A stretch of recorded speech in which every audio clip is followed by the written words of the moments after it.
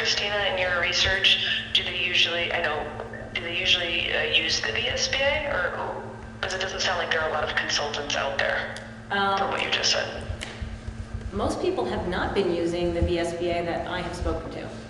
Okay. So I found two that, that isn't, there's no one that's, I found two that are using Mark Andrews, and this is all in the last couple of years, so there's not that many superintendents that are changing at any given time. I found two that are using Mark Andrews. I found two that are using VSBA. And then Wyndham Northeast is using, use somebody in Massachusetts. I think it might be. Is it these guys? I think it's these guys.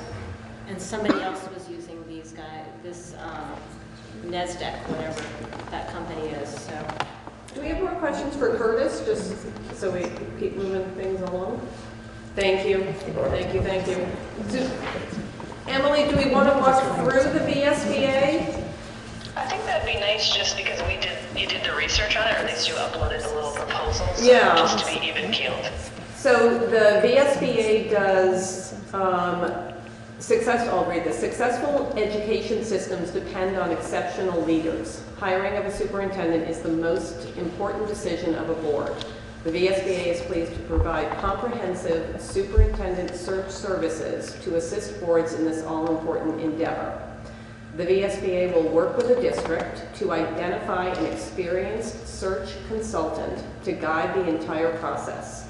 Throughout the process, the board sets criteria and retains control of key decisions, with the VSBA assuring that a healthy process is established and facilitated, and key details are completed in an effective and timely way.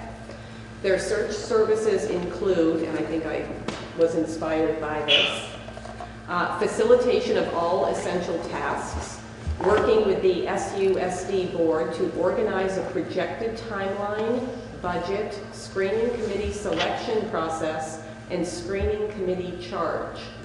Assisting with the development of a community needs assessment, assisting with advertising through various media resources, developing screening committee meeting agendas and interview schedules, assuring effective communication with all applicants, guiding the screening process, organizing the reference check process, manage semifinalist and finalist visits to the community, coordinating the search process with the Secretary of Education, when requested, assisting the board with the development of a goal-setting evaluation session. So let's see. The VSBA knows Vermont education. We know the complexities of the Vermont system. They are often connected with the board through other supports and services and can quickly get up to speed in moving forward with an effective process. The VSBA has countless connections within the Vermont education community, which can help in assuring the best possible match between the needs of a district and the strengths of a particular candidate. So we've got that.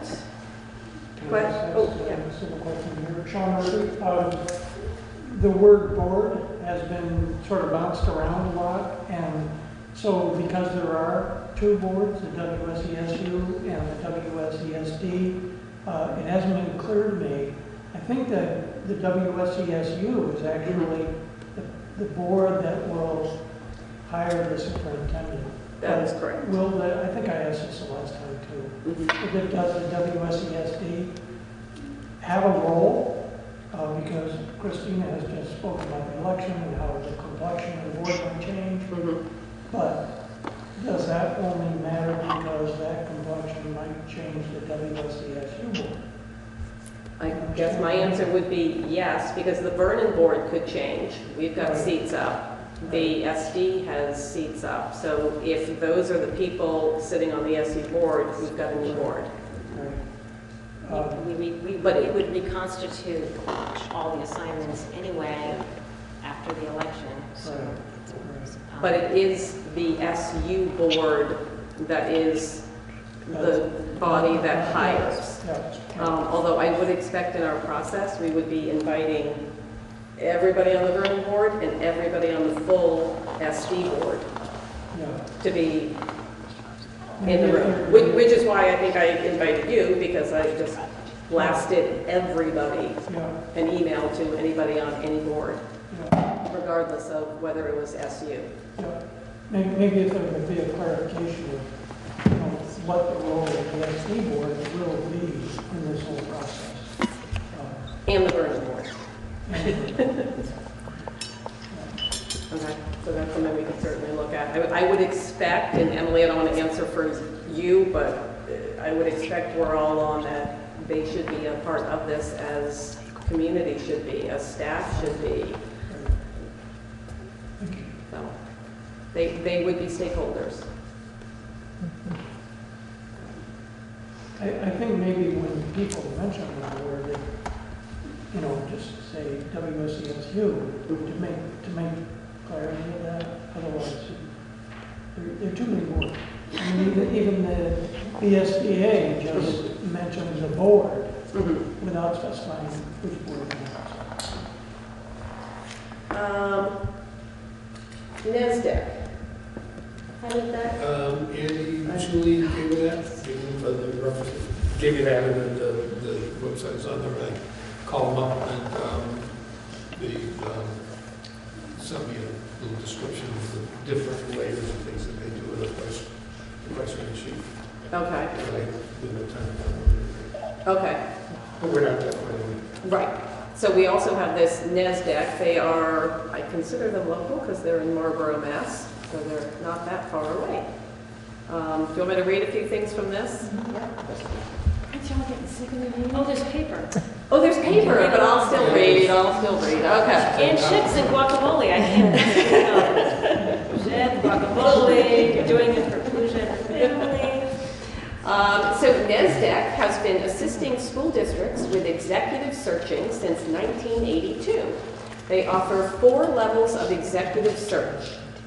Okay. Comprehensive search covers active recruiting and all essential tasks involved in a search. Includes the search services most often requested by school boards and committees. It includes an experienced search consultant, timeline development, advertising campaign planning, active recruitment through NASDAQ's exclusive regional and national network, community needs assessment, assistance in screening applications, assistance with initial interviews and finalists, management of all search details, ongoing communication with board committee, entry planning, governance retreat, or executive coaching. Another level that they do is a guided search, includes the use of an experienced search consultant and a choice of search components from the below list to complement your district's search activities.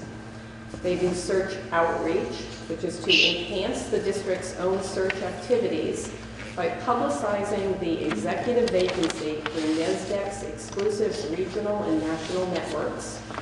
This is a good option, they say, for small districts and also building level administrative openings. They do strategic leadership search, which is a custom designed search which includes all the services in a comprehensive search plus a team of experienced executive search consultants, extensive nationwide recruitment, options such as development of strategic targets for use in subsequent superintendent board committee planning, expanded national print media advertising campaign, internet promotion, polychromatic booklet style brochure, promotional CD or DVD, expanded on-site needs assessment, including focus groups with an electronic participation component, personal electronic stakeholder, interviews, web conferencing opportunity, community forum, internet survey, and intensive personal interviewing. So they have assisted school boards with executive searches for over 30 years. They've completed over 450 searches. They have a regional organization with strategic linkages to national groups. They've done research work with both the American Association of School Administrators and the National School Boards Association. They value a district's affiliation, so they are highly motivated to do the best search possible. And they have search staff assigned to each New England state. Okay. What else? Who else? Do we have any notion of the cost on this one? You said you had a cost. Did you have a cost on this? Yeah, from $12,000 to $20,000. 12 to 20? What was the VSBA's price? And I didn't see Thrive's price either. Does anybody know? Yeah, Thrive is 15% of the offered salary, or $125 an hour if we don't want the whole package. And the SBA is, I think it's $10,000 dues and then $6,000 for the service. 8,500. 85 for the service on top of the 10,000 dues. Yeah. And then that's if you're a member. And then if you're not a member, I think it was 12,000. That was 12. Yeah, 12 if you're not a member, yeah. So it's either dues plus 8 or it's 12? And can you repeat the price for NASDAQ? 12 to 20. 12, okay, 12. Okay, thank you.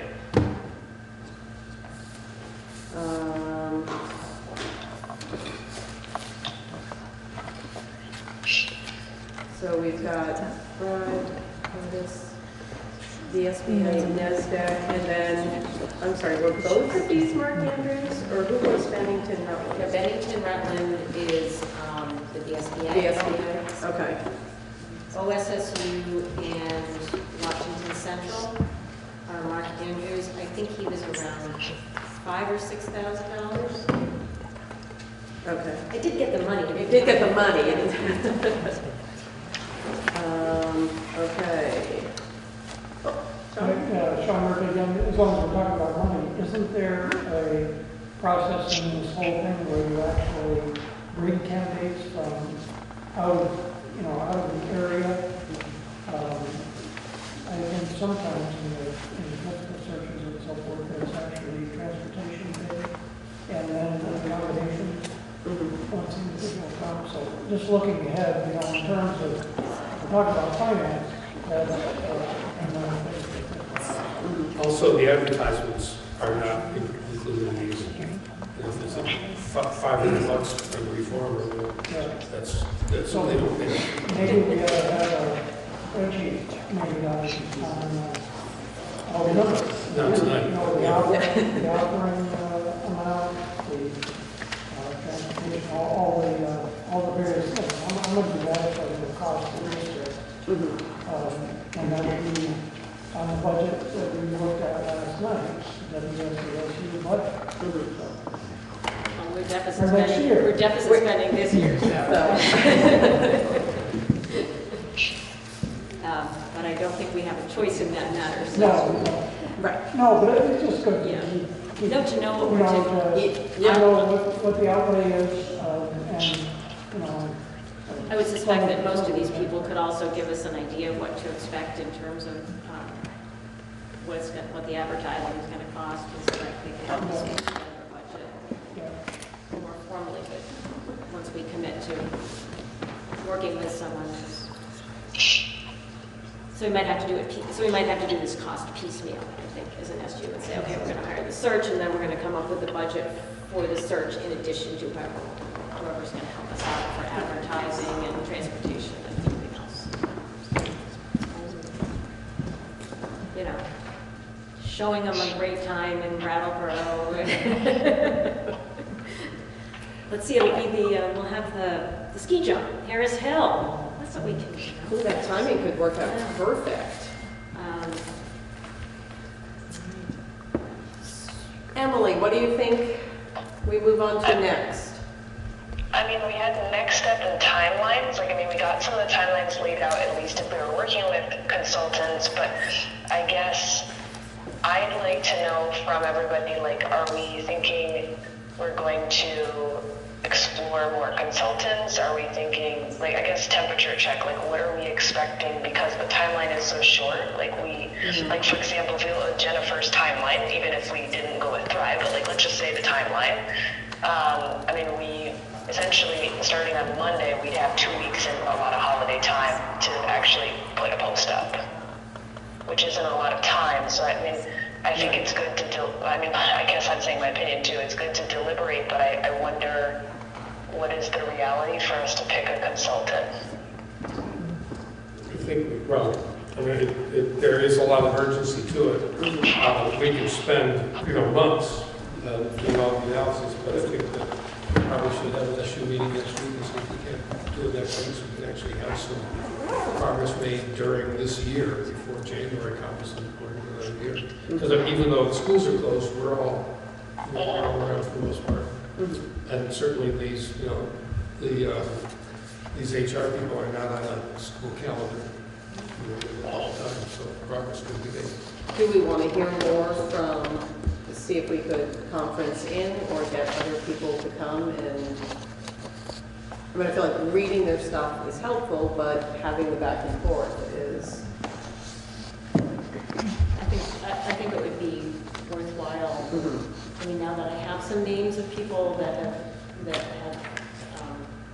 been used within the state and been successful, it's worth hearing from some other, I think it's worth doing our due diligence. Doing one really more. in a quick turnaround. Right, I mean, I think this was, we did it last week and we were like, oh, we got locals, yay.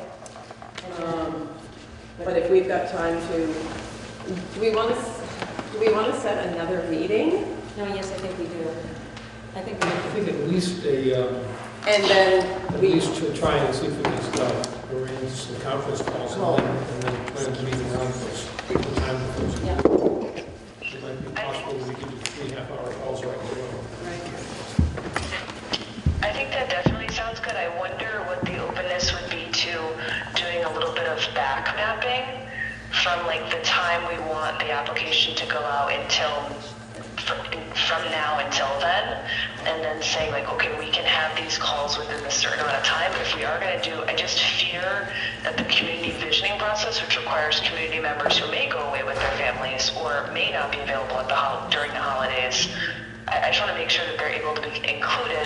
In some of the timelines, it's going out like Jan 6th. So the further we push off, I think it's really important for us to get the information we need, but at the expense, if we don't back map, I fear it's at the expense of something else. Yeah, Yeah, I think we need at least an additional week because of the school. yeah, I guess I'm looking at the calendar feeling like this week, I've basically had enough of you people. Tomorrow's Friday. Right, we can't warn a We meeting. can't warn a meeting because Guilford's town office It's is closed open, on so we Friday. can't meet before Wednesday because we have an SD meeting Wednesday. Yeah, So I have a Vernon meeting Monday, we've got personnel Tuesday, and we've got Guilty out. we could warn a special meeting Monday for Tuesday. Yeah, it would be warned everywhere but Guilford. But We could warn a special for for Tuesday. Tuesday. Okay. Emily, how does Tuesday look for you? You can't Yeah. do No, it's Tuesday. fine. You can do it. Tuesday, we have a PPEC meeting, but we can do it around, a different time besides PPEC. What time is your meeting? Let me just check here. David, do you know what time it is? Is it 7? It's on my phone calendar. If I try to No, we're find at it, I'll 6. disconnect with you, I'm sure. Oh, yeah. But I'm trying to look on my computer. Oh, Yep, But I 6 think p.m. it's, I think it's 6. You're at 6? Okay, so there's, We don't have a space yet for it, I don't think. But we didn't make it. but you're, okay. So Oh, sorry, Emily, that's on Monday. Never mind. I Yes, can Oh, that's Tuesday, Monday. sorry. Yeah, that's fine. okay. So Tuesday, there's a personnel committee. No, Wednesday. Oh, you're right, that's Wednesday. We don't have anything Tuesday. 5:15. Yeah, so Tuesday is the SD meeting and then personnel first. You couldn't be out there on Tuesday, Oh, though. Wednesday's the SD.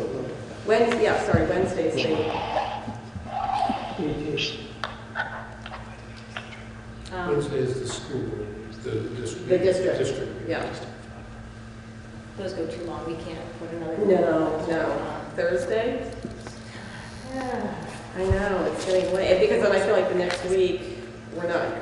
But then everybody has to meet afterwards in order. I guess my goal would be, and Emily, I'm just gonna spitball this, tell me what you think. If there's any way that we as a committee could meet on Thursday, do another run through with anybody else we can find, and then make a decision and call an SU meeting that night, so that we can tell the SU. How would we get the, I think that's the way to go, but how would we get the conference calls? Should we divide these vendors up and try and develop this through email, saying the questions for them and try and get information So from we them? How would we do that? We can't develop the questions out of open meeting. We can schedule out of open meeting, but any decision-making has to be done.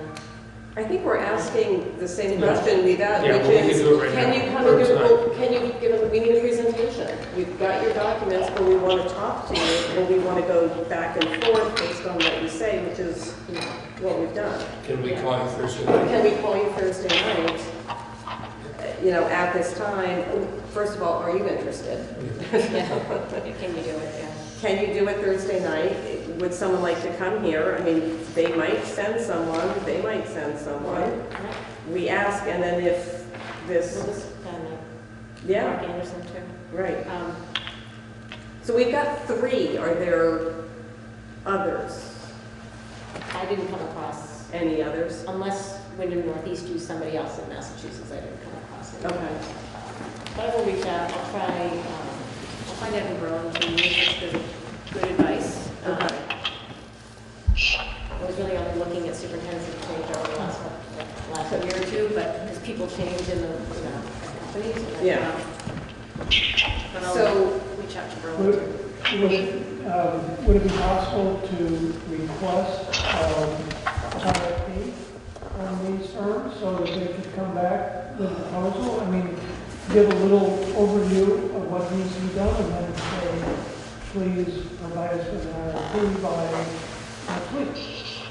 And then we have everything in writing, all the financial implications, and we already have, how they go about it. So this is a generic thing, and we focus it down to what they could actually think they could do for our district. It was a little confusing for me. I mean, I think Jen and Curtis were actually saying that they could be a part of this search, so, and they should be. So it's kind of like pulling everything together, but RFPs would give you a piece of paper in hand that you could make comparisons. I guess I'm feeling like I've got no bandwidth to write an RFP right now. Plus, we've got really, I don't know where they can present except their costs more specifically than what's on the Right. sheets and what we've got in the conference call. So But I do think think that's one step we don't really. Yeah, we but I don't do need think it all the calling them and time. explaining, this is where we're at, this is what we're looking for, we need a, Urgency to the whole process. yeah. But I think also, I would literally send them the notes from our last meeting, saying, here's what you're getting into.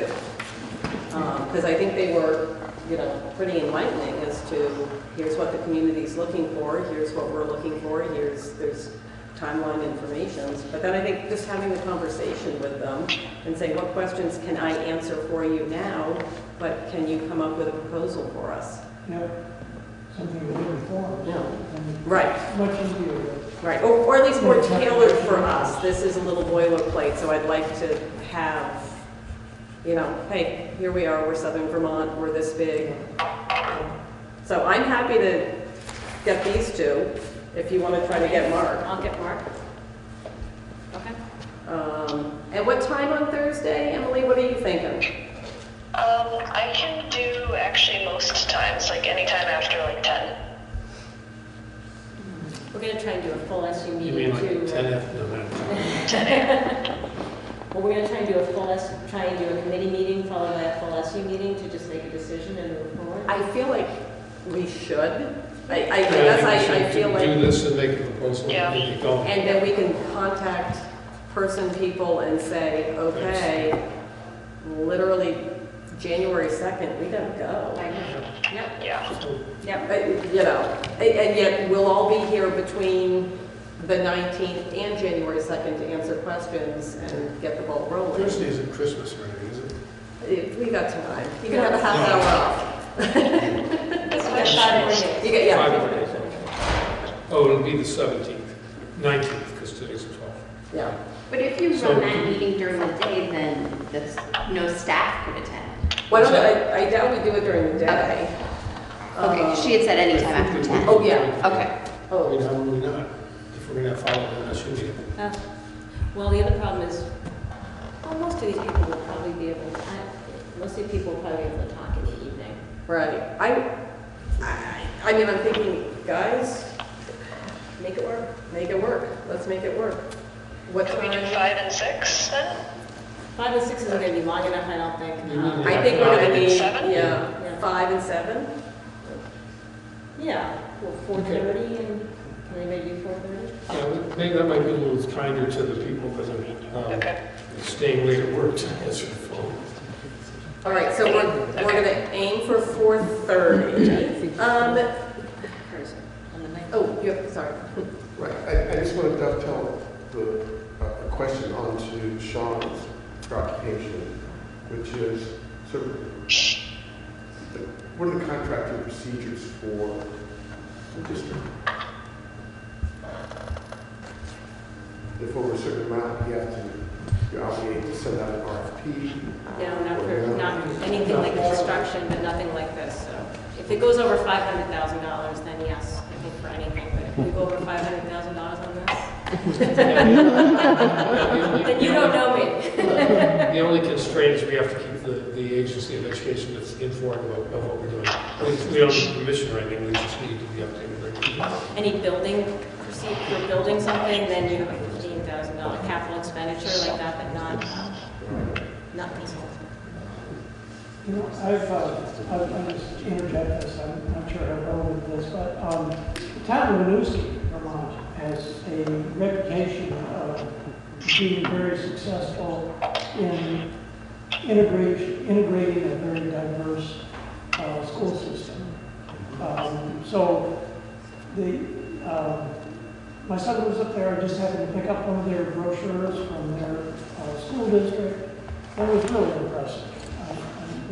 And they got some accolades, I can't remember exactly who from them, but about, the success of this. And it is a very diverse community. There's a very strong refugee resettlement program in Burlington, and Winooski is where there's places to live. Yeah. And there's a very robust resettlement community. So it might be worth it just to touch bases with the superintendent there.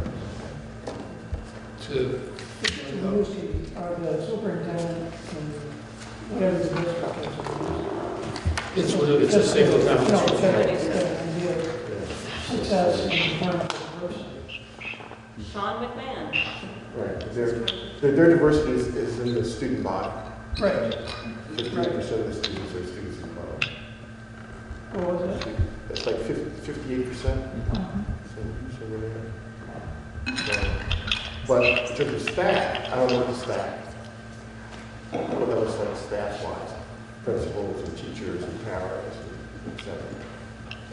But they have a student body.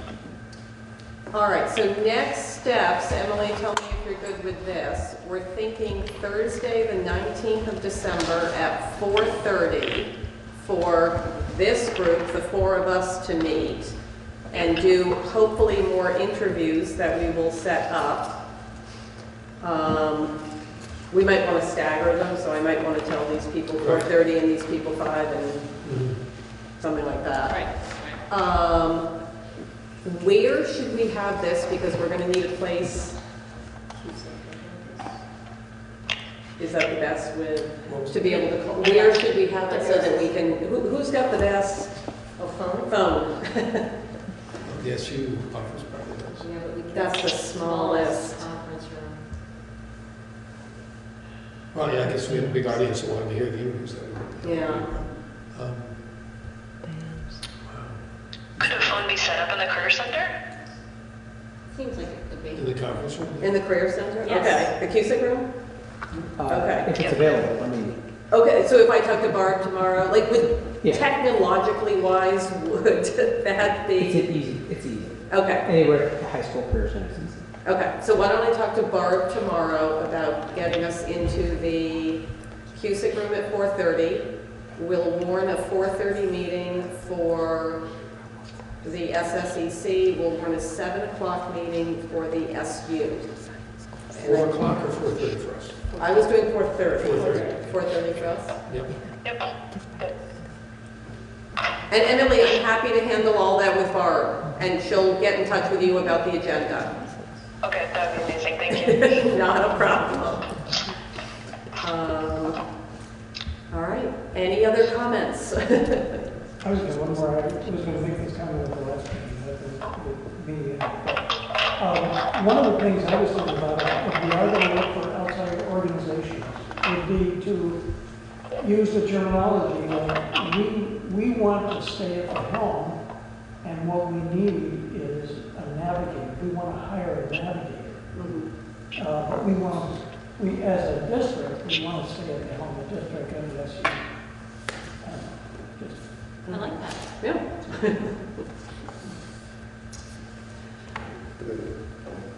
And I'm be sure to ask questions around after for the others. Just friends in terms of developing the first career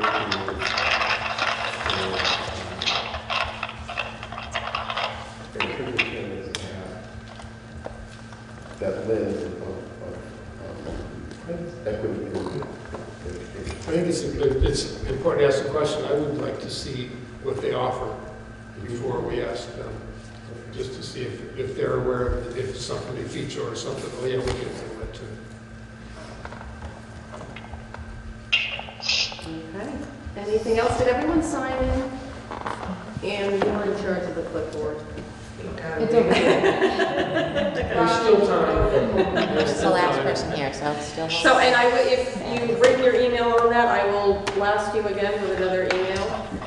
So before we, in case I hear of somebody else, because I had thrown everything to the wind, I would- it's okay if I, Yes. so like if I hear from two SUs, like, oh, we work with somebody great, Find them. find them Get 'em. and schedule them in. Yep. And we can coordinate. We on can it. coordinate on the, right. I just You don't know, wanna- maybe if we do like 15 minutes apart or something, Yeah. then if it goes long, or if we just warn them, we're gonna call you Yeah, between such and such a time, yeah. 6 and 7, 5:30, whatever. Okay. That's acceptable to the committee? Yep.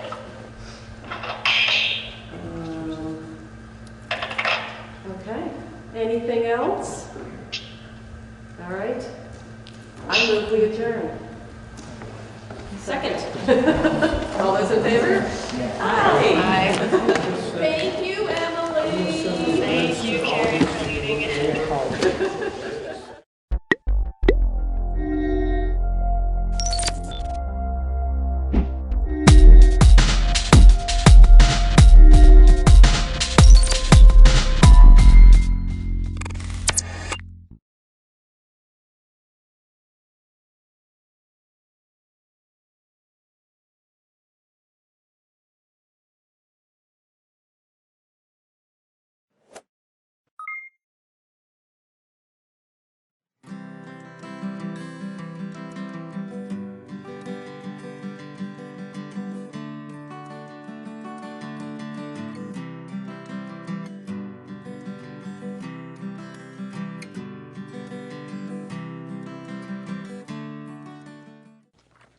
Hi, this is Pat McDonald, your host for Vote for Vermont, where our tagline is listening beyond the soundbite. Ben Kinsley is here. Ben is a sponsor of our show. Thank you, right. Ben, so much. Thank you, Pat. He's the principal of Imperium Advisors in Burlington. Want to give a little PR about Sure. what it is you Yeah, we do a whole bunch of different stuff, everything from government relations to public policy development, media relations, a whole bunch of different things, mostly for nonprofits, kind of in the political space. So, yeah. It's our policy wonk on this show. Exactly, yeah. And our guest tonight is a repeat guest, Josh Unruh, who is the Select Board Chair from Vernon, Vermont. Welcome again. You're too far Thank away to. And the topic tonight is the sale of Vermont Yankee is complete, and decommissioning has begun. And this has been of interest to a lot of Vermonters for many years. Yes. Hasn't it? But before we start, maybe you could talk a little bit about yourself. Sure. So as you mentioned, I'm the Select Board Chair in Vernon. I'm also the Assistant Emergency Management Director in Vernon. I'm the President of the Recreation Department in Vernon. And a recent governor-appointed member of the Vermont INDICAP, the Nuclear Decommissioning Great. Citizens Advisory Panel. Great. So, That's what you get for volunteering. You start volunteering in a town and you're sucked in. And eventually you start getting voluntold Yes. at a certain point. Yep. Yeah. yes. Yeah, I got for you. voluntold onto the Solid Waste Committee actually at the last Select Board meeting. So. Excellent. Well, Yeah. good for you. That's great. That's great. So we are going to talk about Vermont Yankee, but I just thought maybe we could remind people about the timeline. I know Sure. it's quite extensive, Yeah. but I think there's some people that really don't know the history. It's as it's gone on, you don't hear about it much anymore. And Yeah. I know we were involved in Except the in the legislature. context of decommissioning, of Except for course. the Yes. decommissioning and Yeah. the fund. Yep. So can you give us a quick kind of review of how this all progressed and where we are now? Yeah, so actually Vermont Yankee Nuclear Power Corp started in 1966. It was formed by a couple of large utilities in the state of Vermont, the Vermont Public Service Corp and Green Mountain Power. I didn't know that. Yeah, I didn't know Green Mountain Power was involved in this. Yep. I mean, and it's good. Oh. they were See, the you original always learn group. something. That's Well, interesting. a fun fact, they almost put it in Charlotte. Oh, no kidding. Yeah. Whoa. Yeah. They Moving on. Yeah. Let's not get into that. That's funny. So in 72 is actually when the construction was complete and they started generating power out of that facility. It had about 650 employees during its operating time. The average wage right when the power plant closed was just over $100,000. So that's from the maintenance guy all the way up to the nuclear Really? engineers. The average wage was over $100,000 at that Whoa. plant. So there was a lot of money coming through that Right. plant on a regular basis, and a lot of good people that are no longer there. Yeah, I was going to talk to you about that a little bit later, the Yeah. impact of them leaving with Yep. the high salaries and Absolutely. talented people. Yeah. And was that, so you said 650, around 650 employees at its peak. That's not how many were there at the time of the time the plant closed, not though, right? No, they started cutting back on staff as they were getting closer to decommissioning through the decommissioning process. Right now, there's about 100 people that are involved in the decommissioning process currently, about 30 or 40 of which were retained by North Star, who is the new owner of the Vermont Yankee, from Entergy. Right. So fortunately, there was, those handful of people that got to stay with the corporation and work through the decommissioning. And I assume most of those jobs still probably have an expiration date, though. Yes, at some point, when the facility is completely decommissioned and gone, there will be an expiration date. Probably about 10 years from now is our hope and guess at this point. So. So, so the plant was fully online in 1972, Yep. and then it was sold about 30 years later, right? Yes, yeah, it was sold from to Entergy. So those two utilities sold it to the Entergy Corporation in 2002 for $180 million. So. It's pretty big by Vermont standards. Yes, Yeah, it really, is. big Yes, it bucks. is. It was a big transaction, especially And for did they the have two to go utilities. through the NRC, go through our public, Yep. I don't know what they called it back then, Public Utility Commission, they changed the Yeah, name of it. it wasn't the somewhere. Public Utility Commission Yeah, at the time. Public Service. Yeah, I can't remember what it was called. There was a different name to it. Yeah. It just changed like maybe 3 years ago Right. to the Public Utility Yeah. Commission. So they had to go So- through that whole process, Yes. like Yep. like they did with the new owners. Yep. Yeah, and Entergy owned it for about a decade, right? Yes. Before they really kind of started looking at the decommissioning process. Yeah, they announced closure in 2013. So they had it for about a decade, and it was just due to the amount of tax that they were getting levied by the state, and Right. it was no longer a profitable business when you were paying that much to the state of Vermont. And part of it also, I think, was competition from low-cost fossil fuels like natural Correct. gas, right? Natural gas is a big player in the power scene right now, and Yep. very big competition to nuclear. Yep.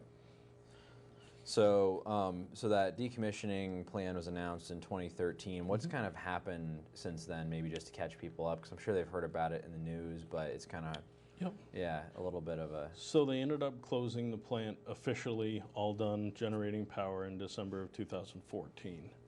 And that's when a lot of the layoffs started happening, and a lot of folks left town and went to other nuclear plants to work. Some started their own business. There was several people that were, close to retirement age, so they just took their retirement early, and it was a good group of people that the communities and the regions lost in one way or another out of the job circle. Yeah, I mean, that's a pretty big chunk of revenue for the community that's Oh, suddenly absolutely. gone. Yeah. Yep. So since that time, in 2018 is when the actual sale was completed to North Star. So North Star Group Services is a demolition company. They've been around for a long time. I believe they have around 3,000 employees across the country. Wow. They have different regional headquarters throughout the country as well. It's the one out of Boston that comes up to work at the Vernon plant. So they've been a really good corporate partner for us thus far.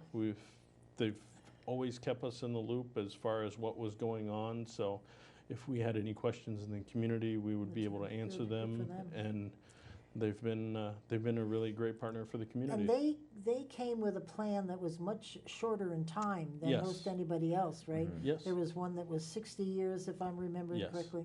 I know way too And that much was about this. Entergy Yes. had the 60-year plan. Right. Yes. A lot of that had to do with this savings account, right? Yes, correct. That essentially is where the decommissioning funds are held.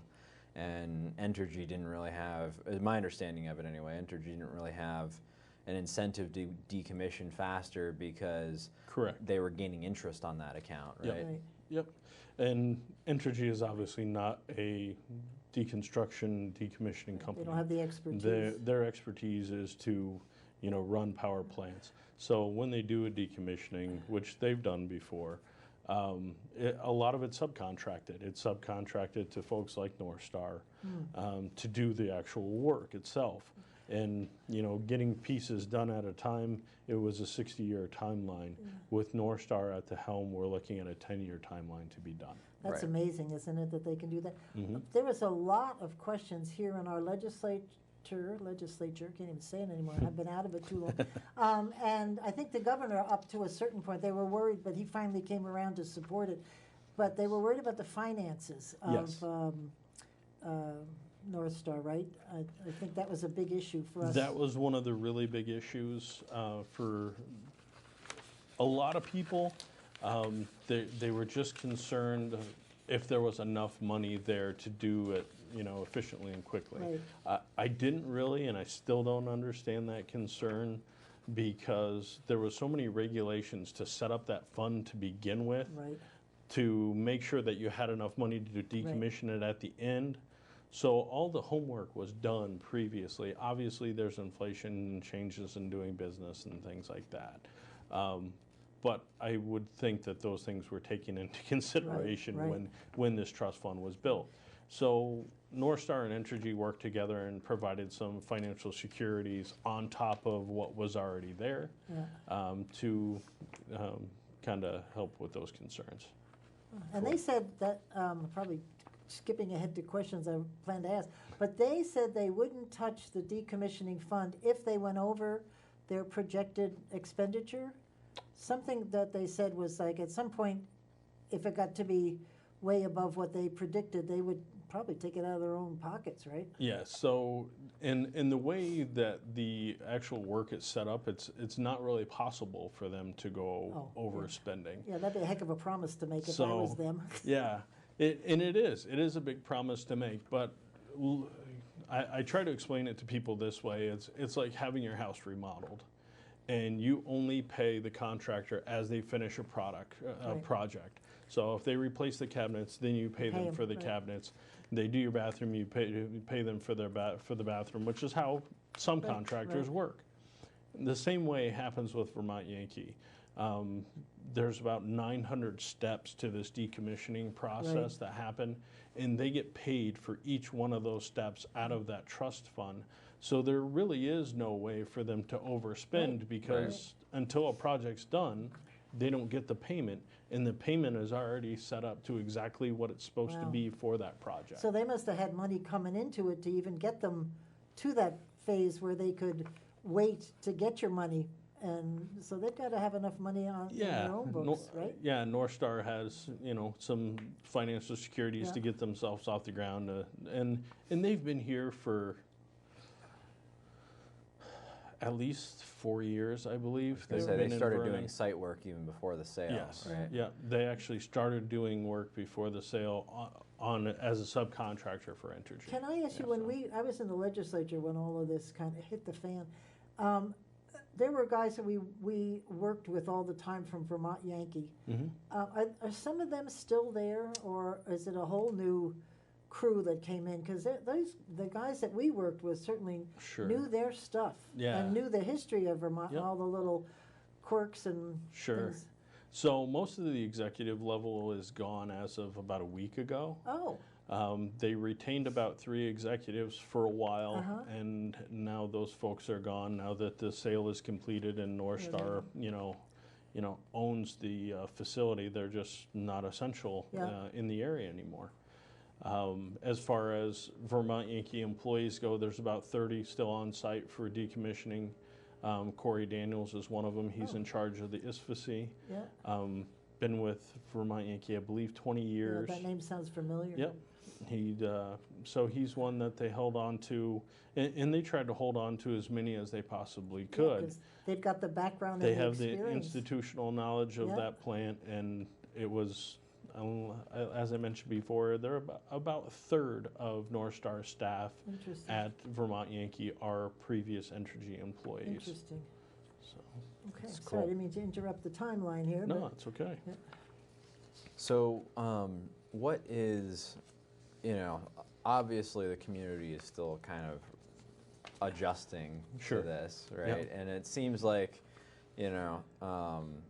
certainly it's not the 650 employees, but at least there is some presence, and revenue being driven from that plant. You've got North Star people who are there. You've got a few of these Entergy folks that have stuck around, whether they're retired or still working for North Star. So what has the impact to the community been, and what are you doing to kind of address that, that hole that's been left? The biggest impact of the community, there's 2 big impacts in my opinion. One is financial, and one is community related. So when you have 650 people that work in your little town, they turn into baseball coaches, they turn into basketball coaches, they do, the volunteer work of the town here and there. Entergy actually paid their employees when they did volunteer work like they were at work. Oh, wow. So they had some good incentive to help in the community in that respect, and many of them did. So we lost all those volunteers that used to do all the work. That's probably the most important thing in my mind. The financial side kind of comes second. We lost millions of dollars in tax revenue. There's, and with no way to replace it. How many of them had to leave the community to find jobs? Were they able to find jobs that even compare to what they were making? Probably the not. majority of them left to go to other plants in North Carolina and various other places, Mississippi. There was a few that I know that have started their own business that took, stayed a little extra time, and Entergy gave them a little kicker for staying extra time, and then took that money and parlayed it into their own businesses. So that was really nice to see that, some of those people were able to stay within the community and start their own business and, provide jobs and that kind of thing through doing What that. kind of jobs have spun off from Entergy program employees? Like what kind of businesses have spun up? One that I know the most of, so I'll give him a little shout out, is Bird Dog Home Inspection, and he's based out of his house in Vernon. He's a home inspector, runs around all over the counties and inspects houses, which is a huge need for us. I think there was about one home inspector in the entire county. Great. So he filled that void as this gentleman's about to retire. So we're seeing that, a lot of these guys that worked in trades at Vermont Yankee are filling the holes of the guys that are retiring from the trades, because that's one of the biggest holes that we have right now in the economy in general, in all the United States, is filling those trade jobs. And there's certainly no jobs in Vermont that would even compare to what they were doing. So there's no Yes. transferable skills, as we would say. Yes. Depends. I mean, if you're like a mechanic and you're working on Well, the that's- ventilation you could be working on system, anything. right? that Yeah. that Yep. skill translates. Yes. It's just you're working on ventilation in When I a had, commercial building instead of a power plant. Yes. My first Yep. job here in Vermont was working for Simmons Precision. Mm-hmm. I ran an outplacement service for they laid off about 50, mostly aerospace engineers. Wow. So they were gone. Yeah, Not they're too not many coming here back. in Vermont. No. So No. You can go to we G. helped them find. Well, actually, it's a fair amount today, Maybe now, but not back not then. back then. I mean, you've got UTC, you've got GE, there's a Right. place up in St. Albans that's doing that. Yeah, I think they would have been very glad to stay because your kids are here. They're in school. And Yes. you've got to bring them out and start all over again. Yep. Yeah. That's sad. Anyway, so let's we're at stop at 2018. Yeah. This is a busy year. You got a whole bunch of things happening this year. Yeah, so they got all the spent fuel onto the storage pad, which is called the ISFAC. If I could remember what that stands for, I would. Oh, good. I was going to ask you to Yes. spell it because I have no idea what you said. What But that's are a the- dry store cask. Yes, right? it's a Yeah. dry store cask. There are, I believe, 62 casks, if I'm remembering off the top of my head, and there is one yet to be transferred out, and that would Oh. actually be the head of the reactor itself will go into a cask. So the rest of them just hold the fuel, but the head of the reactor is so contaminated that it needs to It's go to in stay- a dry cask storage as Yeah. well and not be transferred And that anywhere. ISPCs? ISFAC. So I think it's ISFSI. I'm just going to ISPC. look it And up. these are basically like you put this in a huge concrete cylinder, pretty much. Is Yes, what these are. it's a big metal cylinder that goes inside a concrete cylinder that sits on the largest concrete pad I've ever seen in my life. And is There we this go. what someday the government's going to come and take away? That's You the say hope. laughingly. That's say that's the laughingly. hope. That is that's the future supposedly. The Yucca Mountain project is Right. obviously one of the options for the federal government to send that stuff down the road. Right. Do I have hope of that happening in my lifetime? Probably Yeah, not. let's Probably not- not even in my kid's lifetime. Yeah, right. Yeah. It's a possibility, but you never know. How many? So, because that was all the spent fuel was supposed to be the federal government's responsibility, Correct. right? And that hasn't, for one reason or another, panned out. Yes. Yucca Mountain being one of those Yep. stories. So all of this fuel is just sitting on location at these decommissioned plants, right? Correct. Yep. Do we know how much fuel that is? Like how much is sitting at these plants that have been decommissioned over the last 30 or 40 years? I don't know what a total would be off the top of my head, but it's significant, and it's just going to get higher. There's 22 plants across the Right. country right now that are slated for decommissioning. So, if you figure and Vermont Yankee was actually a pretty small power plant Right. comparatively to some others. Yeah. If we have 60 some odd casks in our single boiler unit, and you talk about some of these larger ones that'll have yeah. over 100 casks apiece, and you start multiplying that over 30 or 40 nuclear plants that are either decommissioning or in the process or scheduled for decommissioning, that's a lot of waste. Now, Vermont Yankee had the approval for 2 plants on its facility, right, or in its facility, right? Weren't they? There was a room for one more. They said. That's probably the case because Yeah. it's 125 Yeah. acres there. We talked about that on one of the shows, that Yeah. because that would happen, like, try building a nuclear power plant in Vermont. Again? Yeah, again, that'd happen. Yeah. But anyway. It's actually one of my goals. Is it really? Yes. Good for you, because things have changed. It's gotten better and better. And Yeah, it's safer becoming and safer. more of a viable alternative Yeah, now. in a lot of and ways. for me, it's one of those that's way out in left field, as you Yes, mentioned. right, It's right. Vermont, Right. but a reuse of that site. There's a new company based out of Washington State that just had their reactor approved by the NRC. Really? And it's a modular reactor, so it kind of acts like New technology. Yeah, it's kind of works like egg cartons. However many you want, up to 12, you put, and depending on how many you have, is the production that it makes. Wow. So it's very new technology. The majority of the reactor is actually buried in the ground. So there's not, Right. that big reactor sticking up. Yeah. Right, you don't So- have all that concrete necessarily. Maybe out of sight, so- out of mind. Right? I don't know. I don't know. So it is definitely something that I would like to see happen. Right, sure. As part of our redevelopment in Vernon. Will it ever happen? I don't know. Like I said, it's my left field idea, and we're working on other. Well, if- You would have some of that options as well. infrastructure there too, though, because you have, whatever the connection is, the Yes, grid. we have right? the Velco power station, which Right.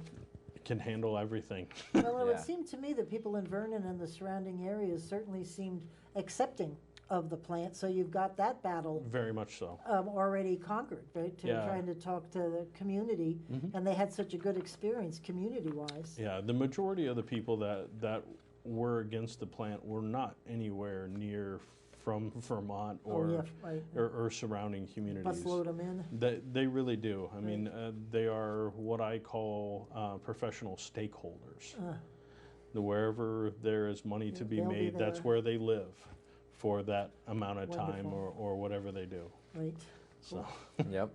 So, at least short term, what fills the void left by Vermont Yankee in terms of the power generation, right? Because that's a Sure. really big power generator that you can't just Yep. spin up somewhere else, right? Yes. So where is that capacity, that grid capacity coming from in the short term? So the majority of our power for Vermont now comes from Hydro-Quebec. So we're buying, hydro dam power from Canada to run Vermont. So the Yankees at one time supplied about a third of Vermont's power. They ended up cutting the agreement with him when Governor Shumlin was in office because one of his big sticks when he ran for governor is that he would shut down Vermont Yankee, and by increasing taxes to them and reducing their contract with the state of Vermont, he was able to get it done. And it's affected, our rates across New England, not just Right, in Vermont, right. because Vermont Yankee sold to everybody, not just Vermont We itself. have some information here about the rates. Yeah. Maybe we could Yeah, take a look absolutely. at that. Are just because of Vermont Yankee. No, it's a lot of stuff, I'm There's sure. so many factors Right. that play into it, but it's kind of odd how it works because the average bill for a Vermonter is actually ranks 33rd in the United States. So our bills are actually fairly low. Right. But that's because our usage is really low. So if you think about everywhere else that you travel outside of New England, most everybody has air conditioning. Regardless of whether Right. they have winter months or not, Right. they have a central AC unit outside. I'm originally from Indiana. My parents live in Indiana still. We have always had central AC in our homes that we lived in. And so that's a huge power draw when you have one of those running. And that's the majority of the United States that Yeah. does that. And in Vermont, you may need it for like 6 weeks out of the Yes. year. In Exactly. the window of the bedroom you sleep in. That's Yes, where that right. That's That's exactly how it right. is. Unit, That's right? exactly Yeah. right. So we actually use less energy. That's why our Yeah. bills are less. Huh. But when you look at the actual rates themselves, we pay about 17 cents a kilowatt hour, which is the 5th highest in the nation. So we're just barely behind places like Hawaii and Alaska that have a hard time getting power because of their remote locations, we pay such a high rate. The average rate within the states is about $12. We pay over $17 a kilowatt hour in the state of Vermont. Okay, I have to, it completely went over my head, and I don't mind Sure. appearing to my audience that I'm a little dense. Sure. Why did you say that? What happened?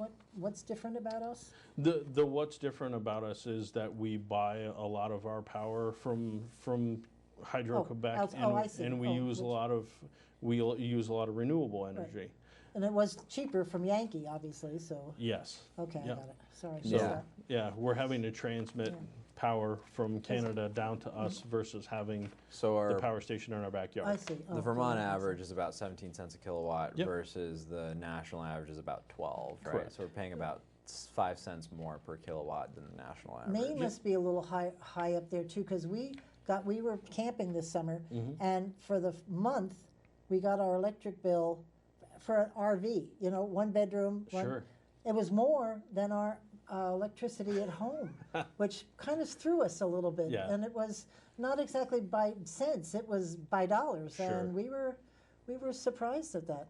So if you come visit, you can't put on anything electric. Don't turn on the sorry. Yeah, They'll give you candles. If you look at those rankings of who pays the highest electricity outside of Alaska and Hawaii, it is New England states. So. Yeah, and a lot of that is probably because there's not a whole lot of energy production here, Correct. right? Right. We don't have an energy source necessarily, which is a little ironic because we used to have, a leading energy source in all Sure. of our streams and rivers and stuff. Yep. But that's not really the case anymore when we're talking about large-scale industrial Yeah, power generation. And if you look at especially the nuclear power plants that are being closed, the majority of the ones that are being closed right now are concentrated in this area of the country. Interesting. Or previously closed, like Maine Yankee and Yankee Row.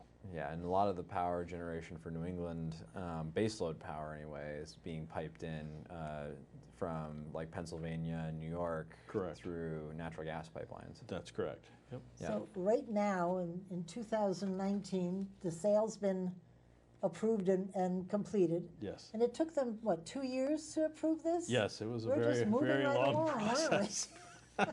It was a very long process. Oh my gosh. Because we could have been a little ahead of the game if they had approved it faster. Yes. Yep. And everybody did their due diligence. I'm not, upset that it took that long.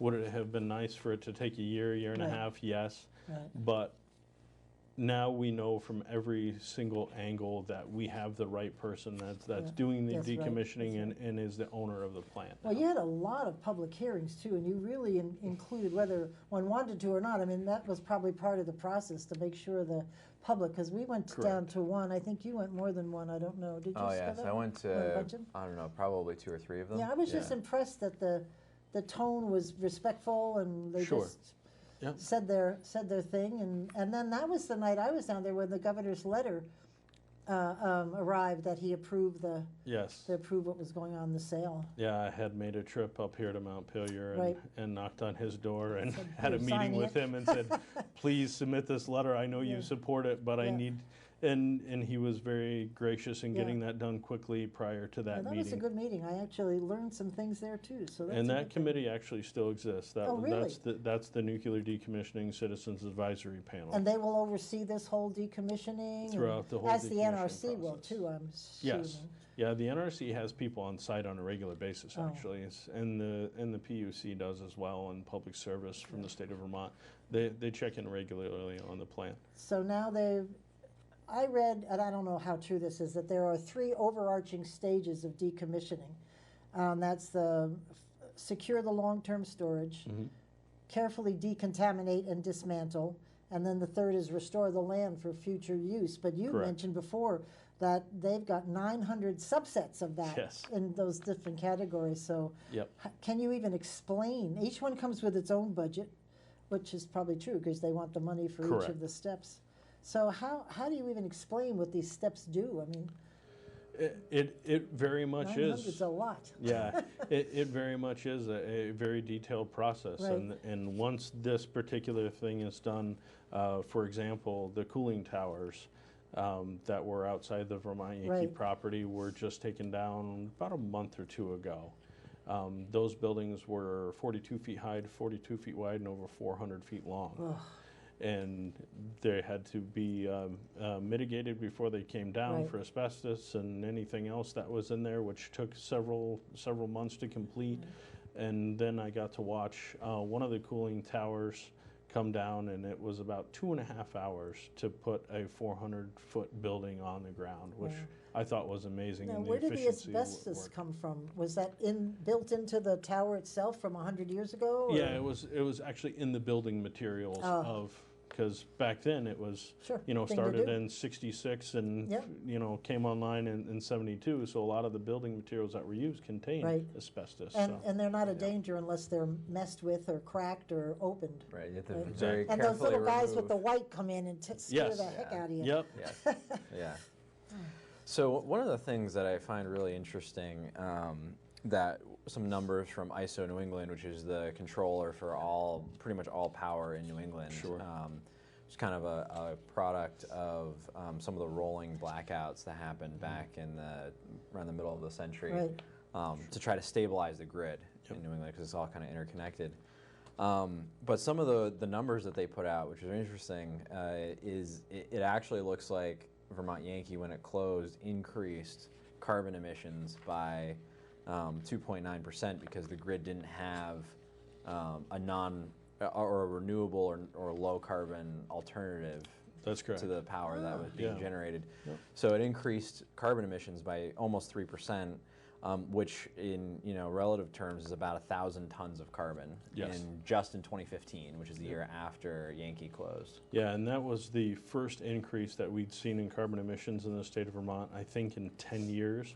We were actually on a 10-year decline Right. of our carbon emissions prior to Yankee closing down. The very next year, it went up by 2%. But when you lose a baseload power source, like a nuclear power plant, it's the coal plants and all those that have to make that up so we don't have rolling brownouts and blackouts in New England Right. again. Right. Well, Yeah. ISO just met in Portland, which was why Meredith Angwin, who's been on the show before a couple times because of her knowledge of nuclear power. Well, and Meredith is a Nuclear physicist. nuclear physicist. Can't yeah. even say the word. Yeah, it's a mouthful. Exactly. But I think the point which is interesting is that nuclear is actually a low carbon Right. low carbon power source. Yes. During production, it uses virtually no carbon. It's the Exactly. it's the startup, it's the commissioning and decommissioning phase that create carbon. Correct. Which was one of the arguments to keep it Right. of Right. the Yes. low carb because we were so interested in that in Vermont. Yeah. And oddly enough, just a few years ago when it was closed, that wasn't even thought about. But as you mentioned earlier, it's now being rethought about. Within the last 12 months, there's been more and more studies of why interesting. nuclear power is beneficial, because we need a heavier baseload power. Renewables are great, solar's great, wind's great in their own category, but they can't provide a baseload power that the country needs. Right. essentially. Wind's losing a little of its appeal. We haven't heard much lately about new wind farms starting Yeah. up, and Yeah. I think we've backed away from that. Yeah. Well, there's wind has its own issues in terms of runoff and Right. And people getting sick. yeah, sound pollution Right. and Well, and what's interesting I find is the numbers show that nuclear power, at least modern nuclear power, is actually has a lower life cycle carbon impact than solar does. correct. Which is interesting because you wouldn't necessarily think that off the bat. But if you look at from the mining of the silica that goes into those, to the solar panels, to the production of them, to the shipping of them, to the installation, and then you maybe have like a 10 or 15 year life expectancy out of the panel before you have to replace it. It actually comes out that solar is actually has a higher carbon impact Right, than is it? nuclear does. You are Interesting. absolutely right. Yeah. And the amount of solar panels that you need to make up for, the baseload power of a nuclear plant is astronomical. So we mentioned, the low carbon, non-carbon. Solar and wind have been getting tax credits for that for years. Yeah. Right? No carbon power emission. Nuclear has always been left out of that equation. Not sure why. That has started to change a little bit. There's a few states that have started allowing those tax credits for good. nuclear plants. I actually do quite a bit of traveling in that vein. I've been to Ohio and New Jersey, and probably will end up in Pennsylvania this year as Really? their Great. legislature considers giving those tax credits. Ohio just did it this last session, provided those tax credits to save 2 of their small power That's plants great. that are right along the Erie, Lake Erie. And we were talking about what does it take for a solar or wind to replace just those 2 power plants. And they're not big plants. They're very similar to Yankee. And you would have to cover the entire coast of Lake Erie a mile deep with wind turbines to replace the power of those 2 plants. Wow. Yep.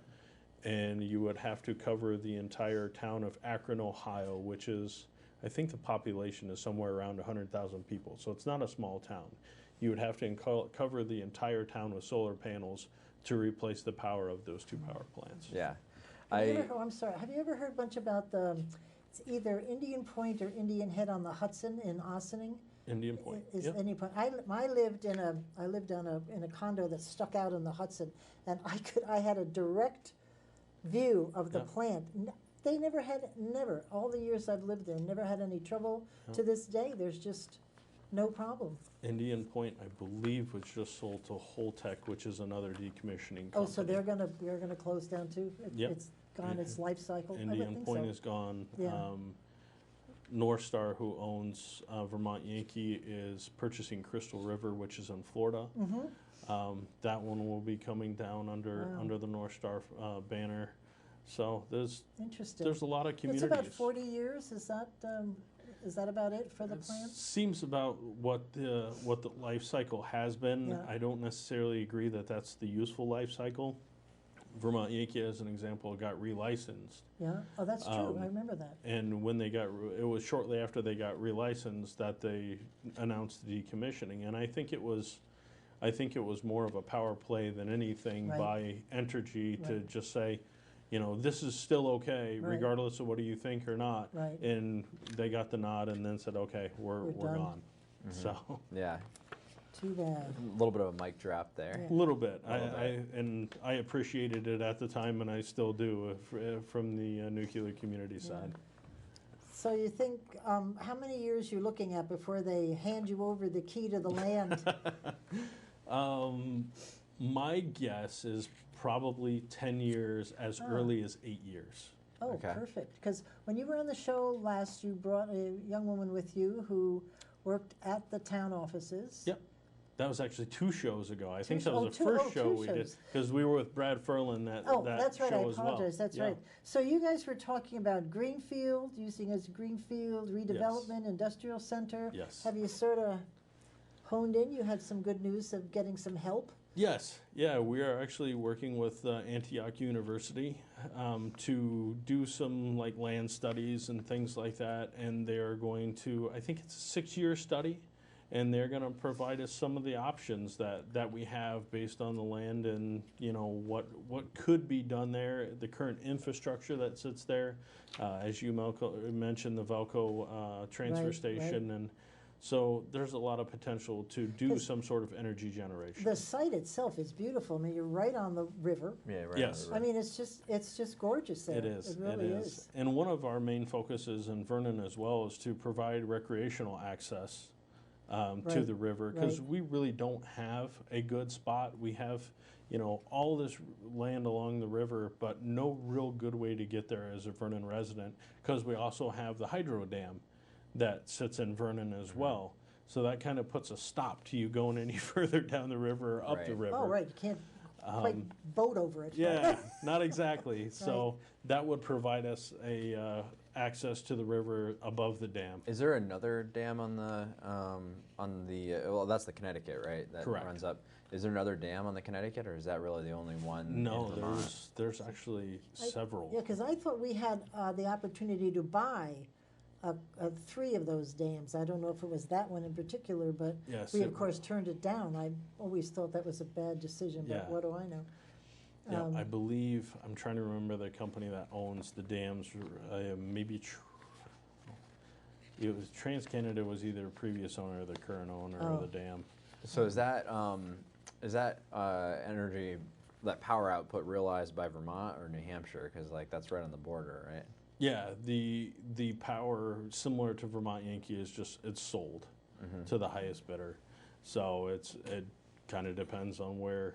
Yeah, so it just goes where they're back selling into the it to. ISO grid. Yes, it pretty much. does. Yeah, and that plant that dam has actually been online since 1909, I believe, was the original date of that plant. So Vernon, for being a really small community of 2,200 people, has had a really big hand in energy production over the last 100 years. Yeah, and of course the dam probably doesn't have as many jobs that go along with it as a nuclear plant does, but Not at all, no. yeah. I think they have somewhere around 10 to 12 employees at the dam at any given time. Gotcha. So the land, when they turn it over to you, Mm-hmm. it's buildable, you can dig up the earth and build a basement, and people feel comfortable that all is well? Yeah, so there is, in the nuclear world, there is a really weird, I guess I would call it a parable on how to understand how well anything's cleaned up. And it has something to do with a baby and a cow. And if Bob Leach, who we hired to work with us to understand, the cleanup side of things and understand what level we want to bring it to as a town, is a long-term employee of Vermont Yankee. Was there from 1972 for, I think, maybe 30 some odd years before he retired. Told us all about this, if the baby can be next to the cow for a year and not see any radiation impact to either of them, then We're okay. then we're good. And it's some kind of weird old school nuclear standard Probably that's wouldn't out follow there. that these days. No.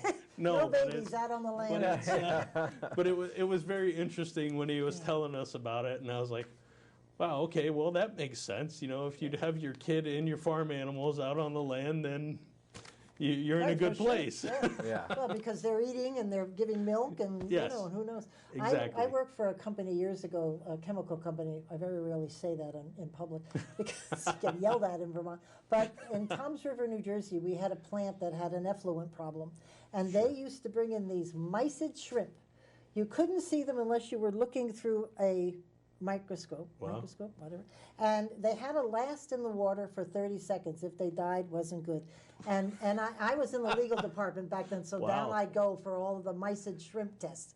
And it was because people were pretty upset with the plant. You didn't really run around amazing. saying I work at the Toms River Sure, plant yeah. when you went out to dinner. Be a very short meal. Yeah. So anyway, it was very interesting that they use these. That's the test. Who knew that that's a test? These little mysid shrimp, which That's they're about funny. this big, and you can't see them. So there you go. Yeah. All these things. But it's good that you felt better when they lived. Yes. That's good. Yeah. So it's the same idea. That is good. Cows and babies and shrimp. Except we want them to live longer than 30 Swim in that seconds, He used to swim in that water. Who knows? It's probably why I'm goodness. so tall, my father says. Oh no. Anyway.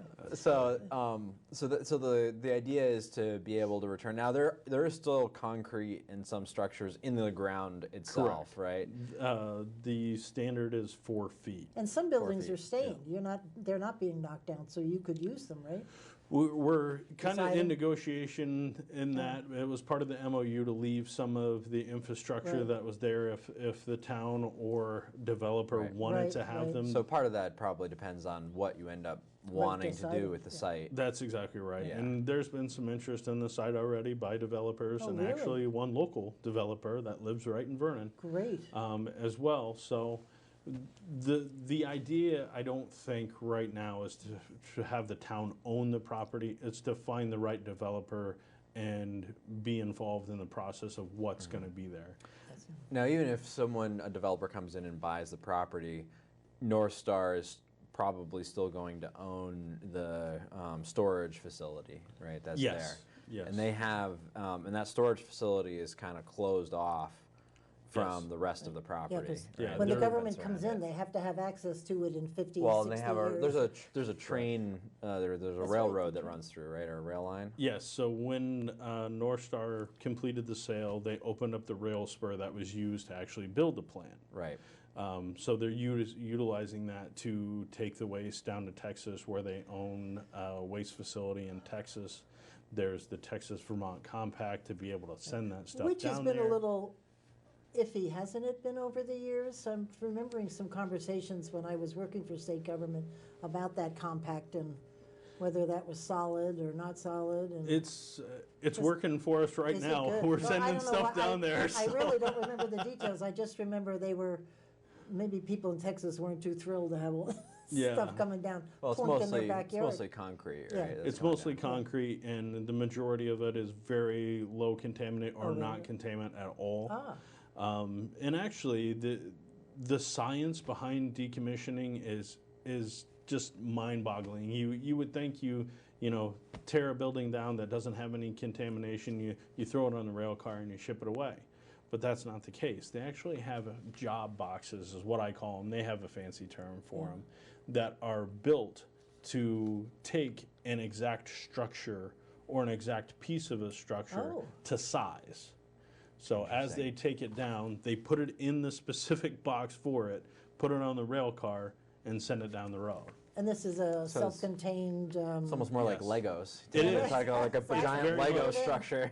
It's Yeah. very much Yeah. like 'Cause Legos. They're not It's- sure that it's, even if they say it's decontaminated, it is, it is, Yes. there's no nuclear, Correct. There's a little low level radiation that's going out, and that's why they go out in Yeah. those boxes, because Interesting. they are made to Right. withstand Withstand a whatever. lot. Because there's certain, like, it's a little bit of radiation, but it's not like, a fuel rod level radiation. Exactly. It's Yeah. very, very low level, probably no more than you encounter in an airplane. right, Yeah.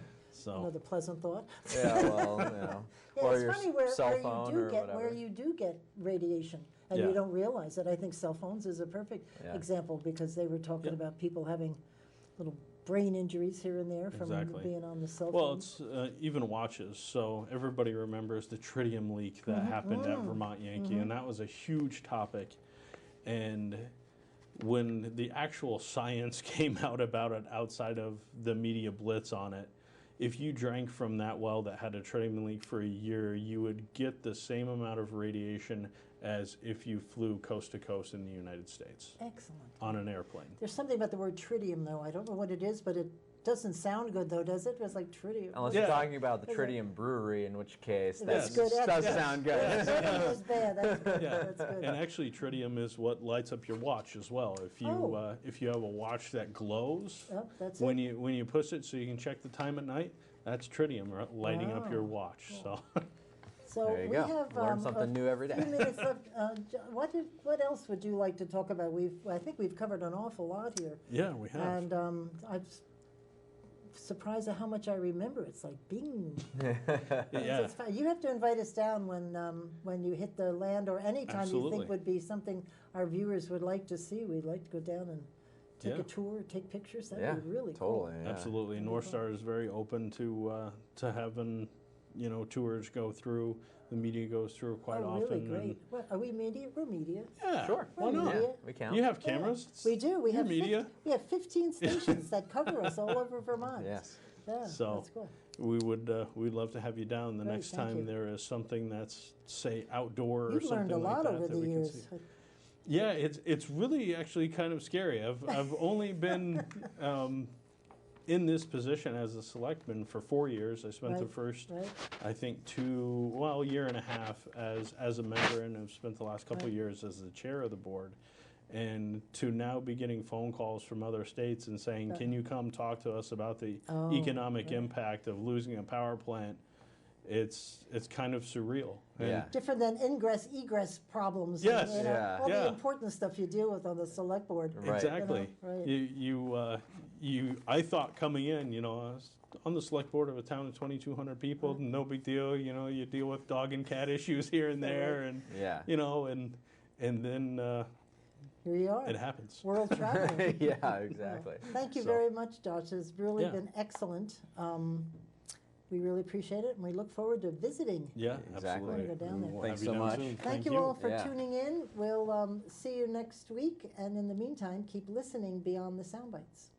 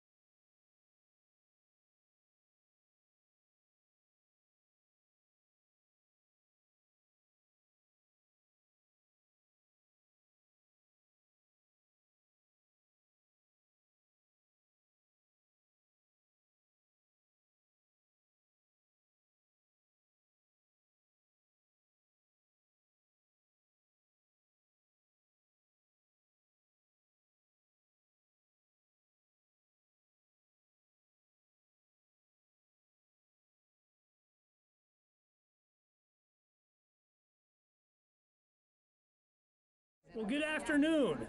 It is great. Thanks for having us. It's great to be at the Heidenberg Senior Housing Complex. Thanks for having us, guys. My name is TJ Donovan, Vermont Attorney General. With me today is Honor Horton, who's the Executive Director of Hunger Free Vermont. Honor, thanks for being here.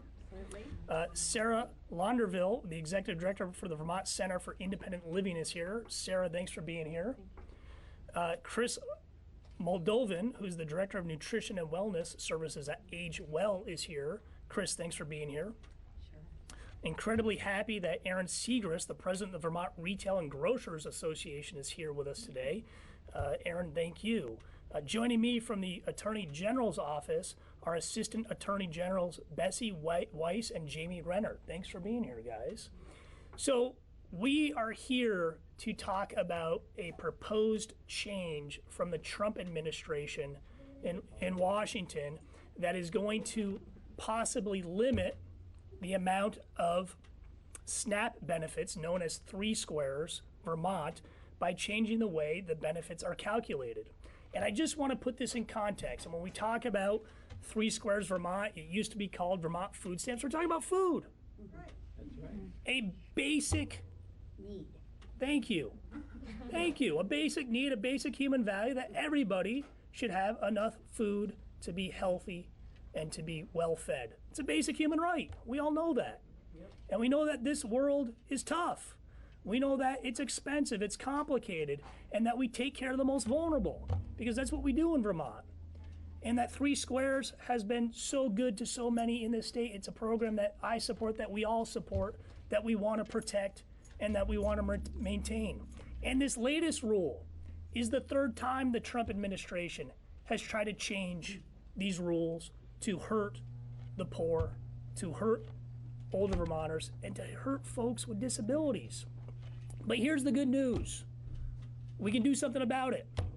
We fought them at every step. They tried to change the public charge rule, which made it harder if you needed a helping hand, not a handout, a helping hand. We went to court and we got an injunction and we stopped that.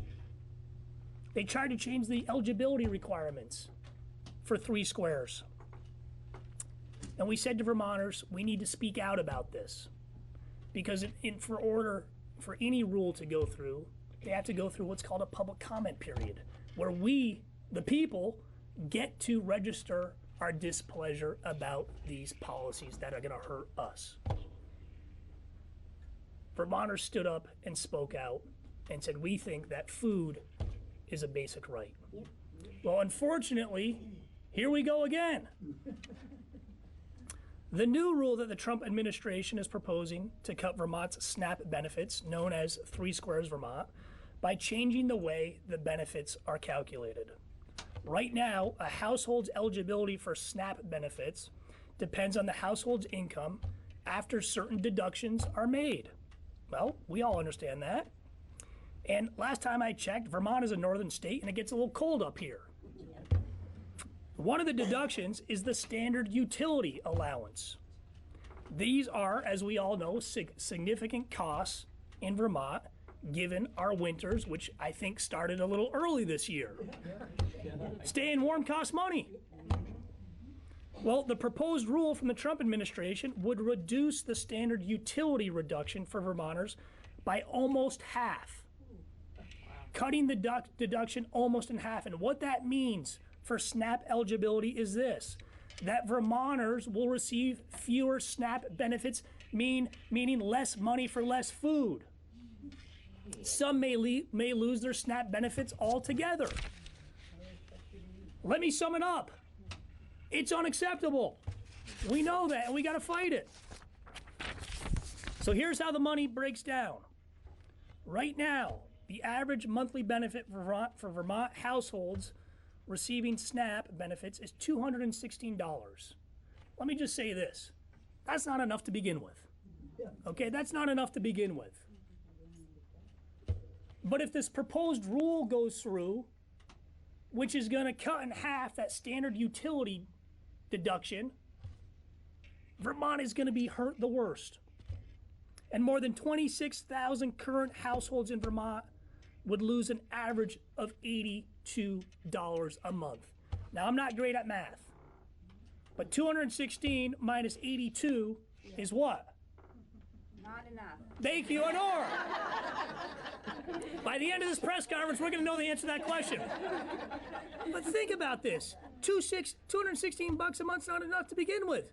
Now they want to cut it by 82 more bucks? This is completely unacceptable. And here's the thing. It's not just about folks who may receive SNAP benefits, and there's no shame in receiving benefits. Everybody needs to eat. Everybody needs to be healthy. It's a basic human right. But to the Vermont economy, this would result in more than 25 million annual loss in total benefits. That's money that's not going to stores, to small businesses in this state. Here's probably the worst part of this new rule by the Trump administration. The proposal is going to hurt elder Vermonters and folks with disabilities the hardest. 80% of these households would see a reduction in benefits. Now, I don't know about you guys, but in Vermont, we take care of people who need our help. We stand up for folks who need our help. We have their backs. This is a time for us to speak up and to speak out against this proposed rules that's going to hurt older Vermonters and folks with disabilities. We have an obligation to do this. We can't afford this. You guys know this better than I do. Vermonters can't afford this. It's too hard already. And we can't have making Vermonters to make an impossible choice to choose each month between spending their money on food or other critical needs like prescription drugs, medicine, which aren't cheap, utilities, or housing.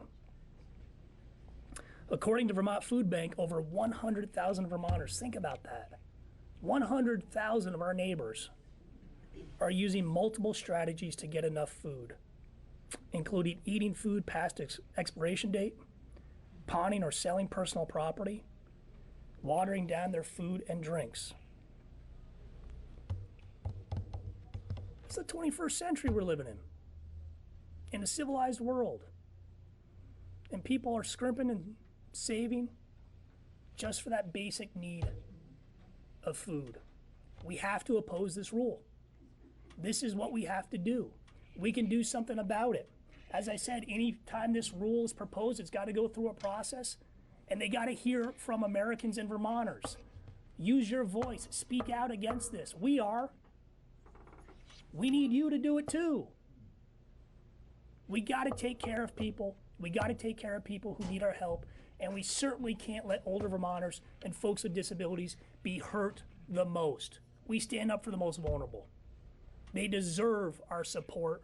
They deserve respect, and most of all, they deserve basic human dignity, which food represents.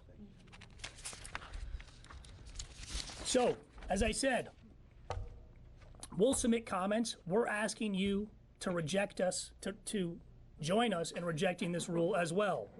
To do so, visit Hunger Free Vermont's website. There's a website up here that Honora's going to talk about. Here's the thing. It's just like school. The deadline's coming up. It's on December 2nd. I don't know about you guys. I always waited to the last minute to do my homework. We got to change the way we do business. We got to get out in front of this. We got to get these comments in before December 2nd. I know next week's a holiday, but it's a great time because I know we'll have a little bit of downtime to go online and just make your voice heard. Speak out about how hurtful, how harmful, how draconian these rules are, because it's not enough money to begin with. By changing the rule, it's going to be even less money. Let's take care of each other. Let's speak up against these rules. Thanks for having me. Now let me turn it over to Sarah Launderville, the Executive Director of Vermont Center for Independent Living. Sarah.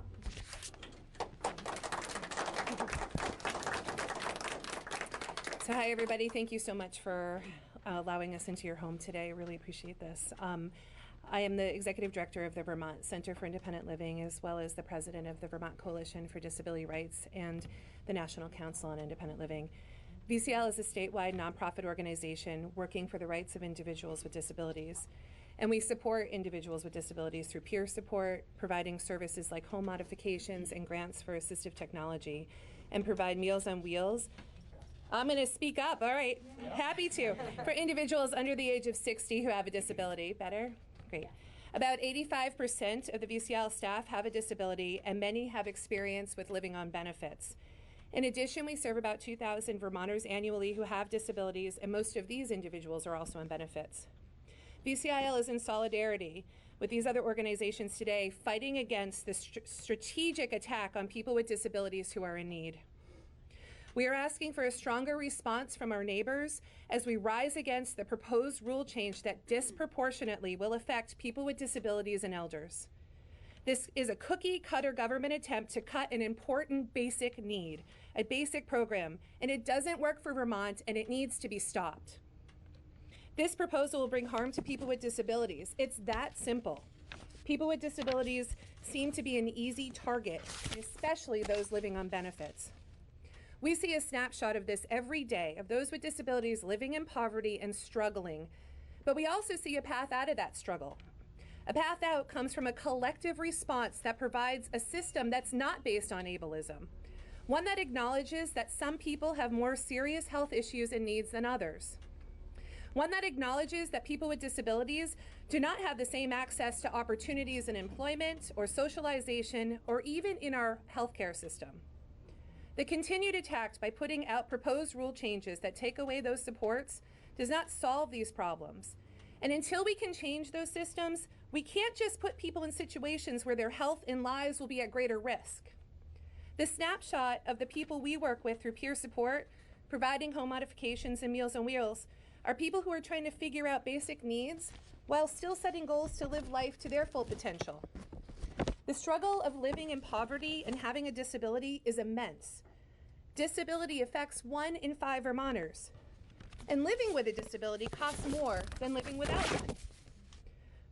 For those whose health is at a place where they cannot work and are typically stressed on a daily basis, trying to keep their health in check, trying to figure out transportation to the doctor's appointments, getting medical equipment they need, and figuring out how to pay bills, in dealing with a culture that dismisses and calls us lazy. A culture in which the federal government is putting out ways to cut the small benefit that provides food and heat to these individuals. A culture in which people setting forward these rules have privilege, and most have not experienced the anxiety, the hopelessness felt when wondering where you might eat again. A system in which those developing it most likely have not sat in their living room with blankets, huddled with family members, hoping for enough money to turn the heat back on. Many of us will use the word vulnerable here.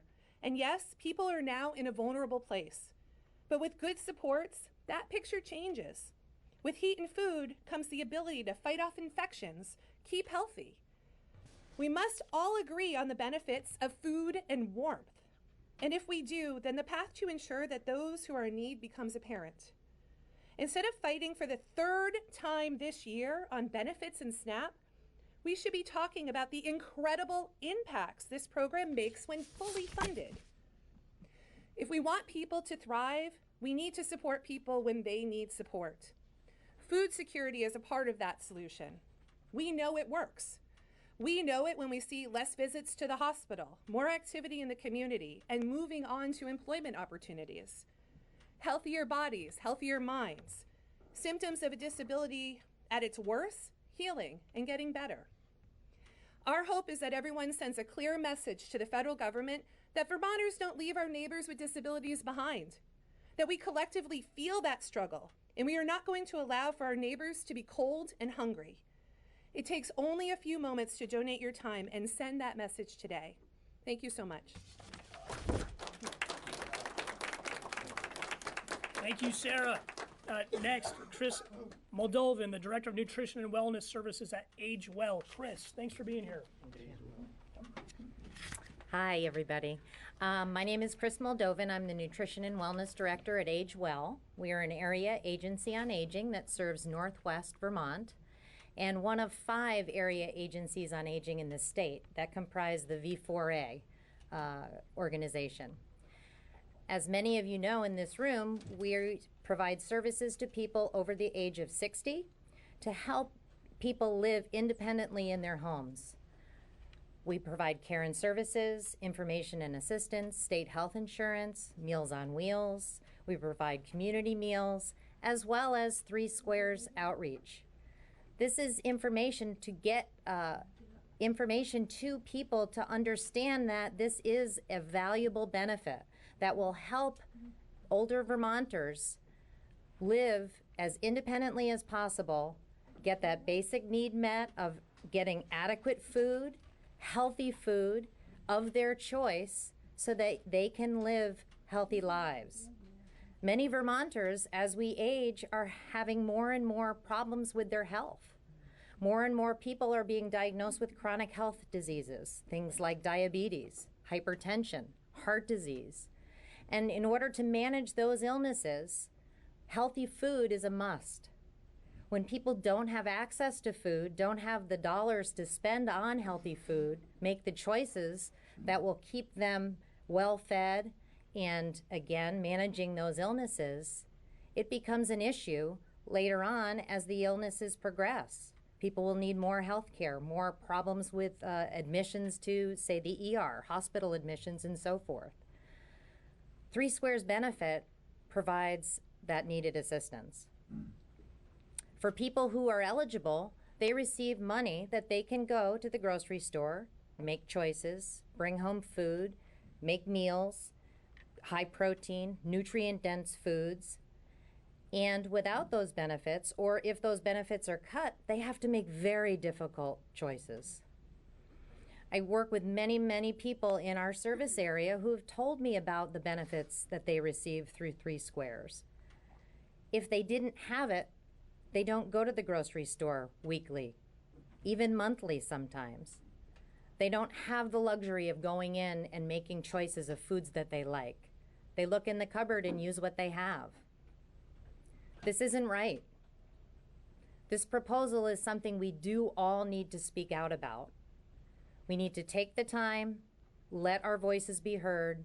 Absolutely, I'm proud to be a Vermonter. I'm proud to take care of my neighbor and our community, and I think we all should make our voices known. We need to make sure that this change in the eligibility and the standard utility allowance is unreasonable.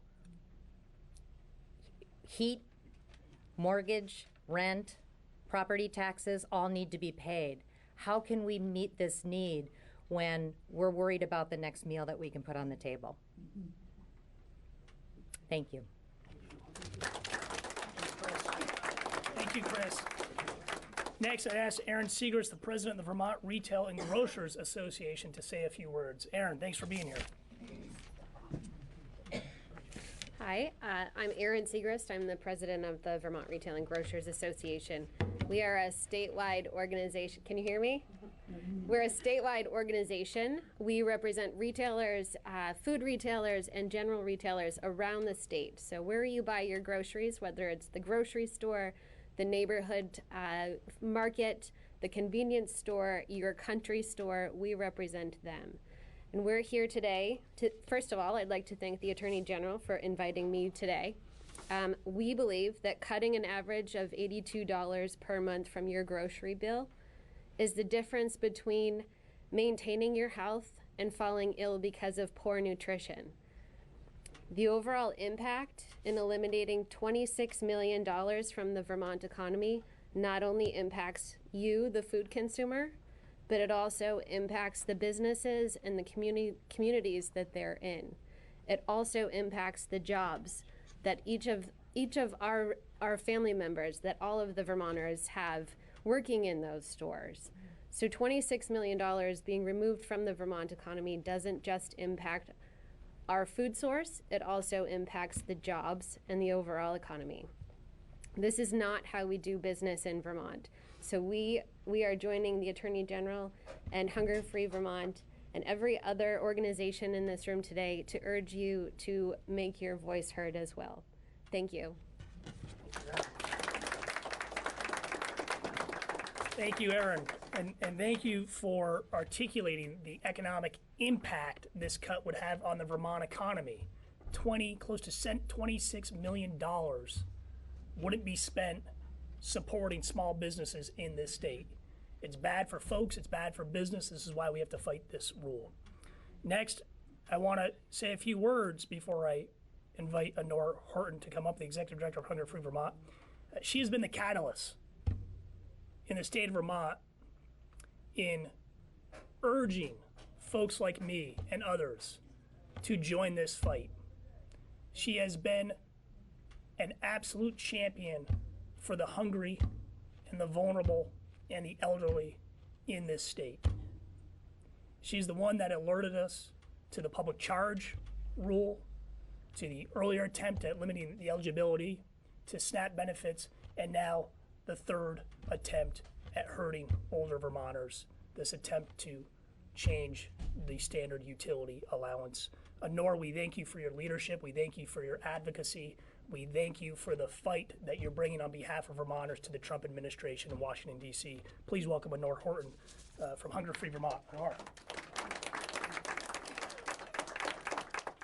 Well, thank you so much, Attorney General, for that incredibly generous introduction. It's my honor and privilege to have the opportunity to spend my days fighting on behalf of Vermonters and making sure that here in Vermont we can bring an end to the injustice of hunger and malnutrition for every single one of us. That is Hunger Free Vermont's mission. And we couldn't do it alone. We need everybody who's up here. We need all of you, because there's different steps that we can take to keep these really devastating cuts from taking effect. And a lot of times we feel, I know I feel like, as one person, what can I do in the face of everything that's going on in Washington? How much power do I really have? But it turns out that we really do, every one of us, have real power to stop these cuts from happening.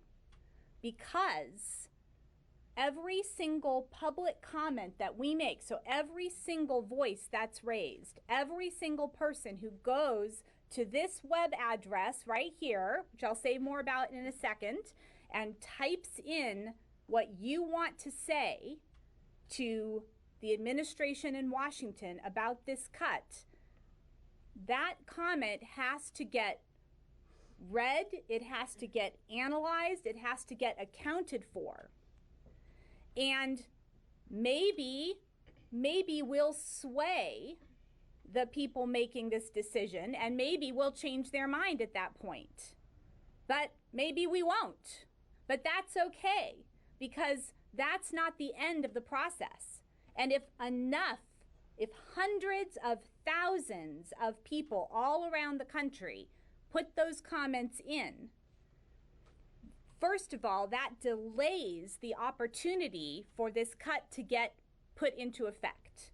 So we can delay by months and months and months the next step of the process. And the next step of the process, even if they don't listen to us and they want to go ahead and make these cuts, well, then we have our Attorney General who's going to join a lawsuit with others, just like he did on public charge, and the states can bring a lawsuit to say, no, this is unjust, and this is outside of the scope of the intent of the law, and you can't implement it. And the courts so far have agreed. They've agreed with us. And then they can issue an injunction and prevent those cuts from taking effect. But do you know what they use? Do you know the evidence that they use to make that happen? They use our comments to show the harm. So we have to help it be possible for our Attorney General and other states' Attorney General all around the country to make their case. And that's the other reason why we've got to put our comments in. All right? So I'm going to tell you exactly how to do that. Are you ready? Are you ready? Yeah, okay, good. That's what I thought. I thought I was in a room full of rebels here. All right. So right here on the front of the podium is a web address. You don't even have to remember it, though, because we have a handout for every single one of you that you can take with you. And not only can you take it with you for you, but you can pass it around to all your friends, your family, everybody you're going to see over Thanksgiving, everybody. All right? All right. Yes. And that web address is www.hungerfreevt.org. hungerfreevt.org. Or you can just type in Hunger Free Vermont, and our website will come up.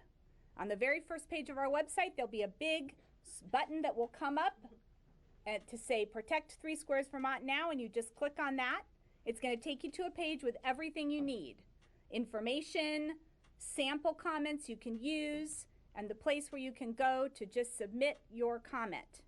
Now, if you don't want to go through the website, you need help submitting your comment, then if you will let one of us know, we can do it for you. All right? So everybody, there is a way for everybody to have their voices heard, even if computers and websites are not for you, which honestly they're not for me either, but I have to. So here we are. All right, so I'm counting on all of you. We're all counting on all of you to help us stop this cut from happening. Thank you so much for hosting us today. It's really an honor to be here with you, and we're really grateful for your help. Thank you, Honor. Thank you, Honor. And thank you for that excellent recitation of the legal process. You're spot on. So I might have spent a little bit time at Burlington High School more focused on basketball than math, but when Honora was speaking, I did a little basic math, and $216, which is the basic benefit folks receive now, if this rule were to go through, that $84 cut, you're down to $134 a month. Nobody can do that. No, $134 a month. This is what we're fighting about. This is what we're opposing. We're simply saying that food is a basic human right. Vermonters deserve better. And we're not going to hurt older Vermonters and disabled Vermonters the most with this cut. So we need your help. We need you to join the fight, to speak out about what's right. And let's keep fighting. You know, there's a lot of noise right now coming out of Washington, D.C. A lot of noise. I'm not going to offer any editorial comment on that. But let me say this. This one matters. This proposed rule matters. This is about basic decency. This one matters. Let's stay focused. Let's stay organized. Let's get our comments in, and let's fight the good fight. Thank you so much.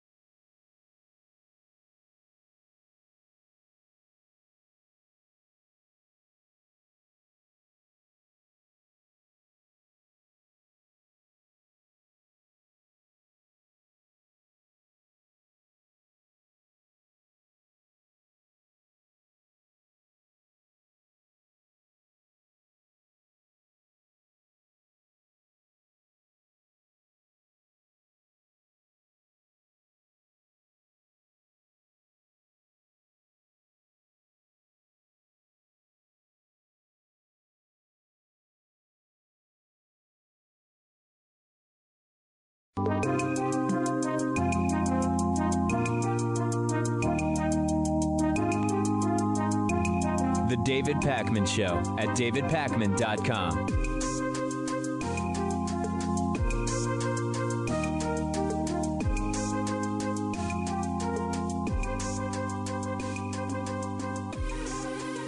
Okay, so we have to spend some time today talking about the general election in the United Kingdom late last week because there is so much being said about it and how it does or doesn't relate to the upcoming 2020 election here in the United States and Donald Trump and Bernie Sanders. And there's a lot of interesting and good, thoughtful takes about this, but there's also some bad talking points and misinformation that's being spread. So let's start with the facts. What happened in the UK? Trumpian Conservative Party Prime Minister Boris Johnson won with the Tories, the right-wing party, getting a majority of 80 seats in the House of Commons. This truly is huge, and it's especially huge because the Tories had just lost the majority back in 2017. And then meanwhile, a crushing defeat for the Labour Party and its prime minister candidate, then leader who has since resigned, Jeremy Corbyn. Major losses, ended up with the lowest proportion of seats since 1935, did the Labour Party.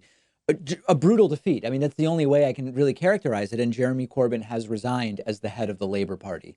Now, meanwhile, the Scottish National Party won a huge victory in Scotland, winning 48 of 59 seats.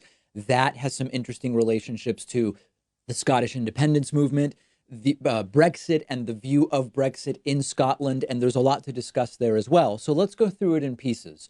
Was this a landslide for the right in the United Kingdom? It was, absolutely. Is it a crushing defeat for Labour, considering that it is sort of the closest to the modern American progressive movement of Bernie Sanders and Elizabeth Warren? It is absolutely a crushing defeat for Labour in the UK.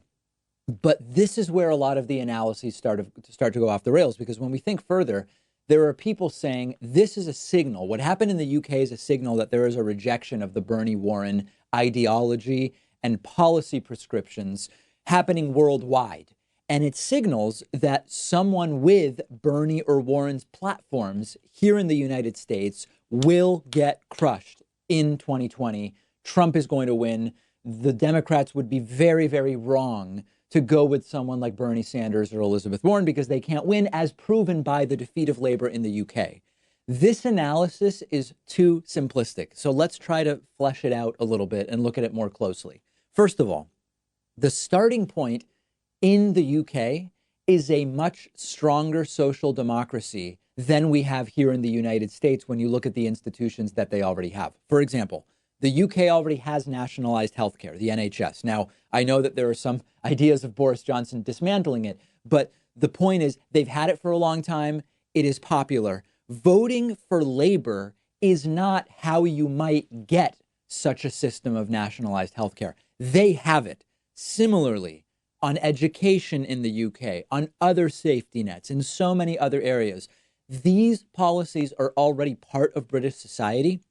So when you realize that they already have these things, Labour there is not like Bernie or Warren here, because here the left is trying to get lots of things for the first time that the UK already has. So the stakes are very different, and therefore comparing what happened to Labour in the UK to a Bernie Warren candidacy or presidency or nomination on the Democratic side here is not an apt comparison in that way. In the United States, the people offering a lot of those programs that are already part of British society are the leftmost of those running in the Democratic Party, whereas in the UK, many of these programs have been in place for decades. So Labour being brutally defeated in the UK, which they were, doesn't confirm that the policy of Bernie, Warren, Social Democrats is doomed to fail in the United States. Now that gets us to Labour as a specific group of people, Jeremy Corbyn as a person versus Bernie, Warren, etc.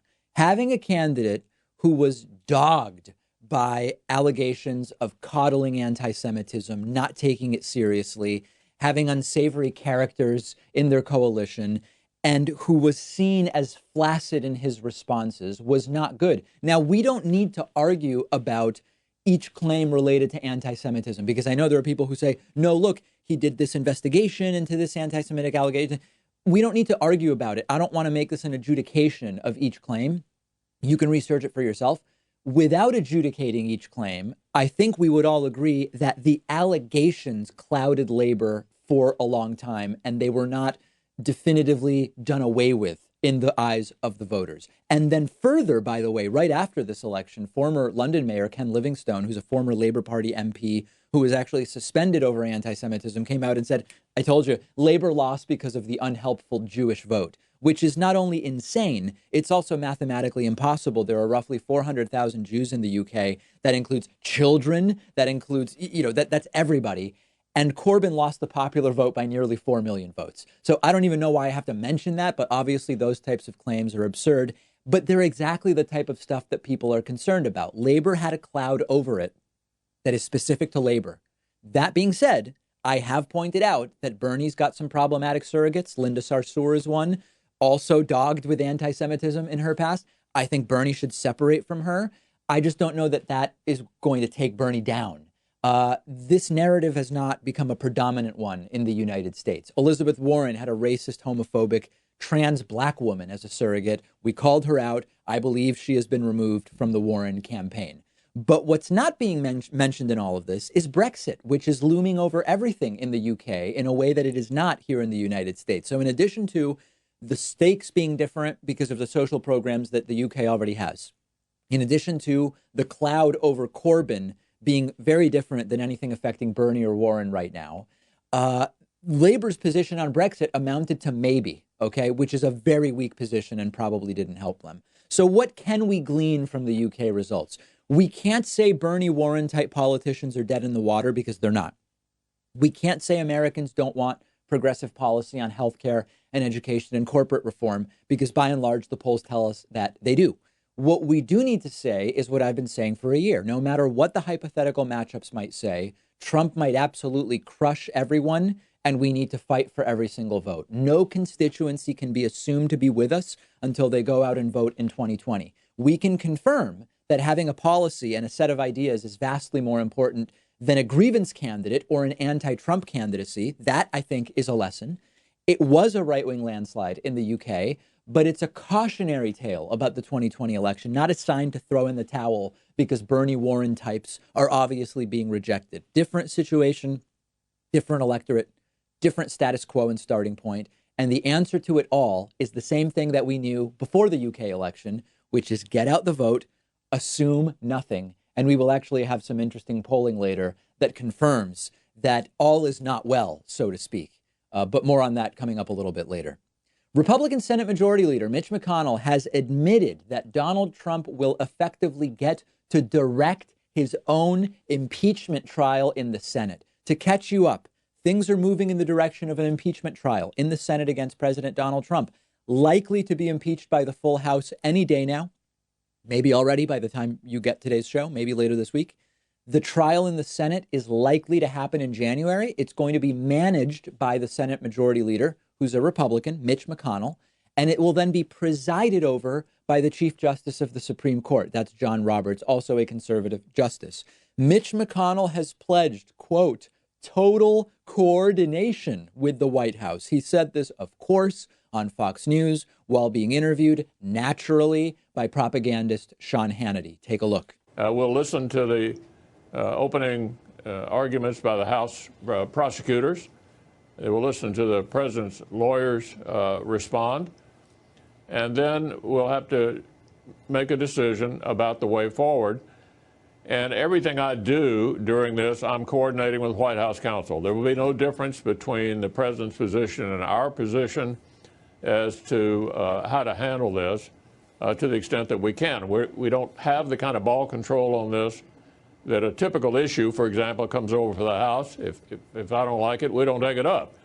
We have no choice but to take it up, but we'll be working through this process, hopefully in a fairly short period of time, in total coordination with the White House counsel's office and the people who are representing the president in the will of the Senate.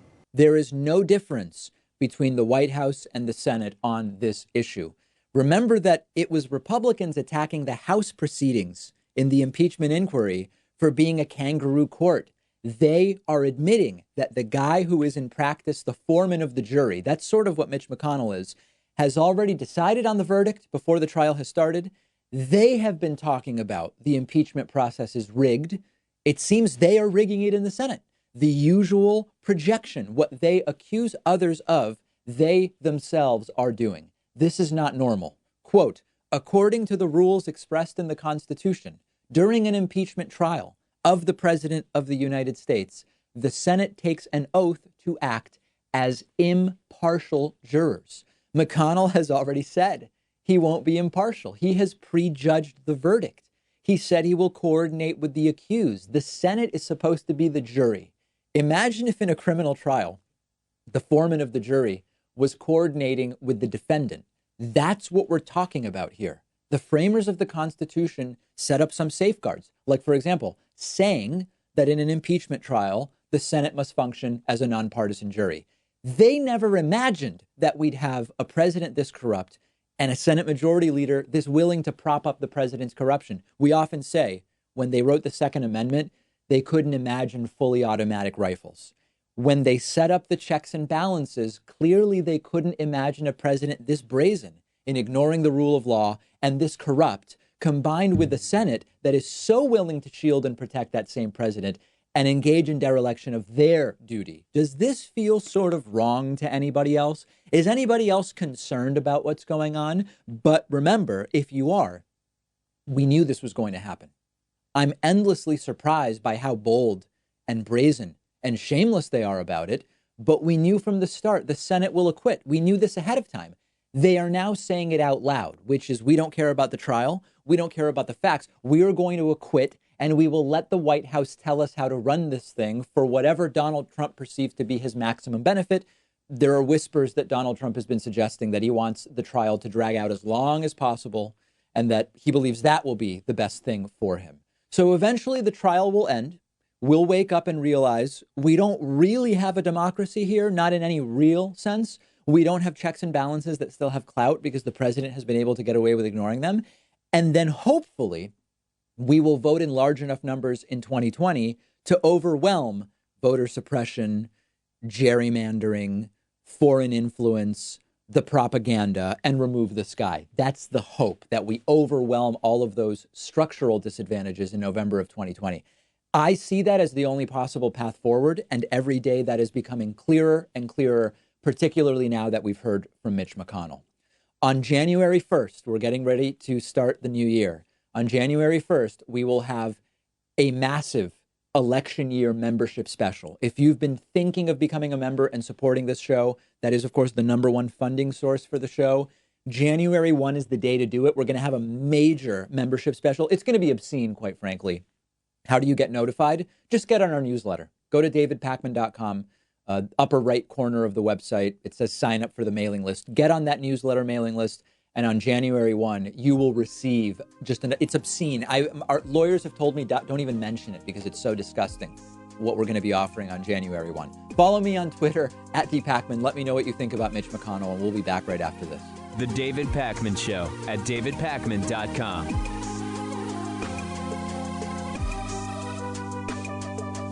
The David Pakman Show isn't some corporate media show with huge advertisers and a media conglomerate supporting us. We actually depend on support from our viewers and listeners. The easiest way, the most rewarding way, the most exciting way to support the show is to get a membership at www.joinpakman.com.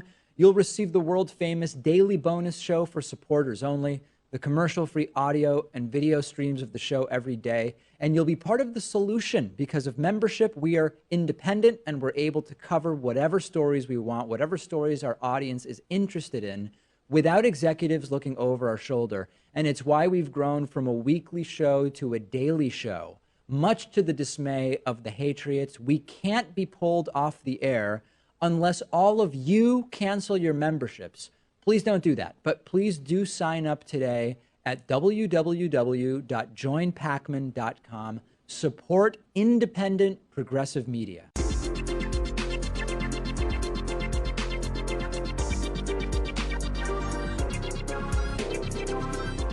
The David Pakman Show at davidpakman.com.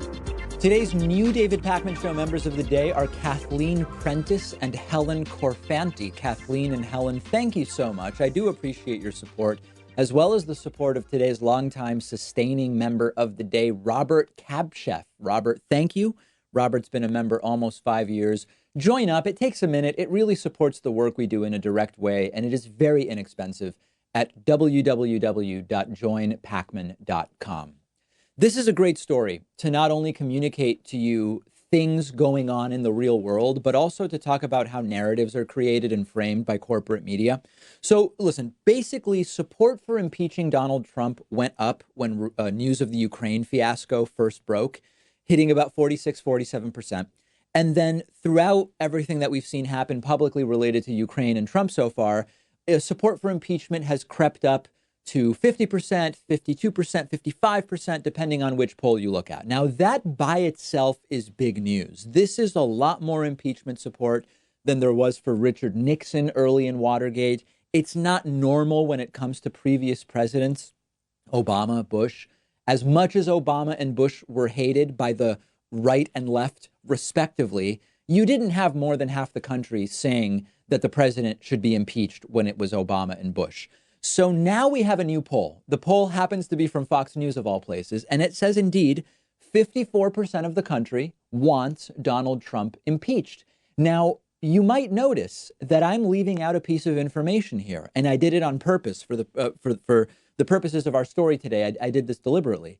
When I say 54% of the country wants Trump impeached, if you are a media literate individual, if you're a savvy thinker, you should be saying, does David mean 54% want Trump impeached by the House? Or is David saying 54% want Trump impeached and removed via a conviction in the Senate? That is the right question to be asking, and that is exactly the game that is being played with these numbers. The game that's being played in lots of corporate media is that they aren't specifying clearly whether by impeachment people understand that to mean or are meaning to say that they want the House to impeach and a trial in the Senate, whose outcome could be one thing or the other thing. Or are people saying, when they say they want to impeach, we want Trump convicted and removed by the Senate? In this poll, 54% want Trump impeached. 50% want Trump impeached and removed, meaning that there is 4% in there that want Trump impeached in the House, but not necessarily removed by the Senate. So this is already one game that can be played. You can talk about support is up versus support is down, but by not specifying whether you're talking about impeachment only or impeachment and removal, you can kind of pick whichever result is closer to suiting your view and the narrative you want to craft. This is how you simultaneously had some networks saying impeachment hearings have destroyed support for Trump impeachment. And you had other media outlets saying support for impeachment is up since the hearings have started. If you want to say support for impeachment is growing, you choose a poll that shows it, even if it's just for articles of impeachment and not removal, or vice versa. I think that you understand. The other game that is being played is the momentum game. After hearings started, right? Wow, the hearings have really deflated the impeachment movement. And then at the other time, you have some saying, wow, the hearings are really growing support for Trump impeachment. Now, how could both be true? Just look at different polls. So the real story is not the 2 to 3 point swings in impeachment support, because that's all that we're seeing. Tons of people don't even know what's going on, or at least aren't paying attention daily. So the real story here is roughly half the country wants Trump impeached and removed. The numbers going up and down 2-3 points, that's really not a big deal. What's not normal is that half the country wants the president impeached and removed. But most importantly, if you look at the internals of the polls, there's a big polling gap in favor of impeachment. If I only tell you 50% wants Trump removed, you might assume, oh, so 50% does not want Trump removed. It's dead even. It's an even split. Wrong. Lots of people respond that they don't know or they aren't sure. So in the Fox News poll, 50% want him impeached and removed, 4% want him just impeached, and 41% say don't impeach. That means it is not 50-50. It is a plus 13, the people that want an impeachment versus the people that do not. That's huge. That's what really matters. Do not be tricked by crafty reporting into taking your eye off of the ball, which is that half the country wants Trump removed, and there is a plus 13 gap of people that want impeachment over people that do not. It won't change whether it happens, of course, but don't fall for the games that the corporate media is playing around impeachment polls. So once again, we have a claim that there are Republican senators willing, ready, or interested in convicting Donald Trump in the expected impeachment trial in the United States Senate. Now, we had a story a week or two ago that had a Democratic senator, Chris Murphy, saying that there are Republican senators, he says he can count them on one hand, but that there are Republican senators who are ready to convict Donald Trump in the Senate. There was really no evidence of this. It was just Chris Murphy saying that that's what he believes. We have another person saying this, but this time it is a Republican, not a Democrat. It's Bill Weld, former Republican governor of Massachusetts, who is also running, I guess, in some technical sense, although it's not going anywhere, a primary campaign against Donald Trump. Bill Weld was interviewed by The Hill, and he said, quote, "I know most of the senior Republicans in the Senate. They're picking their words carefully when they talk to me, of all people, even though we are friends. I wouldn't want to get quoted. I don't even like to ask someone to do something which is not in their political self-interest. But yeah, I would say there are 4 to 6 votes for removal right now. So there are 2 responses to this. Number 1 is no way. And number 2 is so what? And I'll explain each of those responses. First of all, there's no evidence right now that there are really 4 to 6 Republican senators ready to convict Donald Trump on impeachment in the Senate. Every indication we have so far is that they will go against impeachment. Republicans in the Senate will. You might even see a centrist Democrat like Joe Manchin also go against impeachment in the Senate. But can we come up with a list that is at least circumstantially reasonable of Republicans that might vote to convict Donald Trump? Sure. We talked about it last week. Susan Collins in Maine, often a candidate, has been an occasional critic of Trump. But the caveat is, in the end, she'll say a lot of things, but in the end, she'll get in line like she did with Brett Kavanaugh and his confirmation to the Supreme Court. Mitt Romney, senator from Utah. Mitt Romney has had many public disagreements with Donald Trump. They've had very acute bad blood between them, I guess I would say. It's conceivable Mitt Romney might say he would impeach, but previously, when asked, he has not given any indication that he would. Lisa Murkowski from Alaska. Her name always comes up anytime they say, well, here's a more reasonable Republican who might depart from Republican orthodoxy. Her name is mentioned. Cory Gardner. There's a couple of others. But as I said before, this is where we go from no way to so what. Even if 4 to 6 Republicans vote to convict Trump, it won't remove Trump. And it will get those Republicans ostracized by the Republican Party. Because remember, you need 2/3 of the Senate, that's 67 senators, to vote to convict in order to remove the president. There are 45 Democrats and 2 independents that caucus with the Democrats. That means you need to find 20 Republicans. If you have maybe 4 to 6, you don't have the numbers. Now, the argument would be, in order to be thorough here, the argument would be, if there are already 4 to 6 Republicans and we haven't even had a trial, there could be more coming. There could be momentum. The best path to making removal of Trump a reality is something that's not going to happen, which is if the Senate passes a measure to make impeachment votes a secret ballot, where they vote privately instead of publicly. This way, you could have exactly 20 Republicans vote to impeach. It would get Trump removed, but no one would initially know which were the 20 that voted to convict. But again, there is no indication that there exists a political appetite for this in the Republican Party. And the question also is, could such a measure even be passed with Mitch McConnell running the show in the Senate as majority leader, given that he says the White House will be in total coordination with him as to how the Senate trial would be run? Certainly the White House would know that a secret ballot would not be advantageous to Donald Trump because it would allow some Republicans to vote to convict without suffering the political consequences and the wrath of Trump as a result. Very difficult to imagine that Mitch McConnell even lets that be a serious discussion. That's what we know so far. Tell me what you think. Agree, disagree. If you're watching on YouTube, leave a comment, of course, after hitting like and subscribe. If you're watching or listening anywhere else, send me a tweet at dpackman. And I believe we will have a follow-up story about this on the David Pakman Show Instagram, which you can find at David Pakman Show on your Instagram app. The David Pakman Show at davidpakman.com.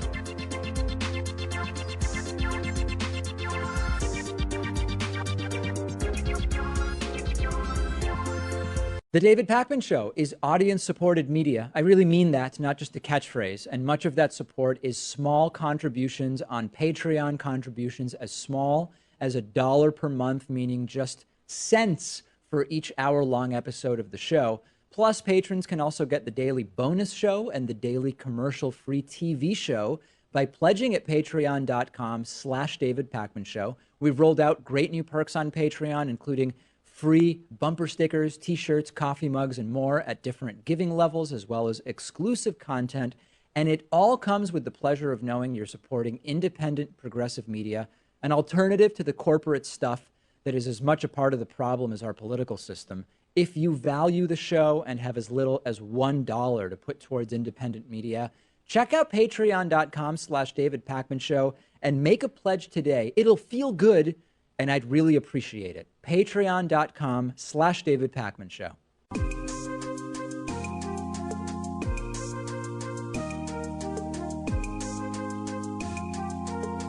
Welcome back to the David Pakman Show.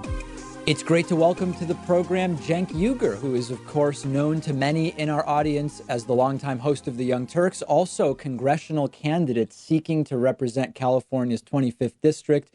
Cenk, it's so great to talk to you. Great to talk to you, David. So there's so much to discuss, but I'm going to first, let's just assume my audience does not know your platform. I know many of them do, but let's start there, issue-oriented. What is it from a policy perspective that you want to bring to the House of Representatives? Yeah, so the main reason I'm running is because I got tired of people not talking about the corruption. So some folks are now beginning to touch on it. They're using that word, but they're not explaining to people what the heart of the problem is and how to fix it. So the reality is, actually, almost every American, including almost every Republican voter, let alone Democratic voter, knows that if ExxonMobil is giving a politician money, that's a bribe. Now, the Supreme Court legalized those bribes through Citizens United and other decisions, but they're bribes nonetheless. Nobody thinks that they're giving it for charity. But yet, not only will the Republicans say, no, they are. They just happen to agree with ExxonMobil, right? But 80% of the Democratic Party agrees to that same fiction. And the corporate media also agrees to that same fiction.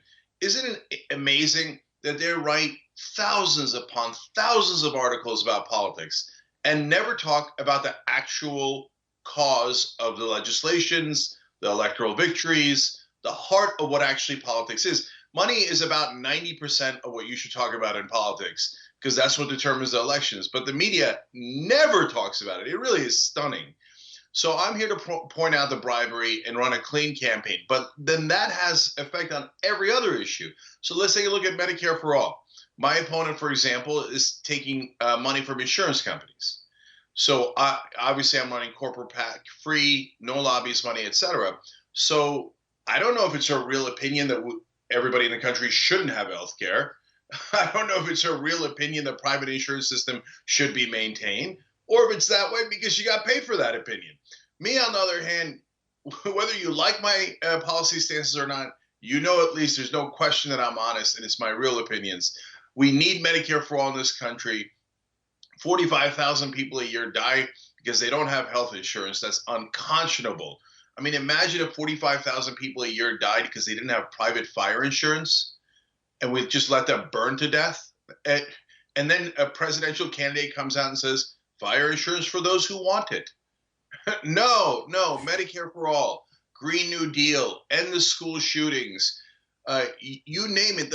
And David, one more thing, and we can talk about every one of those issues and a lot more, is that it's not just that I'm more progressive. It's that there's no fight in the Democrats, in the corporate Democrats. Once they take the corporate money, they unilaterally disarm on their top issue. But again, it affects every other issue. So then they just don't fight the Republicans. I mean, I think almost all the Democrats now have stopped taking NRA money, and they all agree that we should have federal background checks at a bare minimum, right? But they never fight McConnell. They never point out that he takes bribes from the NRA. And so even though 97% of Americans agree with us on federal background checks, the Democrats are so weak and incompetent that they can't force the Republicans to vote and lose on an issue where 97% of Americans agree with them. Yeah, there's this idea that you either, there's like a false dichotomy that exists when analyzing candidacies like yours and others, which is, he or she is only focusing on stuff they disagree with Democrats on. And it's like, well, hold on a second. We know where the Republicans are on a lot of these issues. Isn't it more relevant to separate yourself from what some other Democrat would do, since that's increasingly the question? I find it to be a false choice between they should only be focusing on what Republicans do wrong. Well, we know what the Republicans are doing wrong. It's important to know where they'd be different from what other Democrats would do as well. That seems to be missing from the analysis. 100%. Look, it's like when right-wingers say, shouldn't you be focusing on what Al-Qaeda does wrong? But guys, we all know that Al-Qaeda is 100% wrong, and we can't influence that at all. We could fight them militarily, But it's not like we could convince Al Qaeda to go in the right direction. It's already way too late for them. So it's saying like, oh, you should be telling people Republicans are wrong. Yet, of course, that's what we do 24/7. But it's not like Mitch McConnell's going to be like, oh man, I saw Young Turks and David Pakman show. And they make good points. I'm going to change my mind. Like they just, that is at best a fundamental naivete about how politics works. So the last 6-7 days, I have even been surprised about the degree to which, number one, this race is being discussed at this early stage. I mean, it's notable. You could say it's good that your race is being discussed so much at this early stage. However, when you look at what is being discussed, it is a lot of attacks on you coming from a lot of different people. And we have seen establishment legacy media go after you. We have seen attacks from within the Democratic Party start to come after you. And I don't even know how to start the conversation because it seems like there's really two conversations here to be had. One is the establishment versus outsider thing that you've already sort of alluded to. There's another conversation, which I think is the more difficult one to have sometimes within the left, which is the purity test stuff that sometimes can get a little bit toxic. And this all seems to relate to some blog posts you wrote years ago, which you've already copped to and said, I said the wrong thing, I don't stand by the stuff, so on and so forth. And the sort of recycling of that into what seems to me to be a moral argument that is trying to be made against you, including by people who don't even really know who you are, is what I've noticed. Is that how you would summarize it, first of all? Yeah, David, that's a great summary. I would actually add one other branch. So let me break it down. So first, there's the corporate Democrats, and they are completely disingenuous. So they attacked me from day one. They know that they don't like me because I'm too progressive in their minds, right? But they disingenuously attack me as if I was not progressive enough. Now, they don't believe that for a second. And they all released the same talking points on the same day. So it was the first day of my campaign. So it was clear that it was top down. Somebody in California politics in the Democratic Party said, go get this guy. And because it wasn't just my opponent's campaign, it was every one of these little local state, county groups, et cetera, with the same exact talking points verbatim. None of them ever asked me, hey, why do 50 million progressives watch you every month? That's curious. I mean, if you really are this guy from the blogs from 19 years ago, why do progressives like you? If I was them, at a bare minimum, if you were anywhere near honest, you would have intellectual curiosity. Well, this is strange, right? But no, none of them reached out. They don't want to reach out. I reached out to one group leader, and he said, I will never talk to you. Okay, way to be a Democrat. Okay, my guess is after I become a congressman, they'll come want to talk to me. So anyway, so those guys are hacks and operatives, and it's clear. And I, as FDR famously said, I welcome their hatred. Okay, because they keep saying, and Christie keeps saying, my opponent, I was handpicked. By who? I think we handpicked people during an election. There were no voters in that backroom deal. I don't know what the backroom deal was. I certainly wasn't in the back room. None of the voters were in the back room. By the way, huge portions of the district were not in the back room. It's a really insular crowd that makes these decisions for the voters. Sad day for them. We're interrupting that. Jank2020.com. Okay. They didn't see this coming. By the way, so far over 22,000 individual donations. We scared the living hell out of them. The reason they're being so aggressive is because they had no idea what kind of challenge we could mount for them. They're used to like, oh, progressives, please. We have the money. You don't have the money. They're used to dismissing us. They can't do that with my campaign, and they're reeling. So that's one group. The other group is the corporate media. And I'm actually, even having covered them for all this time and having done a critique of them and saying they have groupthink, they're in a bubble, etc., I was actually surprised that it went further than that. They were outright malicious. They wrote things that were not remotely true, and they seem to have done it on purpose. Yeah, so let me bring up one just so the audience knows. So there's this New York Times thing. You've interviewed David Duke in the past. And like you, I've interviewed lots of extremists. And anybody who understands how these interviews goes understands that you don't fight every point to the death, because at a certain point you wouldn't be able to get past the first question, right? I mean, like we're trying to understand where the extremism comes from and see the internal logic. And in a way that, you know, what I tweeted this example, when I interviewed Richard Spencer once, I pointed out he once dated Asian women. It seems to go against his white supremacy. He eventually said he doesn't do that anymore. And I wrapped that topic up by saying, fair enough, let's move on. And I was attacked because when I said fair enough, it apparently suggested I agreed with the position or that I was coddling the view. Very similarly, when you interviewed David Duke, at a certain point, you sort of concede that you're not going to agree and you're going to move on. And the New York Times picked up on a completely out of context soundbite to imply that you were in some way agreeing with the guy. Yeah, David, it was actually slightly worse than that. Okay. Because it was at the end of an hour-long interview where I yelled at him, sometimes at the top of my lungs. Yes. Okay, and called him an anti-Semite, a bigot, a racist, etc. And at the end of the interview, he says, "Now, Cenk, you know I'm not a racist," and which is the most hilarious thing anyone's ever said from a former Grand Wizard of the Ku Klux Klan and a guy who just for an hour straight talked about how racist he was. And I sarcastically go, "No, of course not." And the New York Times took that and printed it as if I was agreeing with David Duke, and I told him that he was not anti-Semitic or racist, right?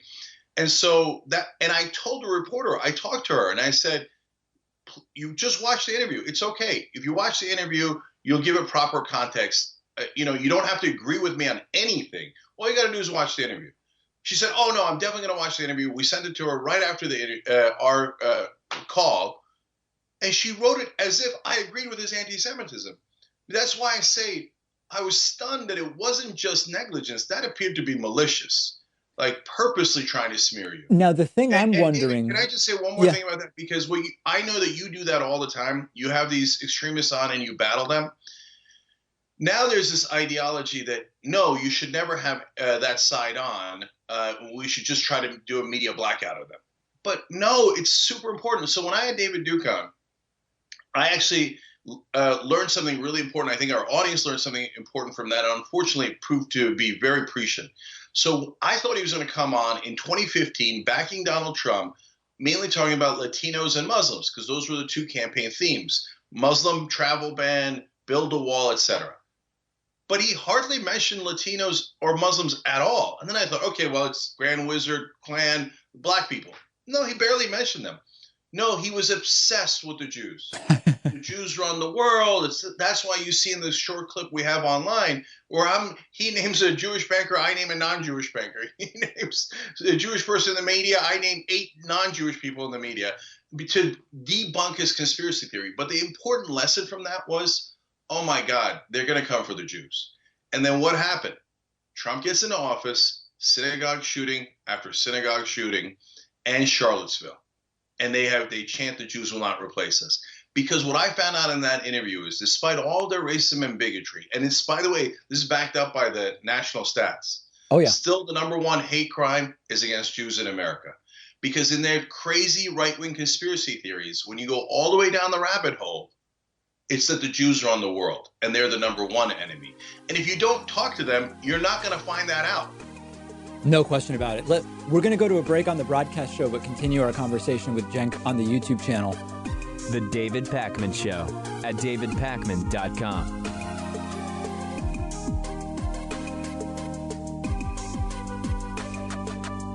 Whether you're looking for David Pakman Show coffee for your Chemex or French press or a David Pakman Show t-shirt, it's all available on our website, shipping to anywhere in the world at davidpakman.com/gear. Don't miss the bumper stickers too. davidpakman.com/gear. Did you know the David Pakman Show is on all sorts of different platforms? Find us on YouTube at youtube.com/The David Pakman Show and on Steemit, the blockchain-based publishing platform at steemit.com/@DavidPakman. That's STEEMIT.com/@DavidPakman. The David Pakman Show at davidpakman.com. I have some delightfully cringeworthy video for you today. I almost fell off my chair. I cringed so hard when I saw this. Fox News did a segment. This was part of Fox and Friends, apparently. They brought on a conservative squad, and by that they mean a right-wing response to the squad of actual members of Congress, all of whom are members of the Democratic Party and of diverse backgrounds. Fox News' conservative squad is not of diverse backgrounds. It's 4 congressional candidates who are running to fight socialism, among other things, in the United States. They want to be the anti-squad, effectively. Now, you'll hear the hosts name the candidates, so I won't. This is maybe the dumbest thing I've heard on a few levels, which we're going to discuss shortly. At first, I was convinced this was a Saturday Night Live parody, but it's not. The women are all obviously white, presumably so-called Christians, and it is actually difficult to watch because this doesn't appear to be a parody. They actually seem to be serious here. Let's take a look. Republican Alabama congressional candidate Jessica Taylor joins us now with the conservative squad. We have Minnesota congressional candidate Michelle Fishbach, South Carolina congressional candidate Nancy Mace, and Texas congressional candidate Beth Van Dyne. Thank you, ladies, for being with us. Jessica, congratulations. You actually did this. Yes, ma'am. Thank when you for you look having at us. these ladies that want to form a conservative squad with you, what goes through your mind? You know, I'm just honored that they want to join in this fight, and that's exactly what it is. You know, we are losing the younger generations of this country, and I'm so grateful that they're willing to join up and help in this cause. Okay, Michelle, why did you want to be a part of the squad? You know, this is about bringing the conservative message to the people of the United States so that people understand that we're looking at do-nothing Democrats. They are obsessing about impeachment and not really doing anything for the people of the United States anymore. You know, you take a look at Western Minnesota, the district that I live in, and they're ignoring USMCA. They've finally gotten around to it a year later. But the farmers out in Western Minnesota need USMCA, and they waited and waited. But they have plenty of time for impeachment and the sham that is. And they just continue to obsess about that and not do the things that the people of the United States really need. These are the types of talking points that only work in the media equivalent of like a medical clean room, or maybe better said, a media safe space. We are losing the younger generation. Well, yeah, Republican policy has destroyed the earnings potential and savings potential of the younger generation. College costs have exploded. The students and the younger people are riddled with student debt. Wages are stagnant, and they don't have health care. So, yeah, you're going to lose young people as a result of that. The do-nothing Dems, they say. Well, Democrats don't control the Senate, and between Mitch McConnell and Donald Trump's veto power at the White House, they can do very, very little. Farmers are struggling, and we really need USMCA. Well, the farmers are struggling because of Donald Trump's trade policy.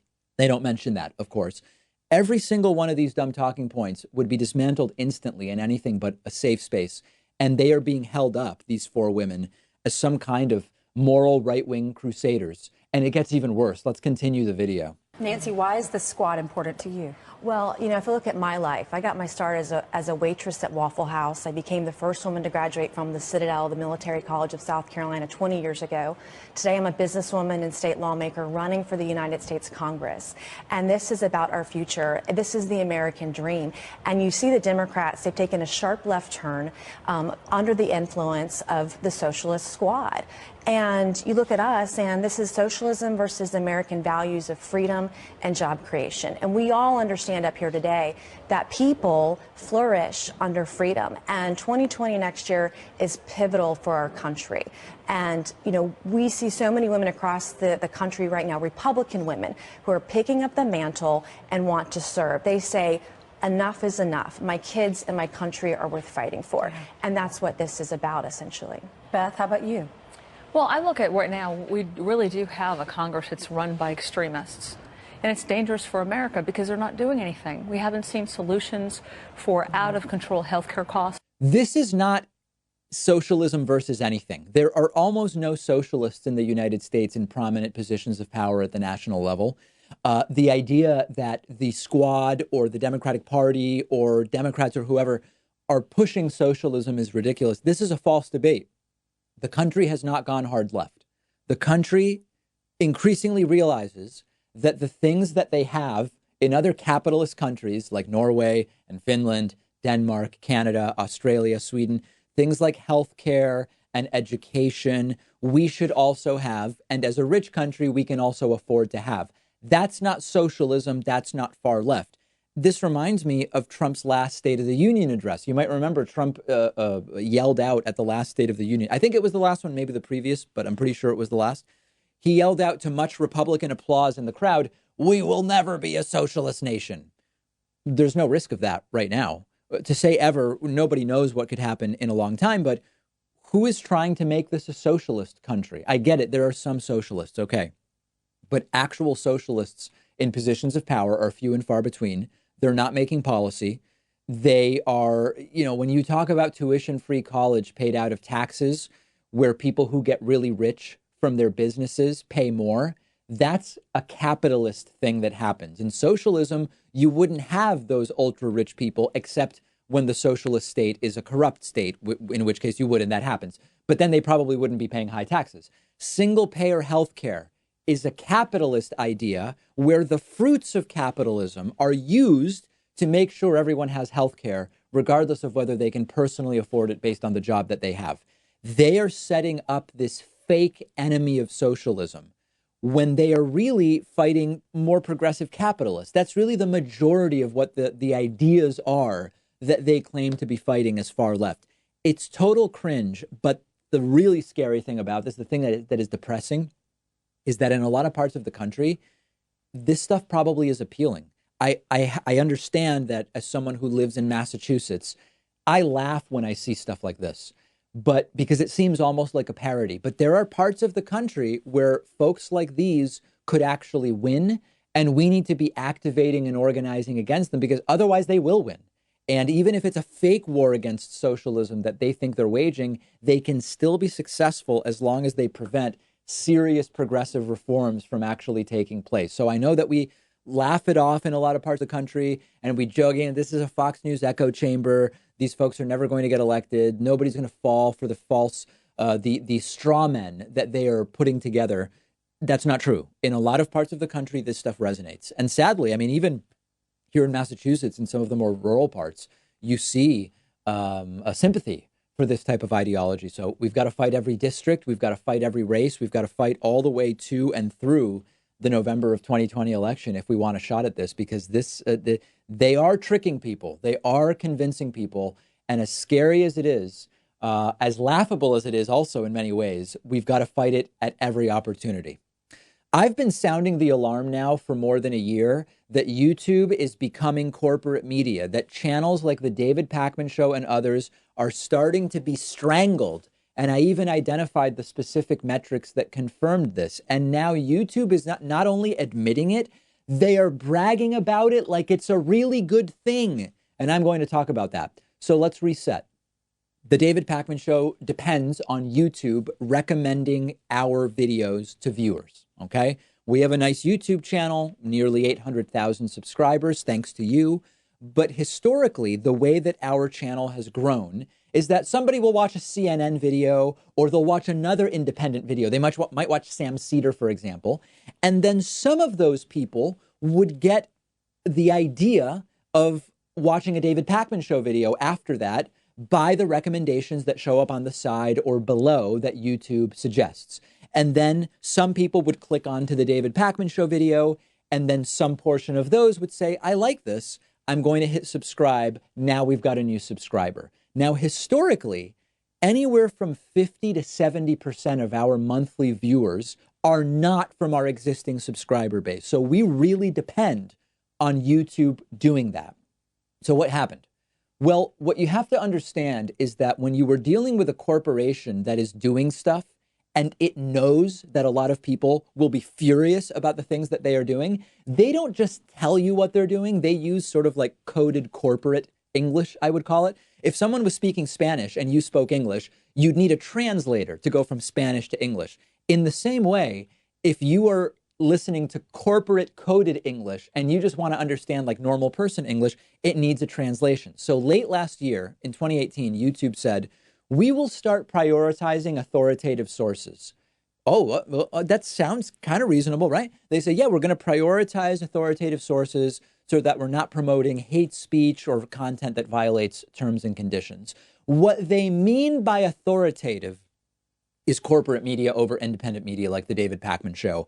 And we got crushed. We actually saw the views that were coming from YouTube's recommendations algorithm drop from roughly 4 million views per month to somewhere between 1 and 1.5 million views per month. For a channel like ours to instantly lose 2.5 million views per month, it's a lot of money. It's a lot of money. So I've been quiet about this for months. We've been grinding it out, doing our videos, doing our show, because I can't do a damn thing about it. I told you some months ago that I don't want to annoy the audience with this stuff, because every time I do a story about this, I know I'm spending some of my political capital with my audience, because there are people who get annoyed by these stories, and some of you evaporate every time I talk about this. But it's getting worse, and YouTube is now confirming that they are doing this, and the effect is brutal. So again, we have to interpret corporate speak. Now the terms we have to interpret are borderline content, and what it means that YouTube claims that they are succeeding, that their policy is working to stifle borderline content. Because when they talk about borderline content, it's not just white nationalist stuff. It's not just hate speech. It's all the independent news content like our channel that gets wrapped up with the hate content and not recommended, and it crushes us. When YouTube now says that this is working, what they mean is the algorithm changes they've made are correctly recommending corporate content over ours, and it's a disaster. Nathan recently sent me a screenshot of how bad it is. Nathan said he'll add a ton of our videos to his watch later queue on YouTube, but then when those finish up, the queue will start automatically getting filled up with corporate media content. In this case, it's showing Nathan videos from Seth Meyers' late night show. Often it's CNN, Fox News, MSNBC, content from other, $100 million budget shows like John Oliver's. So I know that this is a pain when I talk about this. I'm making a concerted effort to talk about this much less. But now that we're getting ready to end the year, I did want to tell you what is going on, because I know many of you are watching the algorithm and you write to me and you say, David, I'm just watching your stuff, liking your stuff, and yet YouTube keeps recommending CNN. This is a feature, not a bug, as far as YouTube is concerned. YouTube CEO Susan Wojcicki is admitting it. YouTube made 30 changes since January of this year. I'm not aware of any that helped us, although YouTube, of course, won't tell us what they changed. One of the issues is what is considered brand safety for running ads. I have recently been told that anything that mentions abortion is not brand safe if you are an independent channel like us. Takes the issue off the table if you want to be able to monetize your content. I won't even mention the other things that are total no-goes, because I don't want to get this video demonetized merely by mentioning those things. But there are a lot more no-go topics if you want to run ads. Another issue, constant bogus copyright claims. If you paid attention a few weeks ago to our impeachment streams, we ran the House of Representatives feed during impeachment streams. CNN was claiming our videos for copyright violation. NBC, the Associated Press, fraudulent claims that crush us. I'm asking YouTube, how can I fight these en masse? Because appealing each one individually is nuts. They're filing them endlessly. No answer from YouTube. So please consider pushing back against this by supporting shows you like directly. I'm saying support us, sure, or other show, whatever show you think is valuable. We have made really big progress this year. We've actually added more members in 2019 than in any other year. And this is insulating us partially from what YouTube is doing, but it's going to ramp up in 2020. With so much more corporate media content about the election, we're going to get crowded out by the algorithm. So consider getting a very cheap membership at joinpacman.com.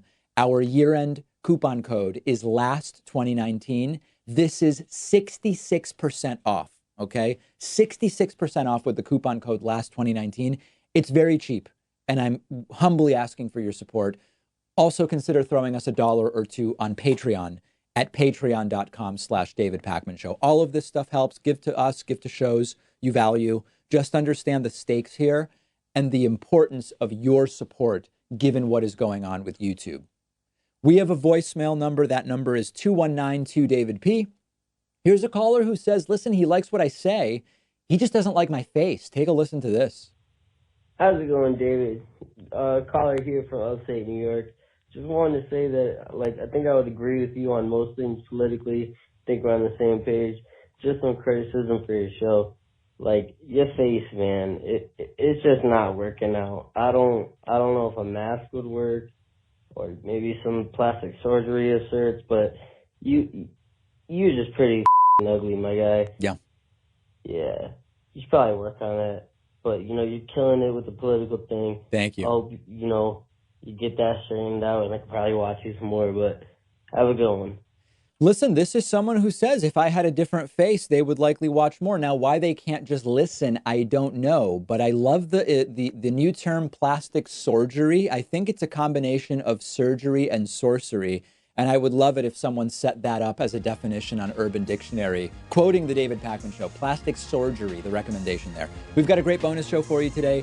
Join Pakman.com to get instant access. I'll speak to you on the bonus show.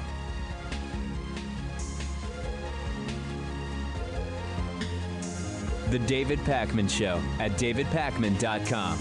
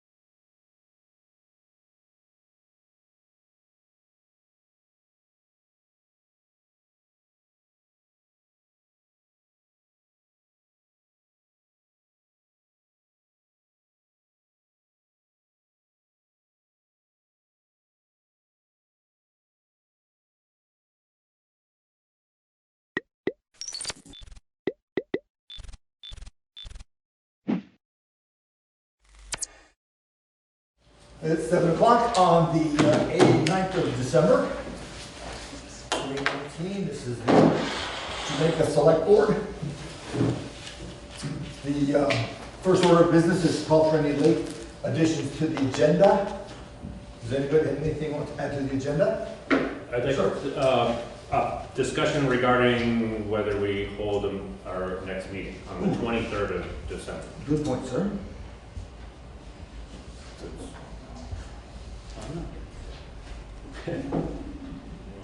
That should be a short discussion, but we should discuss it. Okay.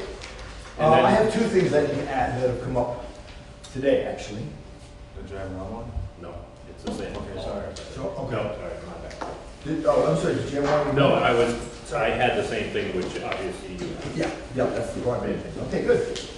Approve the minutes of the November 25th Select Board meeting. And You didn't add this actually officially. what's that? You were about to add this, but you didn't. You didn't add the 2 items. What are the 2 items that you're adding? The broadband letter? Oh, I'm sorry. You started, you stopped. Hi there. Yes, the two things that I was going to add, in addition to the question you had, we had a monthly fund request this afternoon that came to me, so we'll need to go into executive session to discuss that one. And then we got a letter regarding we got the letter from Chris Campany, which I forwarded it to everybody, regarding the Wyndham Region Broadband Project kickoff meeting. So I sent a copy to everybody. I think we've got them on the desk.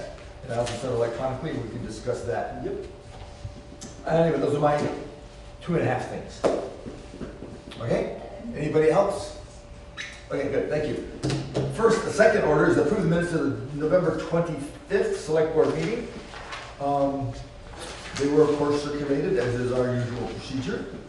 Does anybody have any questions, deletions, corrections, observations, complaints? No?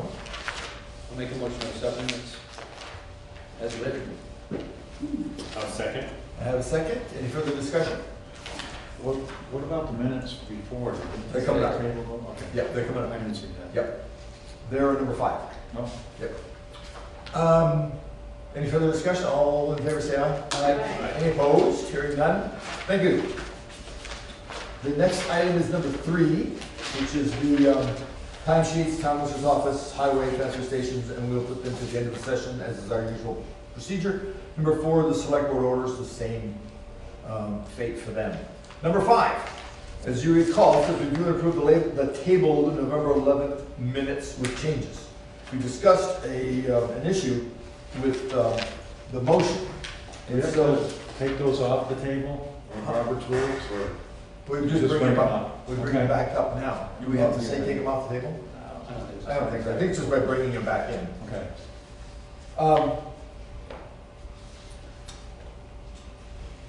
I have, this is regarding item number 7, and there's some confusion around the agreement form versus the volunteer service agreement. So I'm suggesting that we change number 7 to include the sentence that a motion was made to accept the volunteer service agreement with the change in wording from township to town. We're just trying to clear that up, make sure we understand that So the that, volunteer agreement.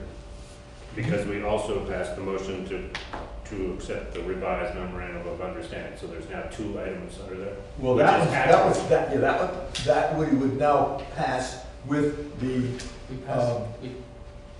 We passed it at the last meeting. Didn't we fix it at the last meeting? Yeah. So it's fixed. It's fixed. That's fixed. However we say it, it's fixed. It's now fixed. With this sentence in there, everything, we've got everything covered. It's fixed. It's fixed. We passed a new one last week. So Well, we passed, we passed a with the revision. table. We passed a revision on the memorandum of understanding Yes. mill building last week, which changed the language, which means it's a moot point. That Correct. is correct. We passed the change. We have not passed the minutes. I understand that, but it's a moot point. Well, this one now has got to do with the volunteer, which we did not fix. And that was what was tabled for. Okay. So with that, if that sentence is okay with you guys, I'm fine with it. and I can give it. I'd make a motion to accept the meeting minutes of the November 11th meeting as revised. I'll second. Any further discussion? Hearing none, all in favor say aye. Aye. Any opposed? Hearing none, thank you. That takes care of the 11th. Now, we have one of our favorite guests from the Lister's office. We have some errors and omissions from the Listers. Yeah. Yes, sir. What I'm doing is I'm passing you out 2 sheets. The first sheet is last week's one, or last time's one, revised, because after we finished our meeting the last time, I went back the next day and it turned out we actually had another one, which is the reason for the second one. And by working on both of those with the woman at the state, I was able to understand a little bit better what was going on with current use. If you remember, we had a problem with the acreage count last week. We were off by an acre, and I just thought it was a bad addition. But it turned out that there's another class of current use that I wasn't aware of. I actually was peripherally aware of, but really not that aware of, which is called non-productive forest. And what that means is that you have land that is designated as forest, but it can't be logged, it can't be done anything because either the terrain is too steep or something. And evidently there was 1 acre in that property which was non-productive forest, and that was the acre that I didn't include in the total acreage. So anyways, that was the basis for the problem. Also, I found out that when you don't move any land from what's called excluded and included. Now, what I mean by that is if you've got, let's say, 20 acres, but you want 2 acres to be your home, those 2 acres are considered to be excluded from the current use. And the other 18 acres is considered to be included. And the only time the value changes is when you change the included and excluded acreage. So in this case, all that was done was acreage was moved from agricultural to forested land. And from the current use perspective, there's a change in value. But from the town's perspective, there's no change in value. Because it's, as far as the town's concerned, it's acreage. As far as current use is concerned, it's whatever they designate as farm or non-productive forest or productive forest. So anyways, the real situation from last week was that there's no change in value in the property. Even though the acreage got switched, there was no change in value from the town's perspective. And what's the name of the... This is for Ferrari? Pardon me, This is the second one, the Pugliari. So Lisa Mann's, there's no change? I didn't see any difference. No, there's no difference there. That was nothing to do with current use. That was the shed. Okay, it's still on the street. So, however, you'll notice that the Pugliari, we've changed the acreage, but the value of the land from the town's perspective hasn't changed. So therefore, I would ask you to change your motion from last week, or last time, to either not include this as an errors and omission, or include it as an errors and omission, but note that the value didn't change. It's up to you which way you want to go. I think because we changed it, we should unchange it. Yeah, that's fine. So therefore, you should rescind that errors and omissions. What you're, yeah. I'll make a motion to rescind last meeting's errors and omissions regarding parcel ID 00I-14. Second. Excellent. Will I get the job done for you? Is that? Will I get the job done for you? Yeah, I think that will get the job. Because there's no change in value, so there's no reason to have an errors and omissions. Okay, that's good. Do I have a second? A second one. Do I have a second? It's just that's only that. Right. Seconded. Further discussion? Hearing none, all in favor of rescinding last meeting's errors and omissions on this parcel, say aye. Aye. Any opposed? Hearing none, so done, sir. Okay, thank you. And that brings us to the next one, and this is a current use issue situation as well. What happened here is there used to be 4 acres, 2 acres as their site. They wanted to take 2 acres out of current use so they could put a second building on it. So there is a change in value there because they're taking 2 acres out of current use and putting it into their excluded land. And that's the reason why you'll see that the appraised value went up, is because instead of getting the benefit of being part of a large parcel, it's now part of a smaller parcel. If you recall, when we do BCA, I told you how land is based on a bell curve, on a curve. So the more acreage you have, the less cost per acre that is. And however, when you in current use, you actually, it's like having two parcels.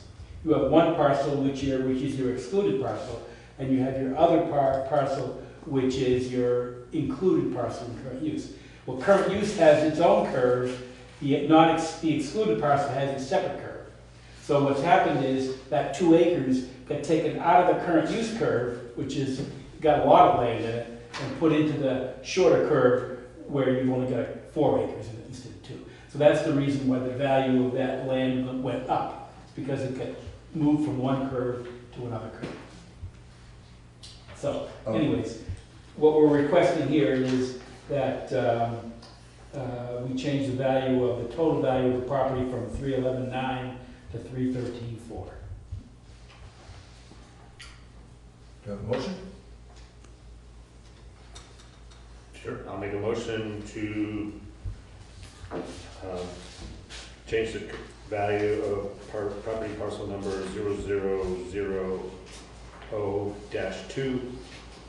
to the revised value of $313,400 as recommended by the Board of Listers. Second. Do I have a second? Second. Any further discussion?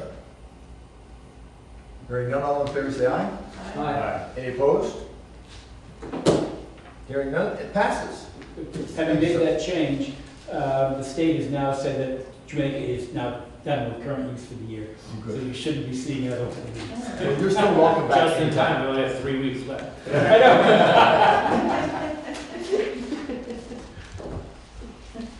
Thank you. Thank you. Thank you. Thanks, thank you, sir.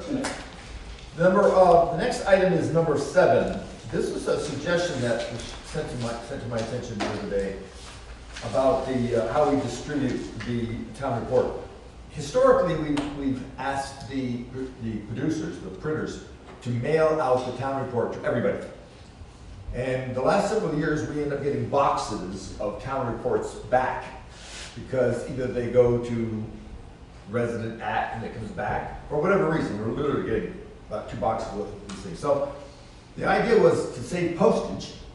We should, instead of sending the full town report out, send a postcard out that alerts whoever ends up at the mailbox that they can come and get one either here, or they can get one at the post office, or they can get one wherever we decide to distribute it.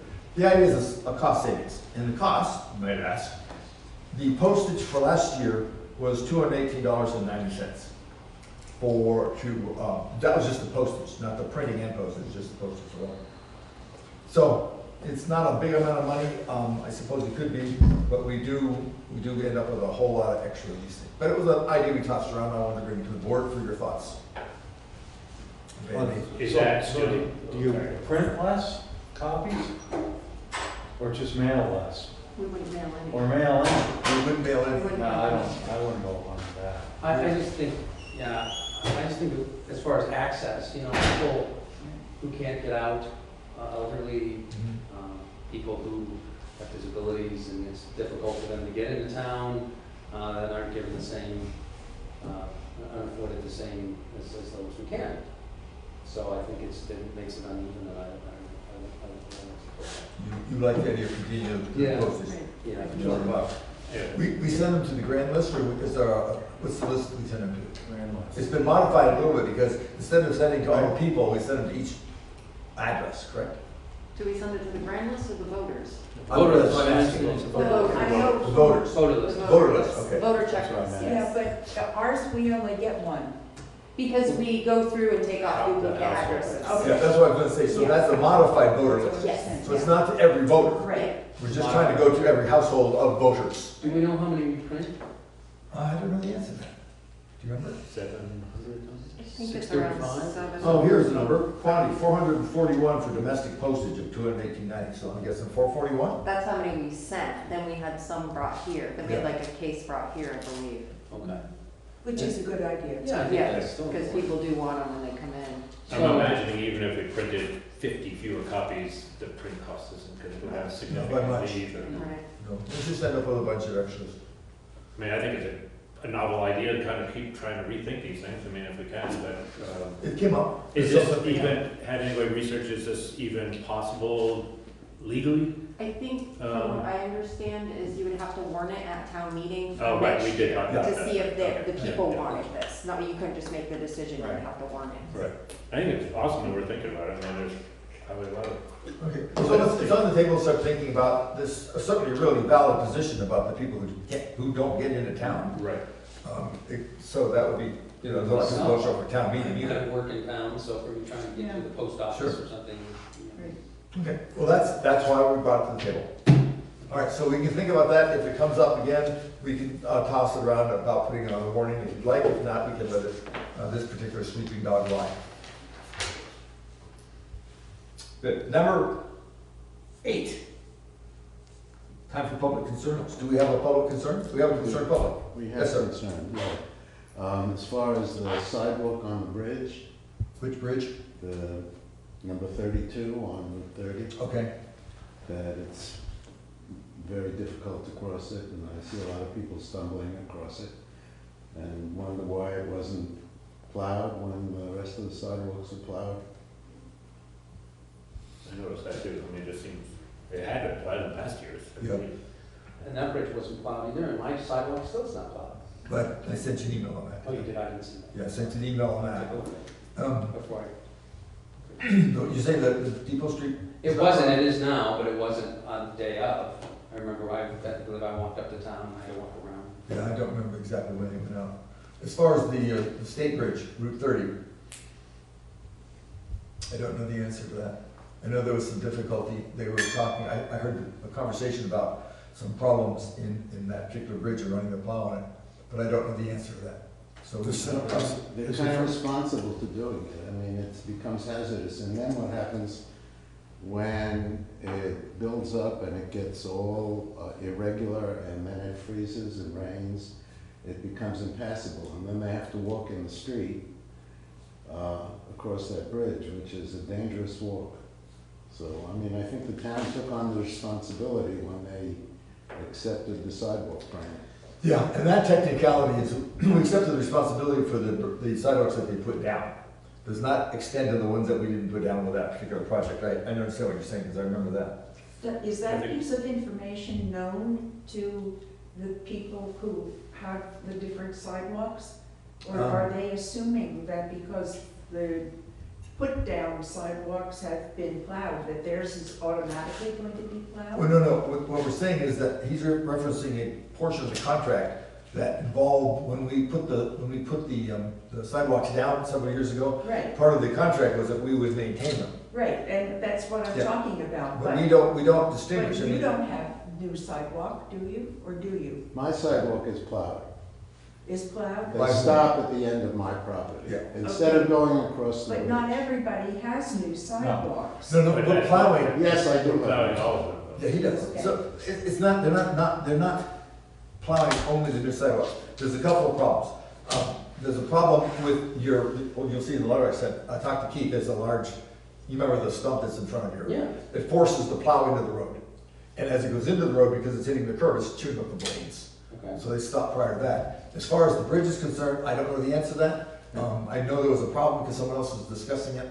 I'll check on it and have an answer There for are you. people that live behind on the other side of it. Well, I think it's more specifically Yes. we should. They broke 4 pins, whatever pins are on that little Right. thingy, They and trying to just plow that one side of the sidewalk, and that's all I know about it. But I know they broke like 4 pins that are. So They never even attempted mine, so he never got to mine, so. not this, no, He this stopped stump. there, I I think watched this is. it. Oh, the past. I saw him doing that sidewalk, he stopped right where you said. Yeah, Stop right at my driveway. yeah. And It's that I the wrong believe, side of your driveway and stops. Yes. yeah. And I believe this is something, this has been going on for a couple of years since we got this new. On and off, they have plowed at the times, they don't plow. That's Then we got, I don't know if this has anything to do with it, we got another smaller storm. Did that pile up on the sidewalk and not get, The sidewalk on the bridge just didn't get It did not get plowed. I think When the that's state comes down, significant. we Yes, just- the state plows the snow onto that bridge. Well, they come down and then we got that second storm, they could have just blown that right up there, But I think that's it. Part of the problem, Seems like something's not right. part of the problem with that piece on the, if I understand from what I've heard correctly, is first of all, we know the state's plowing sand and snow and, I don't know, salt, whatever else they put on, it makes it very, very difficult. I'm not sure if the blower will toss it over into the river, except that it is illegal to blow salt, etc., into the creek. And so, They do. Huh? They do. The plow does. I think That's we them, got that's the state. I know. The problem we have is there's only so much sidewalk, then there's this wall, then there is the river. And so if we blow the snow from the sidewalk into the river, we're in violation of all kinds of Agency of Natural Resources positions. Yeah, that's true on our road. We're not allowed. to do it on our road either. We don't get salt. Well, but the road here is salted. Yeah, Or which flagged or whatever they makes put on it. it worse. So I would bet that a plow could take it off sideways. Huh? A plow on the road could extend themselves to push the snow off. The state could, we can't. We It's can't not plow about that, put a plow on that The side. state's the one who's plowing that road. Well, Because it's Route 30. The point is that it's a problem and a hazard, and there has to be a way to resolve it. I hear that, so I'm making a note to that effect. There may be, maybe consulting with District 2 may have a suggestion, District 2. Well, they had told us that they would put a wing down on there and get it off the best they could. But Yeah. No, nobody put any wing. They got other things to worry about. And I also there's probably I'm not minimizing it, but it's either, we gotta put it on our guys to go out and shovel it, and I don't know what they're gonna do, throw it in the road or in the back of a truck, stop in the road. In order to clear that legally, take at least 2 guys, one shoveling and one with a truck, to Stop truck out the traffic. traffic, stop one lane of traffic while they're doing this, and put the snow in a truck and take it someplace, because we can't put it over into the river. Could at night. It's not funny, I would. Yeah, I think it's worthwhile reaching out to the state again. I mean, we say we did it every year, but to do it again. I mean, they've got new drivers and, I mean, just to kind of say, hey, could you do this again? There's gotta be a solution. I mean, they just stopped. Last year, they didn't just stop this. Why did they just stop there this year? I have a basic snow blower, and I've gone across it with the snow blower. It wasn't a problem. If you wait 2 days and it starts to melt and freeze, it becomes much more difficult. Yeah, I think But I've we're gone thanking from across it in many any circumstances I've been able to plow. And where did you blow the snow? Forward. Eventually it gets to the other Eventually side. it gets to that little piece of grass on the other side of the bridge. And then you can turn your blower and blow it into the grass and not into the river. So if somebody came out there, if you can't use the riding blower, if somebody came out there with a hand blower and spent a half hour, it would be clear. And the more storms that'll allow it to build up, the worse it gets and the more difficult it is to resolve. And I mean, I'm not disagreeing with anybody's thinking on this, but it seems odd that we're not allowed to get a truck on there. Well, I don't know. I know it's state road, but it's our sidewalk, and we can get a snowblower on there. Why can't we get a truck on there? For plowing the sidewalk and not the road. Yeah, right. And whatever it takes for plowing the sidewalk. Yes, I mean, I'm I think challenge Keith with it and say, hey, we need a solution and see what he comes up with. I'll call district, I'm not entirely sure that sidewalk is ours, I believe it belongs to the state, because it's a state bridge. Right. Granted, it's how people keep this walking across. Right, yeah. Okay, so we end up splitting hairs on this thing. The problem with, again, back to what we've got, what we can work with. I'll give District 2 a call and see what kind of, for choices, for options. Like, the reason we're not blowing it into the river is because it's illegal. We're not blowing it back into the road because it just goes back and forth. It's also illegal to blow back into the road. So if you go push it all the way down to one end, I don't know if that's an option or not for those guys. But I'll mention it. Put the challenge out there. It is going to be a challenge, because we have a road that is inches away from the state highway. Yeah. And But it's the case in other towns too, and so Everywhere. it's a challenge. Sure, it is. It's not like it's just us. All right, I will give District 2 a call tomorrow. Anything else, sir? Thank you. Okay. We've exhausted our public. Okay, real quick, while we're talking about roads and sidewalks, I'd like to remind everybody in our audience that it is not just annoying, it's illegal to plow your driveways and sidewalks and plow the snow into either the road or onto the sidewalks. You can plow the sidewalks back under your property, but you cannot by law blow it into the roads, nor can you push snow across the road into a potentially vacant space if you leave snow tracks on the road. It's dangerous, people hit the tracks, it's just, you just can't do it. It's illegal, but it's also dangerous. And that's really all I want to go on that one. All right, so for the items that are added to the, we have 2 letters. One is going to be an executive session. Let's really quickly dispense with the questions about the next meeting. Our next meeting would be scheduled to be, I believe it's the 23rd? 23rd. The day before I'm out of Christmas town. Eve. I'm out of town, I'm here. You're out of town? Can we come? What, check the calendar, is it the 23rd? It is the 23rd. 23rd. All right. Do we anticipate, do we wish to have a regularly scheduled select board meeting on the 23rd of December? Not really. I don't think so. I'm gonna be I around. don't think I will be here either. 2 no's and a not really? No. And a third? I'll make a motion to cancel the meeting on December 23rd. I have a motion to cancel the 23rd meeting. I have a second. Any further discussion?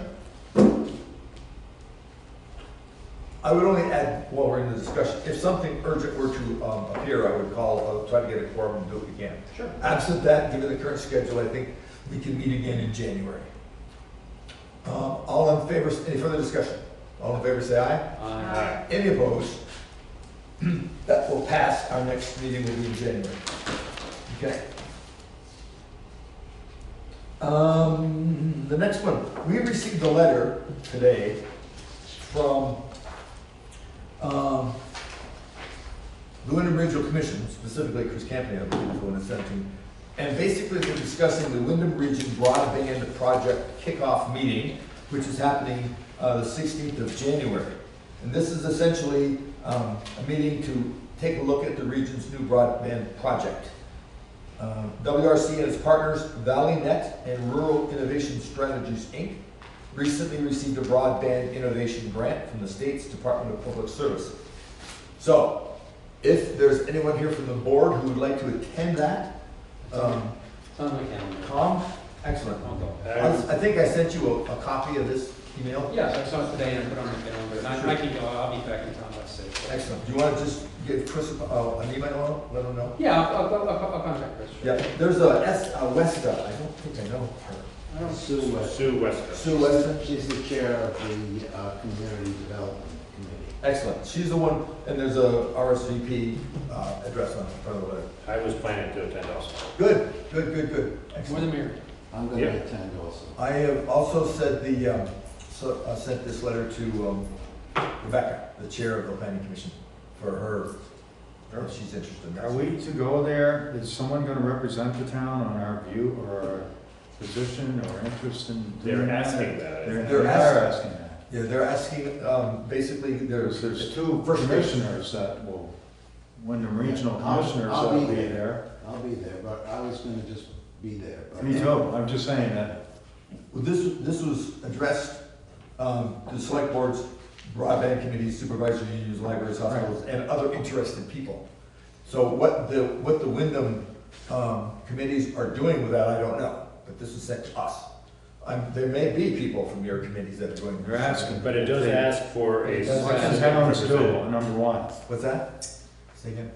It acts under, what can towns do on the second page, number 1? Right. That's sort of like, do we want to participate in a resolution? Well, this is either before or immediately after the kickoff meeting. Right. We need the select boards to do something. So this is the kickoff meeting we're talking about. So I would expect that the people would come back from the kickoff meeting with that information and a description of what we need to do. Yeah, or just say, hey, yeah, this is something we want to get involved in, or no, we should take care. Exactly. Yeah. because we have better. Because this just, you just gave us this today, right? I just got it today. Okay. Yeah, just gave So it. we couldn't like have formed an opinion for. No, I'm giving you this because I just literally got So it. it seems to be asking kind of. It does ask before or immediately after, so let's I pick didn't immediately see the after. immediate I'd like to know more about it. Right, I know. My first quick read also. I panicked at the first part, as usual. Now, let's wait till we find out what it is before you decide whether to be part of it. Excellent, okay. Any other questions on that? We have 2 members going to go. Thank you very much. All right, next item. Let's see here. I gotta read the thing. I gotta read the thing. This Yes, is now, the Muzzy just to thing? be clear, we're going to have 2 separate, Muzzy, I beg your pardon, 2 separate executive sessions. One is for the Muzzy Fund, and one is a personnel matter. So we're going to do one at a time. We're going to do the Muzzy Fund We'll do Muzzy first. and then we will come out back into for the personnel matter. I instructed the television crew that they don't need to hang around, because I don't anticipate needing them after we're done with these 2 meetings. These are informational meetings. No, I have it. I move to find the premature general knowledge of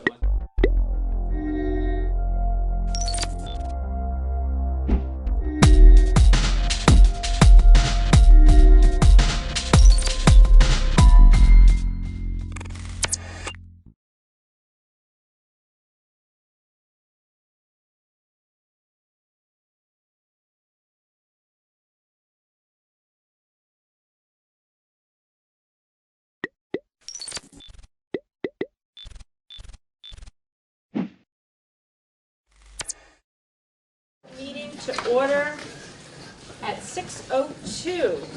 And surprise, surprise, we have some additions. We're going to have a quick discussion about content of town reports under the Finance Committee report. We are adding leadership committee appointments and a quick update under unfinished business. Also under unfinished business, there's going to be 2 more executive sessions, one for labor relation agreements with employees, as well as one for an employment contract. So that being said, electric tea will be valued this evening. Moving on to the clerk's report. I would entertain a motion to approve the minutes of November 20th, 2019. So moved. Second. So that was a motion by Ann, seconded by Sean. Is there any discussion of the minutes? All those in favor of approving the minutes, please signify by saying aye. Aye. Nays, abstentions? The ayes appear to have it. The ayes have it. The minutes have been approved. And we are going to recognize our visitors tonight. We have a full house. One of our visitors is Mike Sostak and Amelia Glickman that are going to be doing a presentation momentarily. Otherwise, we welcome public input. If you have something to say generally on anything we're voting on or discussing, generally we go through our board discussion and then take any public comment at the end before we would vote on any item. At the end of the agenda, there is time for public comment on anything that is not on the agenda. And if there is a lot of comment, we generally are limiting our time to 2 minutes if you can do your public comment in 2 minutes, 3 minutes if you cannot, because there is a lot on our agendas and we get a little slap happy after 10 o'clock. So, with that said, I'm going to yield the floor for the restorative justice presentation. I think we have about a 20-minute presentation. And they're going to come up and present up at the front of the class. So I'm going to ask the board to disband so that we can move around, for those of us that have been sitting for an hour, and yield the floor.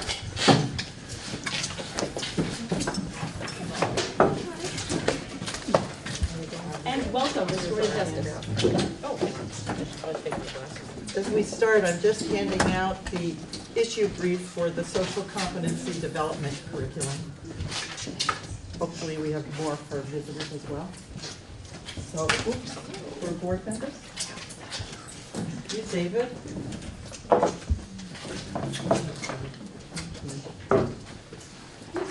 Sure. Anybody else I'm missing? And for Christina as well. So I'm Diana Wally, and of course, I'll just put them here. And pass the rest out if you want. We want to spend 20 minutes, we'll try to keep to that, to focus on both social competency development and restorative practice, and the way in which they support our schools in terms of school culture where all students are respected and are valued. So maybe we could begin with introductions. And again, I'm Diana Wally. I work with the administration of the social competency development curriculum. My name is Mel Motel. I'm the executive director of the Brattleboro Community Justice Center. We do restorative practices work with schools throughout the district. I'm Molly Peters. I'm a senior at BOHS, and I'm taking a class that is called Dimensions of Social Change, and we work with students in the area. My name is Amelia Glickman, and I'm also a senior at BOHS. I'm doing an independent study with my SOSTAC on restorative justice practices, so I lead a lot of student restorative panels at the high school, and I help present to elementary schools in the district. I'm Jack Clark, and I am the Youth and Family Engagement Coordinator with BAPC, which used to be Brattleboro Area Prevention Coalition, just changed our name to Building a Positive Community. And I work as a consultant with the asset/leadership teams in all of the schools that are working on their climate survey data and picking indicators to work on to improve. And I'm Mike Sostak. I am the restorative practices coordinator in our district, and I'm based out of high school. We are aligned closely, restorative practices, social competencies. And we see the social competencies as an umbrella that creates strong social supports and positive relationships in our schools. The curriculum itself has two distinct pathways. The first for younger students, creating school leadership teams in each of our 8 middle and elementary schools. And then on the high school level, the Dimensions of Social Change class and the mentoring for coaching and leadership class. So I'm going to first have Jack, because she's working with the younger students in the school leadership teams, just describe the work of those teams. Sure. I'm going to talk about one team in particular I've been working with that uses restorative practice in the form of circle for all of their meetings. So there is roles and responsibilities that get switched around between all the students. The students picked what the roles and responsibilities for the circle would be, including co-facilitators, note taker, 2 peacekeepers in case there's any conflicts that happen, and these 2 students are assigned with coming up with a solution or taking a student aside if need be to have a side conversation about what might need to happen next. And then a previously on, so they recap, what did we do last week? Oh right, we did that last week. And in these circles, we go through deep conversations about the strategies that they're working on or why they want to work on them. And one conversation was in relation to the school climate survey, data indicator specifically, students behave the way teachers desire. And they were looking at that and they were curious, like, why is it that low? We don't like it being that low. And it was really their interpretation of what low was. It bothered them that it was where it was at. And so they got into the conversation, well, what are we going to do about it? Well, let's have behavior competitions. We'll do this or that or this or that. And they're going back and forth. They really want to do a thing, get a thing done. And then but they don't work really well. And we tried this and it didn't work. And so I raised my hand and said, so why is the behavior happening? What's going on? Well, it's a lot of talking. It's a lot of talking in class. Like, what's the talking in class about? Well, some folks are done with the assignment before everyone else, but we're not allowed to move on. And so we're bored. And so there's the whole, and getting sent to the principal's office doesn't work because we're still bored, and why can't we move on, and what's going on there? And so we identified amongst us more of a root cause, and then also identified this isn't something that we can just fix. And the principal for the school came in after we had the conversation and saw the notes and said, this is exactly what I want to be doing. I want to work with you guys on this. And so the next step for this team is going to be getting together with the advisor, the principal, and talking about, all right, how do we work with the kids on coming up with something that's going to be a longer term solution that involves teachers and other students, while also still doing a new behavior competition because they really want to do a different one and have it be really exciting, and it raises awareness around the issue at all for the rest of the student body in a way that's fun. Thank you, Jack. So as I said, there are 8 school leadership teams which have developed over the 10 years of this curriculum, and they range in size from 10 to 20 students. So we have over 100 students that are participating as leaders in their schools, focusing on these issues. So next, Mel, who has been working, and we've been in partnership with the curriculum with the Community Justice Center for many years.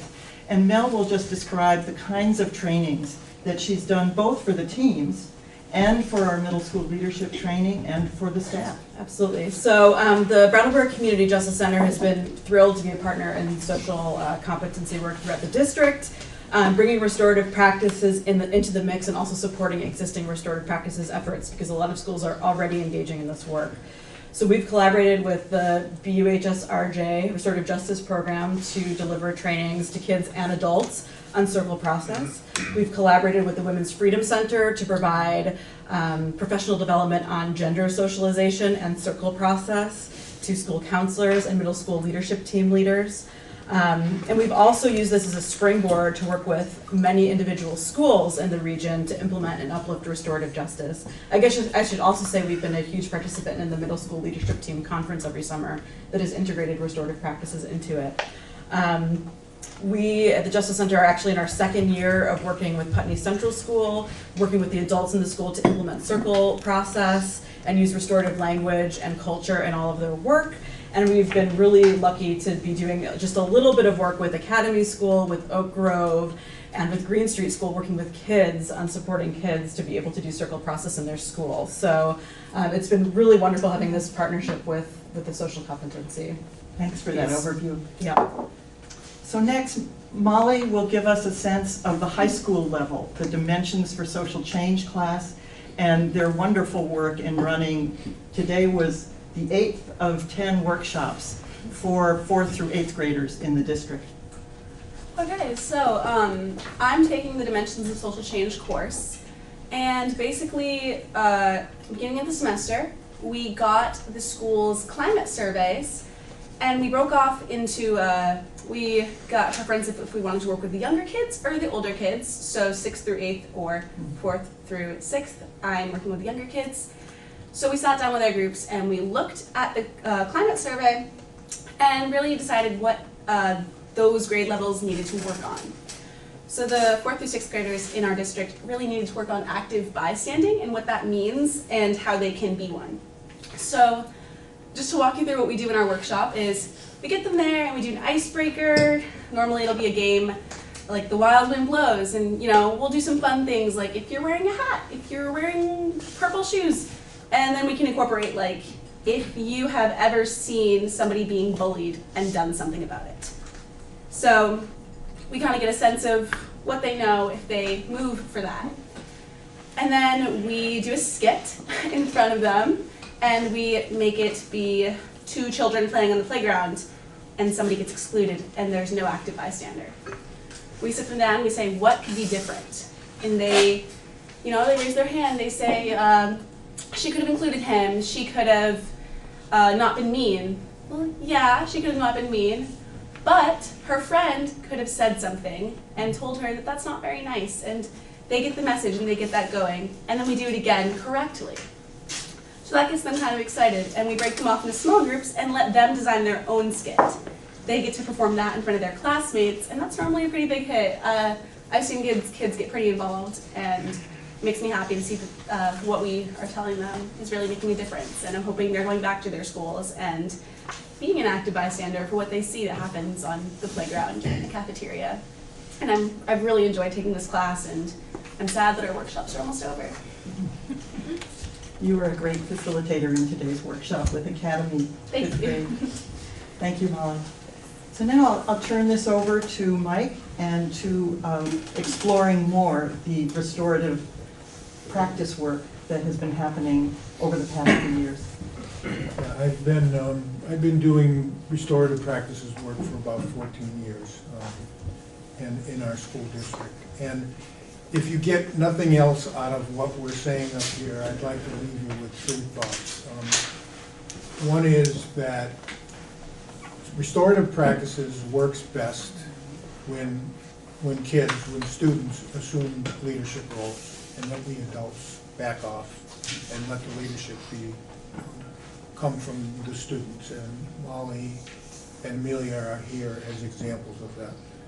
And I really mean that. It really truly works better when students are the deliverers of the service, if you will.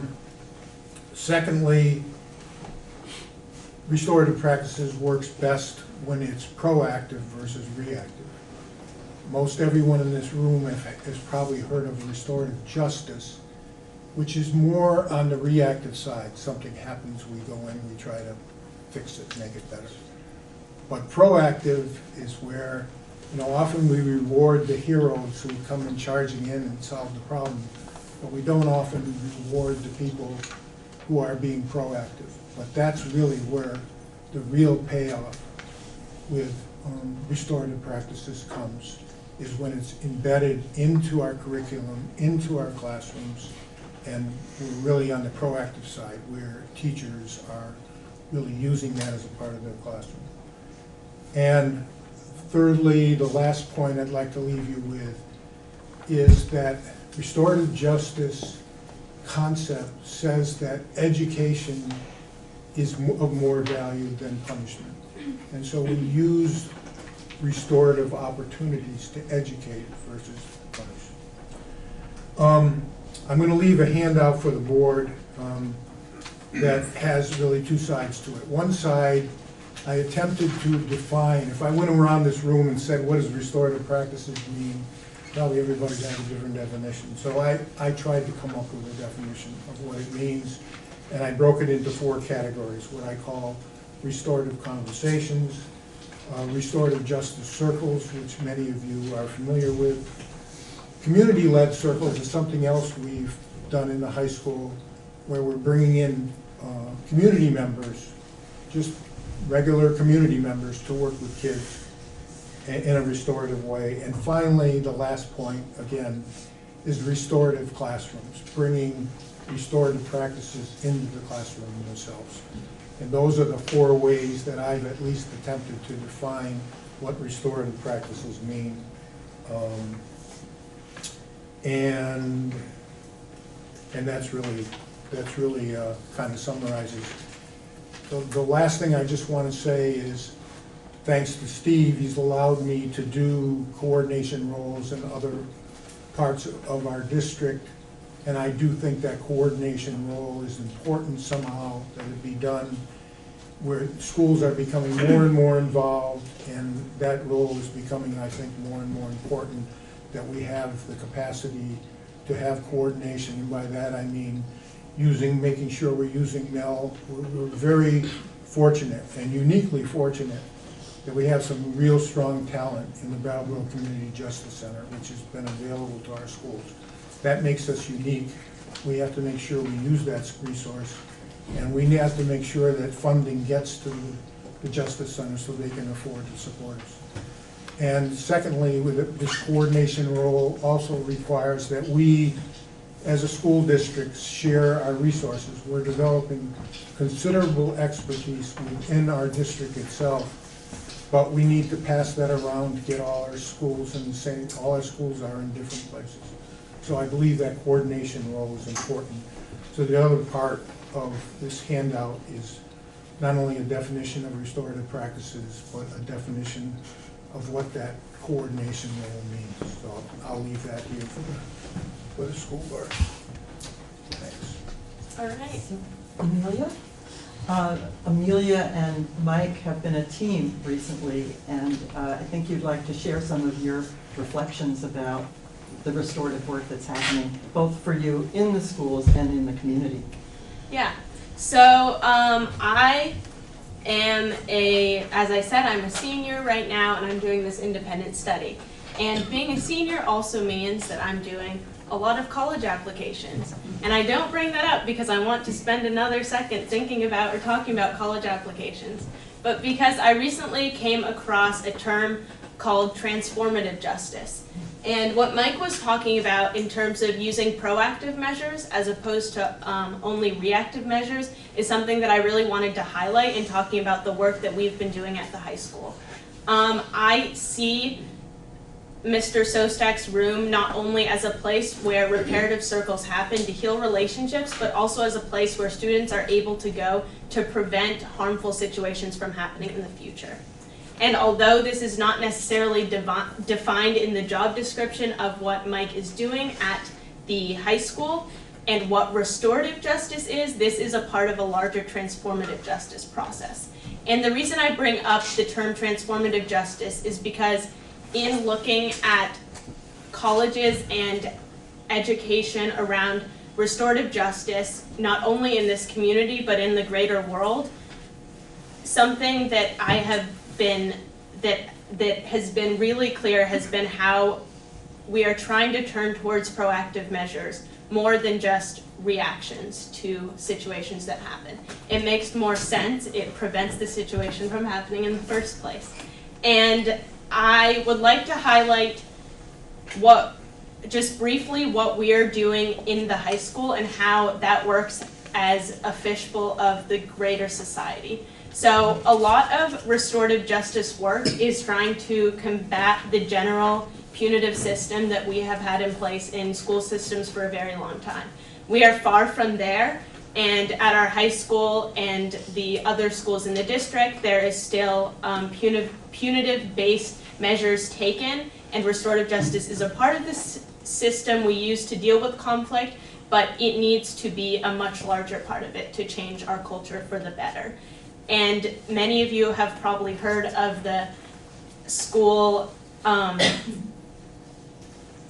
basically the school to prison pipeline situation where students often who have been suspended or gotten detentions are much more likely to be in the US prison system as they grow up. There's a really clear connection here. So I just wanted to give you an idea of how this looks on a broader level and why it's so important in not only this community and this school, but the world as we move forward. Thank you. Thank you. And Mel? I don't know that I have too much more to add to what Mike and Amelia said, except that number one, I'm in the unique position of getting to work with a lot of schools, so what I do see is across the board so many schools in this district that are already doing this work, hungering for more, and also could really benefit from coordination. So I think the position that you're putting out there is a really good idea. And just to build off of what Amelia was saying about the school to prison pipeline, there's two things that I want to emphasize. One is that at the Justice Center we work with 5-year-olds to 75-year-olds. And the 75-year-olds are those people who are getting out of prison after 20 years, or 30 years, or 40 years. And every single person I work with who's coming out of prison is a wounded kid. And I know that every single person that we work with who's a 75-year-old who's coming out of prison, if they had been a kid and had a chance to both learn about the impact of their behavior and to be loved in the process, they would be in a very different place. So I see that connection every day in the eyes and in the bodies of the adults that I work with, and that is part of why I support schools work. And the other thing is to build off the point about the school to prison pipeline, that this is not just a restorative justice issue, but it is a justice issue for marginalized kids. We know that LGBTQ kids, kids of color, kids with disabilities are more likely across the board to be subjected to different disciplinary measures than their peers. And so I think the collaboration that Mike and Amelia are doing with Michaela and the support that this board has given towards the diversity position dovetails so nicely with the restorative work. And I can't imagine a better collaboration between those social justice issues and the restorative justice issues. And I know that Mike highlights that in his definition as well. So I just love working with this group and want to see us keep moving. Thank you, Mike, and everybody for your presentations, and thank you, David, for the invitation to present. I think you have a sense of the power of this work and how committed we are to it. So thanks for your time. Thanks.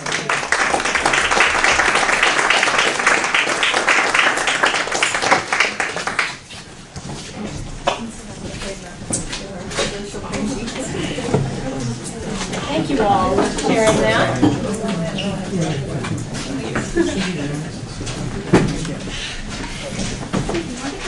think we're going to have a follow-up in the spring when budgeting is over. We talked about continuing this, and this was just our first initial look, but as we start our budget process, we're our first unified budget process. And I know that Academy has a program, and they, with John Sessions, would like to bring some students at some point, but tonight. Maybe February looks good when as I sit in December. Who knows how it will look in February? Actually, April looks good to me. But thank you very much, and Amelia, get working on those college applications. So communications, I have attached them to the annotated. There's 4 attached at the bottom, and then to the board, and then there were 2 embedded. Were there any other communications to the board? Quiet week, nothing like being closed. Oh, you did? Oh, sorry. I don't know what I'm supposed to do, actually.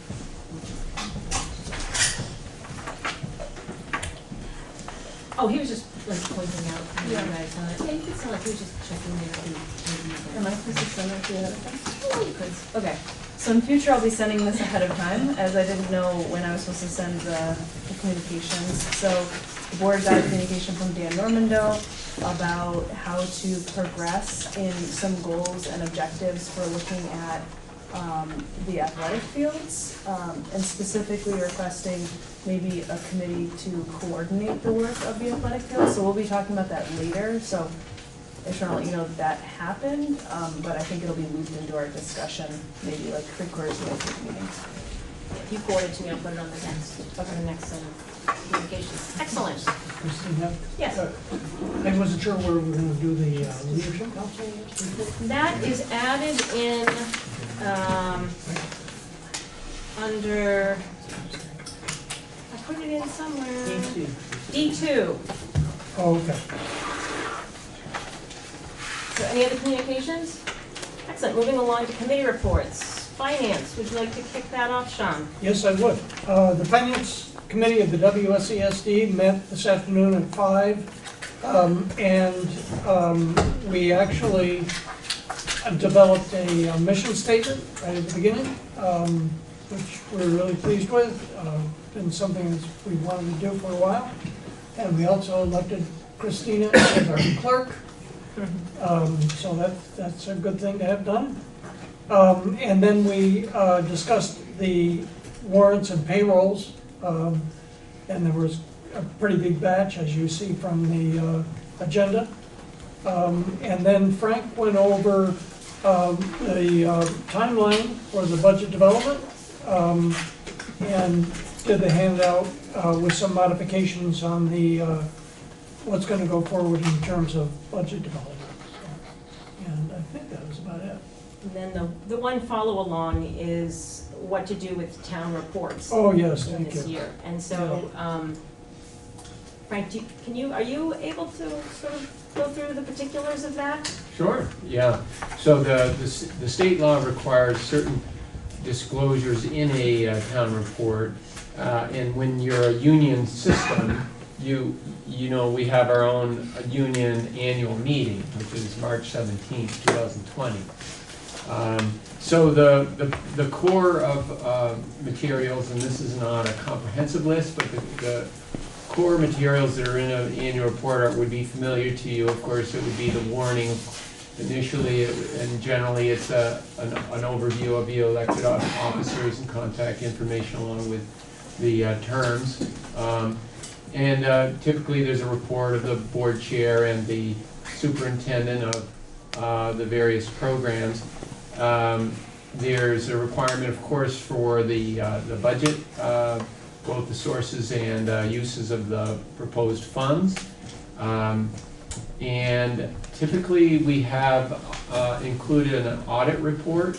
We won't do that this year because the entity didn't exist in the prior year, but that would be a typical data point in the annual report. So those are those are the, sort of the fundamentals. There's a requirement for the supervisor union's budget to be also integrated, and not sure if they're changing the requirement about the way special education funding is processed.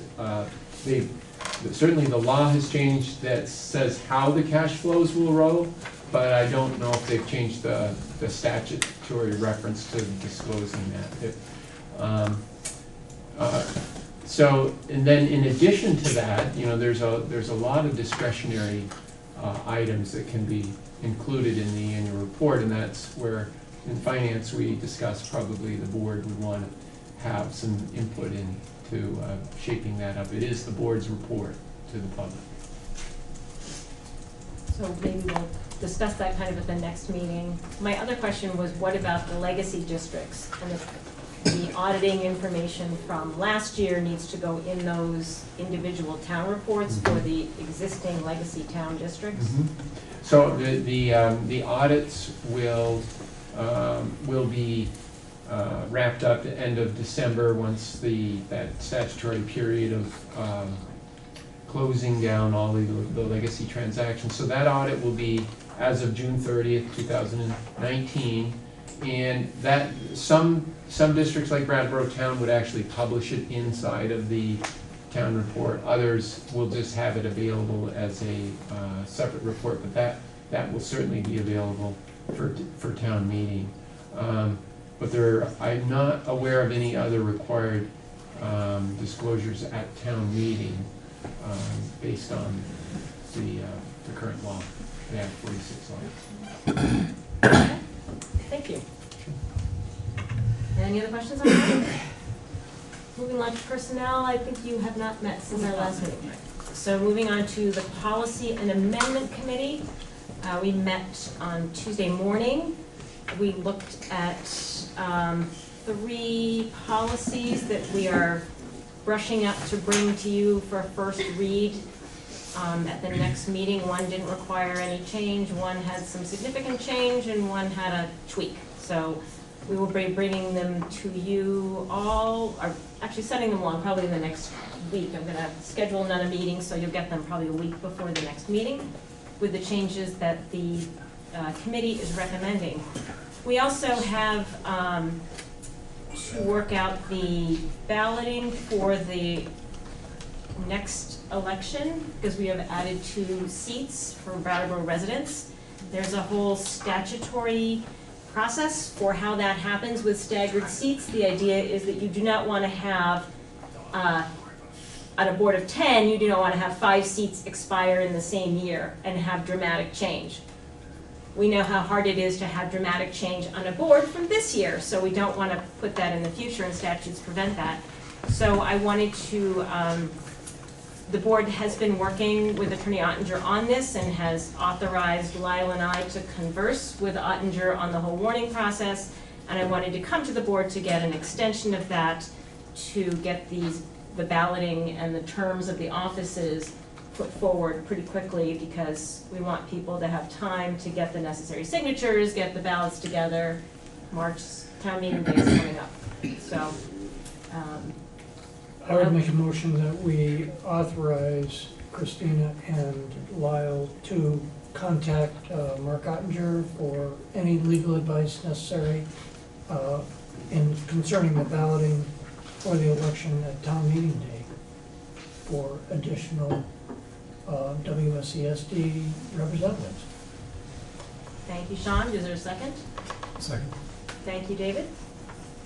Is there any discussion on the motion to authorize Lyle and myself to obtain any legal advice necessary from Attorney Ottinger in preparation of the ballot? Is that a reasonable restatement of your motion? All those in favor of the motion, please signify by saying aye. Aye. Nays or abstentions? The ayes appear to have it. The ayes have it. The motion carries. And it might be a good time to interject. I'm not even sure what the date of the town meeting is. It'll be the town meeting of all the outlying towns. March 6th. I'm sorry? I think it's March 6th. March 6th. If that's a Tuesday. so everybody has that. It's all the outline down. March 3rd. Oh, March 3rd. March 3rd, okay. It's even faster. So yes, start talking up how fun the board is and getting your neighbors, your friends, your former school board members to see if they're interested in serving. So moving on, PPE committee. So we met on the November 21st, and we really had three things to discuss. First, we had the data dive that we've been receiving from the administration. So that meeting's data dive was on mathematics assessments across the district and curriculums. So Tyne Belosi? Team Pelosi. And I prepped myself to say that right. Tyne Belosi, formerly Teen Belosi, formerly Teen Reed. Everybody knows Teen Reed. Yeah, so she came in and spoke to us about kind of Ames Web being kind of, it's no longer used in the district and what assessments were being used to really across the district from kindergarten all the way till 6th grade. Formative and ones that would influence kind of maybe some interventions, let's say, and who was doing them, all different kinds of stuff. I won't go into the details of that. It is our meeting minutes which are posted online, but the expectation of the PPEC committee was that we would report out to the board once we've kind of finished. We went through the mathematics, literacy, and we did speak to special ed, and then who else did we speak to? Peter came in. So anyways, we've spoken to a bunch of folks, and the hope is that we're gonna share out the data that we've collected at least about what assessment systems exist. The second thing we spoke about was, Brian, I think so. Brian, yep. So we've had it. Some of them have been whole committee meetings, other ones have been one-on-ones, so we kind of have to get together of like, what are we doing with all these one-on-one meetings too? So the second thing we spoke about was the field study and the equity piece around the fields and where are we going with this? Because at this point, and this is later in the agenda, we don't have goals set yet for what we're expecting from the fields. Obviously, some of the goals will be influenced by problems that came up before, such as not having regulation-sized fields, and additionally, not having enough fields for everybody to have games and practice time on. So we reviewed some statutes around gender equity and discussed them and recommended some data that might need to be collected by the district, or proposed to the board to be collected by the district as we help start to create our goals. So that'll come up later, and everybody's kind of received that document. We'll put a link up on the board so other folks can see the document when we chat about it. The last thing we did was after school. So after school, specifically, it was brought up by Putney that their Y Aspire program was cut, and there's some issues around that. And so we started to look at equity as it concerned after school programming. So we're really at the first part of our data review on that. Lyle had given us a bunch of different information collected from all the principals, so thank you for that on what existed. And there was a lot, which is amazing. So now we have some follow-up questions of just like some gaps in our knowledge that I guess I'll be sending to Frank to figure out like what are our next steps. I don't know who to actually send it to, so I'm gonna go to you, Frank, and then you can tell me if it's not you, and maybe direct me somewhere else. So that's the gist of that. December 16th is our next meeting at 6 p.m. So would you be looking to report out on some of that data sometime in February, maybe? I think that's reasonable. Okay. Great. Put that on my wish list. Thank you. Climate crisis. Have you met since our last meeting? We were set to meet on Monday. Oh, there was another kind of climate crisis on Monday. So on the 12th, location to be determined. Okay. Communications Council. No meeting since last time. Okay. I did have a communication that I got today, so I didn't make it to the communications list, but I'm wondering if there's a way the Communications Council could work with the Reformer to make sure that our school board meetings get in the meeting box somehow. I'm not sure how that's done, but a lot of times they're in, I think it seems like when we warn the meeting really early, it doesn't make the meeting box. That seems to be the correlation I have noticed. That may be spurious data, but if there's some way you could try to make that happen so that people know a day ahead of time that our district's meeting, if that's something you guys could take on, it seems like it's under your bailiwick, so thank you. Diversity and Equity Committee. That's not. Okay. How did mission and goals come under the committee? This never got taken off. Let's I see. clarify that. Okay.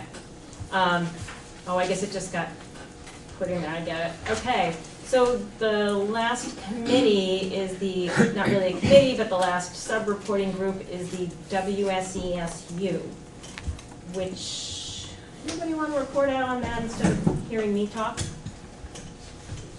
Seeing none, I guess it's me. Carrie's here. Carrie's here. I yield to the chair of the WSESU.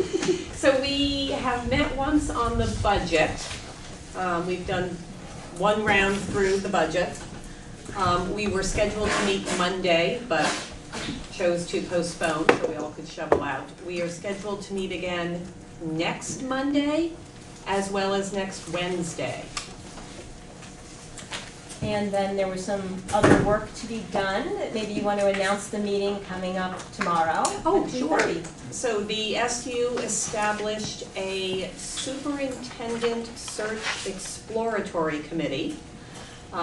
We are meeting tomorrow at 3:30 in the BUHS multi-purpose room. So we've tried to get it out, and as we're sitting here, I would love for student council members to join us. So if you happen to be free, tomorrow 3:30, BUHS, multi-purpose room. This is just a committee of 4 people who are going to begin the process. We are not the people who are picking the superintendent.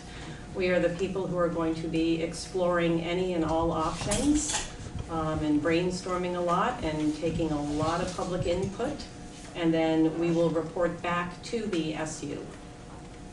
Anything else? I think the goal is to establish the process that we're going to go through and what kind of committees we're going to put together and get a lot of public input on Thursday. I know you've been doing a lot of outreach to various stakeholders in our district, inviting them to come so that we can create a process that, and also reviewing existing processes that we've been using in principal searches that the board has liked very much, and I have heard the community and teachers have liked as well in our principal searches. So trying to take a step processes that our current superintendent has established that I think have worked extremely well, and then vetting them through all the stakeholders this next meeting and spending a week or two and then getting out there and beating the bushes to get a superintendent, because we do not, there are 3 positions currently open in the state of Vermont, so we want to have our pick. It's going to be very hard to replace Lyle, so I want to make sure we have every advantage. So, thank you, Carrie. That's it, right? I think that is it. We did budget, we established that. Oh, and contract negotiations, so, yes, that is, I'll update the board a little, there's stuff going on that. We have an executive session that I added for labor relations agreements. Okay, we're busy at the SU. All right. Moving along to finances. I would entertain a motion to approve the warrants of November 4th in the amount of $222,470.02. November 6th in the amount of $191,342.44. From November 12th in the amount of $220,414.95. November 18th in the amount of $114,235.86.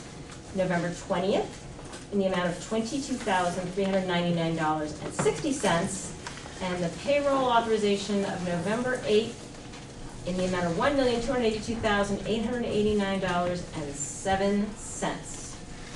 So moved. Thank you, Sean. Second. Thank you, Emily. Any discussion? I should say the question, we met at 5 o'clock and all the warrants were recommended for approval by the Finance Committee, and all our questions were resolved, I believe. Any discussion? All those in favor of approval of the warrants, please signify by saying aye. Aye.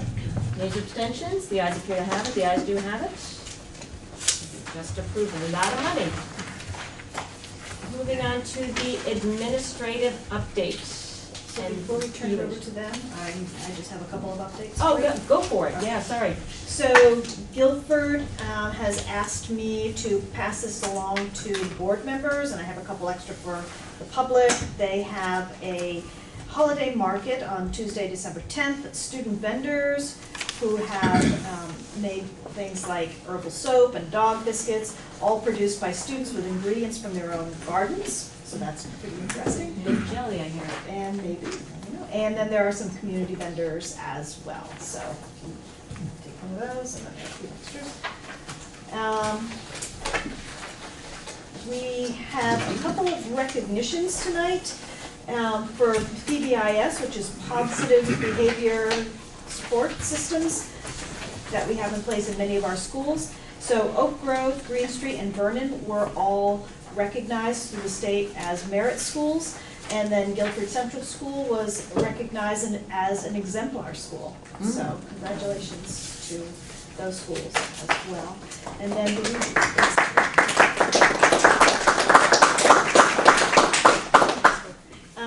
do we have the rescission of the letter?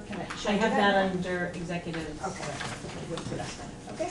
So tonight we have the BU6 program director and principals here to spend a little bit of time just talking about their budgets. Do you have a preference how they go? Should we start with Nancy and work our way up? Is that? I like for roundup. So however you, not to grind you all up, I like to, I like you guys to determine how it gets done. All right, so let's start with Nancy. So, Wyndham Regional Career Center started its budget talks a while ago because as a new director I needed to understand the history, I needed a whole bunch of information. Basically, I had a ton of questions about where are we at, where do we want to be 5 years from now, and do we have a plan to get there? And so we've been working really hard on that piece, and one of the things that we quickly recognized was the need within the state of Vermont for early childhood services. And our early childhood program had been mothballed. We immediately started the process as a team of a team of our office people working with local child care providers and groups to reinvigorate that program because it is a huge need within our community to have affordable child care and also to have highly trained care providers. And so in order to do that, given the general pay scale for early childhood education, we felt it was important to get them as many credits as we possibly could while they were in high school and qualified for dual enrollment. And that would reduce their debt for post-secondary ed and would make it feasible for them to work within the current early childhood education systems. And so we have worked with CCV and a number of other people within the community to develop 4 courses for next year for early childhood education. And as well as a mentoring program for students in that program. And we are also establishing contacts and appropriate placements for students who need to have field experience. our next priority was reinvigorating the culinary program, which has been part-time. The goal being that we would reopen our restaurant based on the fact that our community has a huge number of tourist dollars flowing into it. And we want to make sure that we are training students to be able to serve within that industry, within the community. And so that was our second priority. And in order to do that in a way that makes sense within our budget structure, we decided that we would reorganize the performing arts pathway, and that we would build systems and structures to attract more students so we have a higher number of full-time equivalent students. And that should help us balance our budget at or below what we are currently at this year, which was our goal. Excellent, thank you. Do you know why the program was mothballed? So, as far as I can tell, and I have tons of old files in my office, and I have been reading through them in all my so-called free time, which isn't much, but I think what happened was the instructor was retiring, and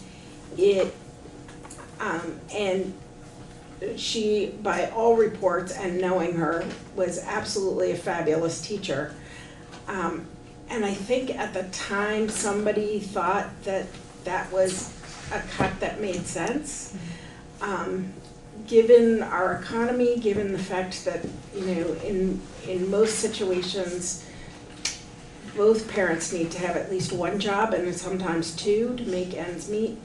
And given the number of our students who come to us in kindergarten not ready yet, I think it's a really important program, and I know that it's a program that attracts a lot of students, and I just think that in hindsight, it wasn't in our best interest to do that, and I think we owe it to our community and to all of our educators within our community, as well as parents within our community, to reestablish that as a growing and healthy program. Well, I think it's a simply brilliant solution to a problem that we read about every day. Yeah. You know, I know I hear from parents all the time, so I think it's right.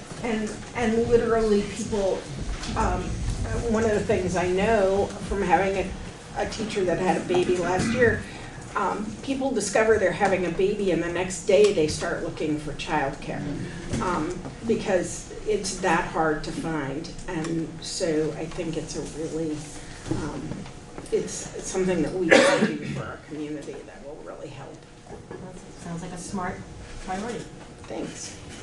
2 questions. So one is, you said you're reorganizing to have more full-time equivalent students, and that will help to balance the budget. So what does that really mean? I don't understand. So what happens, especially in CTE, is that we get partial credit for students because they're only with us in most cases for part of the day. And so what happens is if they're with us for one block, it counts as a third of the day. If it's 2 blocks, then it's 66% of a day or 2/3 of a day. And so every, it's October 15th, and I'm gonna mess up the spring date, but anyway, there's a date in the spring, and they send out a census, and we have to look at every student within the program, how much they were with us that day, what they're registered to be with us, and we have to include all kinds of other data. And they add all of those students up, so even though we have like 392 students, because most of them are only with us part-time, the full, what's considered by the state to be the full-time equivalent is about 132 students. So that means that if we divide our budget by the number of students that we have, we divide it by the full-time full-time equivalent in order to figure out what our per pupil spending is. And that mathematical equation, well, it becomes very convoluted in the calculation of the 132. It tells us approximately what our budget should be, and then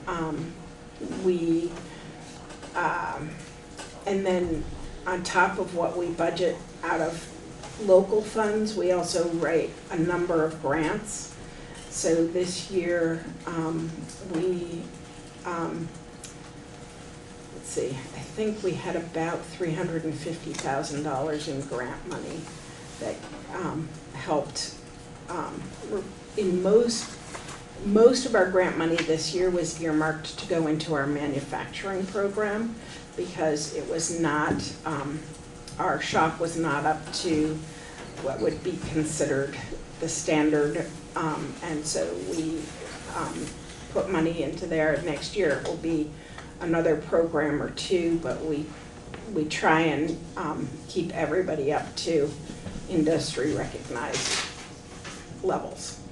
So when you're saying you're increasing, yeah, the number of, that means we will have to increase the number of students who come to the programs, and then, but we will have to approximately, for every student that comes, they're approximately a third of a full-time equivalent. And so for every one full-time student, we have to attract 3. for it to be, because you're adding up To one have it balance out to a So what do you expect I'm just curious, like, how many more students do you think will be involved in if to equalize it? So my hope is, this fall we went from 99 last spring to approximately 132. I would like to think that we'll be somewhere around or above 150 full-time equivalents. I can't guarantee that. It's the goal I'm carrying in my head, but it's not a goal that I'm willing to 100% guarantee. So can I assume that those FTEs are probably coming from the BUHS FTE? So that's the some of the most predominant, probably. Yeah. So it's we're shifting. Okay. Yeah, and and Steve and I try and work very closely together to figure out what programs are gonna be beneficial and are gonna meet the needs of the majority of students. Thank you. Keith and Glenn? All right. Hi, everyone. Try to be as brief as I can. I have a handout here on just enrollments, basic enrollments for the board there. Looks like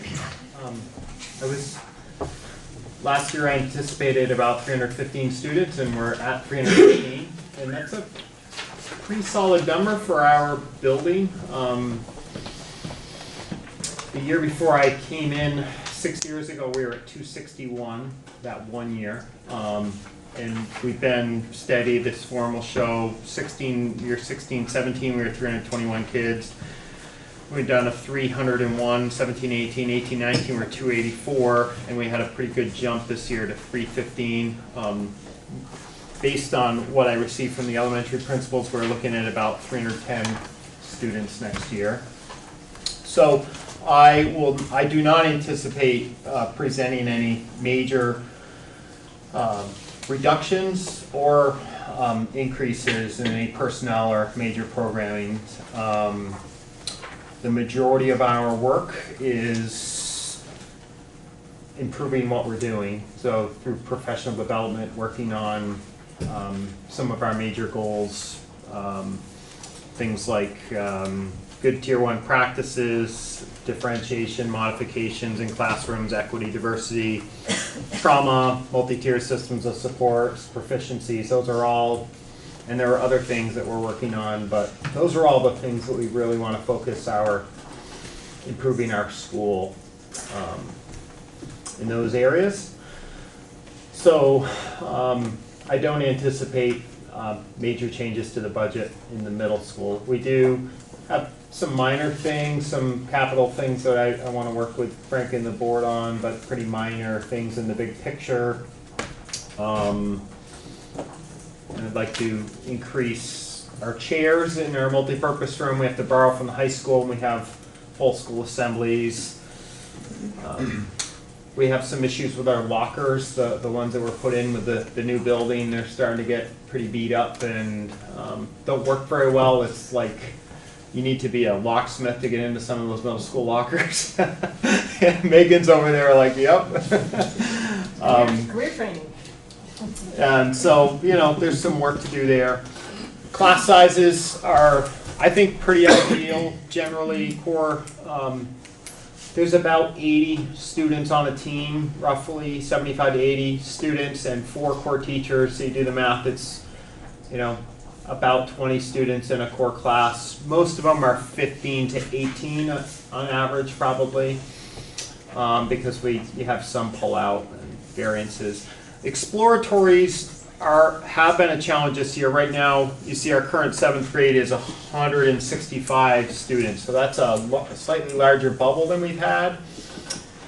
And it's put a lot of pressure on our exploratory programs, health, phys ed, those kind of classes. The classes are at 20 or more, and some of those classrooms are not very large. That entire team has asked me to increase our you know, wondering if we could hire somebody to support just the sheer need. The other thing that happens with exploratory classes is kids who are pulled out for special ed, pull-out classes, are not in the core classes, then get shifted into exploratory. So their class sizes are pretty large. If I had a wish list, I would want to consider maybe a part-time exploratory teacher for the 8th grade. But I haven't identified where I could make any reductions to make up for that, so I'm not ready to propose that. But so in general, pretty stable. Any questions? Yes. So you had said that 315 students is a good amount for the building to hold. I'm just curious, what does the building hold? I don't know. It just feels like a good number. I just didn't know if that's like max capacity, like if we expanded too much, we would have to. Capacity is about 1,800. All the 1,800 for all of it. You know, if we added students, we would have to get creative in how we were running our schools. Yeah. Okay. And how many explorators are there currently? Well, it's how many teachers? I guess teachers are just knowing what, I don't know much about the exploratories to just maybe what the board does. I don't want to, I'd have to pull up my list, but we'll see. I'll just go in my mind down the hallway. So we have chorus, we have world languages, which include 4 languages, Chinese teacher, and then our one teacher teaches French, Spanish, and German. We have family and consumer science, Nancy Goodhue's classes, which include health and foods and those things. We have, moving down the hallway, art. We have tech and design. We have physical education. 2 teachers in PE. We have band. We have, and then during those classes, we also have academic support classes, some other support classes, but that's a general overview. Yeah. Thank you. Yeah. Any other questions? Okay, Steve Fair in high school. Okay. So it's nice to talk to the board and not have to use the word turf or change. We concur. Yes. Question. So, enough. It's good to have the chance to talk to you and talk about our budget. This budget that I'm talking about tonight does not include staffing. It doesn't include salary costs because Frank is still working on those numbers. So this is really the budget information that comes from the departments. We really have very limited changes. I have a couple of requests that I'll get to in a minute. Very limited changes in terms of what we're asking for. Our department heads and teachers are very good at making thoughtful requests. When they make them, we like to support them. You know, for example, a few years ago, the math department proposed getting Big Ideas Algebra and Big Ideas Geometry, which is a hybrid online face-to-face program. So when we make changes like that, we really think about when we want to do them and how we do them. And so we kind of do them with great forethought and planning. In terms of enrollment, we're currently at 788 students. If you take a look, you know, we're projecting, again, these are projections, it's certainly not set in stone. We're looking at a total opening next year of about 822. Looking at enrollment in grades 5 through 8, it looks like we're going to be stable, slightly increasing. And again, those numbers don't include students that come to us from choice towns. You know, for example, Dover, you know, those students can send their kids here.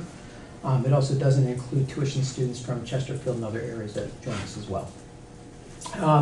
This year, we reinstated the Dean of Students position and added it as a family interventionist as well. Chris Day has done a fine job in that role. He's done a great job working with families and with students, trying to kind of help those students who need extensive support. There are times when he'll spend 90 minutes to 2 hours with one student because they need it. We also last year hired a second school-based clinician using Medicaid funding. So overall, that's revenue neutral for us, but that person provides therapeutic support for students. We have 2 clinicians now. One clinician has a caseload of about 55, the other one has a caseload of about 30. So they're seeing students on a regular basis. We're also looking this fall to use some existing budgetary money to hire a paraprofessional to support teachers as they work to implement trauma-informed practices within the classroom. A lot of times this takes the form of not removing a student, but rather a paraprofessional going in, supervising the classroom while the teacher does some limited work with an individual student. One thing we've learned in our study of trauma-based practices is it takes time, and we need to devote that time, and this position will help give teachers that time. Steve, quick clarification, you said this fall, does that mean in this 21 budget? Yes, in this current budget now. The one we're talking about now? Yes, the one we're living through right now. Okay, so you're good, so that's already there, you're not asking for that for this year? Thank you. Yeah. We are asking for some modest increases next year, and what we're looking for is we have, if you look, you can see our class sizes by department listed out there. You notice that they go from, you know, English 15.2, average class size, math 17.1, social studies always the highest, or near the highest of the cores at 17.2, health overall 18.8. If you look at the other side of that though, I've listed some introductory courses enrollment. And I would draw your attention to, and these are for 9th grade courses. And this is our area of concern. If you take a look at modern classical languages, you'll notice that for novice French students, the average class size is 22.3. You notice the average class size for novice Spanish is 17.4. The reason those, if you look at overall modern classical language, they have an average class size of 10.7. That's because as you move up levels from novice to intermediate to advanced, the classes get smaller. That doesn't help the fact that we have large classes for our 9th grade students in those areas. The other area is, if you look at science, our 9th grade offering, Earth and Space, has an average class size of 17.7, which is well above the department average of 16.8. So what we're looking for is, we're hoping that we can add to the budget a half-time person that is certified to teach both Spanish and French. We're not looking for a full-time person. We're thinking maybe a .67 equivalent. That person would teach a mixture of Spanish and French, not necessarily at the novice level, but it would be additional sections we could use to expand those 2 areas. When Judy Abascal retired several years ago, we actually did not replace her in the budget, and our enrollment's gone up a little bit since then. In science, one thing that we're doing next year is we are, some of the biomedical courses that are taught through the Career Center in our biomedical strand, some of those courses are going to be taught by WRCC staff, not by VUHS staff. So we'll be able to kind of use the sections we've reclaimed, so to speak, to add more sections in science, specifically in the earth and space. So we're not asking for an additional position there. We're going to address it by reallocating resources. We continue to offer collegiate high school. We have over 40 courses. They offer BUHS and college credit. Our students make strong use of the Vermont voucher system, and they use them as juniors and seniors. One of our areas of concern is what happens with Marlborough College. Right now, they are a significant partner of ours, and we're kind of waiting to see what happens. But we're actively looking now to see if there's other partners we can join with to offer those courses. We also run our academies. Those academies have been very robust. The VPA Academy is at capacity with 25. STEM Academy is at capacity with 26 students. Both of those academies allow a student to do targeted work in a content area, whether it's science, technology, engineering, or math, or in visual and performing arts. When students graduate, they graduate with a portfolio of their work. They graduate with an appellation on their diploma that indicates they're a graduate of an academy. 2 years ago, we began the International Studies Academy. That academy is not to capacity yet, but it is certainly growing rapidly under the auspices of Kurt Johnson and Peter Canizero. With summer school, that's another area that we budget regularly. Summer school, we don't do a traditional summer school model. We found that's ineffective. And for several years, we've put together a wonderful, Rhonda Weingart, a wonderful comprehensive summer school program that nobody signed up for. So what we do now is we actually target students who are struggling in their core classes, specifically math and English. And we invite them to come back and work on specific critical indicators where they haven't demonstrated progress to make up their work and to recoup credit in that way. For some students, that's a 3-day project. For some students, it's a 3-week project. And we do it on an individual student-by-student basis. In terms of special requests, we have two. One has to do with our multi-purpose room. Our multi-purpose room is used extensively by a lot of groups, everybody from the Vermont State School Boards Association to the NRC to various banquets and activities. And one problem that we're having is when somebody comes in, especially after hours, and they want to borrow an LCD projector, there's obviously not been anybody here to give them one. And if somebody goes to our tech coordinator and asks for an LCD projector, and he gives it to them at 4 o'clock, he goes home. And we have no way of knowing when that or if that LCD projector will come back. We've not lost one yet, but it's always in the back of my mind. What we would like to do is spend about $7,000, $7,220 to permanently mount an LCD projector in that room, for everybody to use, kind of like that one, for everybody to use when they come and use our facility. The other area we're looking at is the art department. About 6 years ago was donated a large format printer. Mr. Mazur has done an incredible job of keeping that running, but it is on its last legs. It is falling apart. It's well out of warranty, so it's time to get a new one. And we're looking for a 44-inch large format printer. That printer would be operated by the high school art department, but it would also be used by the Career Center. It would also be used by BAMs for promotional material that they need. If you've walked around the hallways, you've seen the results of you've seen the artwork that's been displayed. It's an ongoing thing.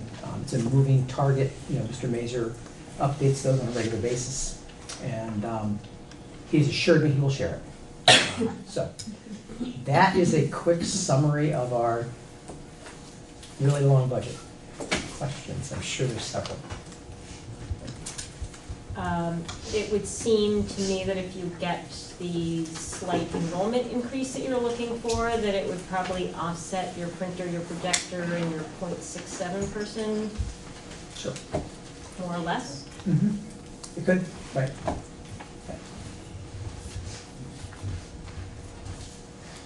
So I was wondering about I have a question about the Earth and Space thing, because I actually was writing stuff on the language, just Sure. trying to figure it out, so I'll ask that in a second. But The language thing, so do all students who are in this foundational novice Spanish and French, German, Chinese, do they get their first choice, or is there, I mean, when they schedule, yeah, usually students get their first choice. So when we schedule students, we do what's called a student-centered schedule. And so what we don't do is we don't determine who's teaching what and then build a schedule. We build our schedule based on student request. So we take all the students' requests, we look at our capacity, and then we determine, what can we do. We have to balance that. We have to offer a certain number. We have to offer advanced. We have to offer intermediate, and then we look at those sections, and then the balance become novice. Our language department runs within each level. They run 2 levels. So there's something called Novice 1 and Novice 2. So you can actually take Novice Spanish twice and do different work both times. And then you take what's called an OPI, an oral proficiency interview. And then based on your results of that, you move on to the intermediate level. That make sense? Yeah. Okay. So this novice French is novice French 1 and 2? It is, but that's right. Because they're contained within the same section. Okay. So there's no, it's not like to the middle school, but I know that he just said that they have French and a few other languages, Spanish, German. So is it the case that students coming from the middle school would go into novice 2 if they, It depends where they test. Some students come to us with advanced language skills, and what we'll do is we'll give them the OPI. Okay. Not me, but we'll do the OPI, and based on that result, they'll be placed. Okay. We've had students that have placed into intermediate. And my second question was, or third now, what did you say about Earth and Space Science? Were you asking, because you said something about WRCC, like... Right, so I was drawing attention to the fact that if you look at the novice numbers, and you look at that number, you see 17.7 for Earth and Space Science, and I didn't want the board to think I was ignoring that need. So the way we're going to address that need is because Nancy is going to be having a teacher do some of our biomedical teaching, we're not going to have to allocate, I think it's 2 sections that we use for what's called Principles of Biomedical that Michelle Hood teaches. Instead, she'll have 2 sections available to the high school that we'll use to offset that 17.7 average. I think I said it in 10 sentences. I could use 1. Sorry. That's good, thank you. Anything else? Excellent, thank you very much for that really good overview and explanation of what's going on in your various schools. I appreciate that. For all of us, especially who are new to this process with you all. Madam Chair, Yes. would this information be put on the web?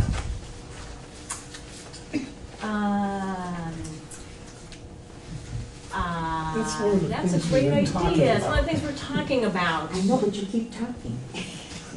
Well, we're working on getting the information, so talk is cheap. Lyle's been working on it for us as to how we can do that, so. You want to mention the current glitch, or So we can have someone from the board that's in charge of posting communications. If you post to communications, you have access to post everywhere on the site. So we would need to make sure that you understand that we really don't want any mistakes. But you also will need to discuss, because there are people that communicate with you about a specific student or a teacher and how do people in the community know that what they've sent to you is actually going to be available for everybody to read? So I think you've got some deeper questions about that. and maybe we can get that on the next agenda, because I think what Joey's asking about is these documents. Yeah, documents, And I think information. documents that come to the board should go up as what do they call it? I forget what it's called, but supporting documents or whatever. And then communications, that would be more on a case-by-case basis. Yeah. But things like this, there's no reason not to. I mean, as soon as they hit the table, the public would be wanting to see them. It's a lot easier if they just go to the website.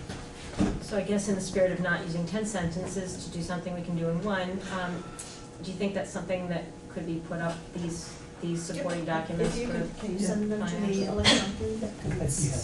Oh, you don't have the final version, yeah. Keith, you as well. It saves a lot of paper. If you can send that to me electronically. CC Barb, so she can Excellent. So moving on to committee mission statements. Yes. Thank you all, and Finance has a mission statement. I'm not sure if everybody's had a chance, and just because Finance just did theirs, which I will read to you. And I will send around a hard copy, but the current suggestion, recommendation of the Finance Committee is the Finance Committee will review and recommend warrants, capital plan, and the annual budget as determined by the full board. Short and sweet. So I don't know if we want to spend a lot of time tonight going over these, if we want to just take care of this tonight, or if we want to have a little more time so that personnel can get their mission statement in and we can do it sort of as a fell swoop and approve them all. So I'm asking the pleasure of the board, if we wait and do one whole thing, and hopefully personnel will meet between now and then, and you'll have a chance to read the Finance Committee one, and then we could approve a slate at our next meeting and have a discussion.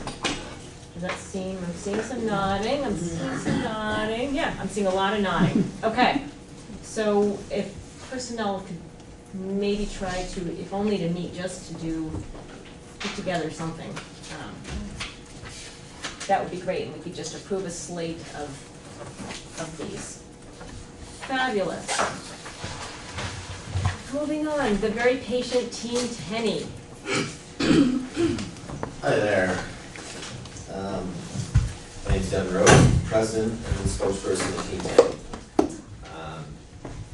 Come here tonight after, some hiatus from us with the board merger and turf talks. We decided to just remain neutral and out of it, but since our name has been brought up and our mission has been discussed, we decided we want to be here and take an active role and request a role in the new athletic field study that has been talked about, because we had a lot of ongoing progress with the former school board and finance committee, and we just hope that we can build off that and move forward and all come to a positive resolution.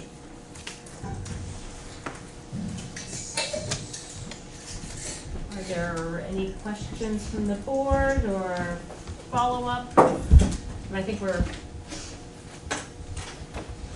next on the agenda is a little more discussion about this very topic. God forbid we go too long without talking about turf, so so maybe we'll come into play there. But is there any questions of Team 10? Just maybe say a little bit about what your goals and purpose. I'm not sure everybody knows. Sure. Yeah. Well, our mission from the beginning has been the preservation, restoration, and reopening of the historic 72-year-old grandstands. It's the only one in southern Vermont. There is a grandstand in Montpelier and then Centennial Field in Burlington, but this is it. We have a gem right here on our property that has been neglected for years, and we just wish to move forward and start our fundraising and grant application process, working with Devin Coleman and Lisa Ryan of the Vermont Historic Preservation, working hand in hand with them for grants, but we just need, we made progress, but we need to keep going and just get our okay, because the structure itself is doing quite well. Stevens and Associates did studies on it, and it's not falling in on itself. That's not going to happen. It's touch-ups here and there sort of thing, and coming up, meeting compliance codes, fire safety codes and whatnot. Adding handrails to the stairs and removing some of the seats, building a ramp on the east end, or west end of the grandstands. So yeah, we have outlines, blueprints that I can share. That was, we've discussed alongside the finance committee in Stevens. So yeah, we just want to continue making progress. When was the Stevens study done? Just before the merger, basically. Okay, great, thanks. You had said, so preservation and then potential future reopening? Is that what you said? Yeah, preservation, restoration, reopening. So what would, because you have the Stevens study done, what would reopening cost? Because you said you'd be grant funding. Right. There's two different sets of studies, so numbers are kind of go here and there. We, I don't want to get bogged down by numbers right now, but it's a doable process for us. In terms of the support we have in getting funds, but we've just been stalled out and haven't been able to go forward in that regard because our feet are kind of in the mud. But yeah, it's not astronomical out of the question sort of money we're talking about. I just don't want to throw around numbers, just willy-nilly right now. And if it was reopened, you raised the funds that you needed to reopen it, what would it be used for, as a grandstand? I mean, that sounds silly, but I just want to make sure. Right, absolutely. In the past, when it was first built in 1947, they did all sorts of events on the field, entertainment, graduation, all sorts of different things. It was a fairground. Yeah, right, when the fairground was right here. So yeah, it was definitely a multi-purpose grandstand, and in the past few decades, it's mainly just been used for baseball. But my senior year, we hosted a semifinal game, and the grandstands were basically packed out, and it was 4 or 5 deep down the foul line. And my mission, in particular, speaking for myself, is to try and make things better for the players, athletes, students coming up than I had. And right now, I can't say that. There's been too many athletes that haven't had their family and friends being able to cheer them on from the hidden gem that we have right here. Julie's reliving a few of those fairground moments. No, not quite that old. Do anything else from the board? Jody? Oh, I wanted to Well, make I'm the board, yeah, moving on.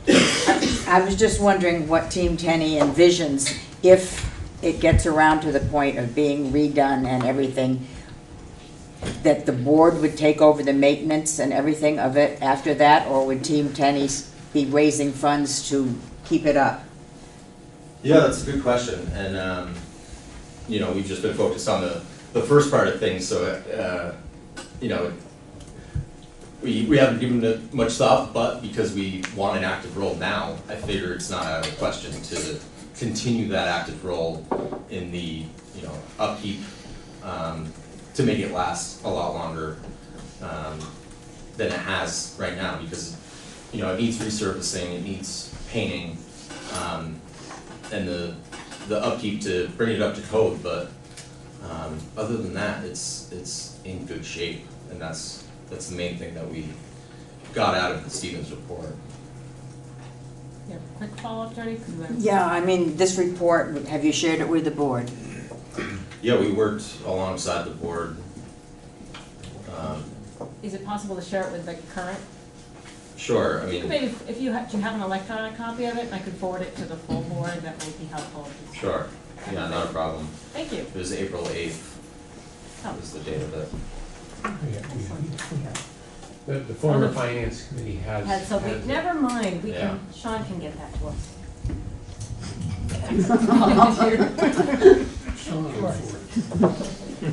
We got that. All right, anything else on this before we move on? Before we move on, I want to ask people that there's a pad for sign in. If you have not signed in, please do so, especially if you plan on speaking tonight, because it's a statutory requirement that we capture your name for our minutes to adequately reflect who attended. So, moving on, I've buried my agenda. Moving on, athletic field study funding and goal setting.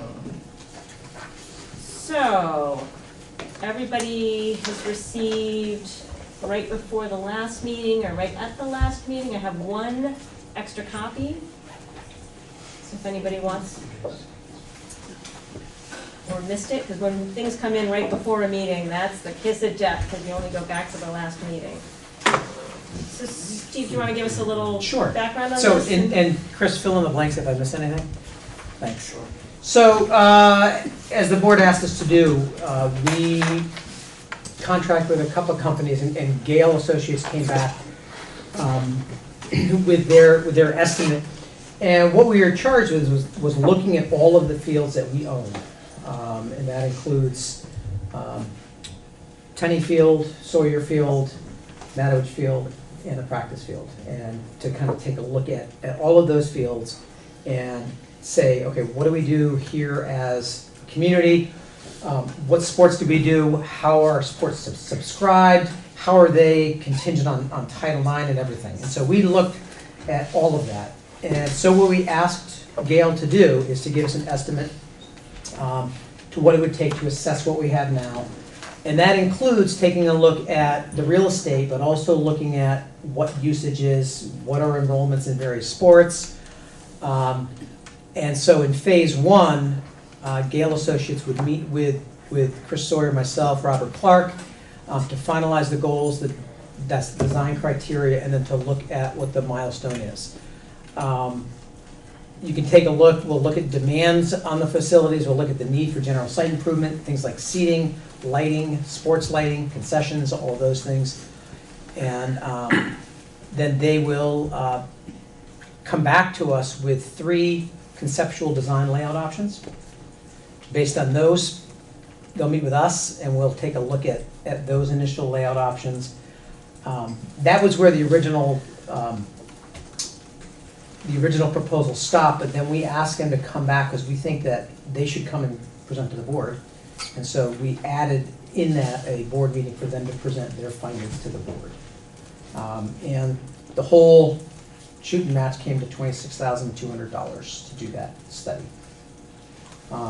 Based on that, we'd be able to kind of assess, there's been questions about Title IX on various fields, be able to take a look at that. We'd be able to take a look at what do we do with, how do we accommodate a huge soccer program, both boys and girls? How do we solve the issue of field hockey playing on the substandard field? And so we thought we'd go with Gale. And I think that's what you folks asked us to do. So That does sound familiar to we're me. bringing this to you as we can have Gale start this work this fall. Chris, did I miss anything? I think you pretty much said it all. It's taking a look at the entire infrastructure. What are we doing? What do we want to do on it? What's available to us? And present 3 options. And those options are, we're a wide open tablet. Just come in, take a look, make suggestions. So and Gale's a type of company, they've been in every community, so when they make suggestions or name prices and things like that, they're pretty much, they know that stuff. So that's how. So I guess that's almost my question is, how did you choose Gale? This is kind of considered to be the industry standard in the area for doing this kind of work. They are the most common company in the area. I think we looked at 2 other companies. Yeah, we spoke to a fair amount of, a bunch of Massachusetts companies. Some are pretty busy. But as Steve was saying, Gale is pretty much the industry standard in New England. They have offices in Connecticut, Massachusetts, they're also down south. They've done this type of work, natural fields, turf fields, facilities, tracks, tennis, so They run the whole gamut of services, and once they can make suggestions, they can also help design, so it's just a complete, well-respected firm. And we got estimates or after about 5 companies, I think. I can make a motion. I just want to ask, we do, Okay. this would not be subject to bid requirements because it's not actually construction. That's right. Design work is exempt from the Okay, that's requirement. what I- You that's can what I- bid it, but it is exempt, it's not required. Just making sure, okay. So, Tim? I was just curious, but there's no geological component to this? It's not No. engineering in any way, just design? No, that would be a lot more. Okay. Yeah, so this was just design and use. I think if you take a look there, they talk about what they don't include. It doesn't include wetland work, it doesn't include geotechnical engineering, habitat studies, or mitigation design. So, So when you initially were talking about this, and you just ballparked 60,000, that was including those studies? The engineering that studies, 60,000 was for an engineering study just on Tenny. In-depth, not Tenny, Natowich. That was just for that one field. This is not as in-depth as those. Right, but that was, will this report give us everything we need to know as far as what we need to do to upgrade fields or rebuild them or whatever the proposals are? I'm wondering, are we going to need an engineering study anyway? At some point, if we propose to do major changes, we would. Like, for example, let's say that they came back and they said it would be really beneficial to put lights on Sawyer Field. We would have to then enter into an Act 250 permit. We'd have to contact the highway department as well as so that would be more. We had to find out is it feasible to actually light that field. Or if they said, let's take a look at repurposing Natowich, what would that look like? So I'm not saying this is the final. Every proposal is going to require it. Absolutely. This But is we're just. not going to need the kind of $60,000 study we talked about initially. I would never say never. I mean, this is simply looking at our infrastructure we have in place and coming up, based on usage. What could we do? So. And had you thought about, well, I was thinking about this area out here, this big green area out here, and if moving, would they be able to look at something like moving the BAM's driveway and using that front area, changing the drainage and adding a field there? Cover your ears. That's kind of, that is beyond, that's, looking at moving driveways is beyond the scope of what they said. That's not, it's just, this study I think is just confined to the fields. And tracks and tennis courts, so we did name all of our athletic owned stuff. We didn't talk about parking lots or driveways, but if they knew that was on the table, that would be on the table. That could be folded into the process. But right now, it's just all the athletic facilities outdoors that we own. And not Dummer, right? Right, we just looked at the fields. Just at the fields on the campus. Here, on campus, right. Yep. Right. And not Fort Dummer? Right. Yeah, including Fort Dummer. Even though that's now. Oh, is Dummer in this now? Yes. Oh, so you have Dummer in there now? Okay, good.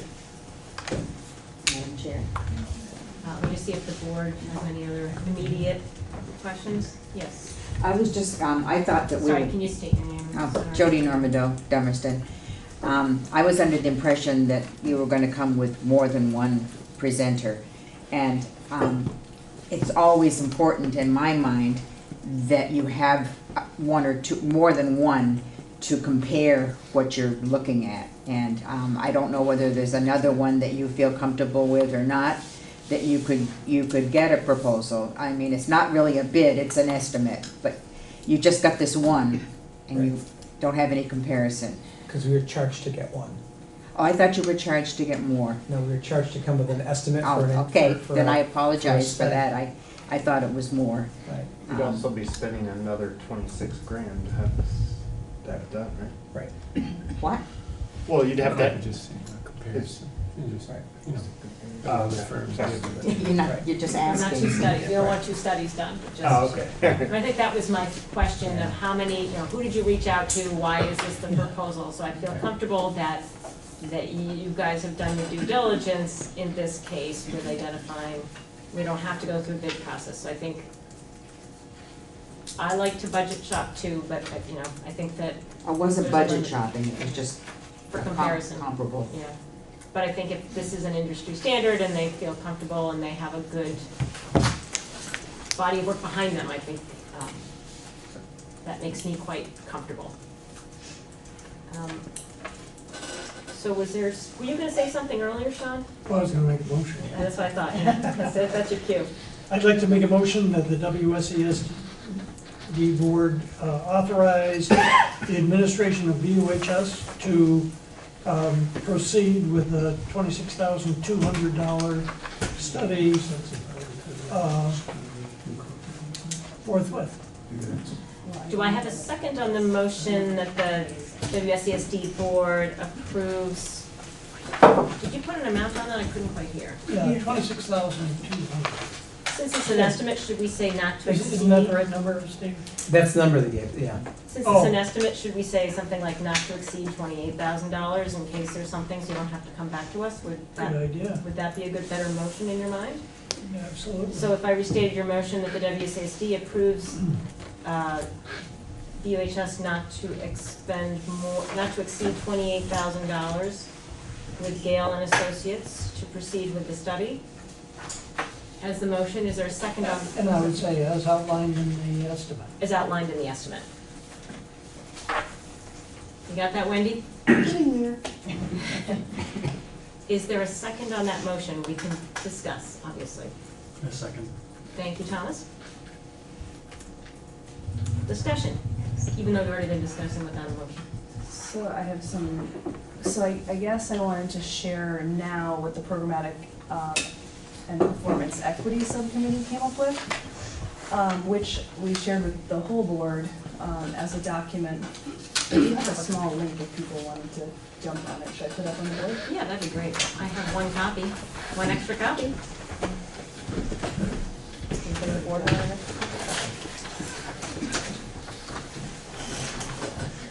Anybody want an extra copy?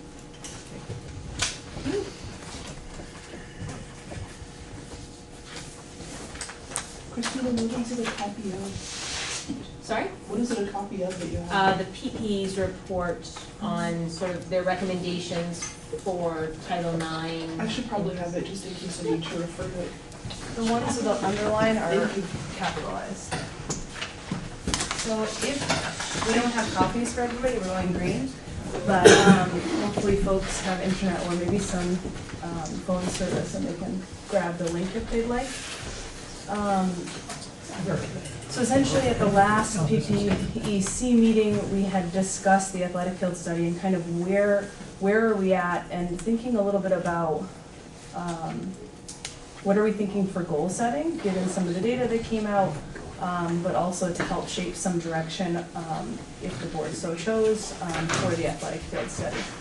So what we did was we did an overview of Title IX and what that meant for gender in athletics, because last time we were tasked to look at a lot of different things, but one thing that was under our kind of research was gender. So we just kind of gave some background on what the statutes say and then proposed questions to assess equity, specifically around this. And this was all taken from the Office of Civil Rights website. So I guess I won't go through all the questions because most folks hopefully can access it. But the one question we had for the board that I shared out, and I'll just read because this is what we had all came up with and improved. The committee requested that this document be shared prior to the meeting, as it's our hope that we develop equity goals for the athletic field study. With a specific focus on gender equity, we have found a rubric for assessing whether a district is providing the same athletic opportunities to female and male athletes, and we want to be sure that the questions it asks are included in our research. Our question to the board is, should we adopt any, some, or all of the questions as needing more information before we partake in goal setting for the athletic field resurfacing and renovation? So the question is like, we just started to look at a little bit of some of the things that might influence our goal setting. Obviously, we already have some goals around, which we mentioned before, around kind of regulation size fields and having enough fields for everybody to play a game on, practice on, and whatnot.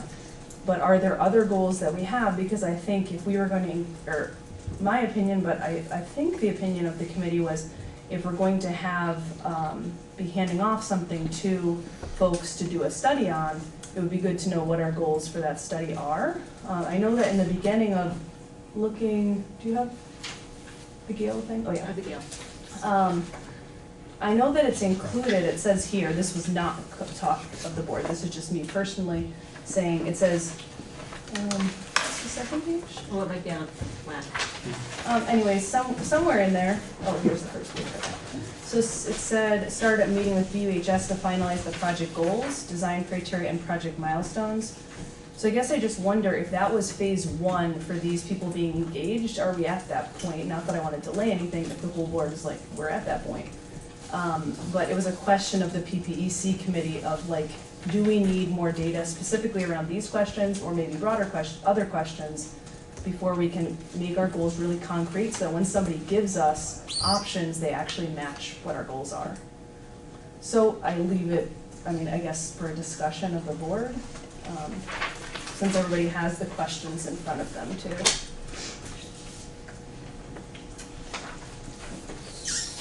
So, what do you think the timeline might be for that initial goal-setting meeting? I don't know, they would probably want to come and do it soon. I think that sooner than later. Right. You know, I think one of the challenges is that everything's under snow right now. Yeah. So if it remains under snow, it's gonna be harder for them to do their work, you know, so, you know, I don't know. In terms of incorporating the goals of the committee, I think that would be one of the things that we could communicate with them. You know, here are some concerns about Title IX and equity use with our fields. I think we could ask them to consider that when they're doing their study. You know, because that's one of our design criteria, is that our fields are, you know, have equity for access for all. So I think, I kind of feel that would be kind of part of what we would ask them to do anyways. Can I ask a question then? Sure. So I guess my question would be, that sounds really reasonable, like we're gonna ask them to ensure that it's equitable. But we don't even know what our goals around equity are. So how would we say ensure that it's equitable, or we don't know what is inequitable already? Right. So I guess it would be equitable in terms of how Title IX defines equity. That's the first benchmark. The other benchmark, equitable in terms of how we look at student use, given, for example, the size of a team. Like we know that we have large soccer teams, boys and girls. So equity of use would be making sure that they have access more than they have in the past. Like we know there's an inequity with field hockey right now. Does that make sense? So I think those are things that we would include in our conversation with them. So we would look, essentially all these questions which are on this document are what Title IX defines as equity. So what we would be doing is making sure that we had all the answers to these questions and then. Yeah, and I can't pull that up because you didn't give me access, but that's okay. Does nobody have access? Correct. You need permission. I thought it was really smart to do the bit.ly, but I guess it wasn't. So I don't know how to get. So the short answer is yes. I mean, we would share those questions with them. I mean, we are paying them a lot of money. Yeah. And they're gonna collect all the documents that you already have as far as how our field's being used, so they will have access to everything, so that would be part of their questions that they wanna ask as well. So I'm wondering if we can get to a point where we have these questions fleshed out at our next meeting so that it's clear, the board has a clear direction, because I don't think they're coming in the next 2 weeks, probably. I don't know the timeline. I mean, they're not gonna be here tomorrow. Yeah. Would it be possible to do it when it's covered with snow? I think that's a question for them. Yeah. Google Earth. Yeah, I mean, I wouldn't want to speak for them. Part of what they're gonna be doing is recommendations for how to improve the quality of the surfaces, I would assume. It would be kind of hard to know them without being able to see or walk on them when they're not frozen. It's hard to imagine how they would be able to make those judgments. When somebody mentioned Google Earth, but that's just gonna, it's not really telling you how compacted the surface is.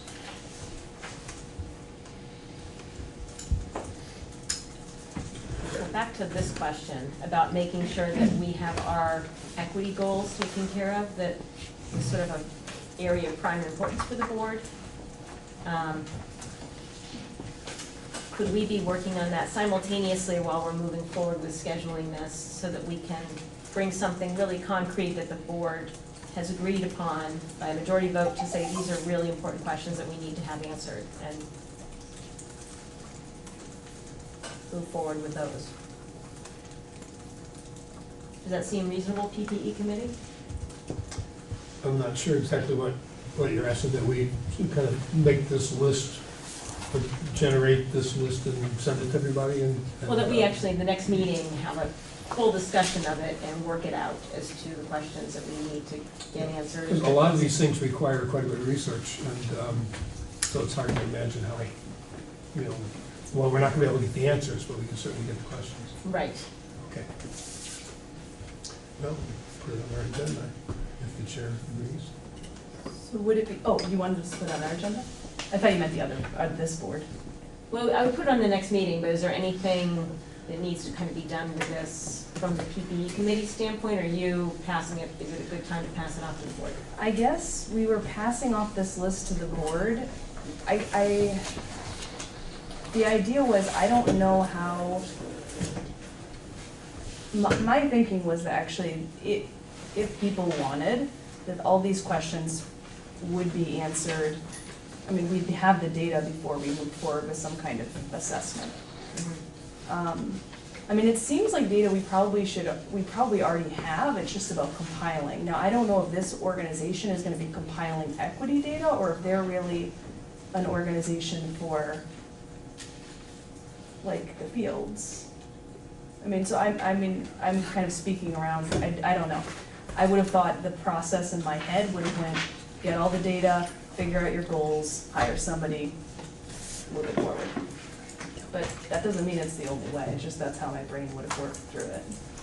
So I don't think we have anything more as a PPEC committee, because we already got all the questions that we want answered, unless you wanted us in some way to work with folks to start answering these in some way that wouldn't be a part of the study, I guess, because what I'm hearing from Steve, because you're representing the administration, is that the Gale Associates would actually be doing all this work on Title IX. So I don't know if that's accurate. I think we could give them your questions, and they could, I can't imagine that a company with this depth of work wouldn't be able to look and say, this field needs X, Y, Z, and so does this field, in order to be compliant. I think that's kind of the thing they'll look at. Like, they'll look at the proximity of restrooms. They'll look at things like seating capacities. They'll look at, how, are there changing facilities? How far are they away? I think those are the things they'll look at. Again, I can't speak for them, but that's kind of my impression is what they would do. Yes. I guess if they're gonna compile all this data, I mean, some of the data is like compare the percentages of females and male athletes proportional to the percentage of students at the school. They're gonna do all those things. They're not gonna do that. I mean, because that's stuff that we have, though. We've been working on stuff like this for the last month, and that first component, we've done that already. The third component, we've probably done 4 of the 11 components that you would see in high schools. We've emailed surveys to all the coaches in the building. They're reporting back their impressions of our facilities and our equipment. We're waiting to compile that. So we've been working since the last month on, I don't have that document, but we've had Title IX documents that we've been working on. So we're plugging away slowly. It's taking a little, like you said, it's just compiling stuff that we have. I mean, there are a lot of things, but so it is what we're working on, and we could certainly report that out to you once that's done, or we can start giving you what we have as we go. We can. I think it would be great to, like, as we go along, just start answering the questions, and then it'll start informing the goals. And we feel like, okay, we're checking off all these things. That seems to make sense to me, and then it won't seem like such a big lift from Gale. And I wouldn't be so nervous that we're, maybe Gale's gonna overlook some of these things, and then we're gonna have to come back to it. And I don't know, I'm the only one talking though, so I'm gonna be quiet for a Well, little bit. these questions, if you're working from Title I rubric or Title IX rubrics, they're the same questions. But I'll email them to you right now. If I can find it. So it seems like it makes sense that you're working to answer those questions, so if there's no issue, it doesn't have to go to Gail. If there is something that there's a concern, we'll make sure that goes to Gail, and that we're all on the same page, board and administration, about where any potential issues might be. So we could be sort of moving forward and sort of concurrently answering the questions, making sure that we're assuring gender equity while we're moving forward with finding the best way to do that, actually have the study. Gail's focus is going to be on the field and field use and facilities adjacent to the field. Yep. And how, they'll be able to comment on, like I said earlier, Title IX in terms of bathroom access, changing room access. Right. They're not gonna do an analysis of percent students playing sports. Or uniforms, That's us. the age of uniforms, That's yeah, us. that's not what we need done for this. That's us. Got it, yeah. But those things are being done, and Yes. so there's a certain premise, and I think once we identify once you have documents, you might have further questions, but I think that's forming what we're trying to do here with this project, and Gail will be working on what we're trying to do. I think we all share that same goal, based on, the original goal, what would the synthetic turf field have provided, and now we're looking at it different ways, so we're just taking a broader approach at every field now.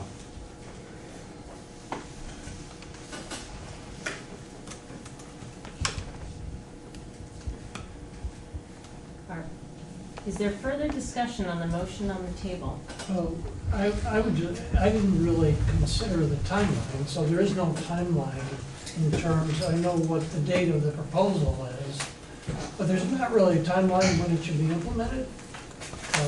And all of a sudden, I'm wondering what Steve brought up about the feasibility of doing it this season, in this time of year. And I think that's a question that we can ask Gail. Okay. And so one of two things is gonna happen. They're gonna say, yes, we can do it, and we'll go ahead and do it. Or they're gonna say, no, we've gotta wait until spring when the snow's gone, and then we'll say, can you hold that price for us because you can't do it? Okay. And so if they can't do it, we'll obviously wait and ask them to, can you keep that same price? Because I'm sure there's a limitation on when this price expires. So that clarifies that for me, Okay. Madam Chair. Is there any further discussion? From the audience? Just me. Before we vote? Let me go with Ruby because we Oh, have not that's heard right. from Ruby. Ruby's behind me. Oh, yeah, so one thing is, I think I changed the sharing settings on the Bitly. Oh, good. Report back. That Ruby Mackey from Putney, that was one of my comments, is that it was just a sharing setting problem. But the second was, and this is directed at Emily and the Programmatic Equity Committee, because I think that there is I guess I understood something that you were going to be focusing on was the concept of not just the fields on the high school campus, but equity related to other fields within the district, both just equity between schools, but also are there fields that could be utilized by the high school, or are there high school fields at certain times of year that could be utilized by the, I don't know, whatever, but cross use amongst the district. And I'm just wondering, I realize this is kind of a parallel thing. It's not, it's not a decision related to Gail, but I do think that it relates to the goal setting aspect of what you're focusing on. I just wonder if you could address that and whether that's really, my understanding was wrong about what you were doing, or if that's still kind of something that's happening. I don't know that I have a good answer, but maybe somebody else on the PPDC committee might. I'll take a shot.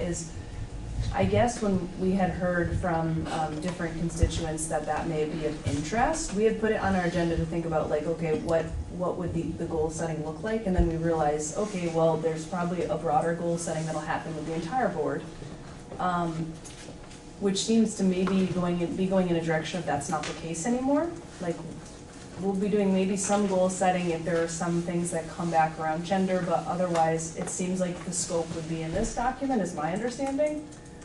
So maybe other people, it's not the case, I read it wrong, but I guess I thought maybe there would be a little broader goal setting before we engaged. And that would have been included, but I don't, at this moment, it doesn't seem like that's the case. Is that a fair interpretation? We had talked about that. Well, I think because we spoke to BUHS about the fields here, so they went forward with that. This came up at a subsequent meeting, well, what about the other fields? And so that's sort of an add-on. I think that's my recollection of the historic process that's gone on here, so we have not taken in, and that would probably be a much more expensive study, I would suspect, if you looked at all the field space accessible to us. Is there some way we can consider that as a board and sort of fold that in, not under the Gale, but because Gale's looking at here, but to work also thinking creatively about this outside of the Gale study? I don't know, maybe not. We might ask the leadership councils to talk about it in their communities and see what the perceptions are of the quality of their fields. That's a great idea. It wasn't mine, somebody else said that. I just articulated it. You were inspired by somebody else's words. That might be a good way to start with this, so we can move forward on this process, and then be thinking creatively at the same time. And did you have a question? Well, I sort of had a comment on what the question was, and that is, BOHS District 6 had very specific needs that they didn't feel like were being totally solved. And very specific needs around equity and field, use and the availability of the students here on this campus.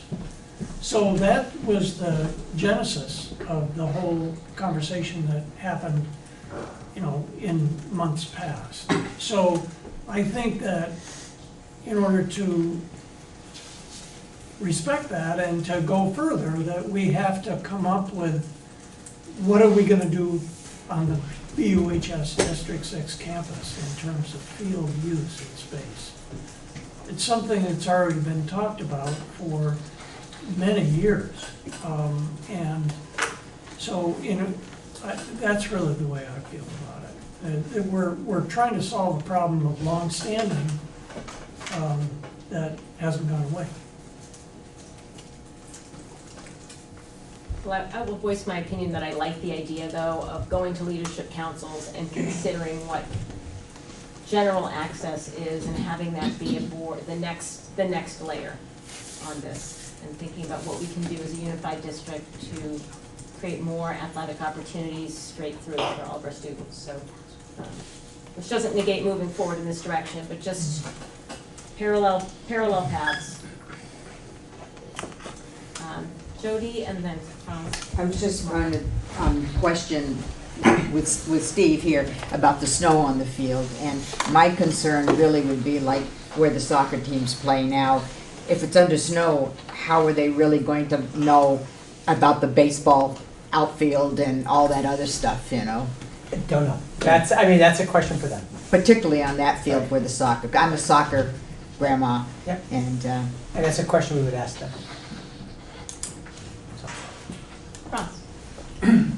I'm a little concerned when you're setting up these parallel paths of investigation, how you're going to integrate the information at the end.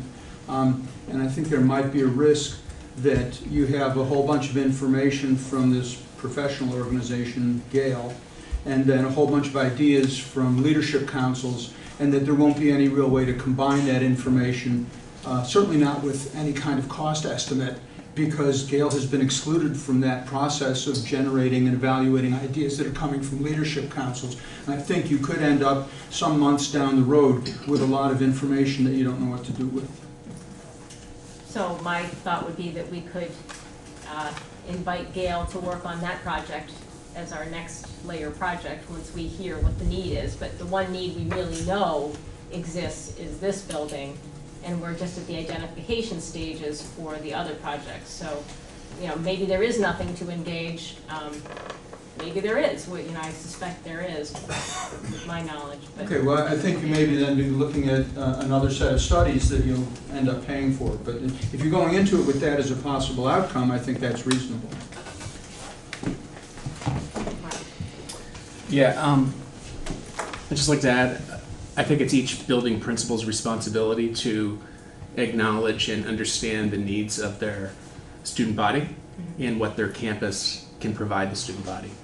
And that's part of the budgeting process as we look at capital plans. So I think that's our roles as schools to do that. Secondly, BOHS campus has always been accessible to elementary students, either in the building or using the fields. Simply, it's just a phone call. So I think we do share our facilities pretty well. Oh, that's great. Great to hear. There may be different concerns as the schools operating middle schools where you have girls, girl and boy teams. So I think since principals are on leadership councils, it should be sort of an idea, is there some way we can think about this? Obviously, budgeting a full-size soccer field for Green Street School would be an interesting process, so. We don't need a full-size soccer field, that's the point. Yeah. But if that was determined, there's obviously limitations in all this, but how we could think creatively and share the resources we have and make sure that that's happening, because this board does not know that. We're not the Brattleboro County School Board, so that's great. Right. Great. But through the budgeting process, you should get information from each school about their needs and how we're accommodating our communities. I don't need a soccer field. Can you high school?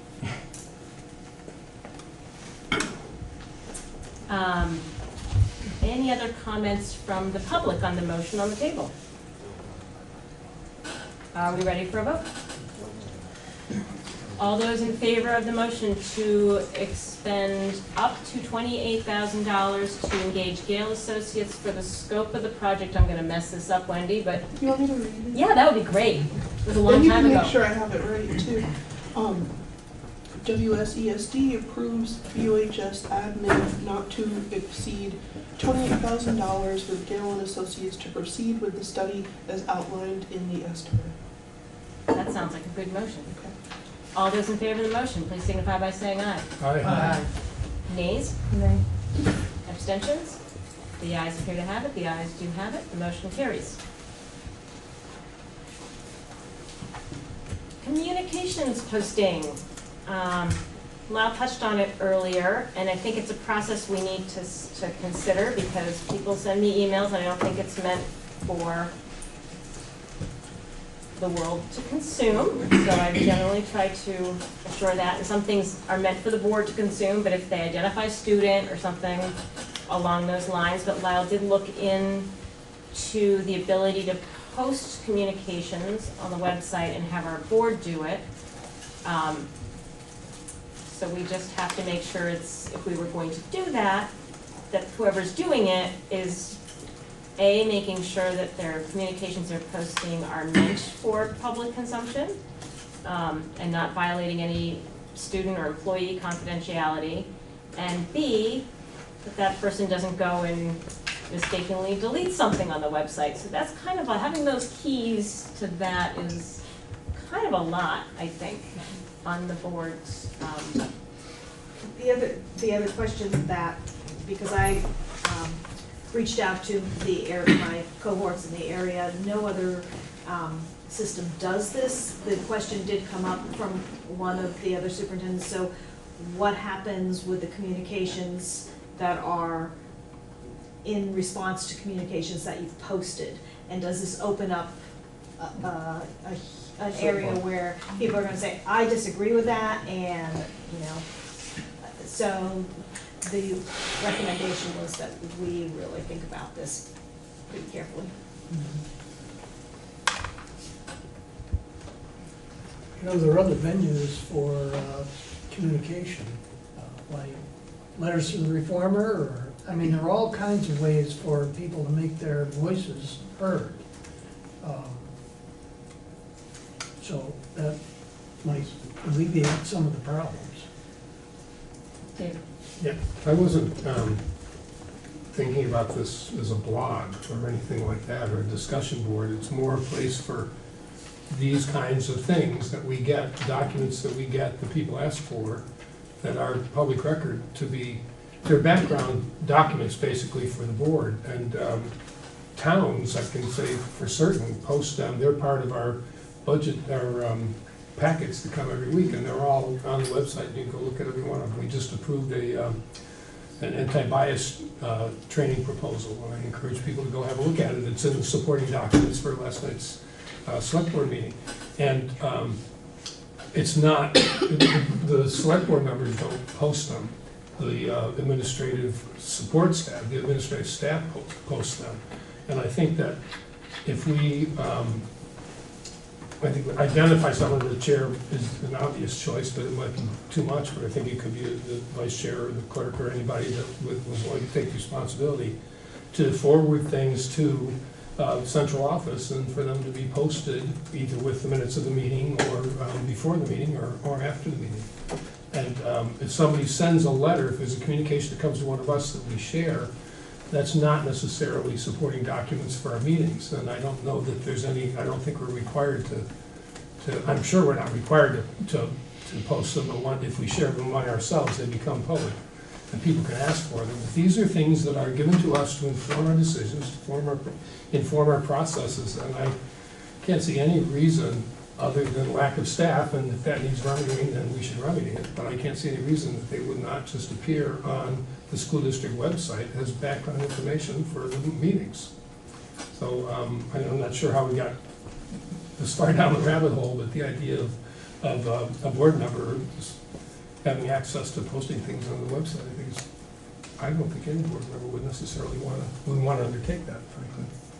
But it also isn't part of our responsibility. But sharing the information that we use to inform our decisions, I think, is. One option I can see is that when we get a communication, we communicate back to the person to say, are you comfortable having this posted? Because I think if someone's talking about their child or whatever, I mean, we shouldn't be posting it anyway, but it also, I think that people should have an expectation. If I wrote a letter to Emily once I'm off the board and I knew it was going to be posted, I would spell check better because it's going to be reflecting my name on it, as opposed to me writing Emily a letter like, hey, if you get a chance, do this, and then if it said agenda, as I did the other day, you know, and so how do we sort of manage those two things so that people have an understanding that it's going to be posted? And that we're having a good filter so we're not running afoul of any laws with student information or identifying, because that's even a tricky thing to manage. You know, like, well, can that student be identified? Well, what school are they in? And how many kids are there? And, you know, it's something that you and I talk about a fair amount is this executive session. We spent about 10 minutes the other day talking about this, so and maybe that's only once a period, but how do we make that, how do we come up with a policy for that so that we can manage this if this is our goal? And that we're covering ourselves and privacy of people who don't want their stuff put up on a website potentially. And if somebody requests it, yeah, you know, if it doesn't run afoul, we have to produce it, but that's a little different than publishing everything that comes to your inbox. And I agree with David, I mean, this type of material is certainly easily done. But the letters that are sent to you as board members, I would urge caution, extreme caution. I think it becomes an open meeting issue if more than, well, in this board's case, if more than 4 of us saw it. But I think that we might want to think about a guideline, like if I get the communication and it's just, I can see that it's just to me, unless it's a blind copy and then I have no idea who wrote it. But the process might be to send it to the clerk or to send it to the chair, and but not to send it to everybody, so that and so that Lyle gets to see it, and so that, but yeah, that's an interesting way to do it. And that keeps it out of the public realm. And then you can ask the person, do you mind if I share this with the whole board? Do you mind if this is a public document? But our practice should err on the side of confidentiality for individuals to communicate with us, but we don't want to, like, I don't want to keep it secret if somebody asks me to do something, Yeah. or inquires. So what you're saying is if an email comes in, I'm just trying to put it in context, so an email comes in and I share it with everybody saying, then that's a public document, I know that. So long as it doesn't have confidentiality information about a student or a faculty member. And if it does and I share it with everybody. When It's you're okay on violating this that board. person's personal Oh, rights. So what we're now contemplating is that let's say I shared it with everybody, or the person wrote to everybody, if that's happened, so if the person writes to everybody, that's cool. And then we're saying we wanna put it on the website? Or I guess I wonder, like, if somebody requested it, or if it could be talked about in the meeting, but does it need to be posted on the website? I'm just wondering legally, does it need to be posted on the website? It does not legally need to be posted on the website, no. There's no, I've never seen anybody do this for a board, school board. I think precisely because of the reasons we're up against. Would be my bet. Because you make one mistake and you violated the law, so. Has anybody from the community requested that? No? No, just one. No, I'm requesting the Just these materials stuff. that David and Lana are talking about. How about we have an initial go-round where I start asking people if they want this to be put on the website. Gosh, I just don't want to be the arbiter of confidentiality and take any of Lyle's time getting her opinion on situations in schools or whatever. I don't want to take any of Lyle's time for that. That's, yeah. I have to agree with David that I thought it was just the supplemental stuff that we got at the meetings, or maybe if there was documentation that was forwarded to us, so that we would then be using that to help us to determine how to decide something or how to go forward. But I share the concerns about posting email communication, not because I would want anyone in the public not to be aware of it. And I think you do a good job by presenting to the board and to the community what communications you got, and there's an opportunity to discuss it. But I'm concerned about the management of that, and something is posted and then someone responds to you about that, and how do you, and I'm concerned about if something does not get posted because it slipped through the cracks, then is that, is there a concern about that? And, are there going to be, issues with that? So I share the concern about posting the emails, not because I think that they should be hidden, but I think presenting them at a board meeting also gives an opportunity to discuss it, and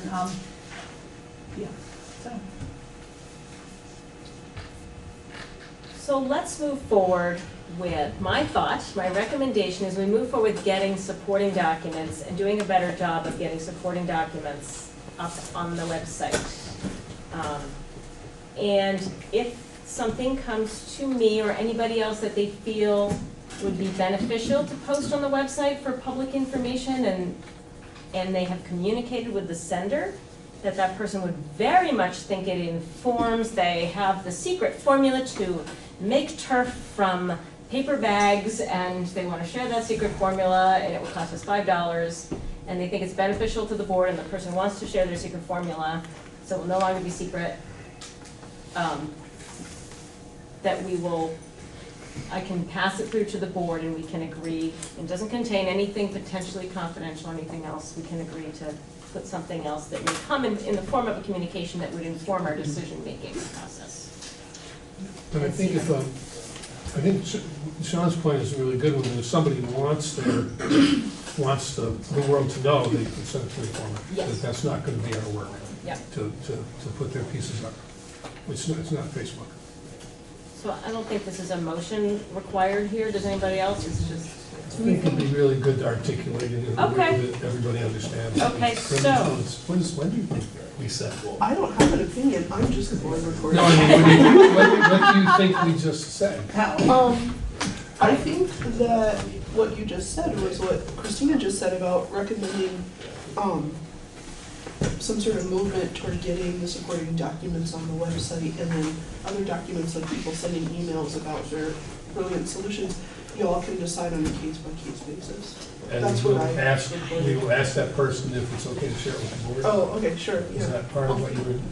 So I'd entertain a motion that the board works to include supporting documentation from companies, committees on our website. And in the event a communication from the wider community is sent to us, we would ask the sender if they want it posted, if we think it would inform. Shared with the board. Share it with the board. No, posted. Share it with the board. Mhm. No, but then about posting, if they want it to be, if we feel it's part of decision-making and important information, that we would, I would share it with the board and we would post it assuming there's nothing confidential. As long as they gave consent. As long as they gave consent, yes. I got lost in there with you. I do have a little caveat here possibly. What caveat? I would be concerned about personnel at the central office implementing this. I mean, we certainly do not want to put anything else on Barb's shoulders. So if that doesn't exist easily, central office is already stretched. And they do a lot. So I would be very, very cautious to, figure out how you do it first. And then, so I think we ought to table this discussion until we thought about it a little bit more. Well, I just had a point on that. Maybe we limit ourselves to once a month or once every 2 weeks that we send, here's everything we have, put it all at once instead of like, here's one document today, here's another thing. Then it's maybe manageable. I would love the amendment if it just didn't have the thing about the emails. I mean, I think all just the supporting documents, I'm not saying I would oppose it because it has the emails in it, but that puts a big complication, because I think that I might think something's important for decision making, but we might not all. So I don't know, I just think it's a gray area, and if nobody from the community has requested that, and it doesn't seem like we're following all the statutes, maybe just supporting documents. And if it was that, I think maybe we can make a decision tonight. I don't know how people feel about that. So I will withdraw my motion that I didn't make because I was only entertaining a motion. And I would entertain a new motion that we start out with supporting documents from outside organizations or committees that are helpful in making decisions. I second it. Well, I need that motion. Hold the phone. Yeah. Can I get what you really want the motion to be from beginning to end? Sure. Thank you. The board begins posting supporting documentation from outside organizations and committees that is helpful in this decision-making process on the WSESU website. That's the motion I'm asking for someone to make. So moved. What about handouts from administration? This is where we started. And can you add to that motion, or can I friendly amend my own amendment, my own motion? In that laundry list, administration handouts. Okay, hold on. I'm gonna put it right before supporting documents that are administration handouts. So Emily made that motion. She did. Did anybody second it? Second. David? Thank you. Any further discussion? All those in favor of the motion, please signify by saying aye. Aye. Nays, abstention? The ayes appear to have it, the ayes do have it, the motion carries. Let's see how this goes. So these will be put up then tonight? I mean, Not tonight. tonight. Tonight. I put the night in the wrong spot, Lyle. Depends on whether it snows. So, wow, I love when okay, so, Next up, VSBA dues. So at the, oh, we totally forgot about that, Carrie. At the last WSESU meeting, the VSBA came. Yes. And, because it wasn't on the agenda, so it wasn't in my head. Oh, that's right. So the VSBA came to, sent quite a contingent. It was Sue Siglowski, the new executive director, and four other members, mostly executive committee members, just trying to clarify the some of the statements that were made in the discussion. I need to clarify a statement that I made. We don't take an oath to uphold the organization, but we do have to agree to it as part of our orientation. So oath was not the correct term. However, it does say that you have a duty of care for the organization and you cannot work against it. I remember very clearly because I said I'm planning to testify against a VSBA position. Can I not do that? And the people training me couldn't answer that question. I had to bring it to Nicole Mace, who said, oh yeah, you can still, because my board has asked me to testify, I cannot join this organization if I cannot do the will of my board as the board chair. So it puts me in a difficult position, and that was even a gray area for the organization, so I remember it well. They also asked that I clarify that there are 3 currently open seats that they're working to fill. So I was not sure on the number. And there were a few other clarifications. Do you remember? I'm trying to think if I've got the letter. I know. Oh, I have the letter. Oh, Carrie did. Do you want to skim the letter? You could just give me some of the high points. Let's see. That really is just. It's a long It one. talks a lot about the research they do to arrive at policy decisions, how the dues are established. It discusses the oath of duty, that so far 2 SUs and SDs have chosen not to pay their dues out of 55. Discusses about how they did, what they have lobbied for and haven't lobbied for, and that they are still remaining a dues organization while they are doing some fee for services. Thank you very much, Carrie. Yeah, and then the vacant seats. So. Anne has pulled up the letter, which they also highlight all their programs, the comprehensive model policy manual that we use, the monthly webinar, School Board U Online, new board member orientation, our little spiral bound thing that I have somewhere, the essential work of school boards, training opportunities for board chairs and superintendents, workshops, the annual conference, something that I've started to use quite a bit are being able to call in and get in-person consultation, and the from the boardroom little thing that you all should be getting in the mail. Christina, I've got it electronically, I think. I could send it to Barb if you want it posted. Not tonight, Jody. Oh, come on, Carrie. I mean, That's a good idea, sure. Yeah. no reason why we don't follow the same procedure. Right. Wearing so many hats in one seat. Thank you, Carrie, you're good. Madam Chairman, So, how much of that do you have to pay for that you were just listing off, or is all? So some of the things you cannot pay for the in-person consultation. You cannot pay for the in-person consultation. That is not an opportunity that you have, so we would have to do that through, we'd have to pay an attorney for that.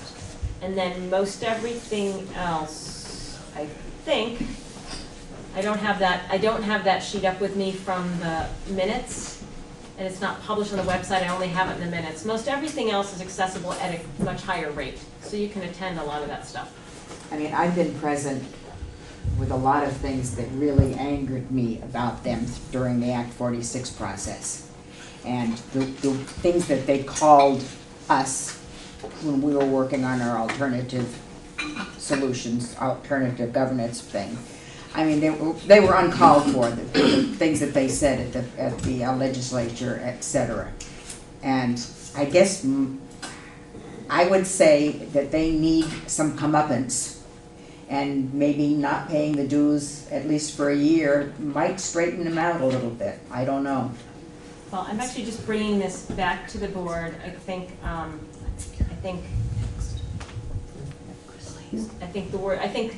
a lot of people don't understand what civil disobedience means, so I think that might be some of the issues, and so, you know, that might be some of the issues going on at the executive board level. But anyway, bygones. There was an additional, let me just finish with the board. I thought Jody was asking a clarifying question about that list, so I took her question, but I just would like to get the board. The other piece is that we pay our dues to the VSBA at the SU level, and the other concern that I have was that our sister district, Vernon, represented ably by Carrie Amadon, my phone a friend on the VSBA letter, may have a different feeling on their board level and really want to have the services of the VSBA, and there's no, it's all or nothing as an SU. And so we hadn't really considered that. It used to be paid on a district level, and I kind of forgot that in our discussion. And so I wanted to also at the SU level hear from Carrie. But did you have your meeting Monday? We had a very small, shortened meeting where only 3 of us were present, and we only dealt with warrants. So our next meeting is Monday, the 16th. So we'll have it on our agenda then. So if you want to wait a little longer. So do we want to postpone until we hear from our sister district? Why are we postponing? Well, because we already voted not to pay them as a district. And as part of the SU, that's our vote there. So I'm curious, what would you suggesting that we might want to pay them if Vernon wants to use the service? That we put that into our, we did not have that as part of the discussion before. And so if there was an interest in a motion to amend based on that, because I did not consider the effect that our vote would have on our sister district, because it's not 3 and 3 anymore, it's 4 and 1. And so I just, out of respect for Vernon, I want to make sure that we've considered that as a board. That's really, mostly, it's my fault because I kind of forgot about it. Sorry, Vernon. That's okay. Well, I forgot where they're paid. I forgot where the dues were paid, actually, which has been a change recently. So is there any other board thoughts? Because I think we're going to table this. Does this seem like a good one to table at 8:30 at night? Based on that. Can I just ask a question? So we would still be, voting on this eventually. We'd hear back from Vernon if they want to join, and then we'd almost be like voting down Vernon? No, we already voted. That seems fast. If Vernon decides they want to stay in, then we would go to the SU and vote there at the SU. Okay. So, so I guess the question would be, would we vote as individuals at the SU where there are four people, 1 from each town, I think. And, or would we be representing the board, I guess would be the other one. Right, which is what I was stuck on, because I have always voted the will of my board coming from, and so how we would discuss that. But without knowing if Vernon has input, right, it may be a moot point, or a mute point, as my son used to say. I have a question about the meeting Liz? that they came to. Liz? Did anybody? Your name. Oh, Liz Adams from Putney. Did anybody ask them about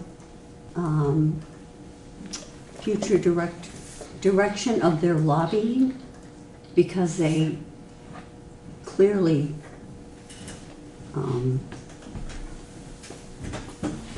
lobbied against every AGS proposal in the state. So were any questions asked back and forth about, is this going to continue, that you know, you're supposed to represent everybody, but yet you went and you did this. Is this how you see the future going too?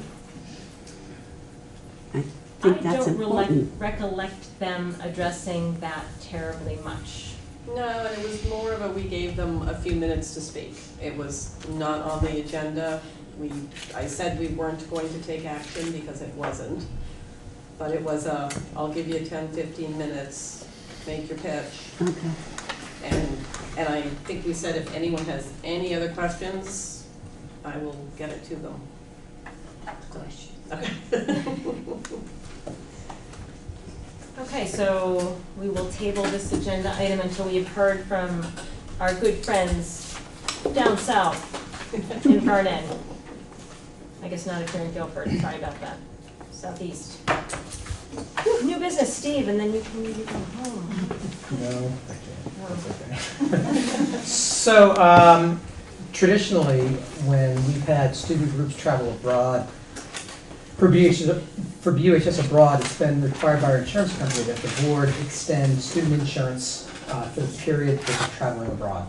And we have 2 trips that I'm going to ask for the board to approve that the insurance be extended to them on travel. On April 15th and 24th, 8 BUHS students and 2 teachers, Kurt Johnson and Jen Force, will be traveling to Costa Rica. There'll be an exchange from Costa Rican students coming here next year. The other trip is April break, April 18th to April 25th.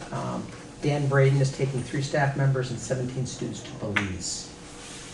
And so I just need the board to approve student insurance while they're traveling abroad. I would make a motion that we approve insurance extension from April 21st, April 15th to the 24th for the Costa Rica trip, and April 18th to the 25th for the Belize trip. And what about subs during No, that that's time? not, we don't need to do that, right? We don't need to do that. That's an excellent motion. Is there a second on that motion? Second. Thank you, Emily. Any discussion on the motion to extend student insurance for the Costa Rica trip in April and the Belize trip in April as well? You ready to vote? All those in favor of the motion, please signify by saying aye. Aye. Nays or abstentions? I abstain because my child is one of those, so I abstain even though I almost never vote anyway. So it looks like the ayes have it. Jody? Just a question, are these both Spanish? No, BUHS abroad is Spanish. Belize is science. Oh, Belize is science? Tropical ecology. Yep. And Costa Rica? Costa Rica is Spanish. Spanish, but no French or German or anything? They'll be next year. Thank you. Yeah. And I'll be back to ask again. Excellent. Moving along, superintendent search discussion, which Carrie spoke to a little bit earlier, but the SU has been working on coming up with that exploratory committee. I think since she touched on it earlier in our SU update. I just have it on there in case it got forgotten, that people are aware if they want to have input, and probably BCTV won't have this up on the big screen in time for people to attend the meeting tomorrow at 3:30, but we just want to make sure that we're getting all kinds of public input. Is BCTV coming? No, dagnabbit, I don't think we thought about that. Too late, Rich? Wouldn't we have to? We'd have to have approved it, the Yeah. expenditure. Although our meetings are, I leave that to the chair of the SU.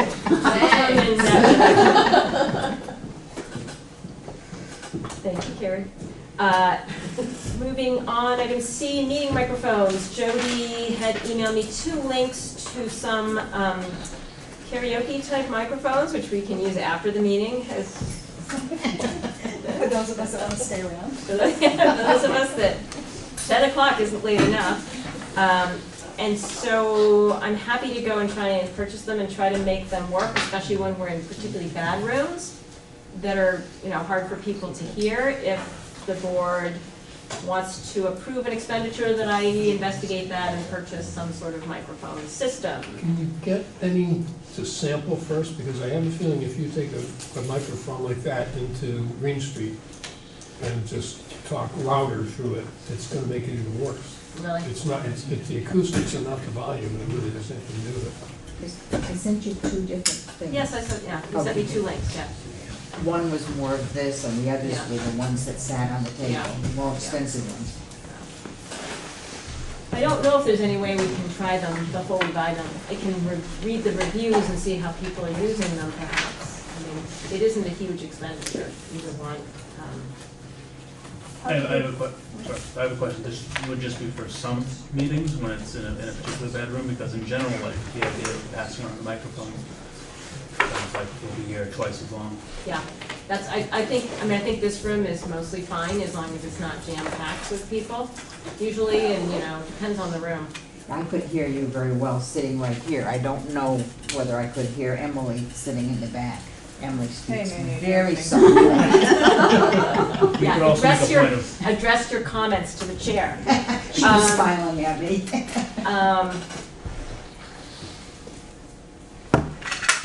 I agree with you, Thomas. That's my concern, is the passing down thing Yeah. is, crazy making and takes a really long time, and then people in the audience getting it.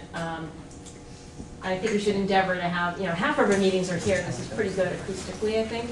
So it'd be for those times when you got the whirring fan. And point taken, some of those are worse than nothing at all. That's a rousing endorsement if I ever heard one of me going forward with this process. Just a question, does the schools already have like maybe not in this room, but a PA system when they do like in their auditoriums and stuff? Yeah. I don't know, it depends on the school, like Dummerston has it, but it's not particularly fabulous. Oh, it's that one we used. Yeah. And again, it's like, for many of them, it's like a podium that you go up to and speak into. In the gym. In the gym, okay. I was thinking more of the ones, excuse me.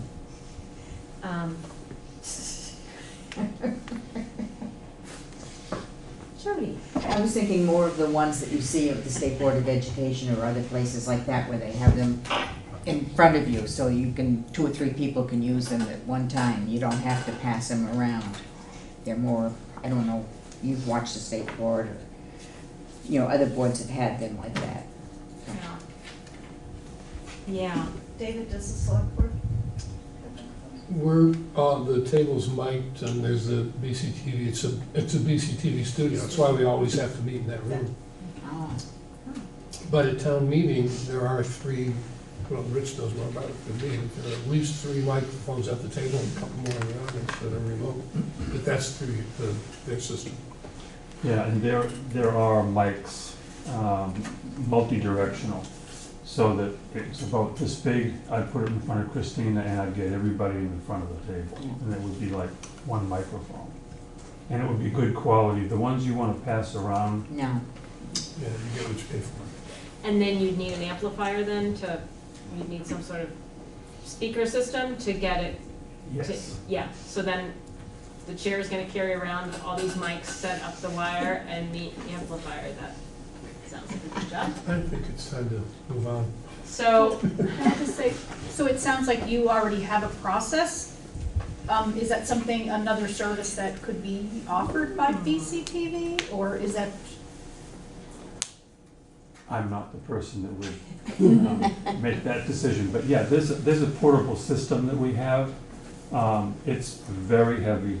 It's very difficult to maneuver. We've used it at some meetings, but to carry it around like to Green Street and then to Oak Street and stuff, that would be really a problem. Okay. It's a great system, but it's problematic to bring often to places. let's, Christina, yes, Liz. you might do better to look at kids' microphones because some of those work really well and they're cheap. And then you could each have your own. Well, why don't I do a little more research, I think. The and- Brattleboro parents They had a really nice one. Facebook site would know all What? about that. Okay. Well, I'll do a little more research on my end. And I'm just gonna maybe move our executive sessions. I just wanna maybe see if we can get through any leadership committee appointments first, in case we can just get that done and then do executive session. So we need to move the appointment of the Putney staff.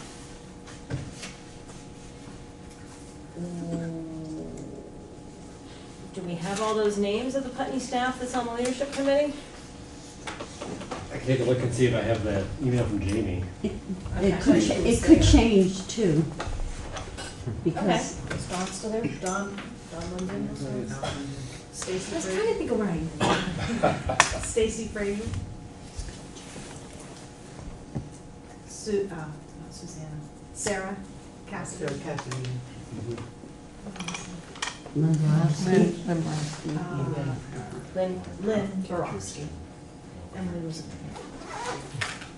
Is Jen O'Donnell there? I think she was. No. Jen's not there. No? I think Amy, I think there were a few teachers who wanted to be there, who were not at that first meeting.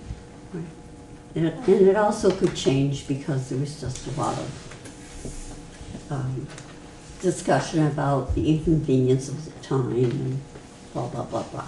Well, we're all feeling our way through this, and the goal was to get this done in the first year, and so getting it done in the first quarter is a big haul. We're trying to catch up with our policies and everything else, so how about we appoint the ones that were there?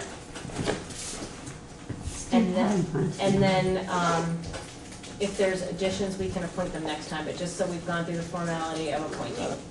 So I entertain a motion to appoint Lynn Borowski, Sarah Cassidy, Stacy Fraser, and Dawn, I'm sorry, I didn't get the last. Linden. As faculty representatives. Any more that you know of? No, not in the email that Jamie sent. As faculty representatives on the Putney Leadership Council. So moved. Thank you. Anne, is there a second? Thank you, Tim. How appropriate the representative from Putney did that. All those in favor of the motion to approve the slate of candidates as the Putney representatives, please signify by saying aye. Aye. Any abstentions? The ayes appear to have it. The ayes do have it. And the Guilford, do you have a list of Guilford? I do. Guilford Leadership Council preliminarily met on November 22nd. And there were 9 individuals in attendance, which included myself and Lyle and John. And then there were, there were 6 community members, and that included some faculty from the Guilford Central School. And we had a really productive meeting and, went over all kinds of things, goals that they want to try to achieve, and so it was really good. So the individuals that were there that would be on the Leadership Council would be Beth Bristol, Aaron Kachuk, our former school board members, and then the staff was Hannah Salisbury, who was a special educator and a parent, and let's see, Amy, and I didn't get Amy's name. Amy Skolnick, who's the 5th grade teacher, with the staff. And then community members were Tasha Tillman, and her 6-month-old child was there. And Alexa. Mashavitas. Thank you. Oh, boy. So were we just approving all those individuals? We're just we appoint all of them. Great. It was a great meeting, and I was so proud of Guilford being so on top of it all. And a lot of enthusiasm, and a lot of experience. So it was. We're lucky to have 2 former board members on there too. Yeah, Two no, it great was former great. board members. It was great, and John, helped guide us through whatever, and Lyle was there and had really good input. So I was really impressed. And we met for maybe an hour and a half. And I don't think I went over this particularly, but on the Leadership Council and Policy and Amendment Committee, we've been sort of fleshing out, we reopened the leadership policy and are trying to come up with some guidelines to really help boards understand open meeting law, Robert's rules, and just really some brass tacks on how those things apply, because every board may not have the advantage of having 2 seasoned board members on them that are used to this kind of stuff, but it's good training.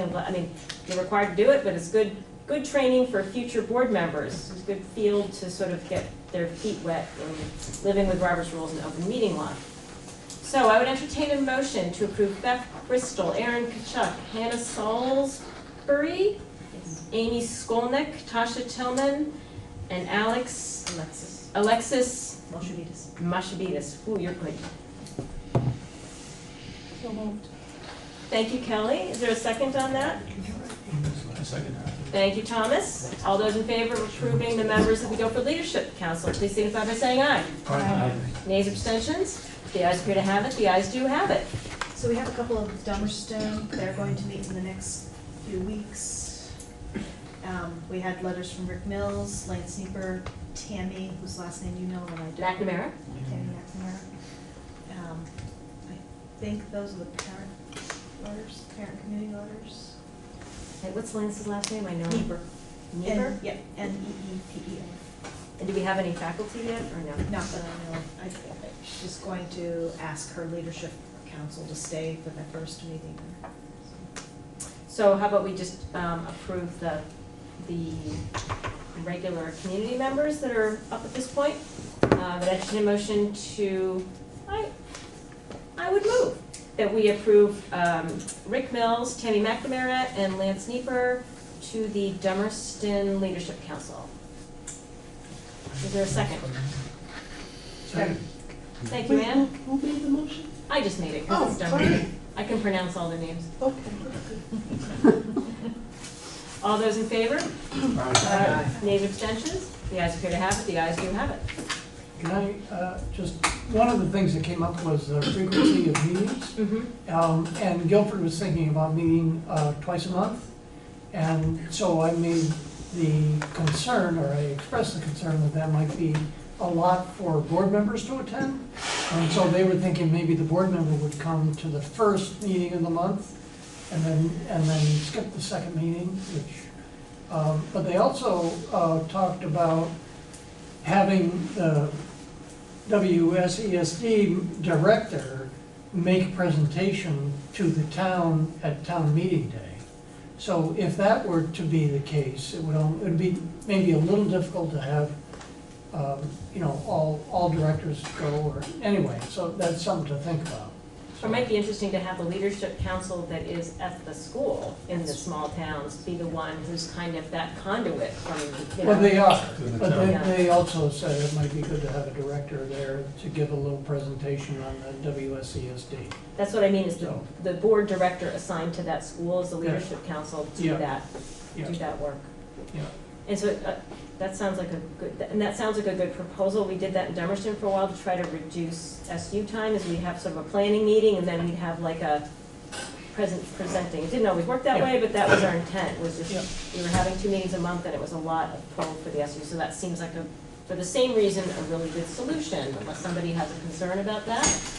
And so I guess we have to pick somebody to go to this first Dummerston Leadership Council meeting in the event that it happens. It will, and I'll try to find the date while you're talking. Okay, so, I mean, I just, volunteers, and I'm happy to do it, it's near me. I can also. Okay, so we'll duke it out between ourselves unless somebody has, and we'll, based on schedule too, because it may not work for one of us, so as long as it's okay with the rest of the board, either Thomas or I will. Both go too. We could both go too, yeah, that's true. That'd be fun. Why not one more meeting? That sounds good. Excellent. So we have, we could just finish off the agenda. We might have action afterwards.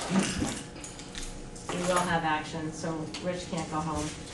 But we could take quick, if anybody has any additional items for the next agenda and any public comment, do that so the public could go home if they want to, and then do our executive sessions. The draft, we were scheduled to receive the first draft budget. Yeah, that's a good job, yeah. And,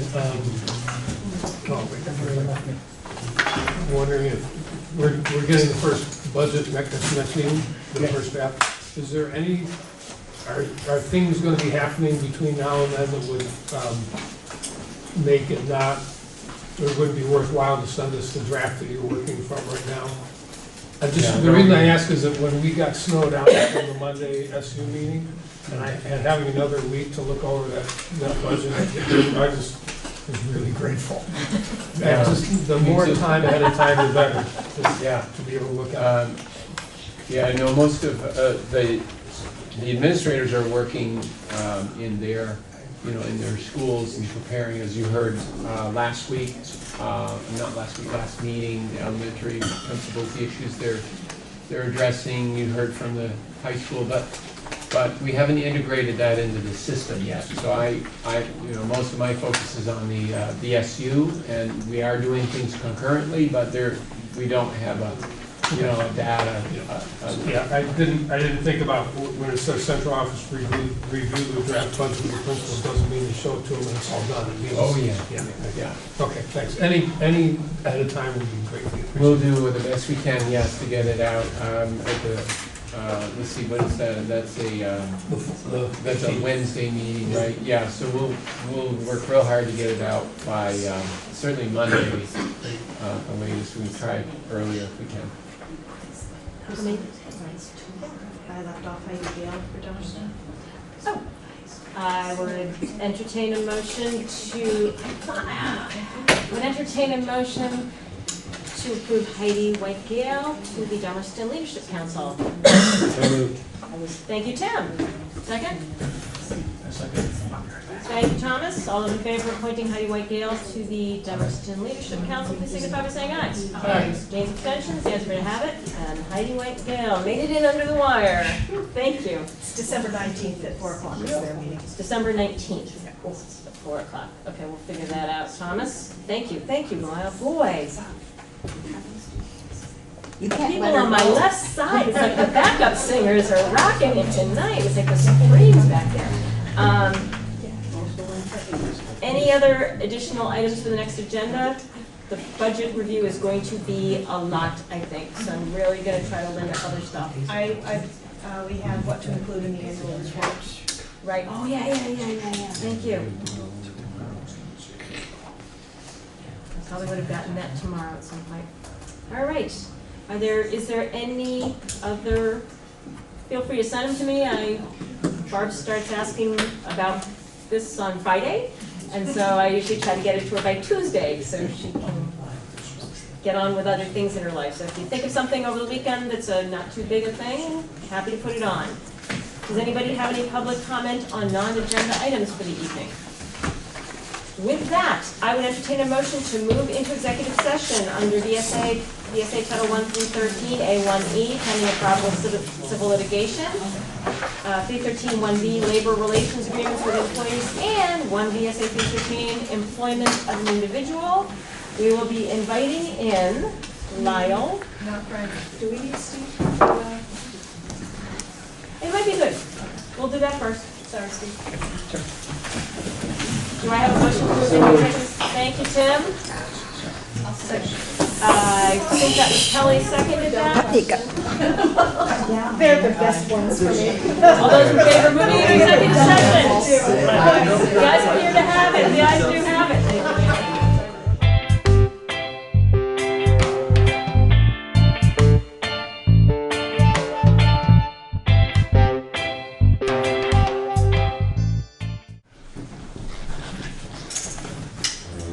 We will rise from executive session at 9:34. All rise. You actually are risen. And I would entertain a motion to accept the recommendation of administration and to rescind the letter of resignation from Leon Laster. Thank you, Ann. Is there a second? Second. Thank you. All those in favor of the motion to accept the recommendation of administration and to rescind the letter of resignation from Leon Laster, please signify by saying aye. Aye. Nays or abstentions? The ayes appear to have it. The ayes do have it. The motion carries. I would entertain a motion to adjourn. Madam Chair, there being no further business before this board, I move that we adjourn. Is there a second? Thank you, Thomas. All those in favor of adjournment at 9:35, please signify by saying aye. Aye. Nays, abstentions? The ayes appear to have it. The ayes do have it. And we are adjourned. Did my pad ever go back?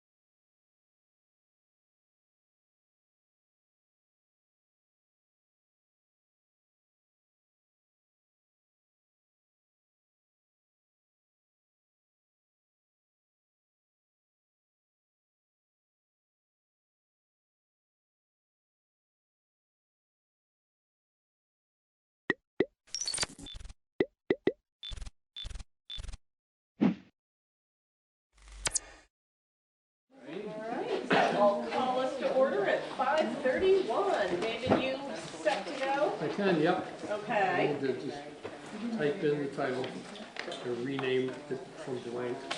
So we have a short agenda, but I think it will be a long meeting. So we'll start with the special ed budget. Very good. Maybe we should do a sign-in sheet, just because I don't know everybody. Oh, okay. And, you know, part of the minutes, you know, part, that would be helpful. And well, let's just at least introduce our presenters tonight. So I'm Frank Rucker, I'm the business administrator, and Christine. Christina Naylor, WSESD board. Tim Morris, WSESD board.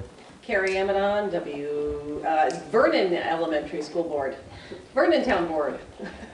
Ann Beekman, WSESD board. Marisa Duncan-Holly, Director of Special Education. Shelley Wilson, Assistant Special Ed Director. Joe Bearden, Coordinator of Special Education. I think you're just doing presenters. Oh, that's fine. Oh, Dave Scholes, town school. WSESD. Yeah, district, the D, district. Kelly Young, WSESD. Okay. All right. Take Good? it away. All righty, I'm going to stand for a little bit just because Okay. I've been sitting too long all day. Let me give you a little bit of an overview of what we sent you. I think it was on Friday. And I do have copies for anyone who would like. Anyone need a hard copy, Tim? I know I'm good. You're good? Anyone else? Hard copy? There we go. Yep, we got. Anyone at the table or anyone? Anyone? Anyone. Maybe right off the bat, we're gonna acknowledge that budget data is public information, but in some of the assumptions, we have to look at enrollment, and this is about the budget for special education students. And in some instances, enrollment is right down to one student in one town. So where we have enrollment data reference, we want that to stay non-public. You're free to review the data here, but when we post to the website, we will remove the enrollment data that gets down to those very identifiable statistics where you have one student in one town. So any hard copies that have gone to the public should probably come back because it would be. That page, yeah. So I think if we could just, before you leave, if we could take page 1 away from you, because page 2 has the enrollment data. Right. Was there another page, or is that something you guys are handing out? There is going to be a second handout, Okay. and I may as well hand that out now. You have some? Good. Yeah, I had the wrong date. Okay, I didn't have enough copies, so thank you, Shelley. Shelley's going to pass around another enrollment data document. I'll just pass them around. Yeah, there should be enough here.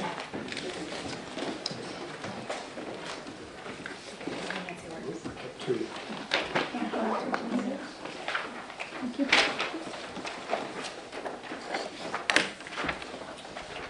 Thank you. So, in usual fashion, I'll do a little bit of an overview of the budget, the financial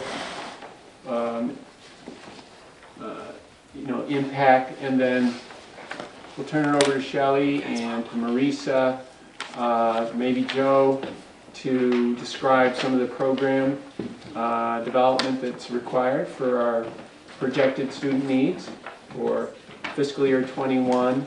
And then I would assume this board will want to spend a fair amount of time on the assessment methodology because it's new to all of us.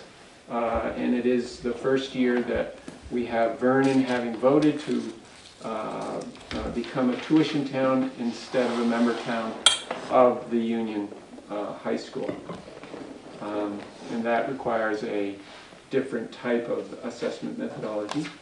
But we're still consistent with the methodology that you you folks all reviewed and approved at our November 25th meeting, so we can revisit that if we need to. So does that sound good for format tonight? Sounds good. Okay, very good. So our budget proposal. We'll come back to these first couple of pages of spreadsheet data, and if we flip to the page reference, it's at the bottom in the middle of the page. Okay, so I'm flipping to the budget data, which starts on page 445. We'll come back to this data as well, just giving you a little bit of a orientation on the report. So this budget's data starts with the revenues. Okay, so we'll talk about that. You see a lot of zeros and then a lot of variances there, and that has to do with us being a different entity in terms of doing business with Wyndham Southeast School District versus our prior separate districts. That's why you see that sort of inconsistency. And then also keep in mind revenues are in credits, so that's why you get the brackets. They're a credit and the expenses a debit. We'll as I say, we'll come back to that. But if you go to page 8, or now we'll go to what's called 11 of 45. It's the budget, page 8, but page 11 of 45. You see the total revenues. So after we talk about spending, we'll come back and understand a little bit better how the revenues are derived, and that has a lot to do with the assessment mechanism. But I think you will want to understand the spending piece first, because that drives the revenue. So page 8 is the beginning of the detail of the spending proposal. So we'll do just one more sort of a orientation of the pages, and we go all the way to the end, page 45 of 45. Okay. The very bottom number says grand total. That takes the difference between revenues and expenses.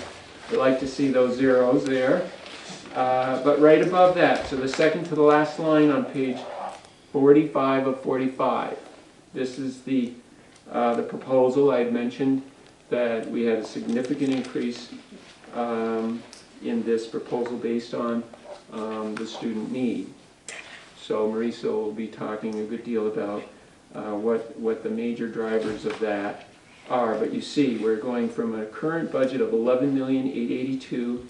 That's the middle column, and the proposed budget is $14,014,000, up $2.1 million. Keep in mind, we have executive session this evening, and we're going to talk about raises. There are no raises in this budget. So this assuming there would be a typical compensation raise for a negotiated agreement, this is missing another significant assumption, and I hope we can address that tonight. What about healthcare? Healthcare is in here because we had a tentative agreement, if you may recall. Kelly's committee, Sean was part of that, met with supervisory union and the supervisory so that is district. baked in. And the healthcare is included. Okay. Okay, so there you have it. There's the shocker. Copy of that, for some reason I'm ending on page 38. Oh, you're lucky. Yeah. Save $2 million, just like that. Yeah, just like that.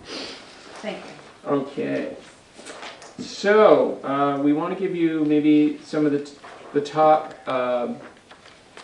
impact assumptions for that $2 million, and then I'm sure you'll have other questions, and then I'd like to turn it over to Marisa and to Shelley to talk more about the issues, and I think that's also where we'll come back to the other document that Shelley passed around, the enrollment, because obviously all of this is driven by student need.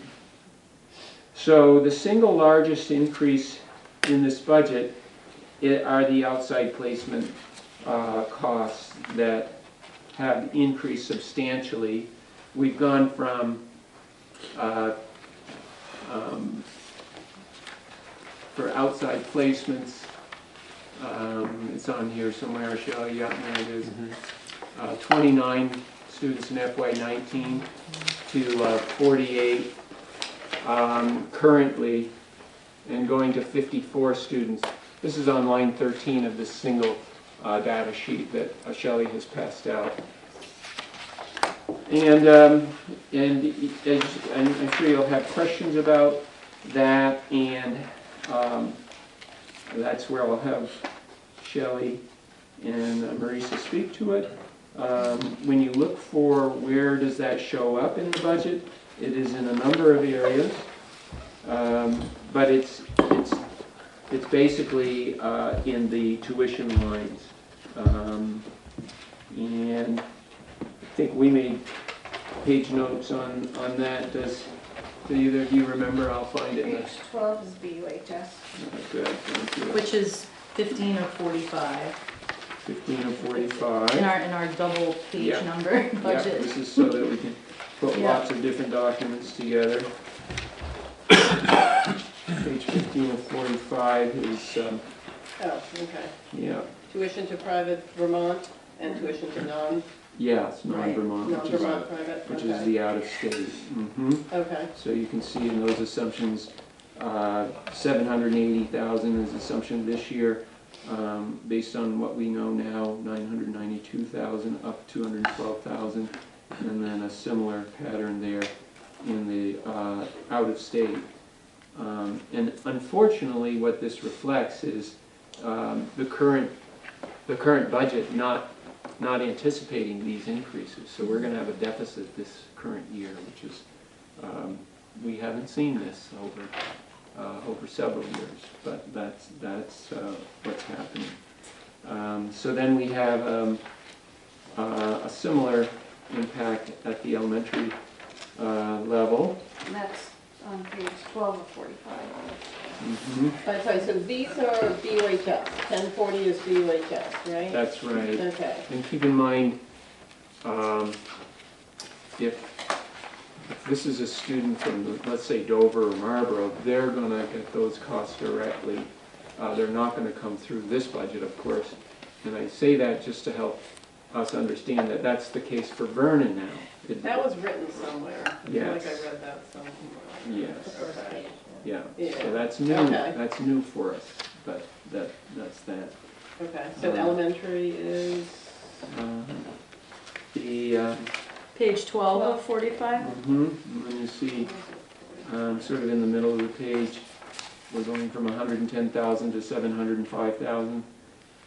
You see that sort of in the middle, and this is in the Brattleboro Town school systems. That's when you look at the far left under description, you see those descriptions, the BTS, Brattleboro Town Schools, is where we're seeing that significant increase in need. There's also an increase in the speech language. I recall that correctly? Yeah. And the speech language is in the district-wide budget. And it was a new position that was needed based on the student needs. That's on page 34 of 45. So these would be the top cost drivers. I think this is the last one that I want. Is this the speech language pathologist or the communication facility? The speech language you see right at the top of the page. The current budget's 367 and the proposed is 507. That's for additional FTEs for speech language, an increase of 133,000. It's like 4048 is district-wide? That's right. Thank you. I didn't bring my little key with me. Yes, it's I got mine. always handy. Very handy. I did put that on the website too. It's under business. There's SU Finance, and we have a number of those sort of reference documents there for the general public and for you. So those are the major cost drivers. And as far as why is this happening, I don't know if we have an answer for that, in that so much of it is folks moving in to the area with high needs, students. But it's the reality that we are addressing. So shall we have Shelley and Joe and Marisa give you a little more of an overview, or do you want to just start off with questions? What works for everyone? I'm fine getting sort of a deeper dive and then maybe doing general or questions after, if that seems good, unless someone's got something right off the top that you need an explanation of. Right, then we let you guys describe the need, and you know, to some extent the enrollment document helps us understand the change in our population. So, turn it over to you. Sure. I would say probably over the past 3 years, but especially this year, you know, we've really seen a changing, more complex children coming through the school district. Kids with a lot of high needs, and the services that we have within the schools, though they help to support some students, sometimes those students' needs are just so great that we really don't have the resources to support the students. So we send them into out-of-district placements.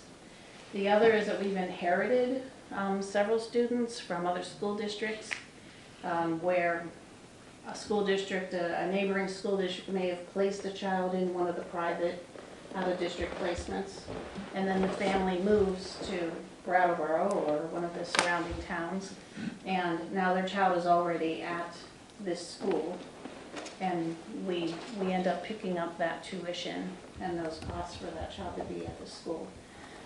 We do try to look at each one of those cases individually, but as you know, if the child's there, we can't just say, no, you know, now you're going to be part of Wyndham Southeast in the public school. So that can take some time also to figure out what the need is for that student.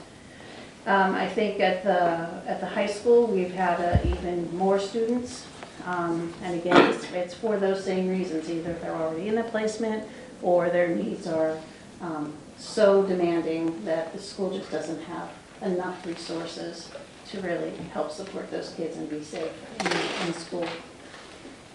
We're working on it every day to figure out, you know, how to sort of move past this and build services and programs, but there have been just so many kids moving in that it's been very challenging to keep up with the need. I don't know if either of you have anything to add to that? I would just piggyback on a comment about the out-of-district placements, is that something that I think has become more driving that out-of-district placement category, at least the last 2 years, and I would say it's sort of, you know, popped open about a year ago, right after we did the budget, right after, you know, we kind of got through the December time frame, is that it's not uncommon for DCF to, you know, they have been, it seems as though, at least anecdotal data, and the hard data I'm sure does support that there are more students in DCF custody, whether it's for a short period of time or a long period of time.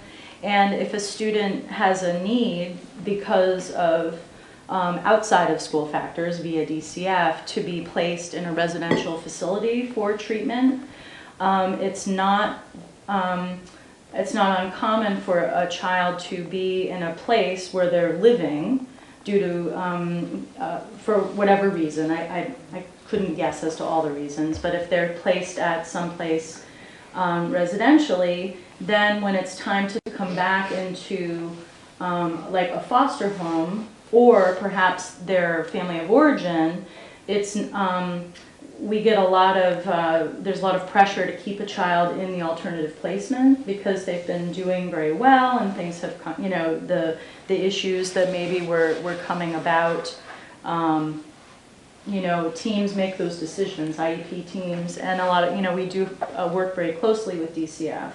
I think that in a lot of times our goal is always for, you know, a student to be educated in their neighborhood school with their peers. But I, you know, have noticed over the last couple of years that it's harder to get kids back, and a lot of times it's due to things that we can't control, like where they live in placement. Another chair? Yeah, and I guess at the secondary level, you know, middle school, and particularly the high school as well, just that in our community as a whole, we're seeing more and more need, more and more kids having some systemic challenges in their family structures and all kinds of other things that are happening to them. And as they age, that group is getting into the high school and older levels now.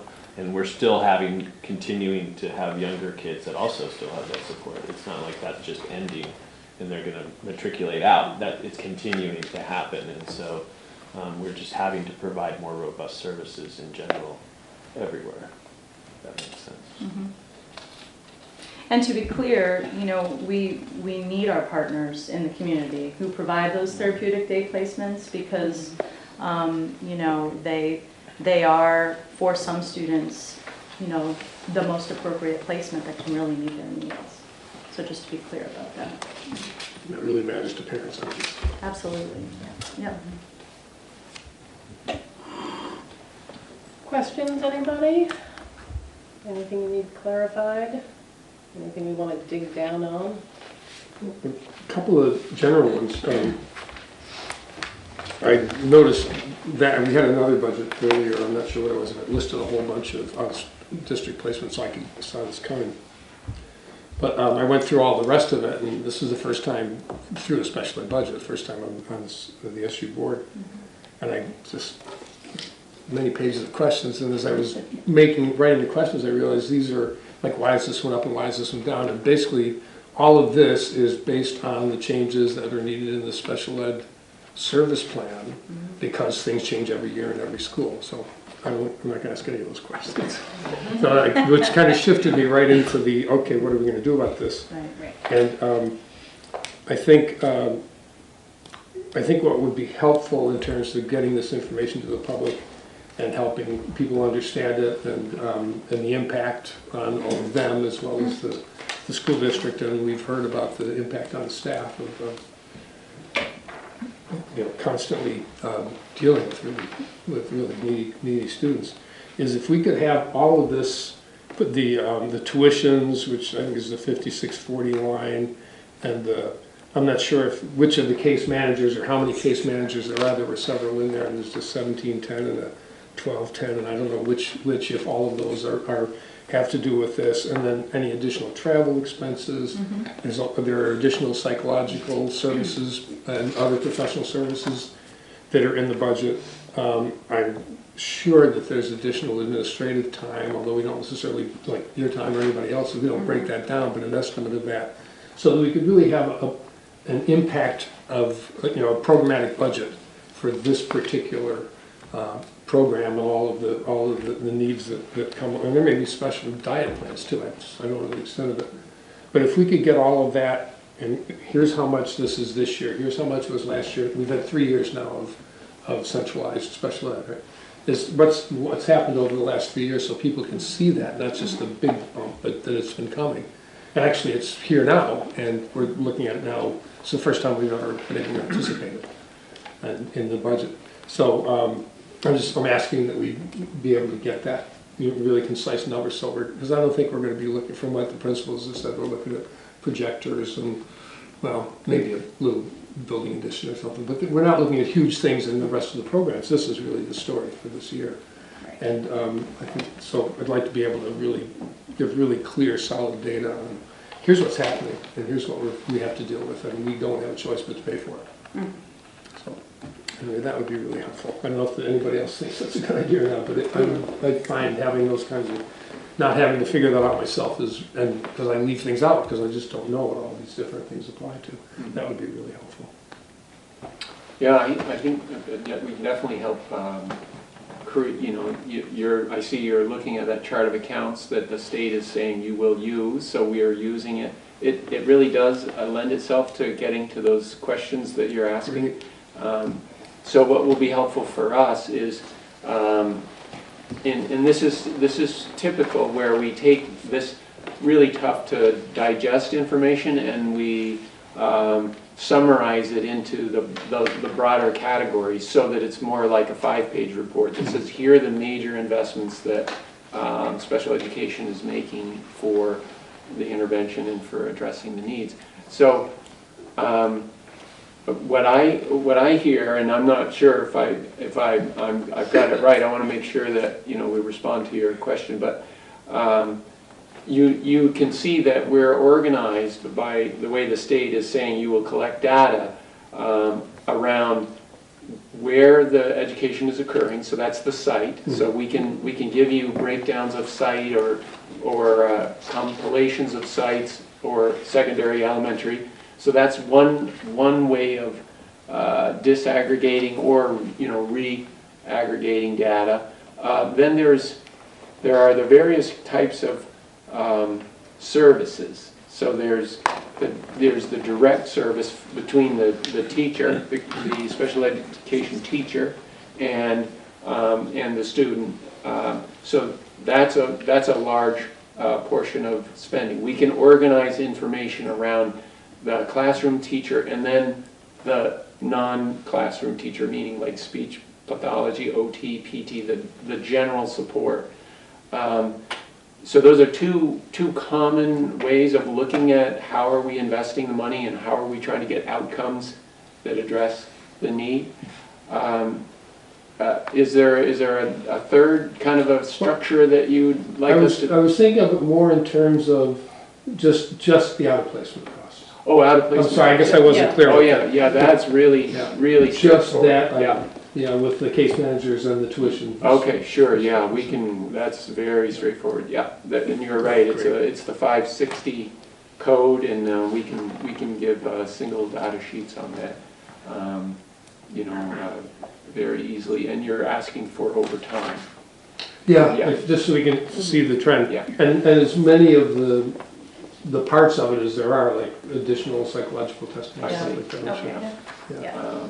Well, and we have out-of-district case managers who are hired and assigned specifically to case manage, students who are in outplacements, and we need another one for next year to help to manage, because the needs of there's a lot more meetings, there's a lot more communication, sometimes there's a lot of travel involved. Yeah, and there's only so many of those cases that one person can manage. Right, effectively. Yeah, right. Which is kind of important. Yeah, And then, absolutely. Shelley, you might want to highlight the data that we reviewed specifically about that issue that David's raising. I mentioned it briefly, that line 13 on this single page. But as far as, did you need a copy? No, I noticed that Franz doesn't have it, but maybe you found it online or something. The budget. I don't have any. You don't have any? You got that. Well, I got two. Sample. How about that big fat one? Thank you. Appreciate it. So, Shelley, if you would just kind of describe that pattern, and it's a U-shaped pattern. So you might mention the strategies that were put in place in fiscal year 17 to address what was a trend going higher. Yeah. And then we had the STEP program development across the region that really seemed to address the outside placement issue. But I'll let Marisa Shelley speak to that. It's gone in a different direction. You want to start or you want me to? Go ahead. Okay. So as you can see where it says total SE students on site in this first bundle. So in 17, this is based on our child count. These past numbers or not? Yeah, did you want to speak specifically about line 9, or excuse me, line 13, Frank? Yeah, and David's point is really it's very significant. Right. It's the most significant impact. I see where you're going with it. So I can, all right, I think I know where Frank's going here. Especially, it's, in order to get this historical data, going backwards, and at the risk of, I don't want to sound like a complainer, but the way that it's collecting special ed data has been super challenging, especially since 2015, when the publicly posted child count data hasn't been distributed on the website. It used to be just on the AOE website. We could take the data down, manipulate it in Excel. It was a lot easier and less time consuming to really dig in and get that data for our district. Coupled with the database system that we use is actually, it's not, I don't know how to explain it. It's a server as opposed to a database. Does that sound right?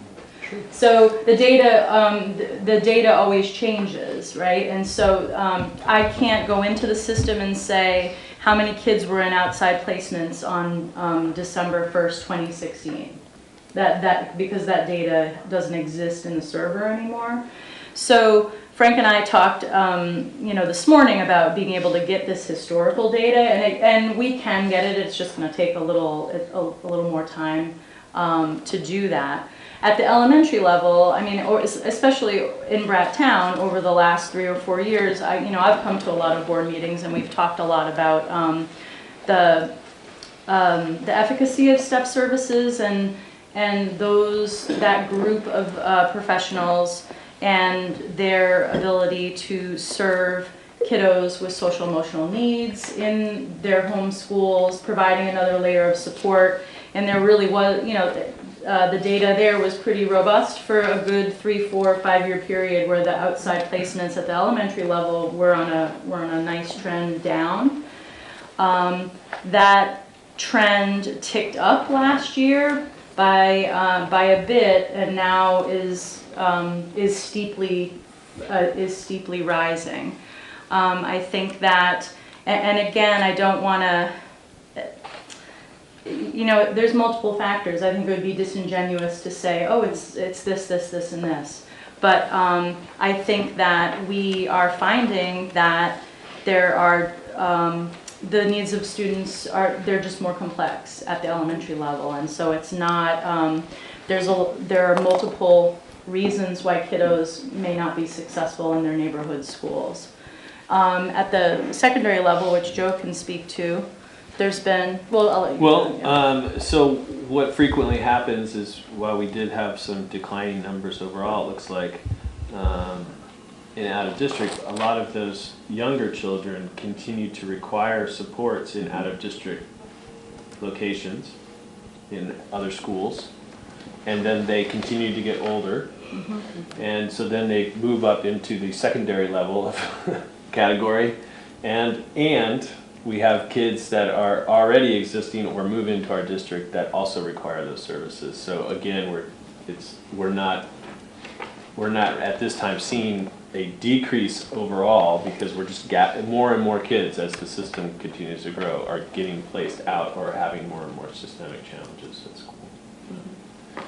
So, and furthermore, we haven't had a robust behavioral support service to the same extent implemented and staffed at the same level as the elementary schools that do have STEP services. We've modeled something that's similar to it at the high school and to some extent at the middle school, but it's not staffed at nearly the level even of what is at one elementary school for step services, and we have half of the students in the district. So if that, in the SU, so as far as numbers go. So we are understaffed, and that is not, there's no anticipated increases in those staffing in this budget, if that makes sense. So we have an ask for more. There's another social worker. There is one social worker, correct. For the high school. Thank you.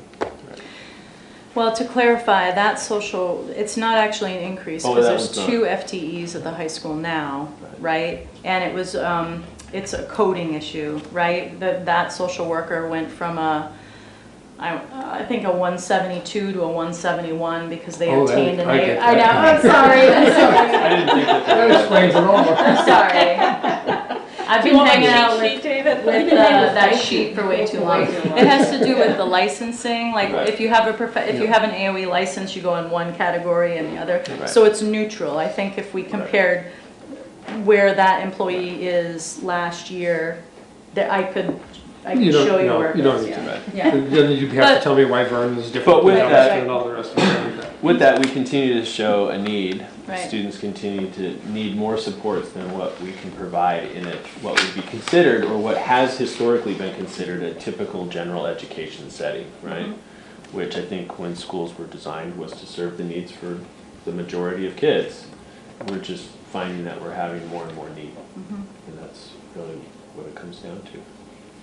And just to talk about the whole, how we've implemented a model at the elementary school and then how that evolves into middle school, high school, is that I think that, Joe and the feedback from he and Marisa, who I don't really do a lot of overseeing at the middle school, high school, but the efficacy of having social workers as opposed to behavior interventionists, I think was a real discovery that came about a couple years ago, that it's the age of the kids, it was we were getting a little more traction by having a different type of model, whereas 6-year-olds might respond to a support plan, whereas an older child might respond better to a different type of support. And frankly, that's evolving at the elementary level as well. Basically, we're finding that we need to have really a multi-pronged approach to support the kids. The STEP was designed as an ABA behavioralist program, and they're realizing there's also still even more social emotional work that can be done as well, and we're trying to do the same thing at the secondary level. So we have a behavioralist as well as social work staff. Was the academic dean added also last year to kind of address some of those needs? That was my understanding, and I missed. From BUHS? At the BUHS. Correct. So starting this year, they brought back as an additional administrator, a dean of students. Correct. Yeah. That person is there to typically does most of the discipline in the building, as well as just it's more kind of like a family liaison in a lot of ways too. I hate to think of that person having to just do discipline all day, because I know all the positive things in rapport building that the person does with kids and families. I think I recollect it was said that this position was to support students with greater needs that would fall under this same sort of category that we're discussing. It would. However, that would be all students, and we're looking just at the specific 100 and 14 for the coming year, 127 right now at the high school alone, and that person also supports all 750 or 800 students at the high school, if that makes sense. It's not a special ed specific position. Right. Yeah. But I thought there was like a lot of supporting of behavior issues, particularly with this, as opposed to a more, that was my recollection, but correct. That could be faulty. Oh yeah, no, it's very supportive. Okay. So that's a kind of a recap, and I've just mentioned for some of you that may have observed the SU budget over the years, this group was very excited about the impact the STEP program and that investment had on these statistics that, David, you brought to the attention. We ran surpluses 4 years ago in special ed because when you looked at historical patterns of outside placements, we said, well, maybe we can intervene earlier and be more effective. The STEP program appeared to have been effective, and we ran surpluses, but then if the student isn't with us, they move in at the 7th, 8th, 9th grade level, as you see in this chart here. We haven't had the opportunity to apply those resources, and that trend is very significant. A quick recap on this topic, and we can get you a report on this, but when I just go into the accounting system and I say, what is the total tuition that you were asking about? So here's 4 numbers. Fiscal year, and I'll send this to you. Fiscal year 19 budget was $1,500,000. The actual was $1,600,000, so it wasn't too different. The next year is where we saw the favorable developments from STEP programming create a budget surplus when we put together the FY20. So we went from 1.6 million down to 1.3 million in outside placements. That's gone against us in a big way with the move-ins, and that's why what we know right now, we've gone to 2.4 million in outside placements, so if you add up all of those tuition lines. So that's where we are. Hello. From my little artist. The late load, also So that's our, I just have one other question, is that the BUHS on-site numbers, this year look to be 114 versus 127. So for 21 is 114, and FY20 is 127, yet we're adding a special education teacher at the, I can guess the answer, but I'd like. Well, right now, I mean, we're under because we have all these choice students, and other districts sending their students to us.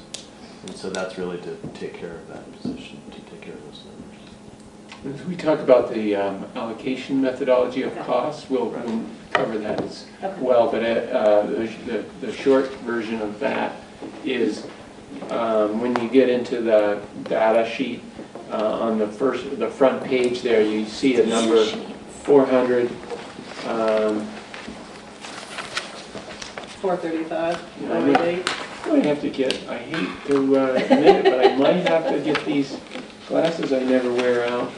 It's just getting low light here. Here we go. Well, the size of the font.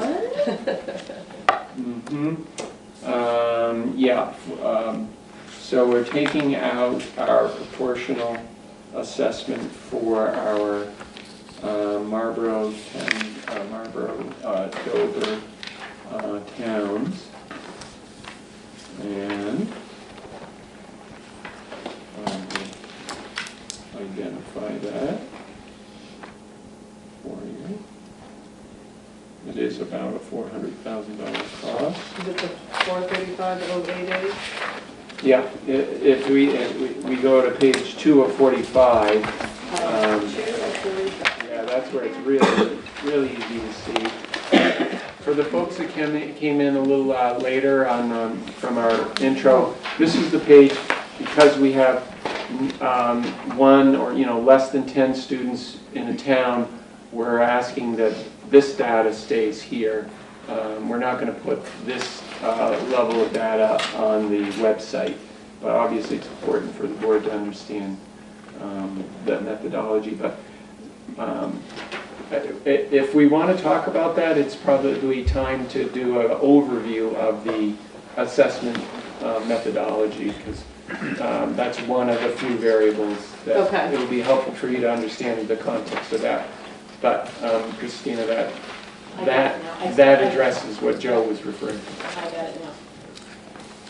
Do we want to jump into that? Well, let me just make sure I'm understanding what you two were saying. So those students are not counted in the 114? That's right. So that does not include a Dover student or a Marlboro student? Okay, because the money doesn't come with them. No, the money does come in, and the big picture question you're asking, which is a great segue into this whole, how do we share costs? Yeah. Is, at the elementary level, we're still a supervisory union with Vernon, just like Brattleboro or Dummerston or any other town in the supervisory union. So K through 6, and that would include K8 for Dummerston and Putney. So at the elementary school level, we're using the methodology that this board approved on the 25th, which is we're all in. It just doesn't, we're all in, and it's a regular ed proportional share. But when we get to the secondary level, Vernon is no longer in that same category. But Vernon is not like Dover. And the difference at the secondary level is that the state is going to pay the Wyndham Southeast Supervisory Union for the Vernon special ed kids. They're not going to pay Wyndham Southeast Supervisory Union for the Dover kids. That's the difference when we get to tuition towns. So that's why some costs we share, but some we make sure that we don't. And so costs for the Dover Marlboro group, they need to be pulled out of the budget that you're looking at, because we'll get 100% reimbursement for those costs from those towns. Okay. So we don't want to lump them in. The other things that we're pulling out of the total budget, the 14 million, is those outside placement costs at the secondary level. So at the secondary level, the state funding formula does not allow the Wyndham Southeast School District to assign as part of a cost reimbursement to, say, Dover, the cost, that 2.4 million that we just talked about, if that's a Brattleboro student or if that's a Putney student. There is no provision that says you can have a tuition town help pay for special education costs other than their own costs. So I don't know if that's clear, but It started unclear, it got clearer at the end. so maybe it helps to just look at that first page now, if we want to. Are we ready to kind of jump into the allocation? So I've given you the overview. We can do it. Yeah, I've given you the overview, which is basically, you know, the SU has K-12 costs, right? And we actually have a triple E cost as well. But the SU has K-12 costs for special education by law. And last year, we just said 11.8 million, and here's the proportional share for each town of regular ed, and there's the assessment. We were done. This year, we have to say, let's understand K6 and K8 costs at the building level for the Wyndham Southeast Supervisory Union member towns, which is everybody in this area. And we'll apply that statistic, which we've done. But at the secondary level, we have to do the following. So the following is, first, on page 1 of 45, we look at all of the costs in the location 1040, which is the high school and bands. That's 5,192,000. So this budget you have right here, when we plug in, give me all costs of 1040, it's 5,192,000. Then our objective here is to share a cost appropriately, meaning if the SU is spending 5,192,000, the SU, as you know, doesn't tax. The SU has to be reimbursed either by the tuition town, by the member town, or by the state. Okay, so that's what we're trying to get to. How much do we allocate of this cost to those three entities? Okay, it's pretty straightforward. But now we want to make sure we don't have costs that shouldn't be shared, and we want to make sure we have costs that if they're not recorded in the 1040, the high school location code, then we want to make sure they get in there. So that's the second number. Line 2 is 386,000.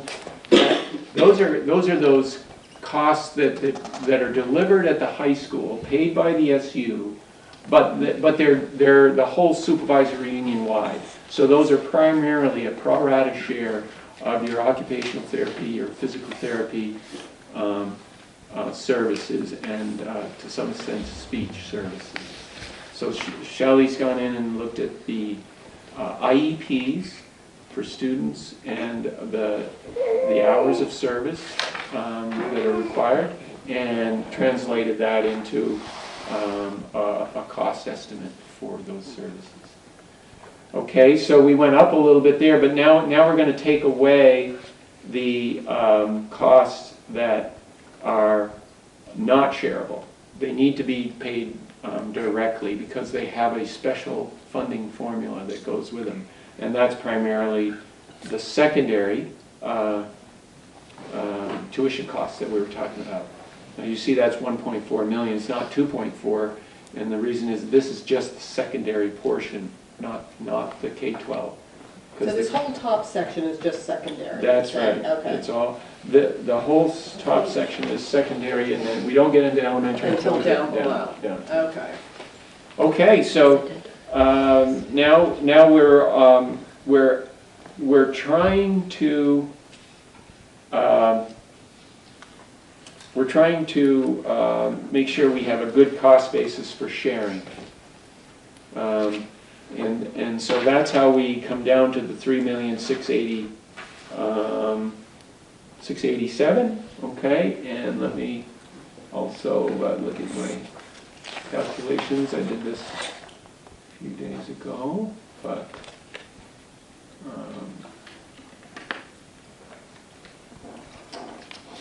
that 452, I want to give you an explanation of that.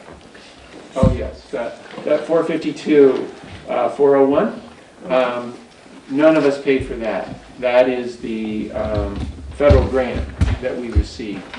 And it's the IDEA grant, you may have heard of it. Mm-hmm. And that grant pays primarily for administration.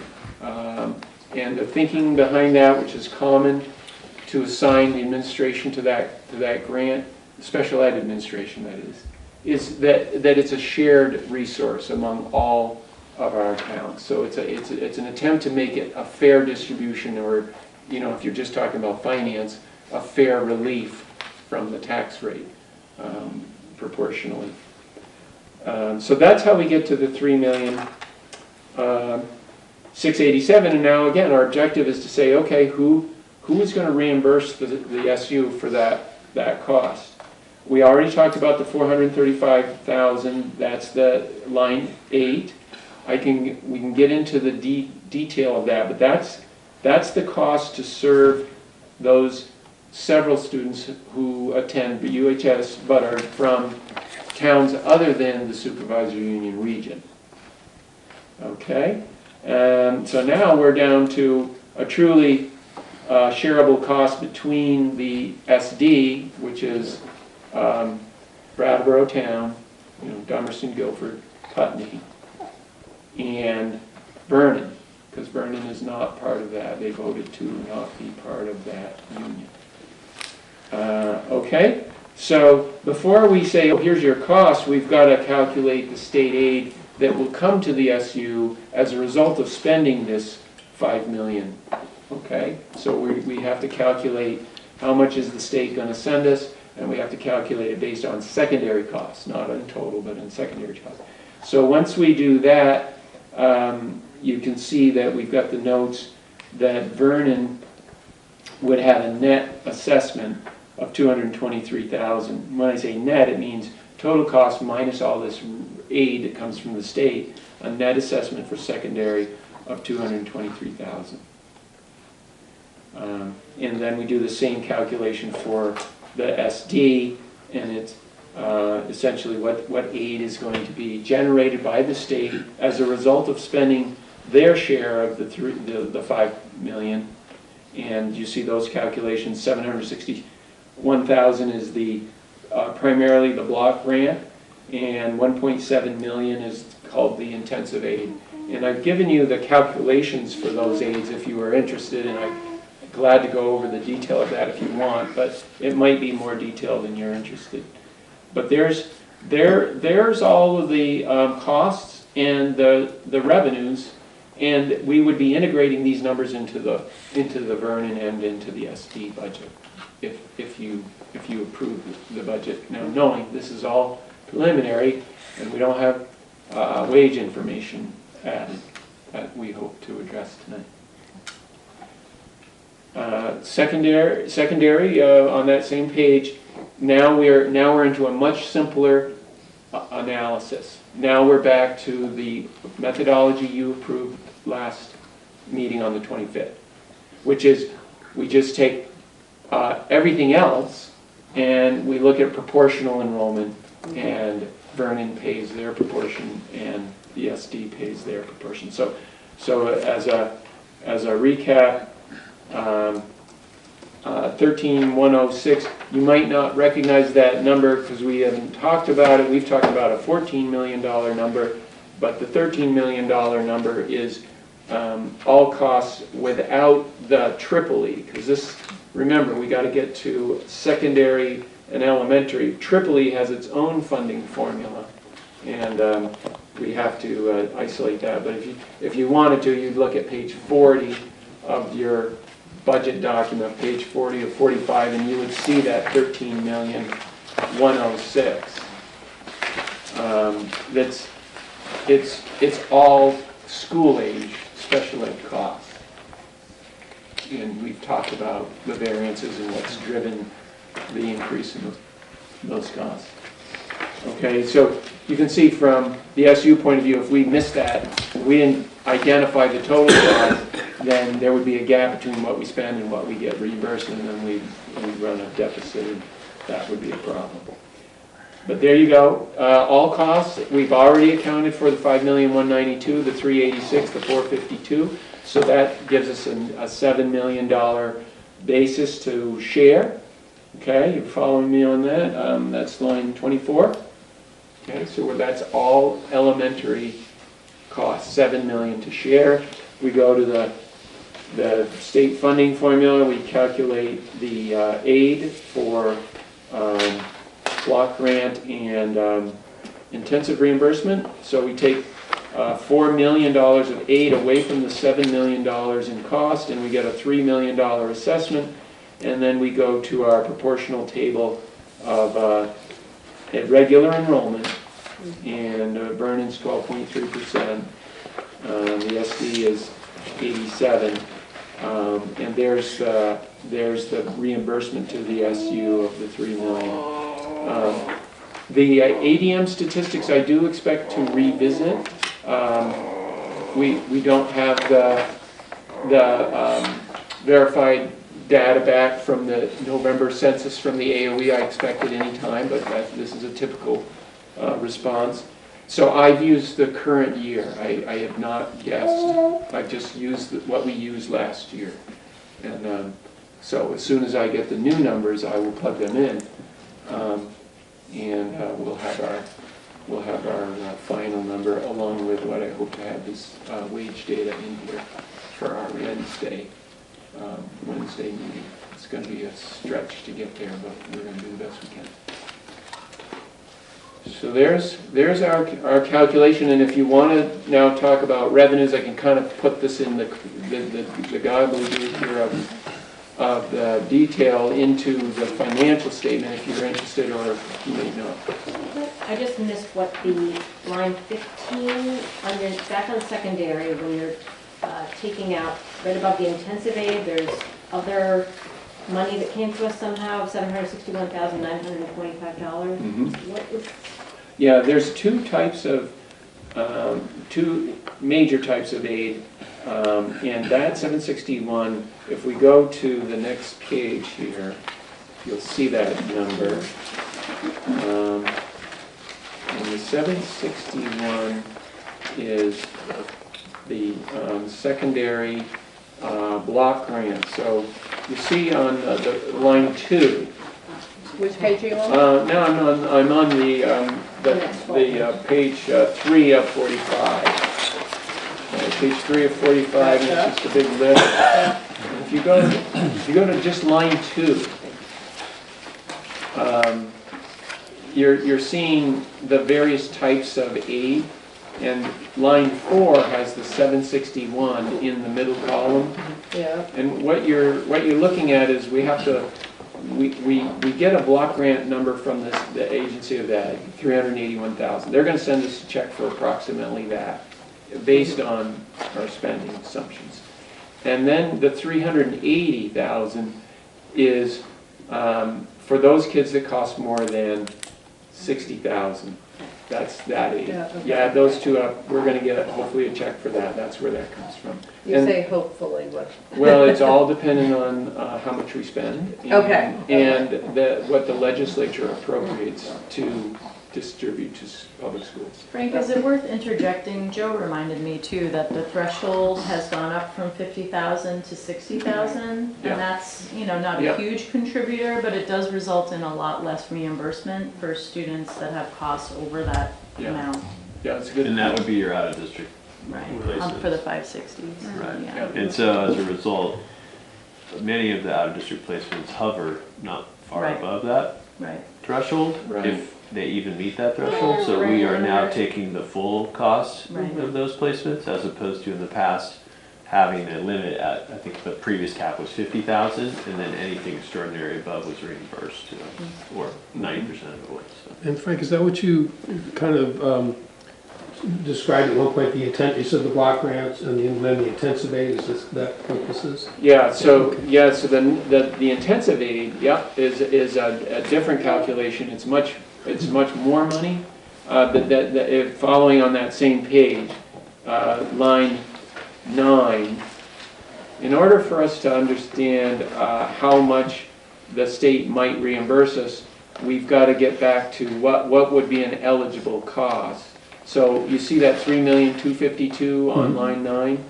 We calculated that earlier, we talked about it. I know I'm throwing a lot of numbers at you so you wouldn't remember it, but it's back here, it's on line 8, or line 9. It's the shareable cost. Okay, so we have to identify the shareable cost, and the purpose of this is the state doesn't want us to make a profit, and they don't want to pay us twice. So we again come back to how much are we spending, then we have to subtract out all the aid that we're already getting, you know, which is the grant, the money from the tuition towns, and this block grant money.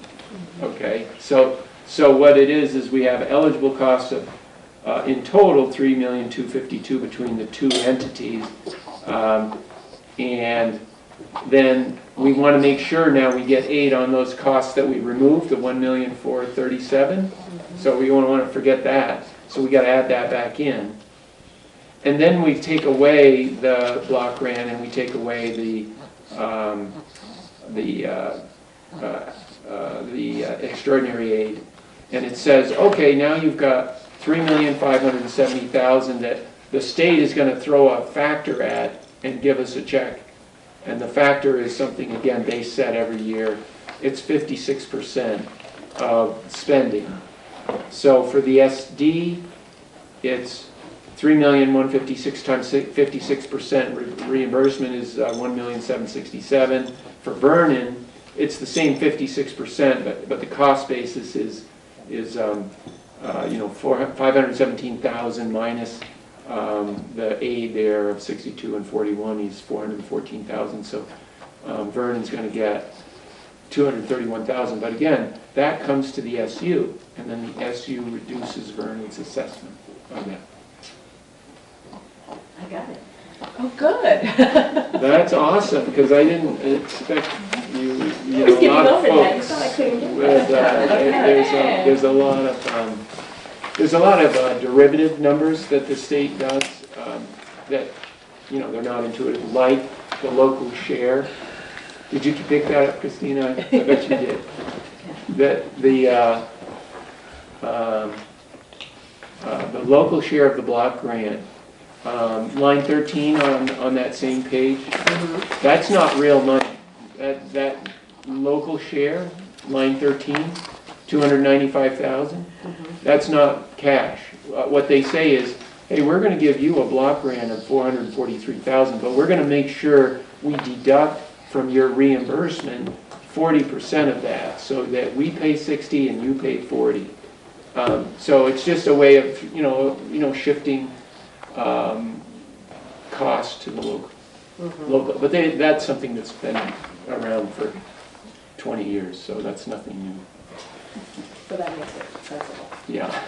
Yeah, there you go. So those processes and assumptions and methodologies that you've approved along with the state aid funding formula all get interpreted into revenue assumptions. And maybe it's actually easier to look at the bottom of page 3 of 45 for the totals.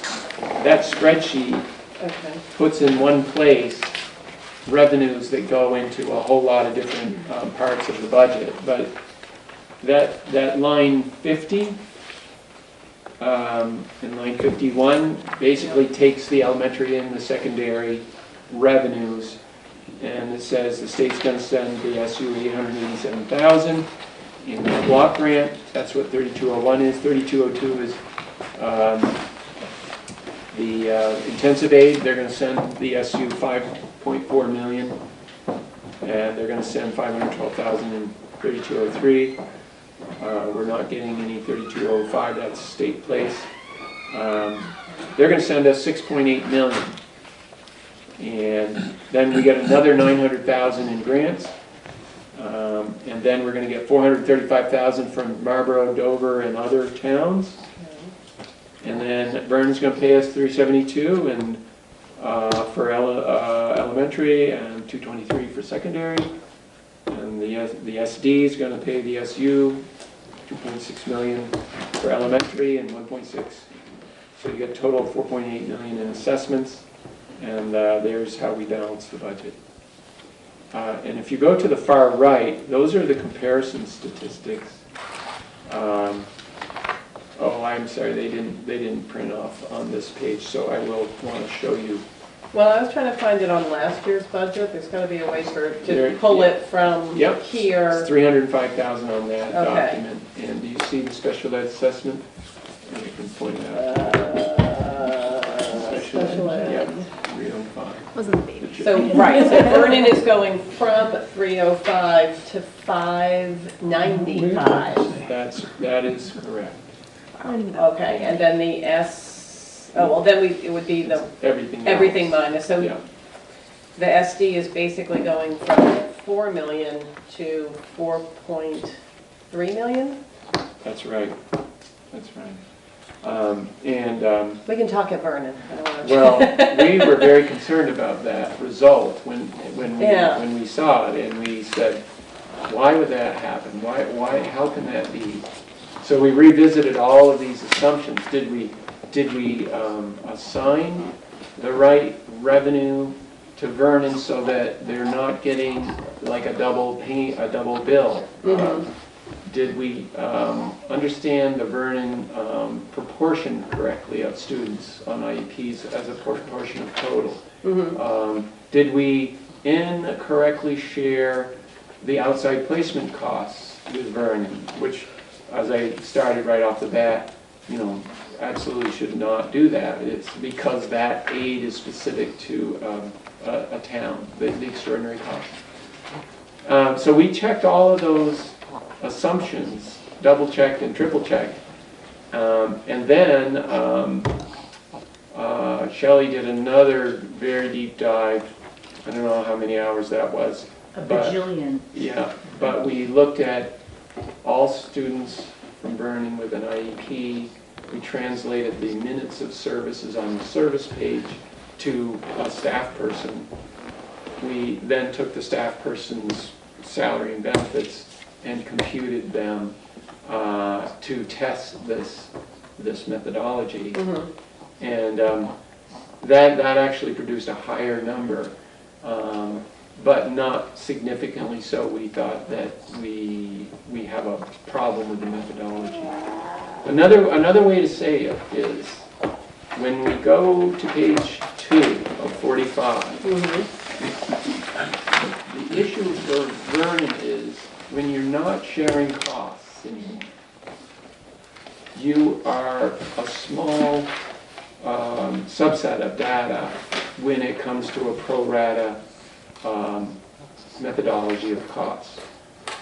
So instead of being 165 kids out of 2,300, that's the regular ed. Vernon's 165 as a proportion of 2,000, the whole region. Now it's on column A on page 2. It's out of a small set of 157 students with IEPs. Vernon has 25 of those. 25 divided by 157 is 517,000, or it's 16% of that total. That's the number that we tested, and we said, does that make any sense? That 25 kids out of 157 would generate a $500,000 bill? And the answer was, if we got into job cost work and cost accounting, that number was closer to 600,000. So it says that Vernon's still getting the benefit of some sharing, but nothing to the extent that you were when you were part of the member, the whole region. But what's also conspicuous in the data is that Brattleboro Town has had the largest increase in outside placements, and Vernon is not sharing. I think if I was in Vernon, I would be the most, that would be the most concern I would have is, am I having to pay, I'm a tuition town, I know I'm going to pay every time a student enrolls at UHS or Northfield Mount Herman or wherever the choice allows, I'm going to pay an invoice, but I don't want to be paying, for something that I don't participate in, and that's all part of state law. So that's the thing we took a lot of time to test, and we're confident that that's or another way to say it, you can look at student IEP data and you can identify over $517,000 of costs that are very, very visible. So then the question is, okay, if 517 is okay, did we get the right aid assigned to Vernon? So you're not paying 517, but you're paying, your fair share after the aid comes back. And that's again where we double, triple check those numbers. But I think it's really important that you ask those questions. If you don't understand it, we can break it down. There's a lot of confidentiality in terms of looking at actual student data, but we have the data,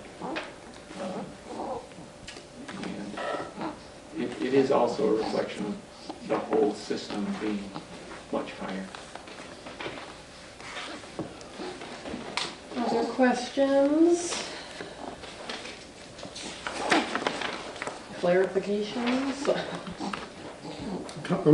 I guess more informational, I think, for me. Frank had mentioned the years that we had surpluses, and part of that was early intervention, particularly K through 3, was really effective. But early intervention doesn't work with these out-of-district placements, obviously. So there's not, that's not going to work. I'm wondering what approach. I guess I'm wondering specifically about restorative justice as a much greater and much more conscious effort in terms of changing the culture of the schools, as opposed to trying to just keep focusing on these individual kids when they show up. Hiring, I know with the elementary school, Brattleboro, when we hired one and then another social worker, the intention was to work with families and not just help make sure they had food and shelter, but that the parents had, if there were opportunities, that they would try and connect them with, like with folk rehab or community college or whatever, to try and help people get out of poverty as well, but basically looking at the whole, the wraparound, or whatever the current description is of helping, dealing with the whole family. It seems like that's, right now, that's one option that might make a difference, and I only know based on what people have told me. We had a presentation at the SD board at the last meeting. But one of the things they suggested was a coordinator for those services for restorative justice to coordinate the efforts and scale it up a little bit. I'm just wondering do you have any attitude or ideas about that? I know it's not really your field, but it is in a sense. Right. I think that the students that we're talking about have been through a lot in their personal lives. And I feel like I don't know enough about restorative justice, but I don't know, that might help in the moment, but I don't know that that helps.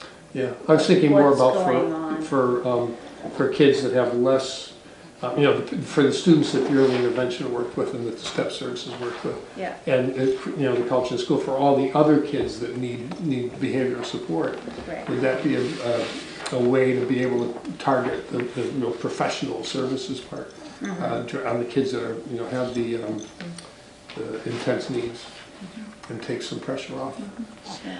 I definitely think it's a factor. I mean, I think that one of the things that we've been doing as an administrative group over this last year is really, I mean, we Act 173 is coming into fruition here very shortly. I mean, we're working, we as a leadership group are working on, a long-term plan as to how are we going to implement the myriad of findings from this. This is a huge change in special education service delivery mandated, from the legislature. And, starting in August, we've been getting, the state has been sending out, like, here are the 4 things that we're focusing on as a state, and this is what we are expecting you, school district, to do and implement. And I think that the recommendations are not maybe as concrete as I would like them. I just want, like, do these exact things and everything will be better. It's certainly not that simple. I mean, we have a lot of work to do as a group and as a whole system, not just special ed, right? And so I think that some of the work that we've been doing at leadership, like we have we keep changing his job title, but right now he's the behavior coach, Greg Stoller. He's a BCBA. He's also a school counselor. And he's been meeting with, throughout this year since last spring, meeting with the school counselors, and as a group they are talking about social and emotional learning and doing research into what's the research base for social and emotional learning. Like, we have all these great sort of, I don't want to say siloed, but sometimes they are a little siloed. Like, this school might be doing restorative justice. This school might have STEP and a social worker, and they might have, the counselor doing lunch buddy groups. I mean, I'm being a little flip, but we're those things all work. Exactly. And why is this school seeing such robust results with this type of program and this school isn't, or vice versa? And so, through that lens, they are doing work to, to report back to the leadership group. Like, this is what we're doing in our schools. This is what's working. This is what is not as effective, and hopefully, doing some research into the literature onto what practices are effective and what ones are not so effective. Because we obviously want to do things that are effective for our students, for all our students. Did that answer your question? Yeah. Well, yeah. I mean, I think. Yeah, well, it's really helpful. I mean, the question is, and I think it's a question for the board: are we going to add a coordinator for those for those practices and try and expand them? Right. Or are we going to do that? Because we're not going to put it on you. That's for sure.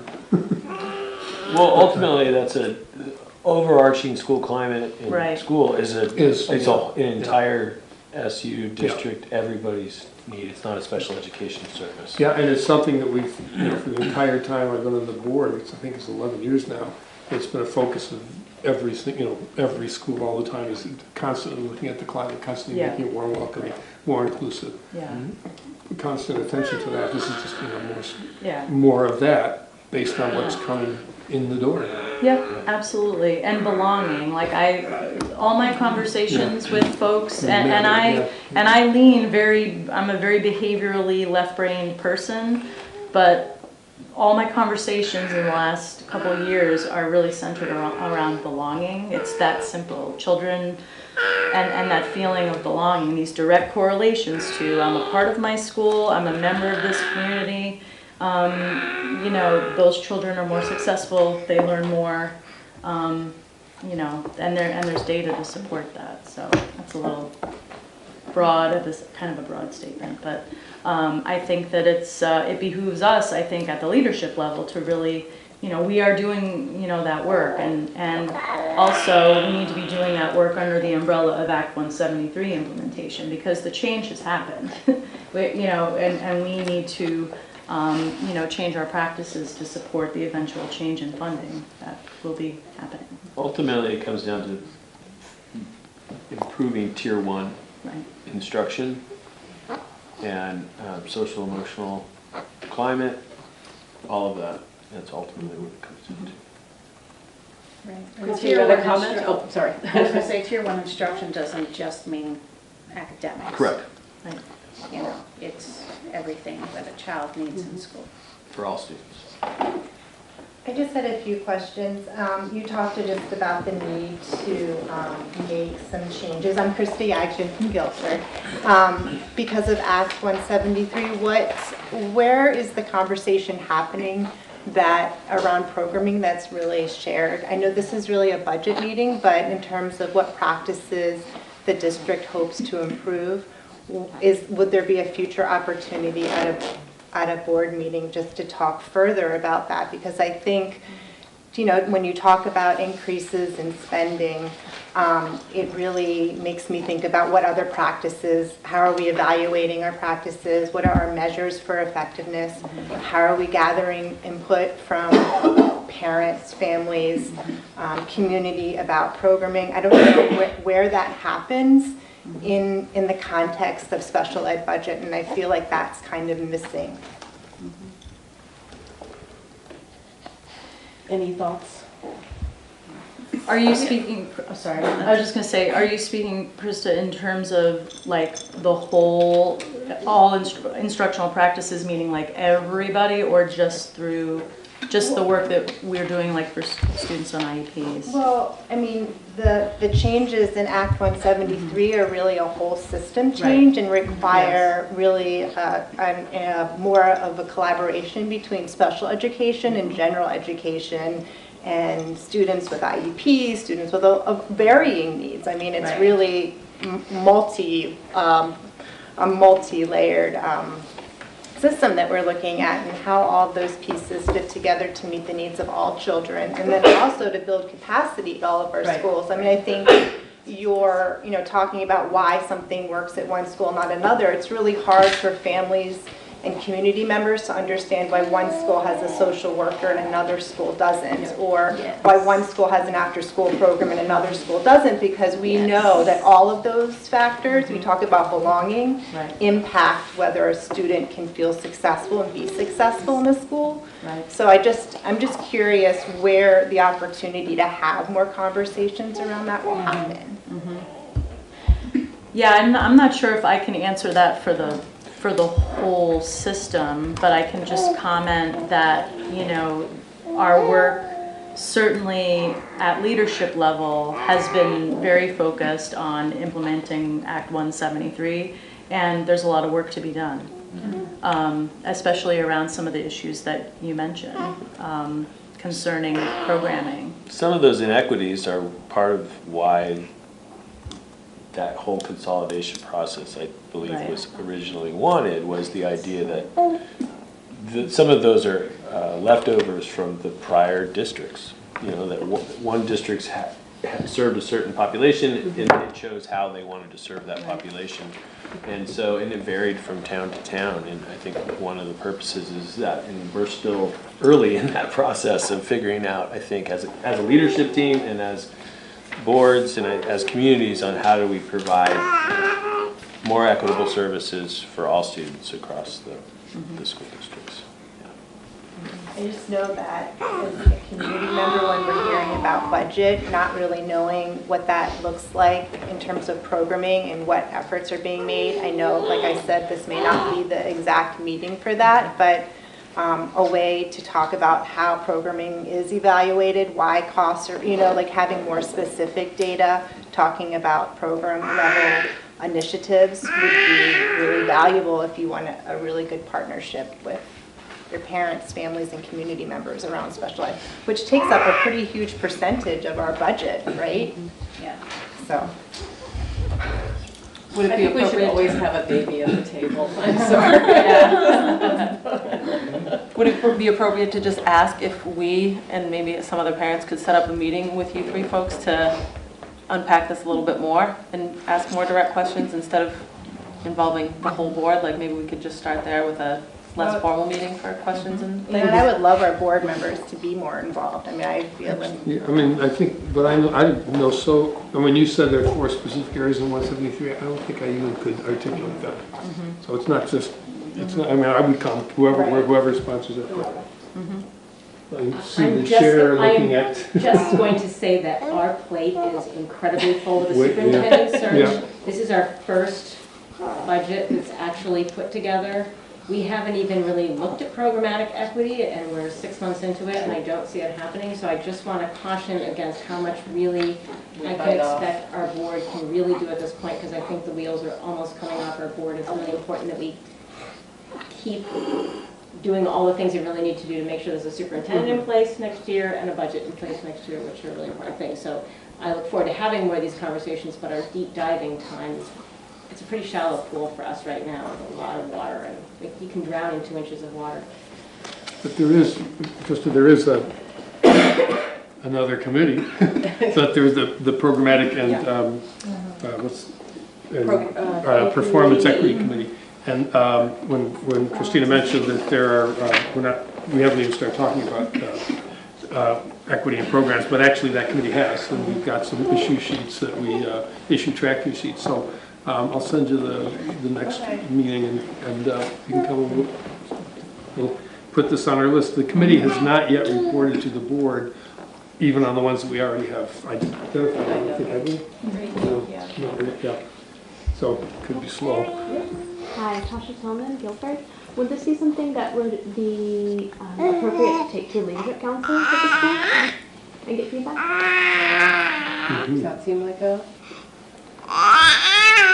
They've been established. Guilford and Putney.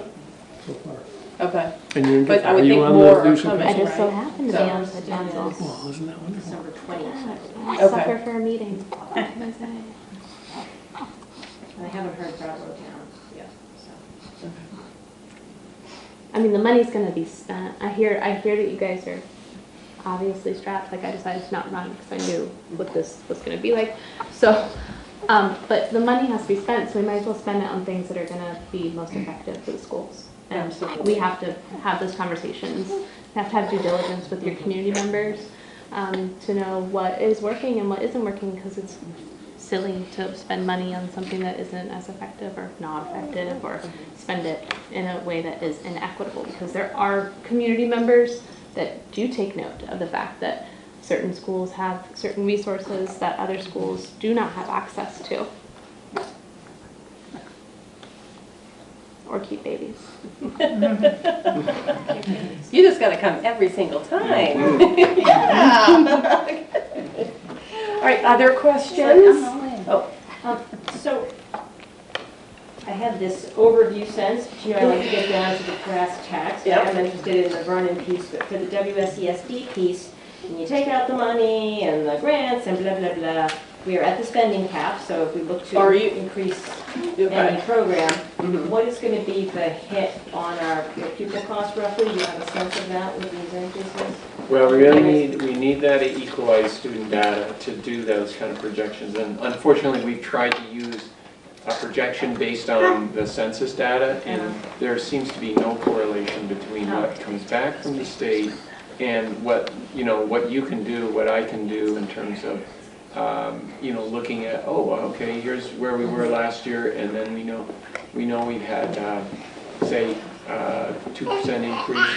I don't know, David, if you remember that, it was 3 years ago in Brattleboro town, we had a substantial increase in equalized student, in regular enrollment, and we were thinking, hip hip hooray, this is going to be the year we get to really invest in these programs and it was the opposite in a significant way, and it's really problematic. So the best I can do is take the current statistic, and I can impose this impact, and then we can have that discussion on the 18th. I would love to.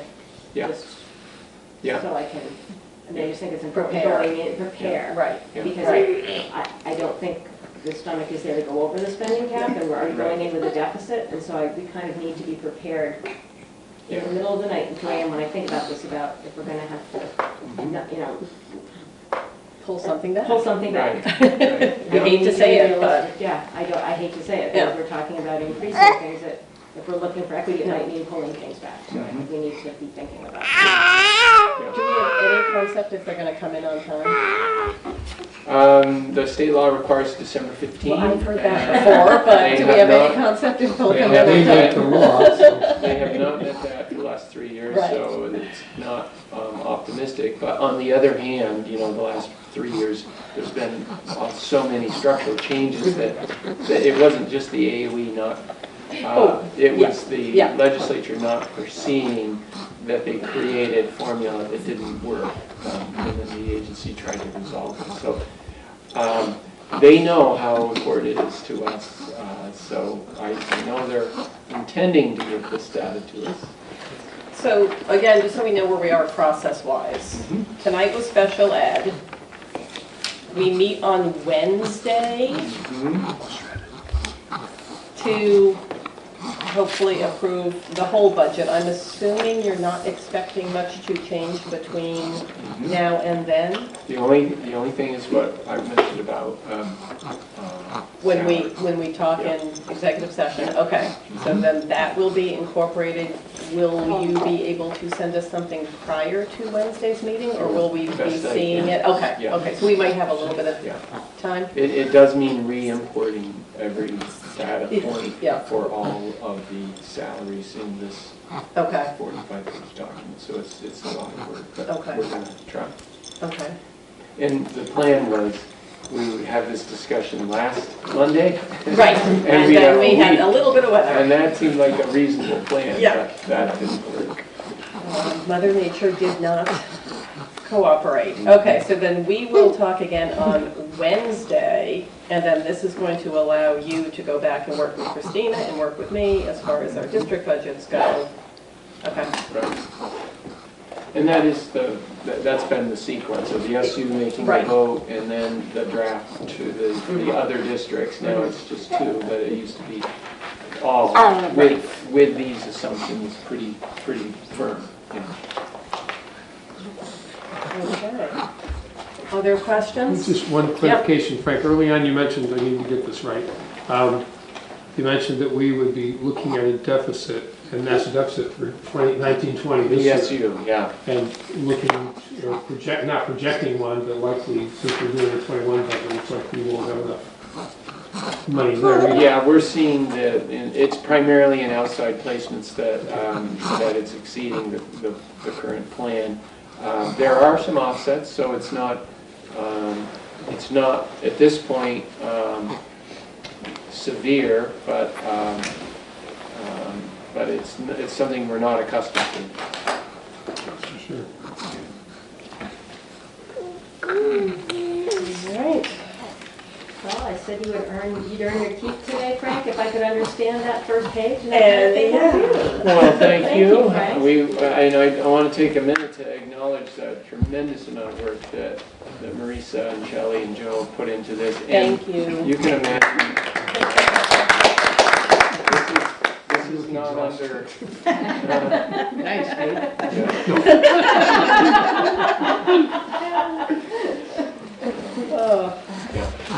But I will say, next year, we're gonna need a larger font, or else we all need Yes. reading glasses. Yeah. You replace me with a younger board member. Yeah. We're gonna have eyesight tests. If you wanna be a board member, you have to read this. I'm sorry, do you not remember me reading budget with these With magnifying magnifying.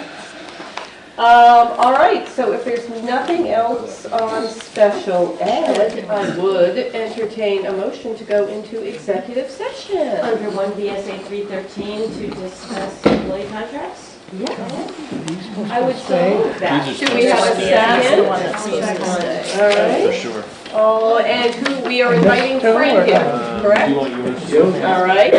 All those in favor? Because Aye. we also have to get one of any other board Oh, members yeah, that are here. do we want, yeah, do you want to be? Sure. Before before anyone leaves, if we can get Oh, this yeah, document. you guys have your, We turned it in. you did, thank you. And this Thank document, you. these 2 pages, please. Those two? Because they have individualized information pertaining to student services. This Very is effective. on the back Yeah, of all do this. we need Yeah. them from us? or I don't just- take a picture of it real quick. What's Yeah, that? we You can can take a keep picture of ours, it. No, right? Yeah. Can they keep their? board. Oh, the board can keep theirs. Oh, you can keep yours. Sorry. Yeah. We just can't share it. It was It does the- it was need to the remain. public. We're Share it out. Is that yours? No. No? Mine's got writing on it. Not yours. Mine's the one with the writing on it. This is yours. Yes.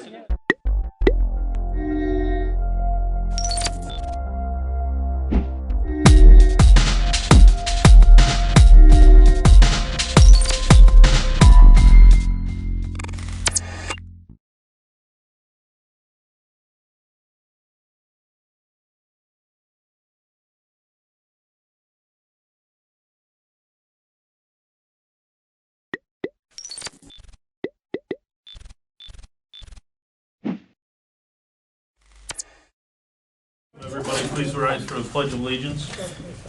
I pledge allegiance to the flag of the United States of America and to the republic for which it stands, one nation, under God, indivisible, with liberty and justice for all.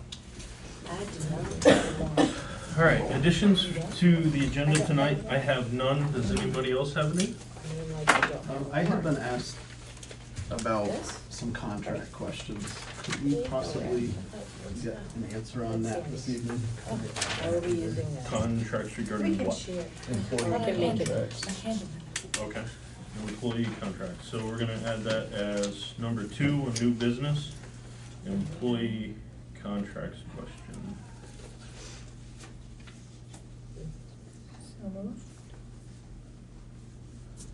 Can I get a second, please? Oh, second. Moved and seconded to add employee contracts question, new business, part 2 tonight. All those in favor, please signify by saying aye. Aye. Those opposed? Okay. Approval of meeting minutes, regular meeting and budget meeting, November 19th and 20th.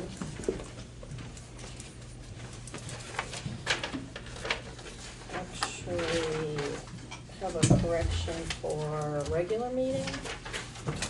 On page 4, under the giving tree, I did not vote on that. I had recused myself. Page 4 at the top of the regular.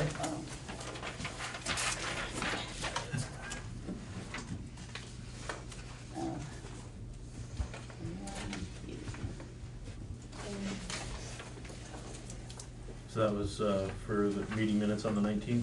Yes. Okay. Yes. So I'll accept a motion to approve as corrected. Second. Moved and seconded to approve the regular meeting minutes of November 19th as corrected. All those in favor, please signify by saying aye. Aye. Those opposed? Okay. November 20th budget meeting minutes, please. On page 2, should be from the capital fund, or capital plan. To forego the bid policy, take the money, not from the capital, but the capital fund. A-L. Are we on the motion? Yes. It just says from the Just spell it. capital. Up from the Capital. capital plan.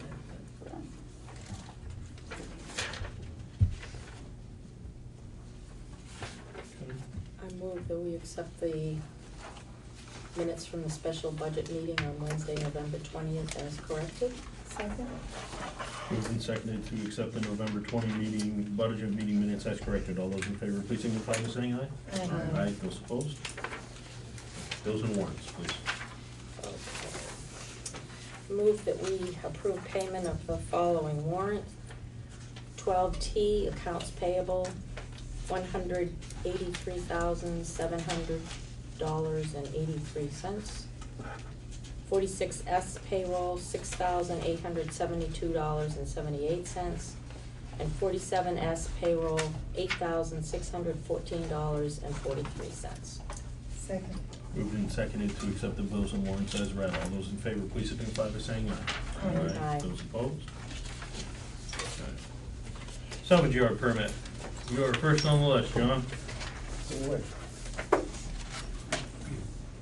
So I know you stopped in the office today and didn't quite have everything signed yet, but you have everything now, you believe? I think we've got everything. Okay. So, in light of the fact that we don't have anything in front of us right now, what we're gonna do is we'll accept the copy that you have. We'll make copies of it for the select board. We'll have Tim take your check for the permit, and then we will discuss this at the next meeting. Because without having anything in front of us, there's really nothing for us to talk about, unfortunately. It's my fault for not, I didn't realize it had to be in this quick. Yeah. Anyways, let's see if I've got everything in order for what you guys need. Okay. Michelle was nice to help me with everything there, and I think I've got. Yeah, I if wanna you pass wanna- through everything and see if you've got everything, and Kenny can explain to you, we got a copy of the map and drew where the property, where he Okay. plans to put these cars and the house and the barn he plans to build on the property. Okay, so if you wanna hand all that stuff to me, I think this is all yours. If it's not, give me back what isn't. Okay. The leases in here, everything here. okay. I think that's everything you're gonna need. All right. There's a check in there also. You wanna peek through that real quick? Make sure that he's good to go. And like I said, we'll put you on our next agenda to actually have the full discussion. We won't do it tonight just because we're just now receiving the permit, so we really don't have anything that we can discuss at this point. So if you would be kind enough to come back to our December 17th meeting, we appreciate it very much. Oh, wonderful. That's a lot quicker. Yep. I thought it was gonna be a month. Nope, Wonderful. absolutely not, just a couple weeks. Wonderful. Is that map in there, Michelle? That should be in there. Should be two maps in there. And we've drawn out where the house, barn, and cars would go. And they answered, And did you get the book, the deed book and page? it's right here. I didn't know you did that. I thought that was a mistake. Okay, and I'm gonna give you everything, you give it back. There we go. Yeah, we'll just, That's everything I've got. we'll hold on to it, file it with the permit. Yeah, and whatever you need. But what I wanted to say is that, Ken, I asked him all the questions on that page you asked me to, and he's not gonna be doing any of those things. Oh, this is what the information Tim gave you? What's that, huh? Tim gave you this information? The deed and page? No, I got that for Tim, yeah, exactly, yeah. Okay. Thank you very much. We will have you, we'll have you back once we have copies to all the select board members and the maps and all that kind of thing, and we can all sit down and go over it all together on the 17th. Super, that's it, yeah. All right? Sounds good to me. Thank you, guys. Appreciate you coming. Yep, thank you. I'll just keep all of this together for Keep it you, all. so I'll just come back to You got it. Okay. We found the check that you read. Yep. Yep. Yeah, it was, I saw it stapled on there. Okay. Thanks for everybody. Have a great night. Okay, employee contracts question. So So the long and short of it is two people have asked how come one person has a contract and other department heads do not.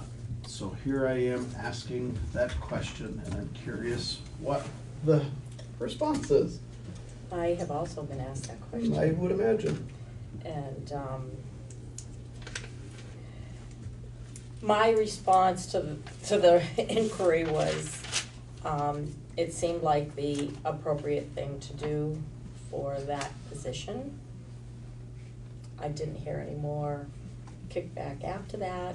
I don't know whether they, but there, there still was, like, how come we don't get, we're also town employees. So I'm torn on it because I feel that there is some merit to it. I Yes. have a contract to protect my job. I would assume you have a contract to protect yours, you do not? Nope. I don't have one either. Well, that's, And you're not getting one. I'm year to year. so I don't know, I mean, No contract. I'm curious if there is a reason that we didn't look at that, or if there's a reason that we should not look at that. Yeah, I think I wondered also, in light of finding out administrators in the area that do not have contracts, that I think when we went through that process, we kind of thought that they all did. So, that's just kind of the other side of the coin.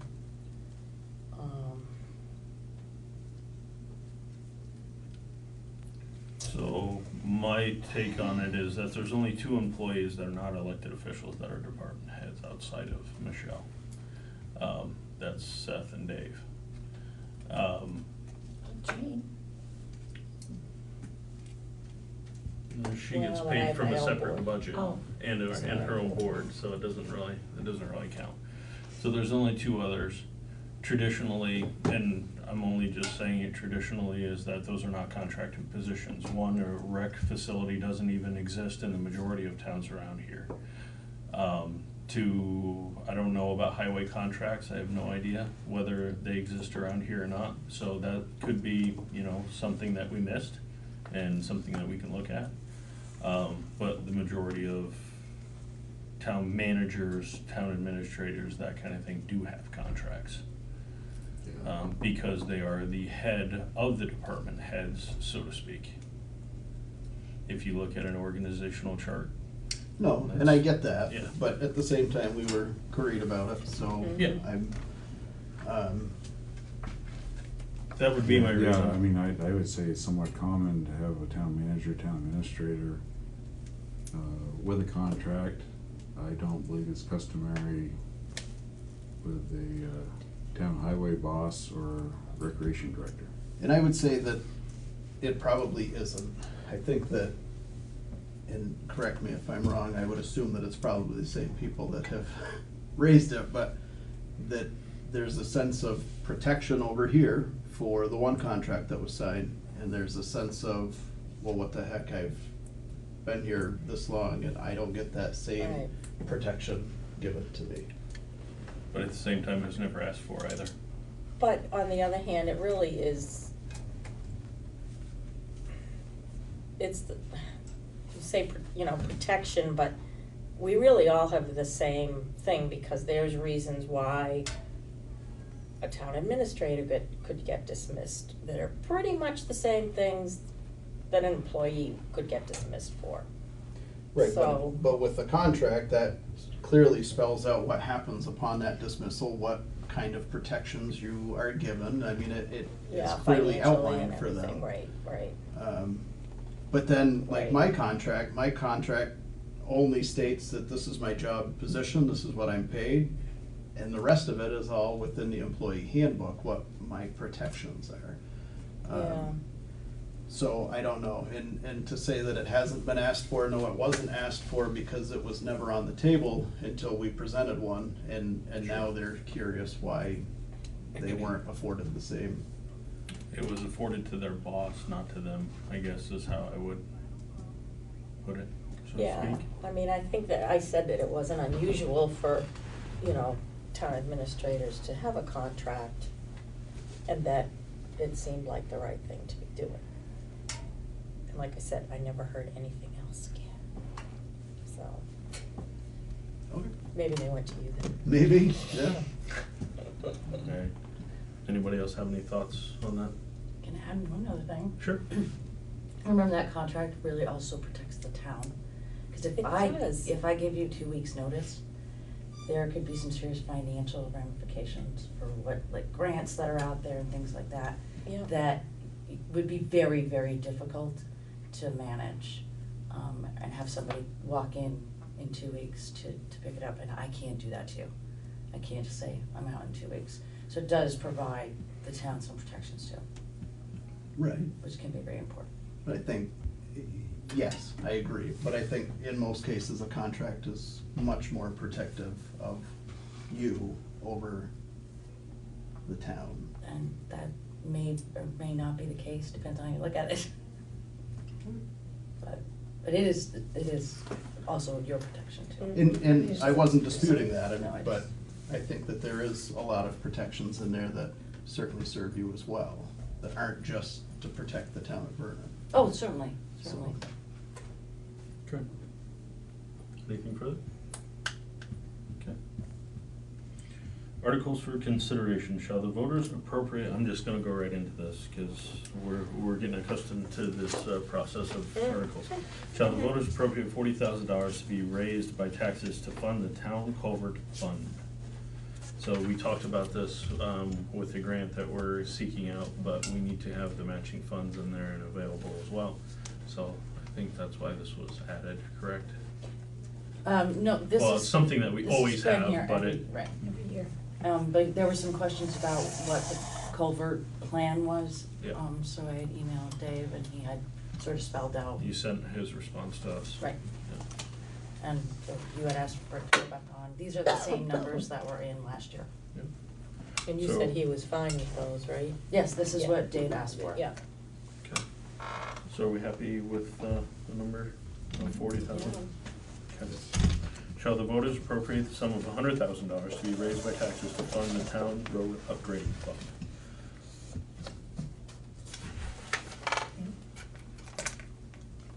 Chris? Yep. Jeff? Yes. Sandy? Okay. Good with that one. Shall the voters appropriate the sum of $2,500 to be raised in taxes to the town parking lot maintenance fund? I'm really gonna screw everything up, Gene. I know before we wondered what the parking lots were, so apparently it does include the school. So, yeah, there's a few parking lots. Yeah. Yeah, I have questions about that side of it. but- Yeah, that's really weird. Well, I think traditionally what's happened in the past, just like the reason that we plowed, just like the reason that we've had rental fees and stuff like that, is at one point it was extremely beneficial for the town to take on any expenses they possibly could for the school. Right. It was beneficial to our taxpayers because of the tax rate and all that kind of thing. Right. That switch has kind of been flipped and it's now kind of a wash. Yeah.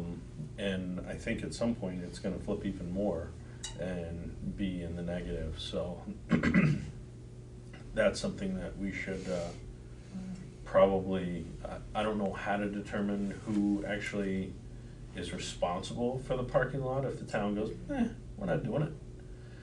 Is it WSU's problem because or does the town have some sort of liability to the parking lot at that point? Who owns the parking lot? But Well, we're there's not- the Who owns the thing, land? that's my Well, question. the town does because we are out of the district. Yeah, we're not gonna get anything out of them. No, to maintain, we've kept our own school, Yeah. so we're out of it for them. But that could change in a year, and it probably will, would be my guess, but, Really?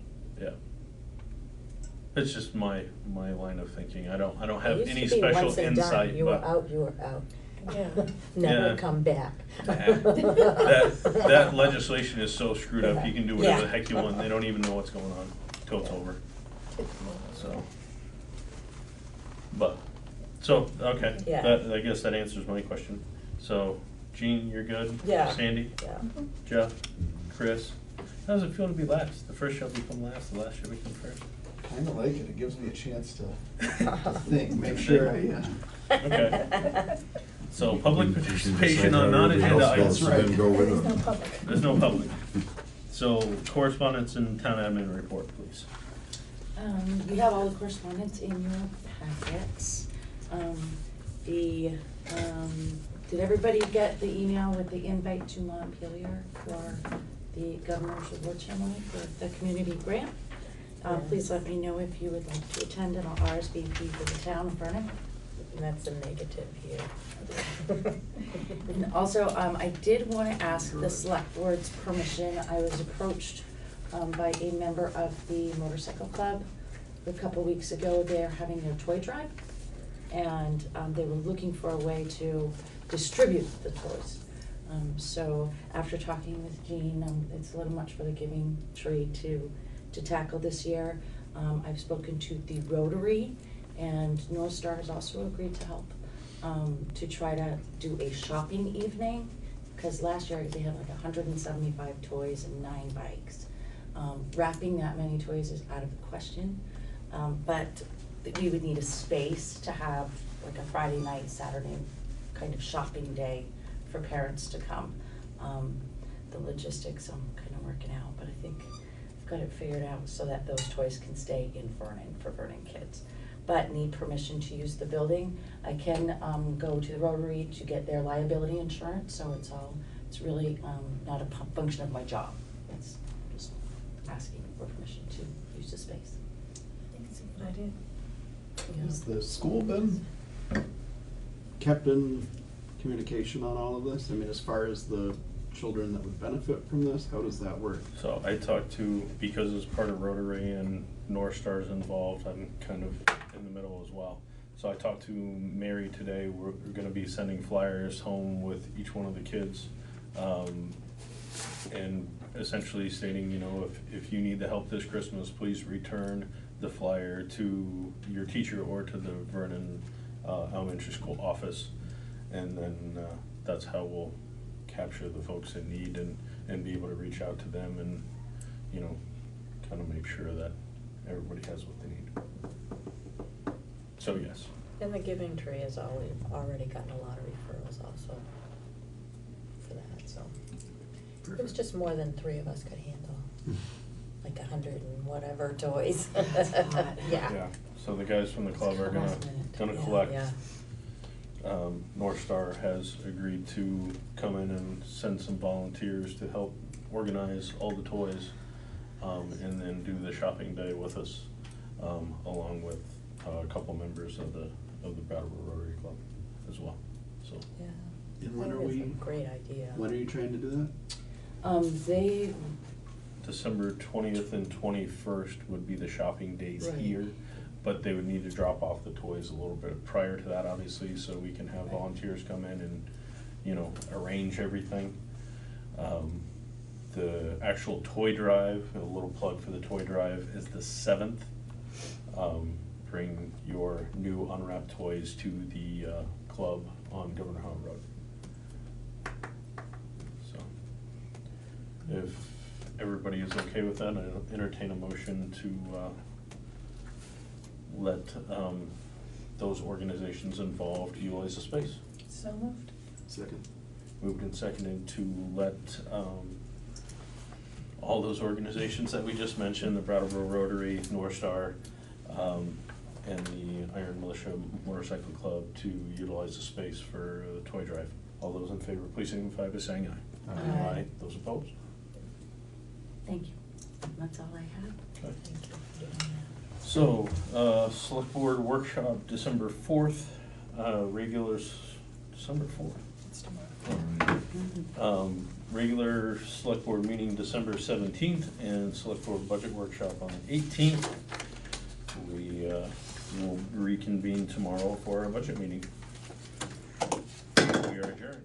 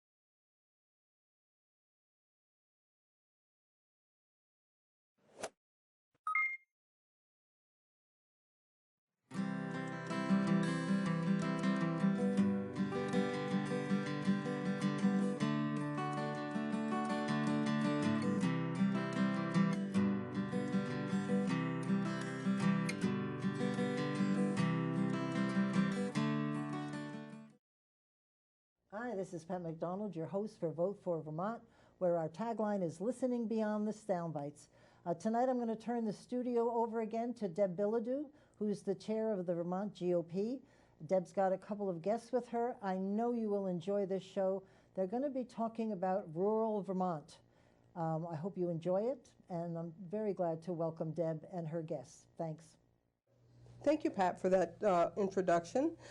We appreciate your allowing us to use your facilities for these panel discussions that we've been having.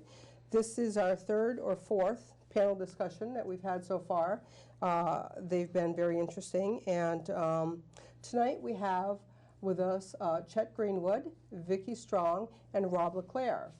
And the overarching theme of tonight's discussion will be rural Vermont and topics and issues that affect rural Vermont. So thank you very much. Let's take a moment and go around and each of you introduce yourself and just tell us a little bit about who you are. Chet. I'm Chet Greenwood. I'm the chair of the Orleans County Republican Committee. I've been the chair for 12 years, and I'm the chair of chairs of the Vermont GOP of all the counties. And we thank you for that, Chet. Thank you. Yes. Vicki. I'm Representative Vicki Strong, and I've been in the legislature for 5 terms. I'll be starting my 10th year.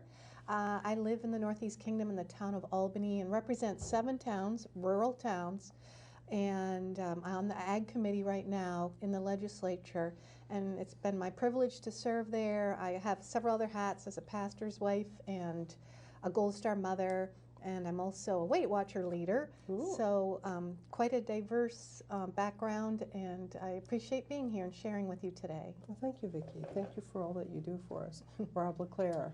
Well, I have several hats, most of them pale in comparison to my 2 folks to my right here, but I'm a state rep from Barrytown. I'm actually in my 3rd term.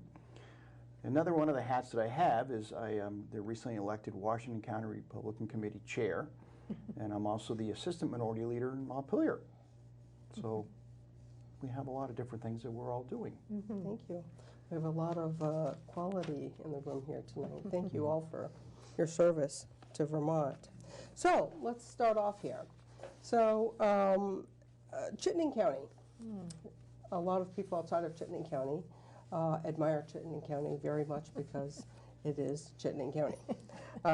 Kidding. So we know that Chittenden County has around 164, this is according to 2018 numbers, it has around 164,000 people in it. So that means approximately 1 out of 4 people in the state of Vermont live in Chittenden County. Interesting.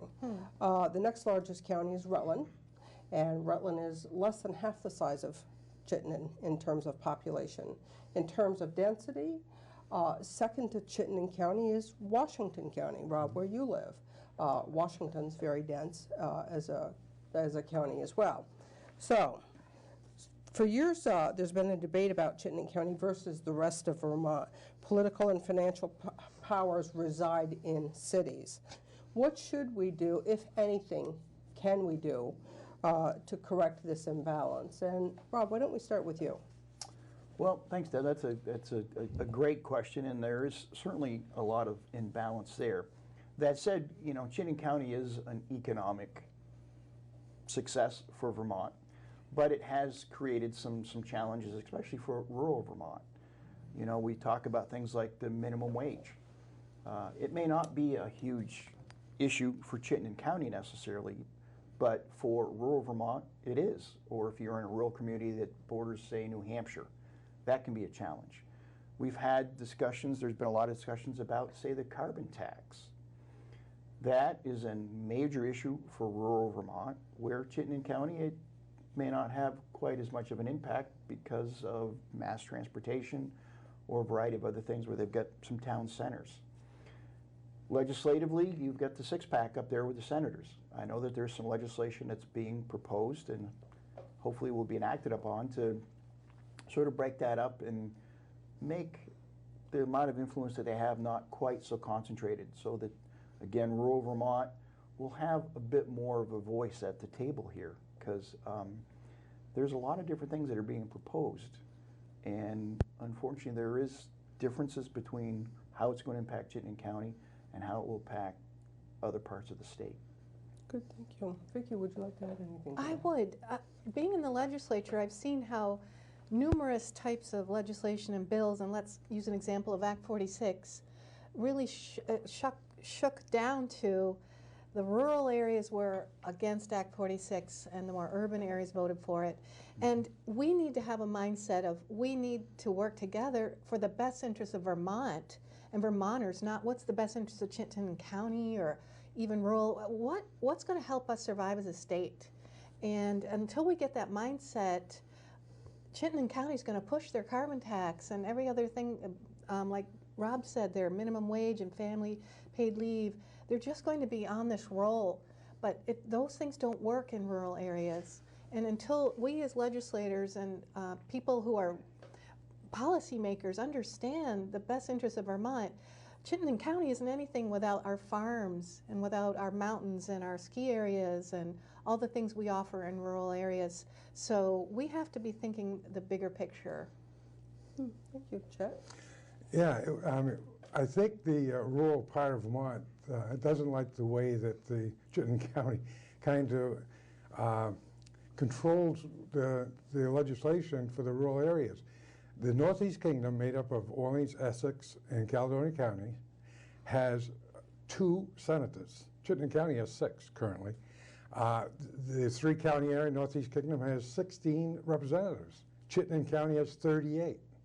So they kind of control the legislature, and they're making decisions for our loggers and our agriculture community in the Northeast Kingdom, and it's not always the best outcome.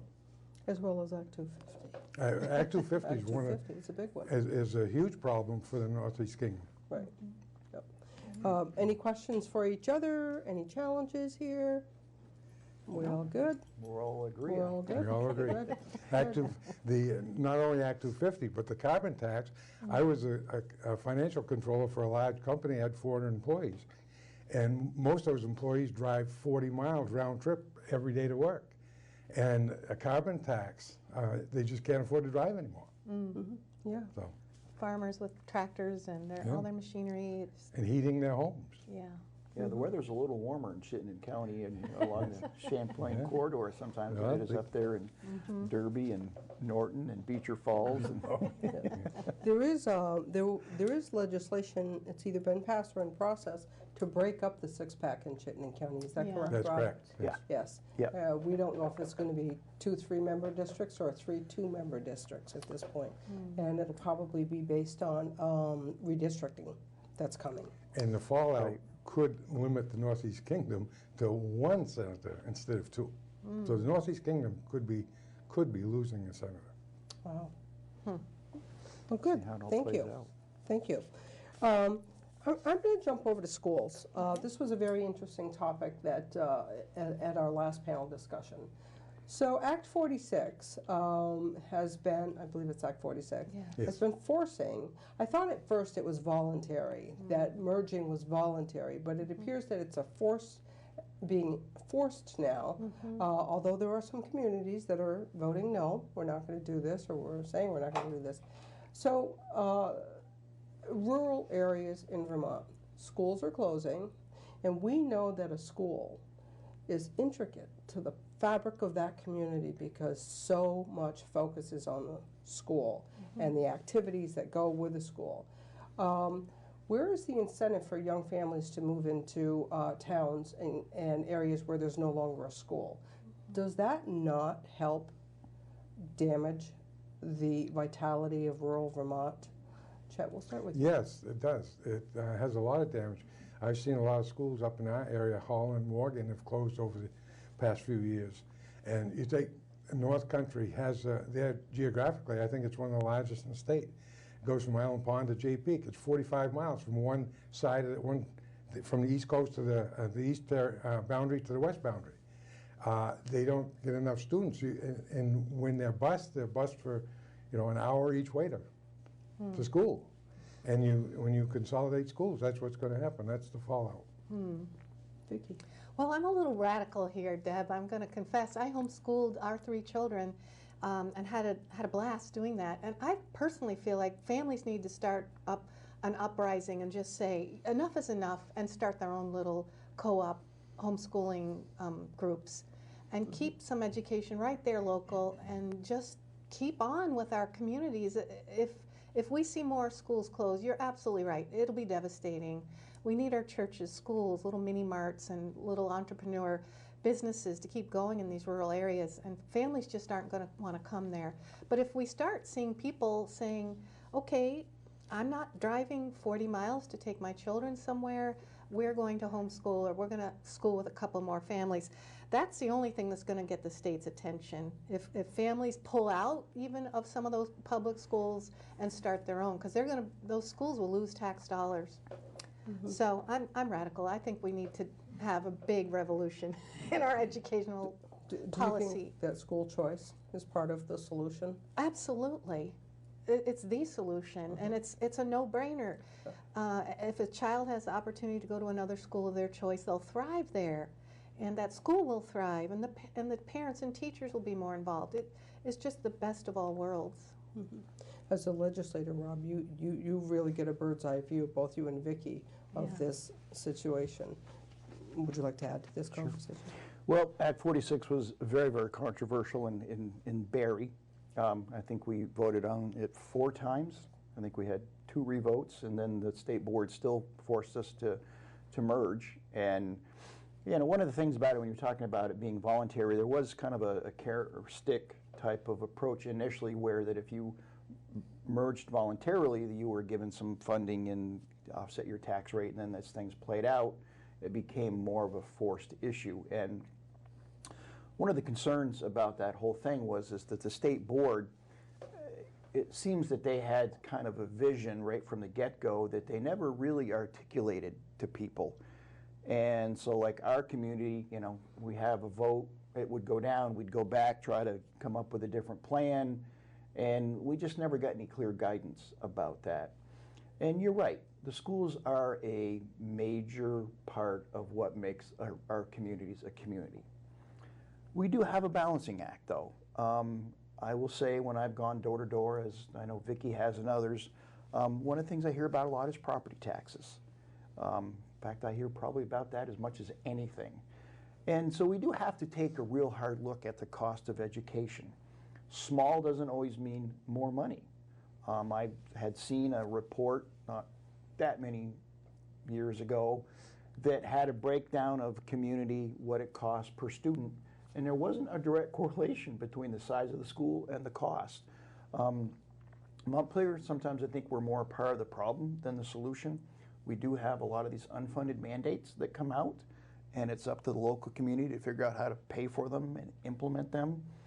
I think we're dealing with, what is it, Act 177 now, the revamping of a special education, or the proficiency-based learning. That came out of, I forget what bill, but the Department of Ed, and it's been a huge challenge because it depends on what school as to how they implemented it. I think Montpelier sometimes needs to just get out of the way. Yeah. And, these numbers aren't clear-cut, but the average student cost for education in Vermont is hovering around $20,000. The national average is just under $12,000. You have to lift the cover and look in there to see why there's such a, but, to the everyday taxpayer, the question is why? If we're consolidating, why aren't the costs going down? If we're 20,000 students less than we were 15 years ago, why aren't the costs going down? We have that disparity even at the time when we were looking at Act 46 initially. I remember that in the Barrie school system, our costs were somewhere just south of $13,000 per student. One community over, I was looking at one of the elementary schools, just one adjoining town over, they were almost $20,000 per student. And you say, well, wait a minute here, what is the difference here? And I'm having a problem with my beer wallet paying for their champagne taste and education, and yet the educational outcomes were arguably as good or better. So you're right, we do need to kind of look under the hood and say just exactly what are the cost drivers here? And size isn't always the issue. Right. Yeah, well, and size could be one of the determining factors. You know, a school in Vermont, a class that has 13 students versus a class in New Jersey that has 35. That's gonna, you know, that's going to affect your math at the end of the day too. So it's really an interesting conversation. All right, well, thank you. Let's talk about sales tax. Or the lack of sales tax in New Hampshire versus Vermont. Is this something that needs to be evaluated? What I don't know is what can we now live without? You know, we have these budgets that the state lives to and needs to continue to feed. How do you ever back any of this up? But New Hampshire has zero sales tax, as you already know. We have 6%, and we have, I think we have 14 towns, I counted, 14 towns that have the local option tax of 1 cent. Many of them are large towns like Manchester, Burlington, Colchester, and so forth. But there's also some small towns that opted in for the extra tax because they need the revenues. Did it hurt the community or not? I don't know. In Essex Junction, largest village in the state, we voted on a local option tax about 8 years ago, and the people said no. We didn't want to do that to the clients, the customers that come through, or the businesses in the community. So we opted not to do that. How do you feel about the state sales tax? Could we do something different? Vicki, we'll start with you. Well, from my rural area, it was a long time before we were even able to go to a Walmart, wasn't it, Chet? Yeah. And up in Newport, we had to come a long ways, and a lot of people just went to New Hampshire and hop on 91 and zing down to Littleton. So I've seen a lot of people shop based on sales tax because I'm from an area that if you have to drive, you might as well go to New Hampshire. Even to Lowe's and places like that. So I think it's a huge deal, and we do have a lot of our border towns, Massachusetts, New Hampshire, New York, that our businesses have to compete with. So we should stay competitive. There's no excuse. No matter what our budget is in Vermont, there's no excuse. Our businesses are suffering because of it, those border towns especially. Chet? Yeah, I agree. We had a retail business for years, and we lost a lot of business that drive to New Hampshire. And just look at the economy in White River compared to Lebanon. I mean, you can see it. And like Vicki said, back before we had a Walmart in Derby, you go down to Walmart in Littleton, half the yard would be Vermont cars. And it's New Hampshire just loves our legislature because, you know, we send more business to New Hampshire every time we're in session. And sales tax is one of them. I think we ought to get rid of it. Of course, you got to wean it down. You got to drop it a little bit and work on it. But this state is just too expensive to live in. I mean, we had 8,500 employees. That's more employees than the state of New Hampshire, or the same number for. I don't know how many more people New Hampshire's got. We got one of the highest property taxes, one of the highest income taxes in the country. Yeah.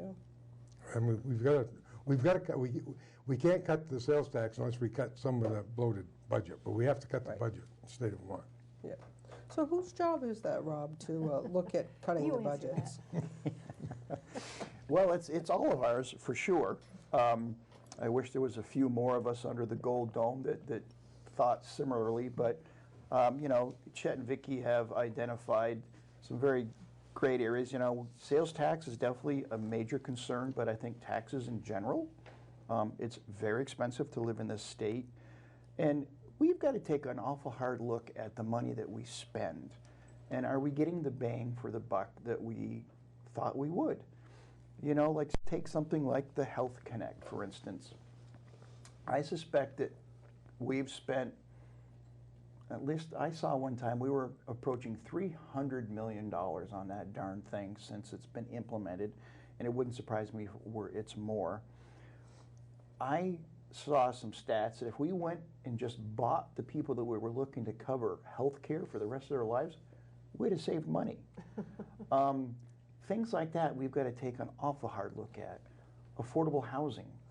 We all agree that it's a problem. And Chittenden County, actually, it's a major issue to find affordable housing, but some of these affordable housing projects that we're involved in, you know, we're winding up spending $340,000 for a one-bedroom unit that will help at most 2 people, and the only thing that's affordable about it is for the 2 people that are living there, but it doesn't go address the issues. So, you know, sales tax is definitely a concern, but taxes and the cost of living in general is something we really need to take a hard look at. I feel like we've just done a lot of lip service. You know, even on election years, people running for office, they all hear it, they know it. It's unaffordable to live here, and we go back to Montpelier and every year raise taxes and find more ways to spend money. And a lot of it is human services. It's a huge part of our budget, and we just offer a lot of money in terms of welfare and all the services we provide people. If people were more self-sufficient and healthier families in general, we would lower our budget. Well, it's interesting that you mentioned benefits. Yeah. Let's turn our attention to that for a moment. Okay. So, Governor Scott in 2017 passed H326, and that lessened the burden on the recipients of some of our benefits. Prior to that bill, you only had $2,000 in personal assets that could be exempted. That number went to $9,000. You didn't have to claim retirement accounts or educational accounts any longer in order to qualify for benefits. We know that there's people in our state, no doubt about it, that need benefits. None of us will question that at all. The question is the benefits. The cliff itself, the number that I'm hearing is that you could get upwards of $42,000 worth of benefits from the state of Vermont. And that's more money than some people make that go to work 8 hours a day. Some of those benefits are from Reach Up, Reach Ahead, child care benefits, probably SNAP and other programs. Is this a problem more of a problem in rural Vermont than it might be in Chittenden County? And if so, how would you suggest we address this? Jack, we'll start with you. It's a big problem. You can't find employees because they're making too much off the subsidized rent, the free health care, and SNAP cards, child care. They just, you can't pay them enough to come to work. Or the ones you hire, they want to work 4 days a week. They don't want to work over 30 or 32 hours because they lose their benefits. And we see it all the time. And it's, I think the benefits increased. You know, they're increasing faster than the minimum wage. And I'm not talking minimum wage people. We've lost, when my former employer, we lost employees who stayed home to take care of their children because they got better child care. They couldn't afford to come to work. And they were, you know, I'm talking $14, $15 an hour employees. Wow. Right. I know that as a landlord for over 34 years, I've seen everything that you could see from a landlord's perspective. And I've seen situations, and I know of a current situation, that husband, wife, a couple of children, everything is subsidized. There's no incentive for them to go to work. The rent is paid, the SNAP, and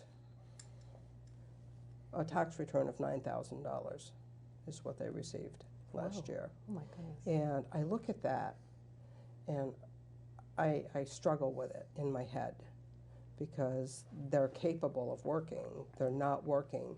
And I'm wondering, where are the checks and balance? How are we monitoring the benefits that we want people to have, but we need to make sure that we're doing the right thing by these people? And just giving money and benefits is not the right thing.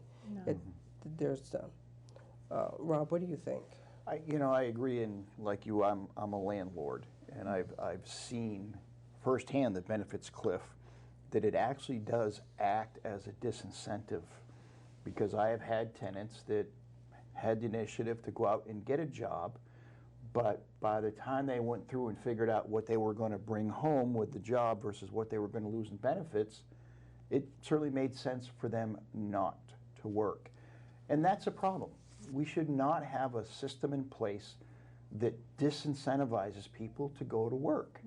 You know, if somebody needs a little help with childcare, and that's one of the things that I don't think that we do a good job of, is there is a lot of benefits out there for these folks, and generally these people don't get in the positions they're in because of one poor choice or one stretch of bad luck. It's been a series. So what makes us think that giving them all these goods and services, that they're going to be making better choices? I feel that we need to have like a case manager get involved, help them along, make some of the right decisions, and it may be where this case manager's got the authority to say, okay, you know what, we're going to take a little bit of the benefit over here, but we're going to help you buy a car so you can go to work. Because if that's the difference between working or not, that makes some sense. But yeah, when we've got a system in place that one winds up being generational or multi-generational, I think we've got to take a hard look at that and say why, because it's to help up. It's, you know, a safety net. It shouldn't be a spider's web. That's right. Yeah. Yeah, there's a lot of people who need help, and I'm all for it. We should help them. But there's too many people that want it and don't need it. Yeah, I think the problem is in the distribution and the management of the distribution, and I think our bureaucracy has grown so large that you can't get your arms around it, and the left doesn't know what the right's doing. And there's all these programs out there, and I don't know what sort of checks and balances. Too many programs. I had a tenant that was on a WIC, young mother with a child, and it was one of my buildings where actually I collect the trash. So for a few weeks, I am taking away these pre-packaged things of like baby food, never been opened, milk, black olives, just a bunch of canned stuff. And after about the second week, I said, geez, I can't take this anymore. So I made a phone call and said, hey, listen, we got a problem here. Either this young lady doesn't know what to do with what you're giving her, or you're just giving her too much. Because I'm taking stuff home like cans of salmon and tuna fish. To their credit, it seemed somebody got there, and I don't know what they did, but the left hand and right hand don't know exactly what's going on. That's why I said we need like a case manager. We've got to have more coordination here, because not everybody needs the same level of help or the same help. All right, let's go to agriculture. Vicki, you're on the Ag Committee, you said. And we know that agriculture is part of our brand. We know what the value of it is. I feel like, as a lifetime resident of Vermont, that farms are slipping away from us.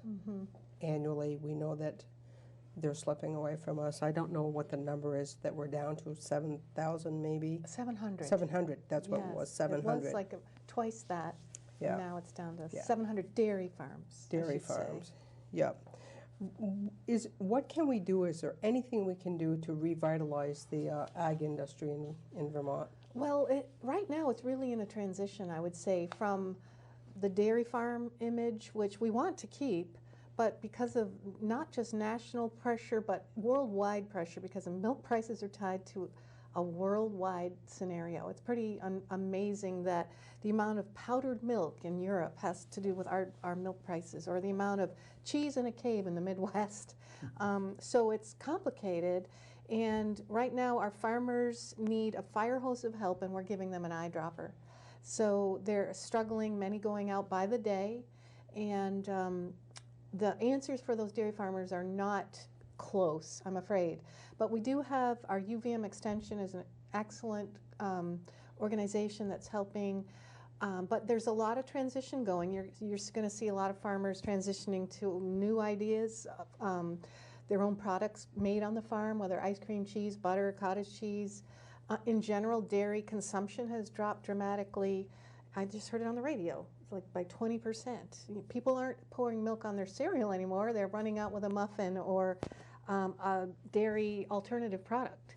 So Vermont knows, and we're aware. Even our agriculture committee sent a letter to our congressman to say we need to stop calling soy milk milk. Let's make it what it is. It's not really dairy or milk, and revitalize that idea that dairy products are wonderful, they're healthy. So that's something that's on everybody's mind.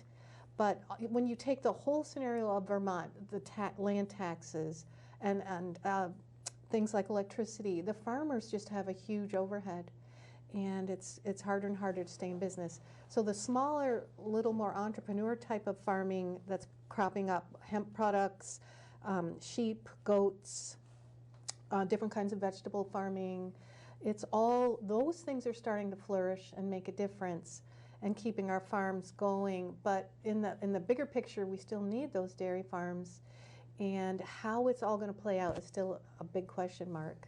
Mm-hmm. So it sounds like there's a lot of repurposing of farms going on. A huge effort. Even in my area, I have a local dairy farm now. They make their own cheese, and several are becoming quite world-renowned in Greensboro. Albany has a great new business with a farmer. The hard thing I think too we want to look at is a lot of these farmers aren't making it unless they get grants and government help, and that to me is a sad, in a way, a sad thing that a farmer can't function without a grant. And they're getting grants for barns and other kinds of things to start a new type of business, that our economy is such that it takes that from the government to help them. That's one area where we can compete against Chittenden counties in our agriculture. Mm-hmm. We have the natural resources and the open land. There's no reason we can't grow all of our food. We shouldn't have to import any food. You know, promote the farm to school, promote farmers markets, and grow our own. And it's the small ones. It isn't the big farmers. It's like Vicki said. It's a little niche marketing that they're doing, raising the goats and sheep. And there's a program, REAP, they call R-E-A-P. It's a rural agricultural partnership program. It was a bill that was passed a few years ago in the government. And there's only 5 counties in the United States that are involved with that. And the Northeast Kingdom is one of the areas. And we should take advantage of that. That gives agricultural help to the small farmer. Right. There are a lot of programs, like you said, Farm to Plate, Farm to School. How many of them are there? But there's a lot of them. And young people are growing up now, even in schools, having gardens, but being more aware of local food and the health of that, that's happening a lot, at least in our area. Yeah, see, we can take advantage of Chittenden County with that. Right. But How does the, so we're waiting for the House to pass the USMCA, right? The US and Mexico and Canada. How will that help the Vermont farms? Are any of you on top of that? I'm not sure either. I don't know. Yeah. Rob, you know. Yeah. Of course I know. No, I mean, I can't say that I know any of the particulars. Obviously, the North American Free Trade Agreement and things like that certainly come into play, and the more trade that we can have and the more that our products can get to where they have to go, certainly the better off we'll be. I know the issue with the tariffs and stuff with China has certainly impacted some of what's going on, but wasn't there, I think, we just had a deal with, what was it, Canada and our maple syrup or something that ended up helping us. And you know, because you talk about farming, I mean, dairy has been around forever, but so has sugaring or logging or other things that farmers have always done to supplement, you know, what they did. But we're in a bit of a different environment today, too, in that farmers are not held in the high esteem that they were. Yeah. I think they've taken more than their fair share of criticism and blame about the water quality issues. Right. And there's pressures there that have made it much more difficult to make ends meet. And I think we've got to be sensitive to the fact that they want to do the right thing, but this problem didn't happen overnight, and we can't expect them to change farming practices to the point where they're just not financially viable, especially when Chittenden County has had a lot of growth, and I don't think there's much debate that stormwater runoff has been impacting some of the water quality on the lake. There is some legislation there that got passed here a few years ago that they're doing the rulemaking on now about the 3 acres of impervious surfaces. That's going to be a major shock for a lot of property owners in the state. Hopefully we can do something about that, but farming's it's tough financially, and again, they're not held in the high esteem that they used to be. Thank you for bringing that up, because one more thing I'd like to mention is the Department of Agriculture, Agency of Natural Resources, these agencies that are regulatory in a lot of ways come across to farmers in a more oppressive, aggressive way in their attitudes and some circumstances. And I feel like if we can lighten the load of a farmer in terms of, hey, how can I help you? I'm not here to penalize you and fine you. There's things we can work on together. We're trying, I think, to bridge that problem, and I hope to see more progress with that farmers are feeling helped and not more oppressive regulation. You mean I can't put my manure pile there? My cows have to be out of that stream, and how am I going to afford a new walkway? There's help financially, but we really need to help farmers know we're on their team. We're not trying to shut them down. Yeah. Do you think some of the oppressive actions toward farmers are the result of the climate change agenda that not just Vermont, but the nation and the rest of the world has? Is some of that oppression the result of driving to meet standards on climate change regulations? I think a lot of it's water quality. I think water quality is the biggest issue. Big one. Yeah. Like Champlain and the... Yeah. I did hear that there are some that feel that cows are affecting climate change with the... Well, yeah. Flatulence. I do want to say that I think there's an opportunity for the Northeast Kingdom and agritourism. There's been at least 6 Amish families moved into the Northeast Kingdom, Brownington area, and there's more looking at farms now. And it's quite a tourist attraction. They do a great job making bakery stuff, and it's sold locally. So, and they're a welcome addition to the Northeast Kingdom. Yeah, they're buggies and horses. Yeah, and I love that. That and the other one is, and talking, Rob mentioned maple production, in the old Ethan Allen plant in Island Pond, a Canadian company came down, opened up, and they tapped, I think, 87,000 taps. They've got a huge business. Wow. And that's something that you don't see in the metropolitan areas. So we should encourage that type. I mean, that's no impact on the economy, on the landscape. And I think it's great for the economy. Right. But even though we have these wonderful opportunities that are happening, as you just described, if you have no schools in your rural Vermont, there's no incentive for young families to move there. So the people that work in these businesses will be there, but... There's a lot of disincentive to move to rural Vermont. And one is the cost of building a new home. If you want to build beyond your water and sewer line, like out in the country, the cost is almost prohibitive. The requirements, and to make it a zero carbon footprint, you're paying a penalty up front, and you're told what to use and how to use it and what materials. Are there any proposed legislative actions in the next session in terms of Act 250, changing any of Act 250 to help the state? Not to help. Well, good way to put it. There are certainly some proposed changes out there. We'll see just where they go. They're very controversial. One of them is that any future development has to take into consideration its impact on climate change. And it's like, my goodness, how do you qualify that?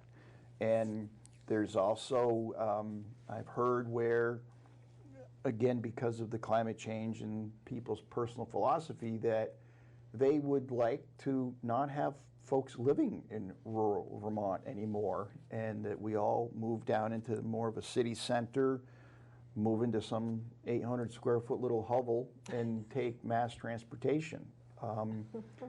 There really are folks that feel that the way of life that we've had, and some of us still feel we have, we shouldn't have anymore.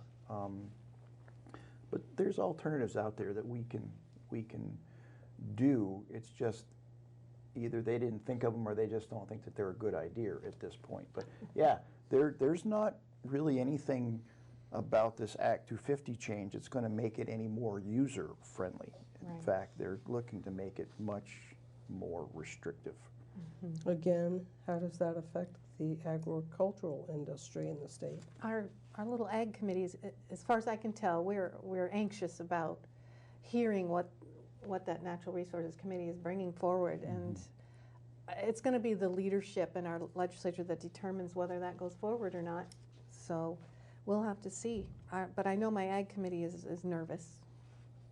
And that includes loggers too, not just right. agriculture. It includes loggers. Yeah.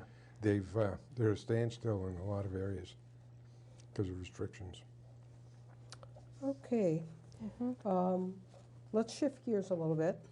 As of August, the Vermont Remote Worker Grant Program, we all know about that, has been offering qualified workers, excuse me, up to $10,000 over a 2-year period, and I think that number's going to go up. I think I just read that number's going to go up. Okay. Over a 2-year period to relocate to Vermont. Do you see this as an effective program to attract and keep new workers, and are you seeing this program as a success? Rob. Oh, you know, that's a very good question, and I think that it's being asked, if I think I remember correctly, the auditor just took a look at this program and had some fairly legitimate questions about, is it really making the difference that they thought that it would?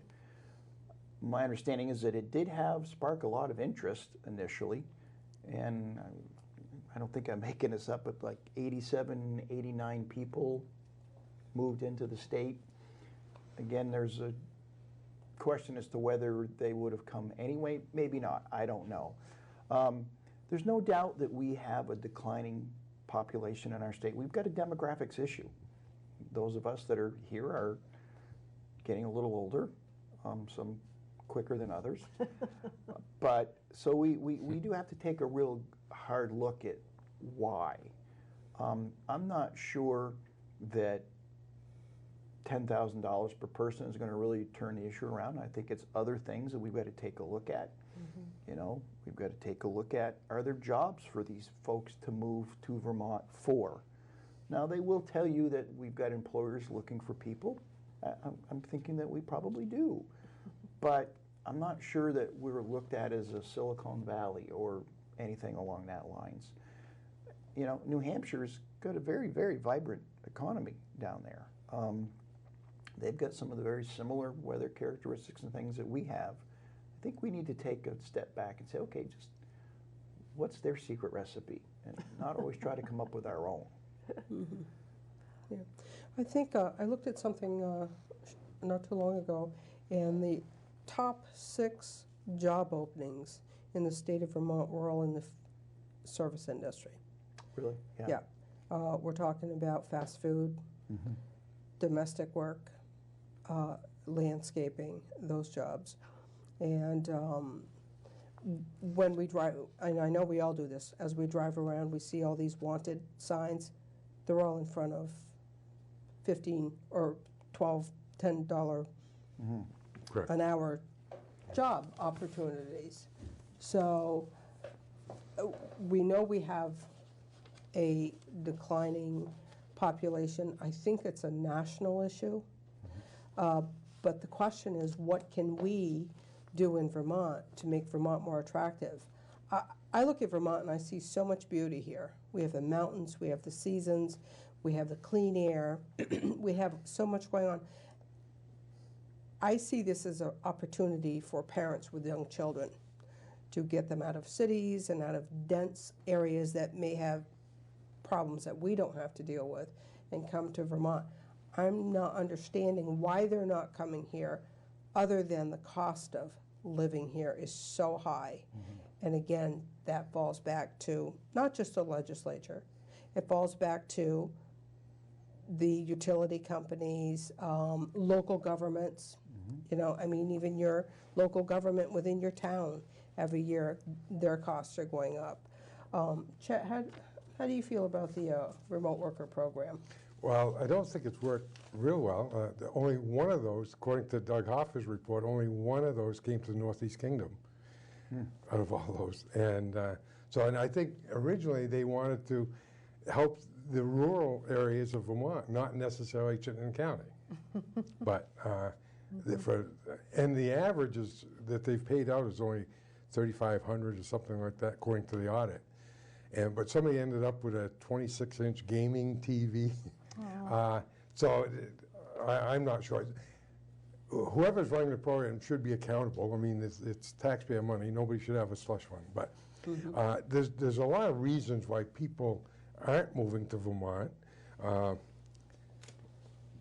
And there's reasons why the few that do move to Vermont are exactly what you said. It's beautiful, and they can ski, and it's year-round. They got the nice outdoors. But if anybody's doing a due diligence on moving a business to Vermont, we're not going to be in the top 3 choices. Our taxes are high. Our regulations are stiffer than most places. And we're making more and more regulations all the time. We have more chemical regulations here than the U.S. government has. I mean, the company I work for, we had to have a full-time person just to keep track of the chemicals used, because Vermont had its own list over and above what the government has. So it makes it very, very hard for people to make a living in Vermont with the taxes. It doesn't make sense, like you said, Deb, because it's a beautiful state to live in. It's a great place to raise a family. But in the different circles I've been in recently having to do with veterans, they're very upset that we tax their retirement. And veterans deserve to keep their retirement money. And they leave our state. They serve here in the National Guard, and they leave. And we see a lot of the older folks, our generation now, leaving. And if we stop that hemorrhaging, we would have that higher tax base. We have the highest inheritance estate tax, I think, in the country. Is it because we're one of the oldest per capitas in the country, and so there's all that revenue that's coming in as they look forward to it? All of that adds up. It makes a difference all those ways. It inspires people to not have Vermont be their state of residency. Yeah. They'll live here 4 or 5 months and then live someplace else. 6 months and what is it, 1 day? If you live someplace else, you're a resident of that state. I have a lot of friends that have moved out of Vermont. I was just going to say, there's not a month that goes by that someone I know is not leaving Vermont or on the way out the door already. Moving to states, not only Florida, but Maine. Maine is cold. And they're moving to Maine, and they're taking their hefty retirements with them. And, their assets and everything with them. I'm thinking, right, so why do we inspire them to do that? We ought to change things, again, check what their secret recipe over there is, and I'd rather have a half a loaf than no loaf at all. Right. And generally these folks are at a point in their lives where their demand for goods and services are considerably less. They don't have kids in the school systems, and we want you to stay here, not just for your money, but we want you to stay here. We've got to get realistic that people are making choices in their financial. I heard something interesting yesterday, I think it was, and this is Washington, D.C. politics. And someone was speaking with people in Washington, D.C., and Washington DC politicians, congressional, senatorial people, really are out of tune with what's outside of the Beltline, that they really don't understand what's happening on the ground outside of the Beltline. And sometimes I wonder about Montpelier. Who's in Montpelier, and do they have a grasp on what's going on in rural Vermont? Now, I know, Vicki, you're rural Vermont. Right. Rob, you're Washington County, second densest county in the state. But the makeup of the people in Montpelier, are these everyday people that we're talking about here? Are they, you know, people will tell you, oh, trust fund babies are down there. I don't really support that argument. I just wonder, who is down there? Right. Well, of course, we as Republicans are absolutely in tune with our constituents and who sent us there. But, you know, you raise a very interesting point in that quite often it's really easy to get wrapped up in the theoretical in Montpelier. Policy. Right. But sometimes there is a marked difference between the theoretical and then the practical or the actual out there on the street. And I don't think that we really do a good job of that at times. You know, I've got several different businesses. I do anything that's legal and a few things that aren't. Just kidding. But, you know, I consider myself a little differently because I'm on both ends of the legislation. Like, I'm a landlord. And so when we're talking about landlord-tenant issues, I mean, the pendulum has swung way, way, way, way in the favor of the tenant, to the point where I actually, as a landlord, it is in my best interest to have an apartment stay vacant than it is to take a risk on somebody and get the wrong tenant in there. There's something not quite right with that. You know, I went to a forum here not long ago where they wanted to raise an $2 a night per occupancy fee to help homeless people. Who could be against helping homeless people? But I said, I'm absolutely opposed to that, because if I had a real partner in a state agency, I would take a risk on a homeless family. One of my buildings has 3-bedroom apartments in it, but there's no incentive for me to do that. There's things that we can do working together to make it better for people, but we need to work together. But yes, the Republicans were absolutely in tune with our people. I heard recently a joke on TV. What do you call a person who has 2 jobs? Lazy. Here in Vermont, I mean, we have, between my husband and I, we have 3 jobs, and we could use another.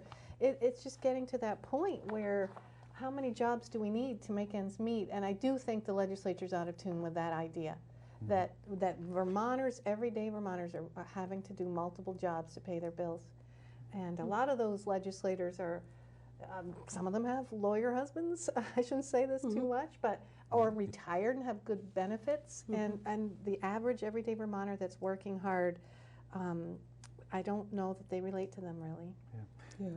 My son-in-law and daughter, 2 young kids, have been spending $2,000 a month for child care.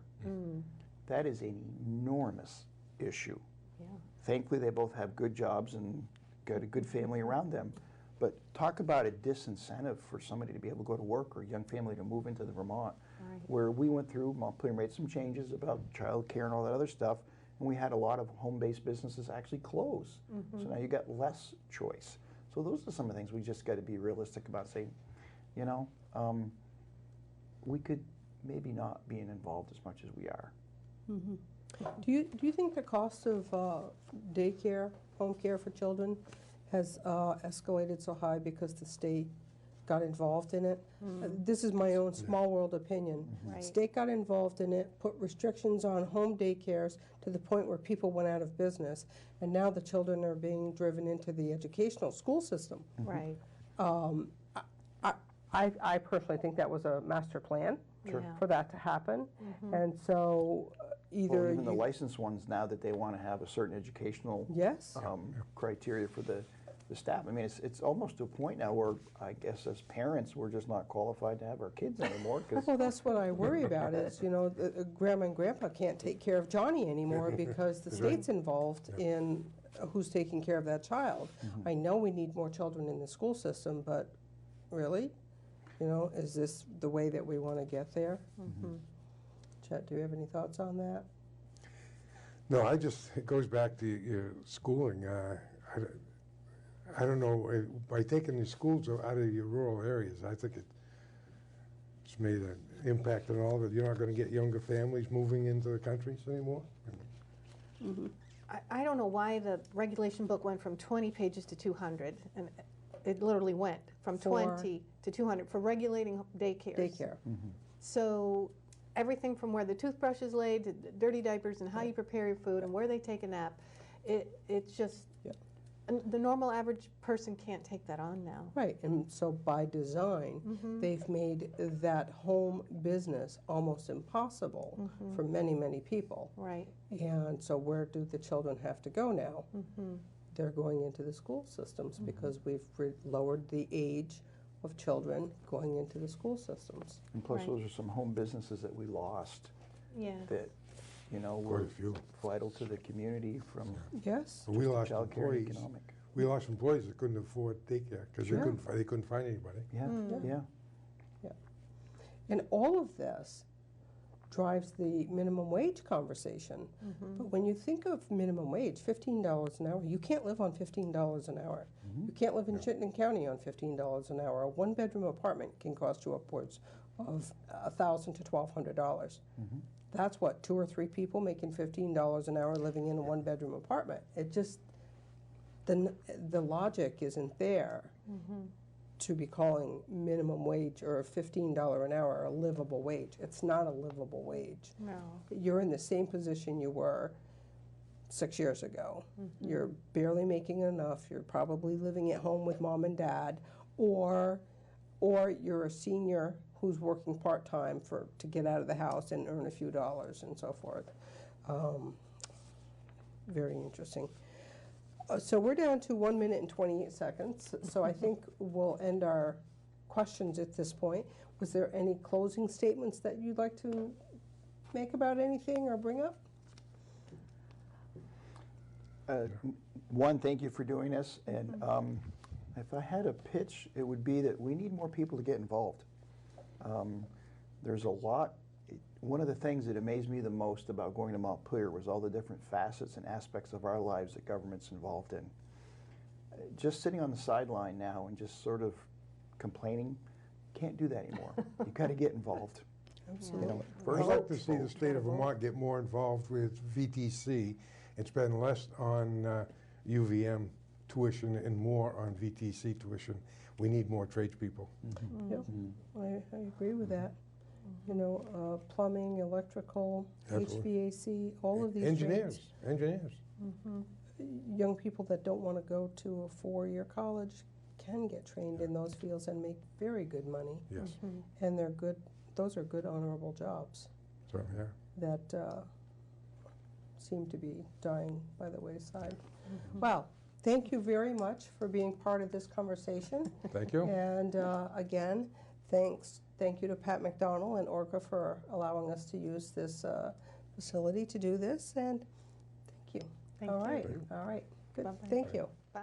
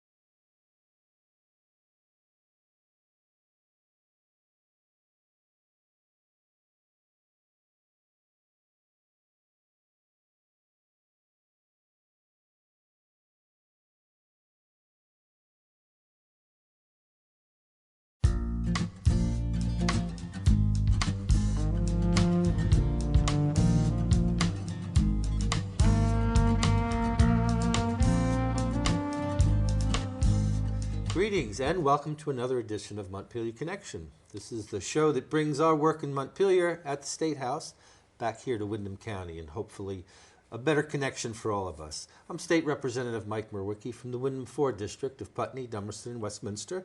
And today's guest is Representative Sarah Coffey from Guilford, Vernon District.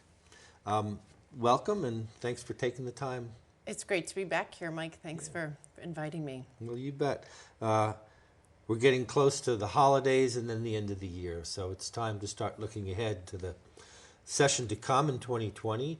And we've been out of session now for several months. How does it feel to have your feet back on the ground here at home? Well, it's great. You know, the last time I was here was right after we had wrapped up the session, and so now we've been 5 months back home in our home districts, and I really love being back home, feeling like I get my grounding back. But also this over the last 5 months, we've been doing a lot of talking with constituents, meeting one-on-one, groups and meetings, and it's, you know, it's so important and vital to our work to be able to carry those voices forward. So, you know, my two towns have a lot of farming families. We have the decommissioning at Vermont Yankee, but also, you know, constituents oftentimes are reaching out because they need to connect with resources better. So that's, I feel, an important part of our work too. So, you know, we're gearing up, and I'm excited to talk to you about a few of the things that I've been involved with.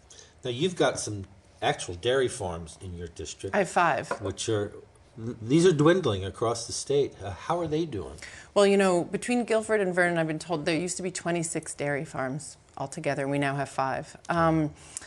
I've connected with several of them over the last 2 years, and I think they're struggling, but they're also, farming families are resilient, and they're really very proud of their, you know, there's a lot of invention and innovation that happens.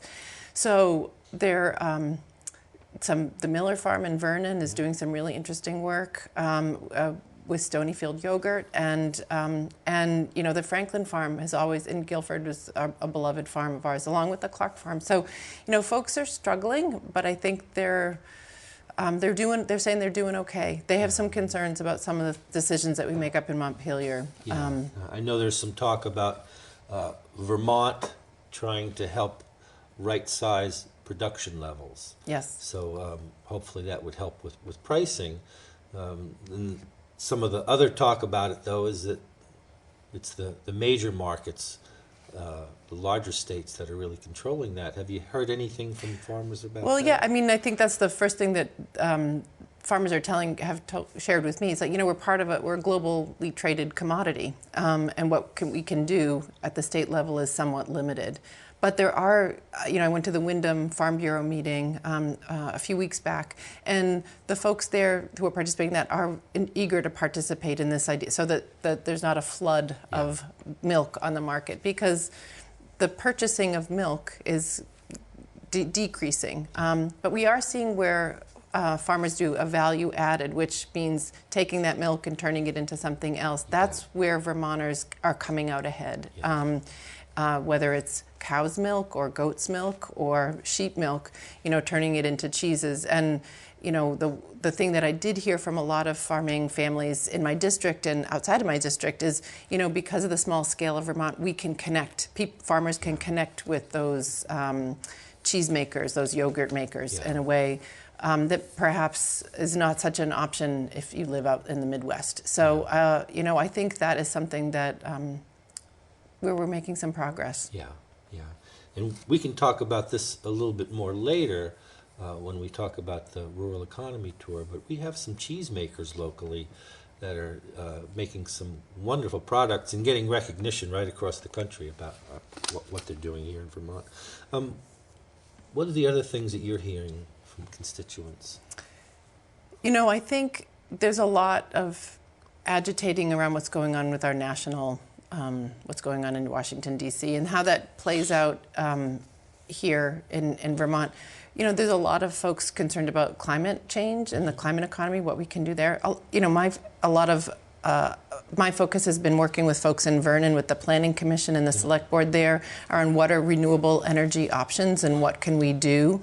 I brought together a group of what I call resource people from the state and legislators, you know, about, you know, folks want to participate, and you know, how can we address some of this? So I hear a lot about what can we do to reduce our greenhouse gas emissions, and what can we do as policymakers to help move towards renewable energy.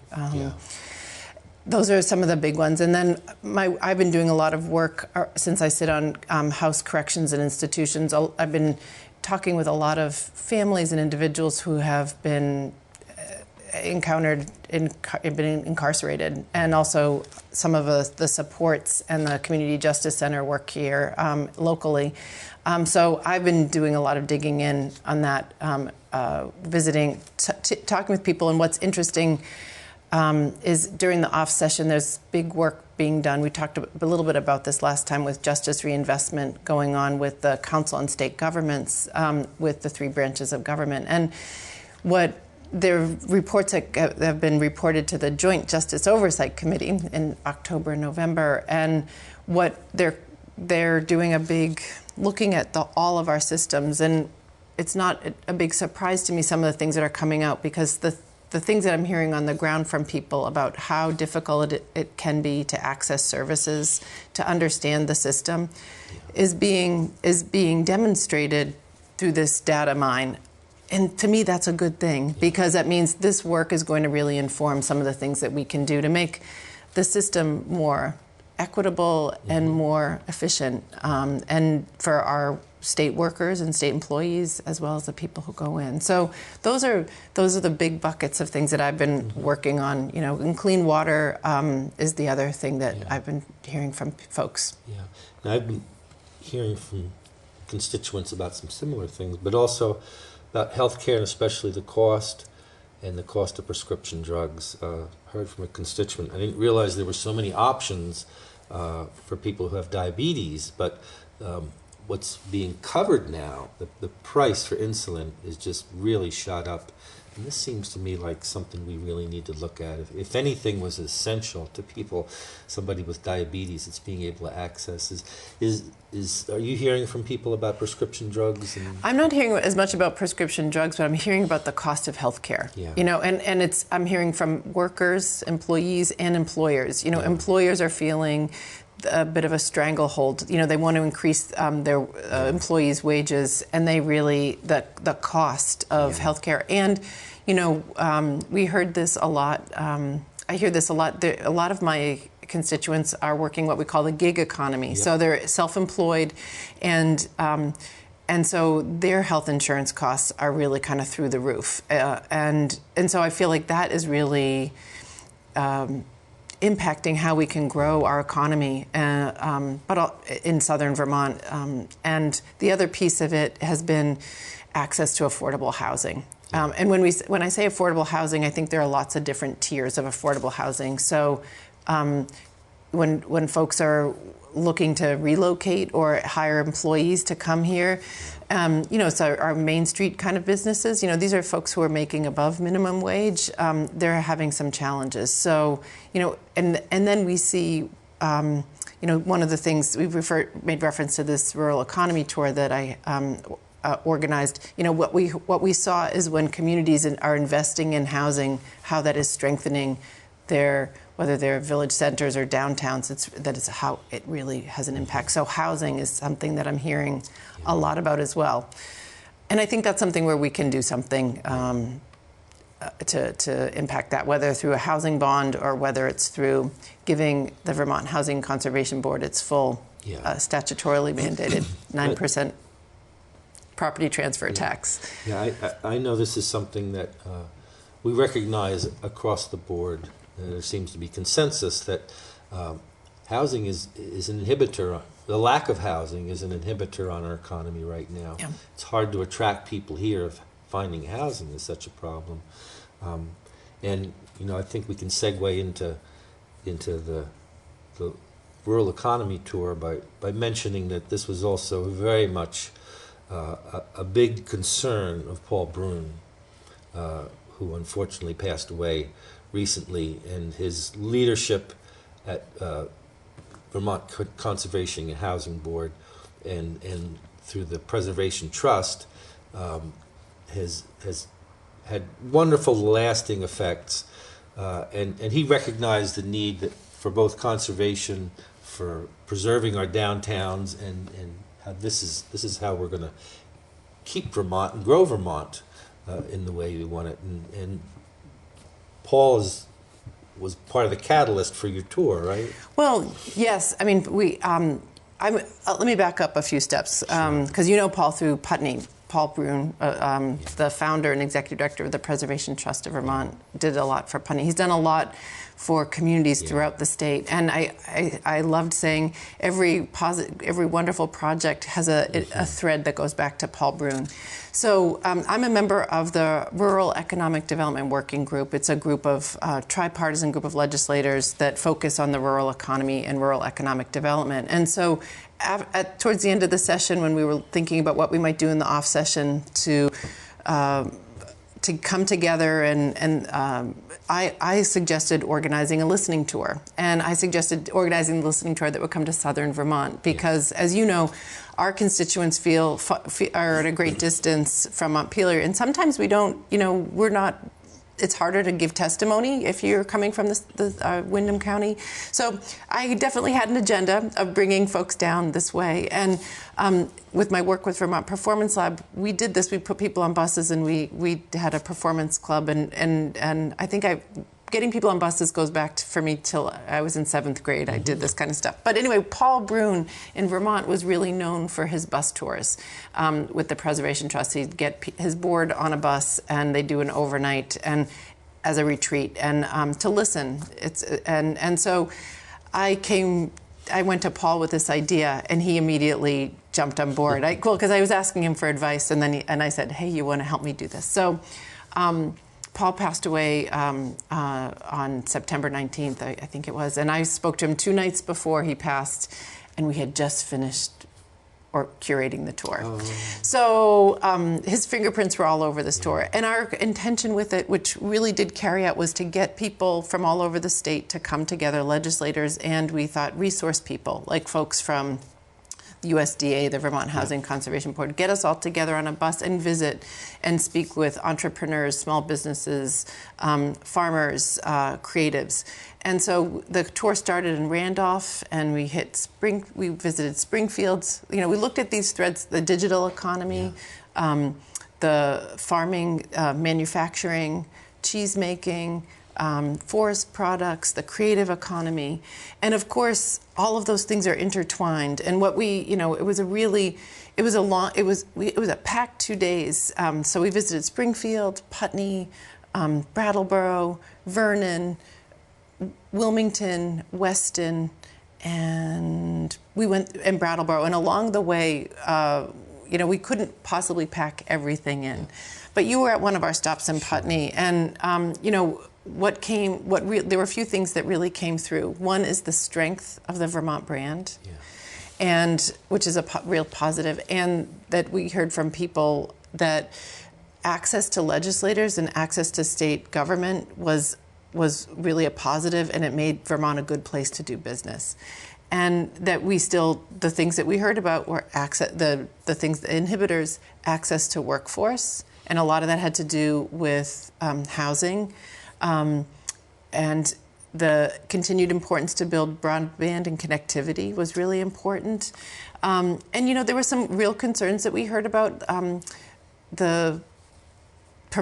We know that Act 250 is going to be discussed in the legislature, after 50 years, what can we improve? And there were some concerns about over-regulating, that can be an inhibitor. I'm certainly hearing the same thing, too, that we can continue to protect Vermont, but especially for small businesses, they need some help. Yes, and to streamline the process, to make it predictable, to make it, possible for smaller businesses to do this. Because right now the feeling, and I've seen it working on a community project, it takes a lot of know-how and a lot of professionals to help you get through that process. And for some smaller businesses, that really just tilts the playing field away from them. So we heard that loud and clear, and that I want to let folks know who weren't able to be part of this tour. We are having a hearing up at the State House on December 11th from 6 to 8 p.m.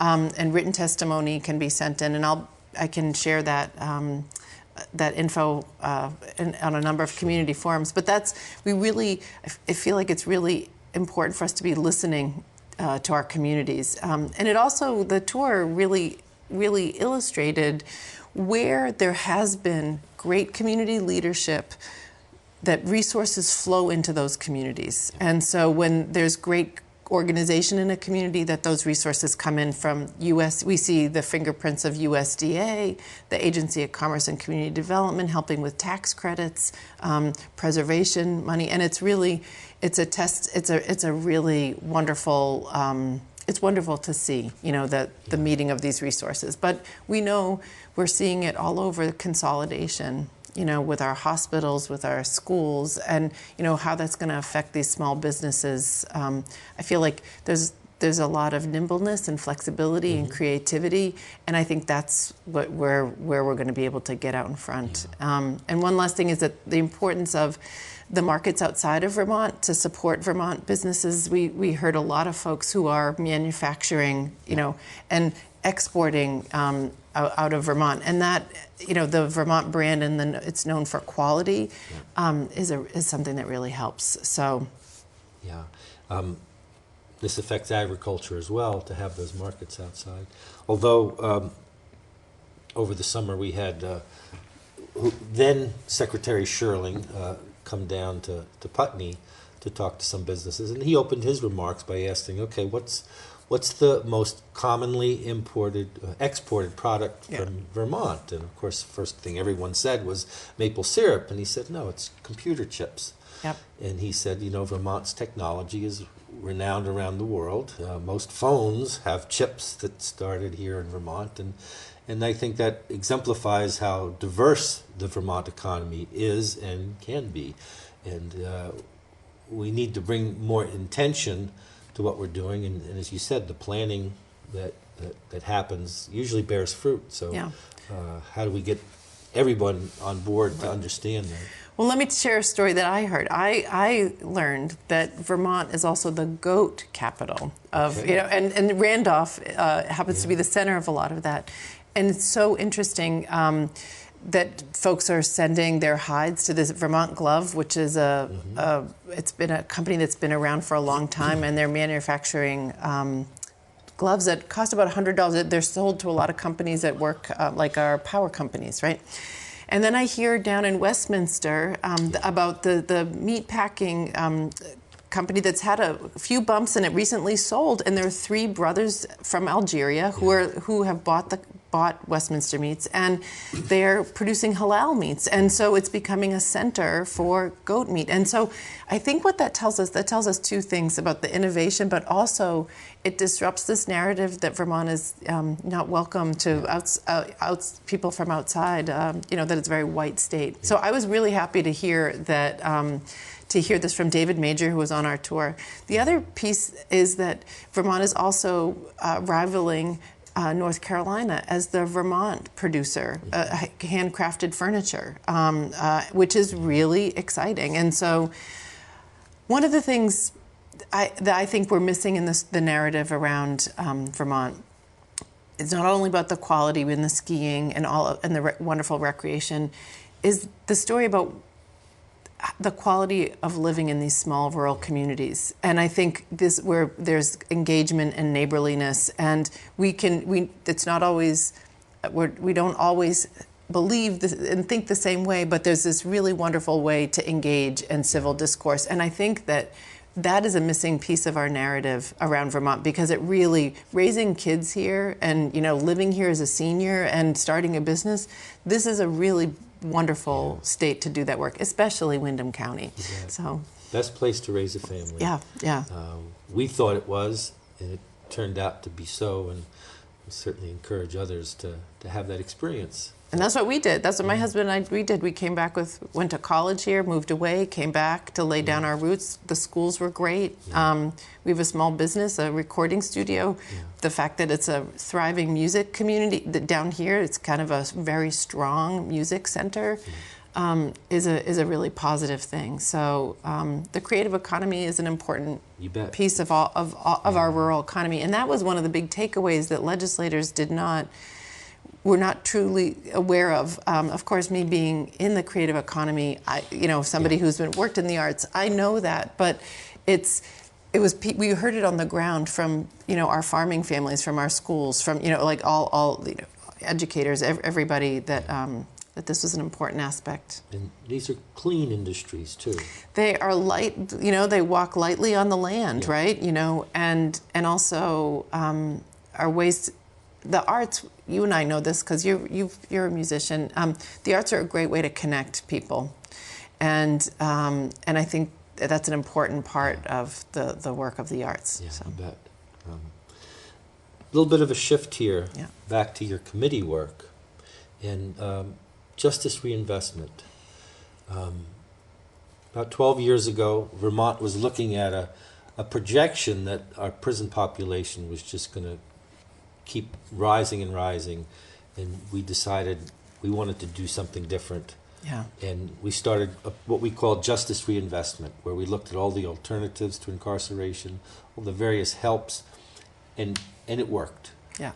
But it's time now for the sequel. Yeah, the sequel. Update, yeah, version the update. 2. Yes, I think we're calling it Justice Reinvestment 2. And now this is your committee, and what can you share about? Sure. What we're looking at so in the this next session. This work will definitely. The idea for this, Alice Emmons, who's the chair of House Corrections and Institutions, was serving in the legislature during Justice Reinvestment 1, and when we were hearing from advocates and victims services, we hear from all sides of the equation, and the idea around criminal justice reform, and Alice has taught me, we make our decisions based on data. It's not about how loud a person's voice. It's fact-based decisions, right? So yes, justice reinvestment was an idea that percolated out of our committee, and it very quickly gained support because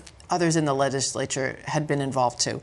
So I just want to be clear, this is a process that's happening during the off session. A lot of this work is being reported to a committee that meets during the off session, which I do not serve on, but two members of our committee do. The Joint Justice Oversight. House-Senate committee? It's a joint House-Senate committee with members from judiciary, healthcare, human services, corrections, and institutions.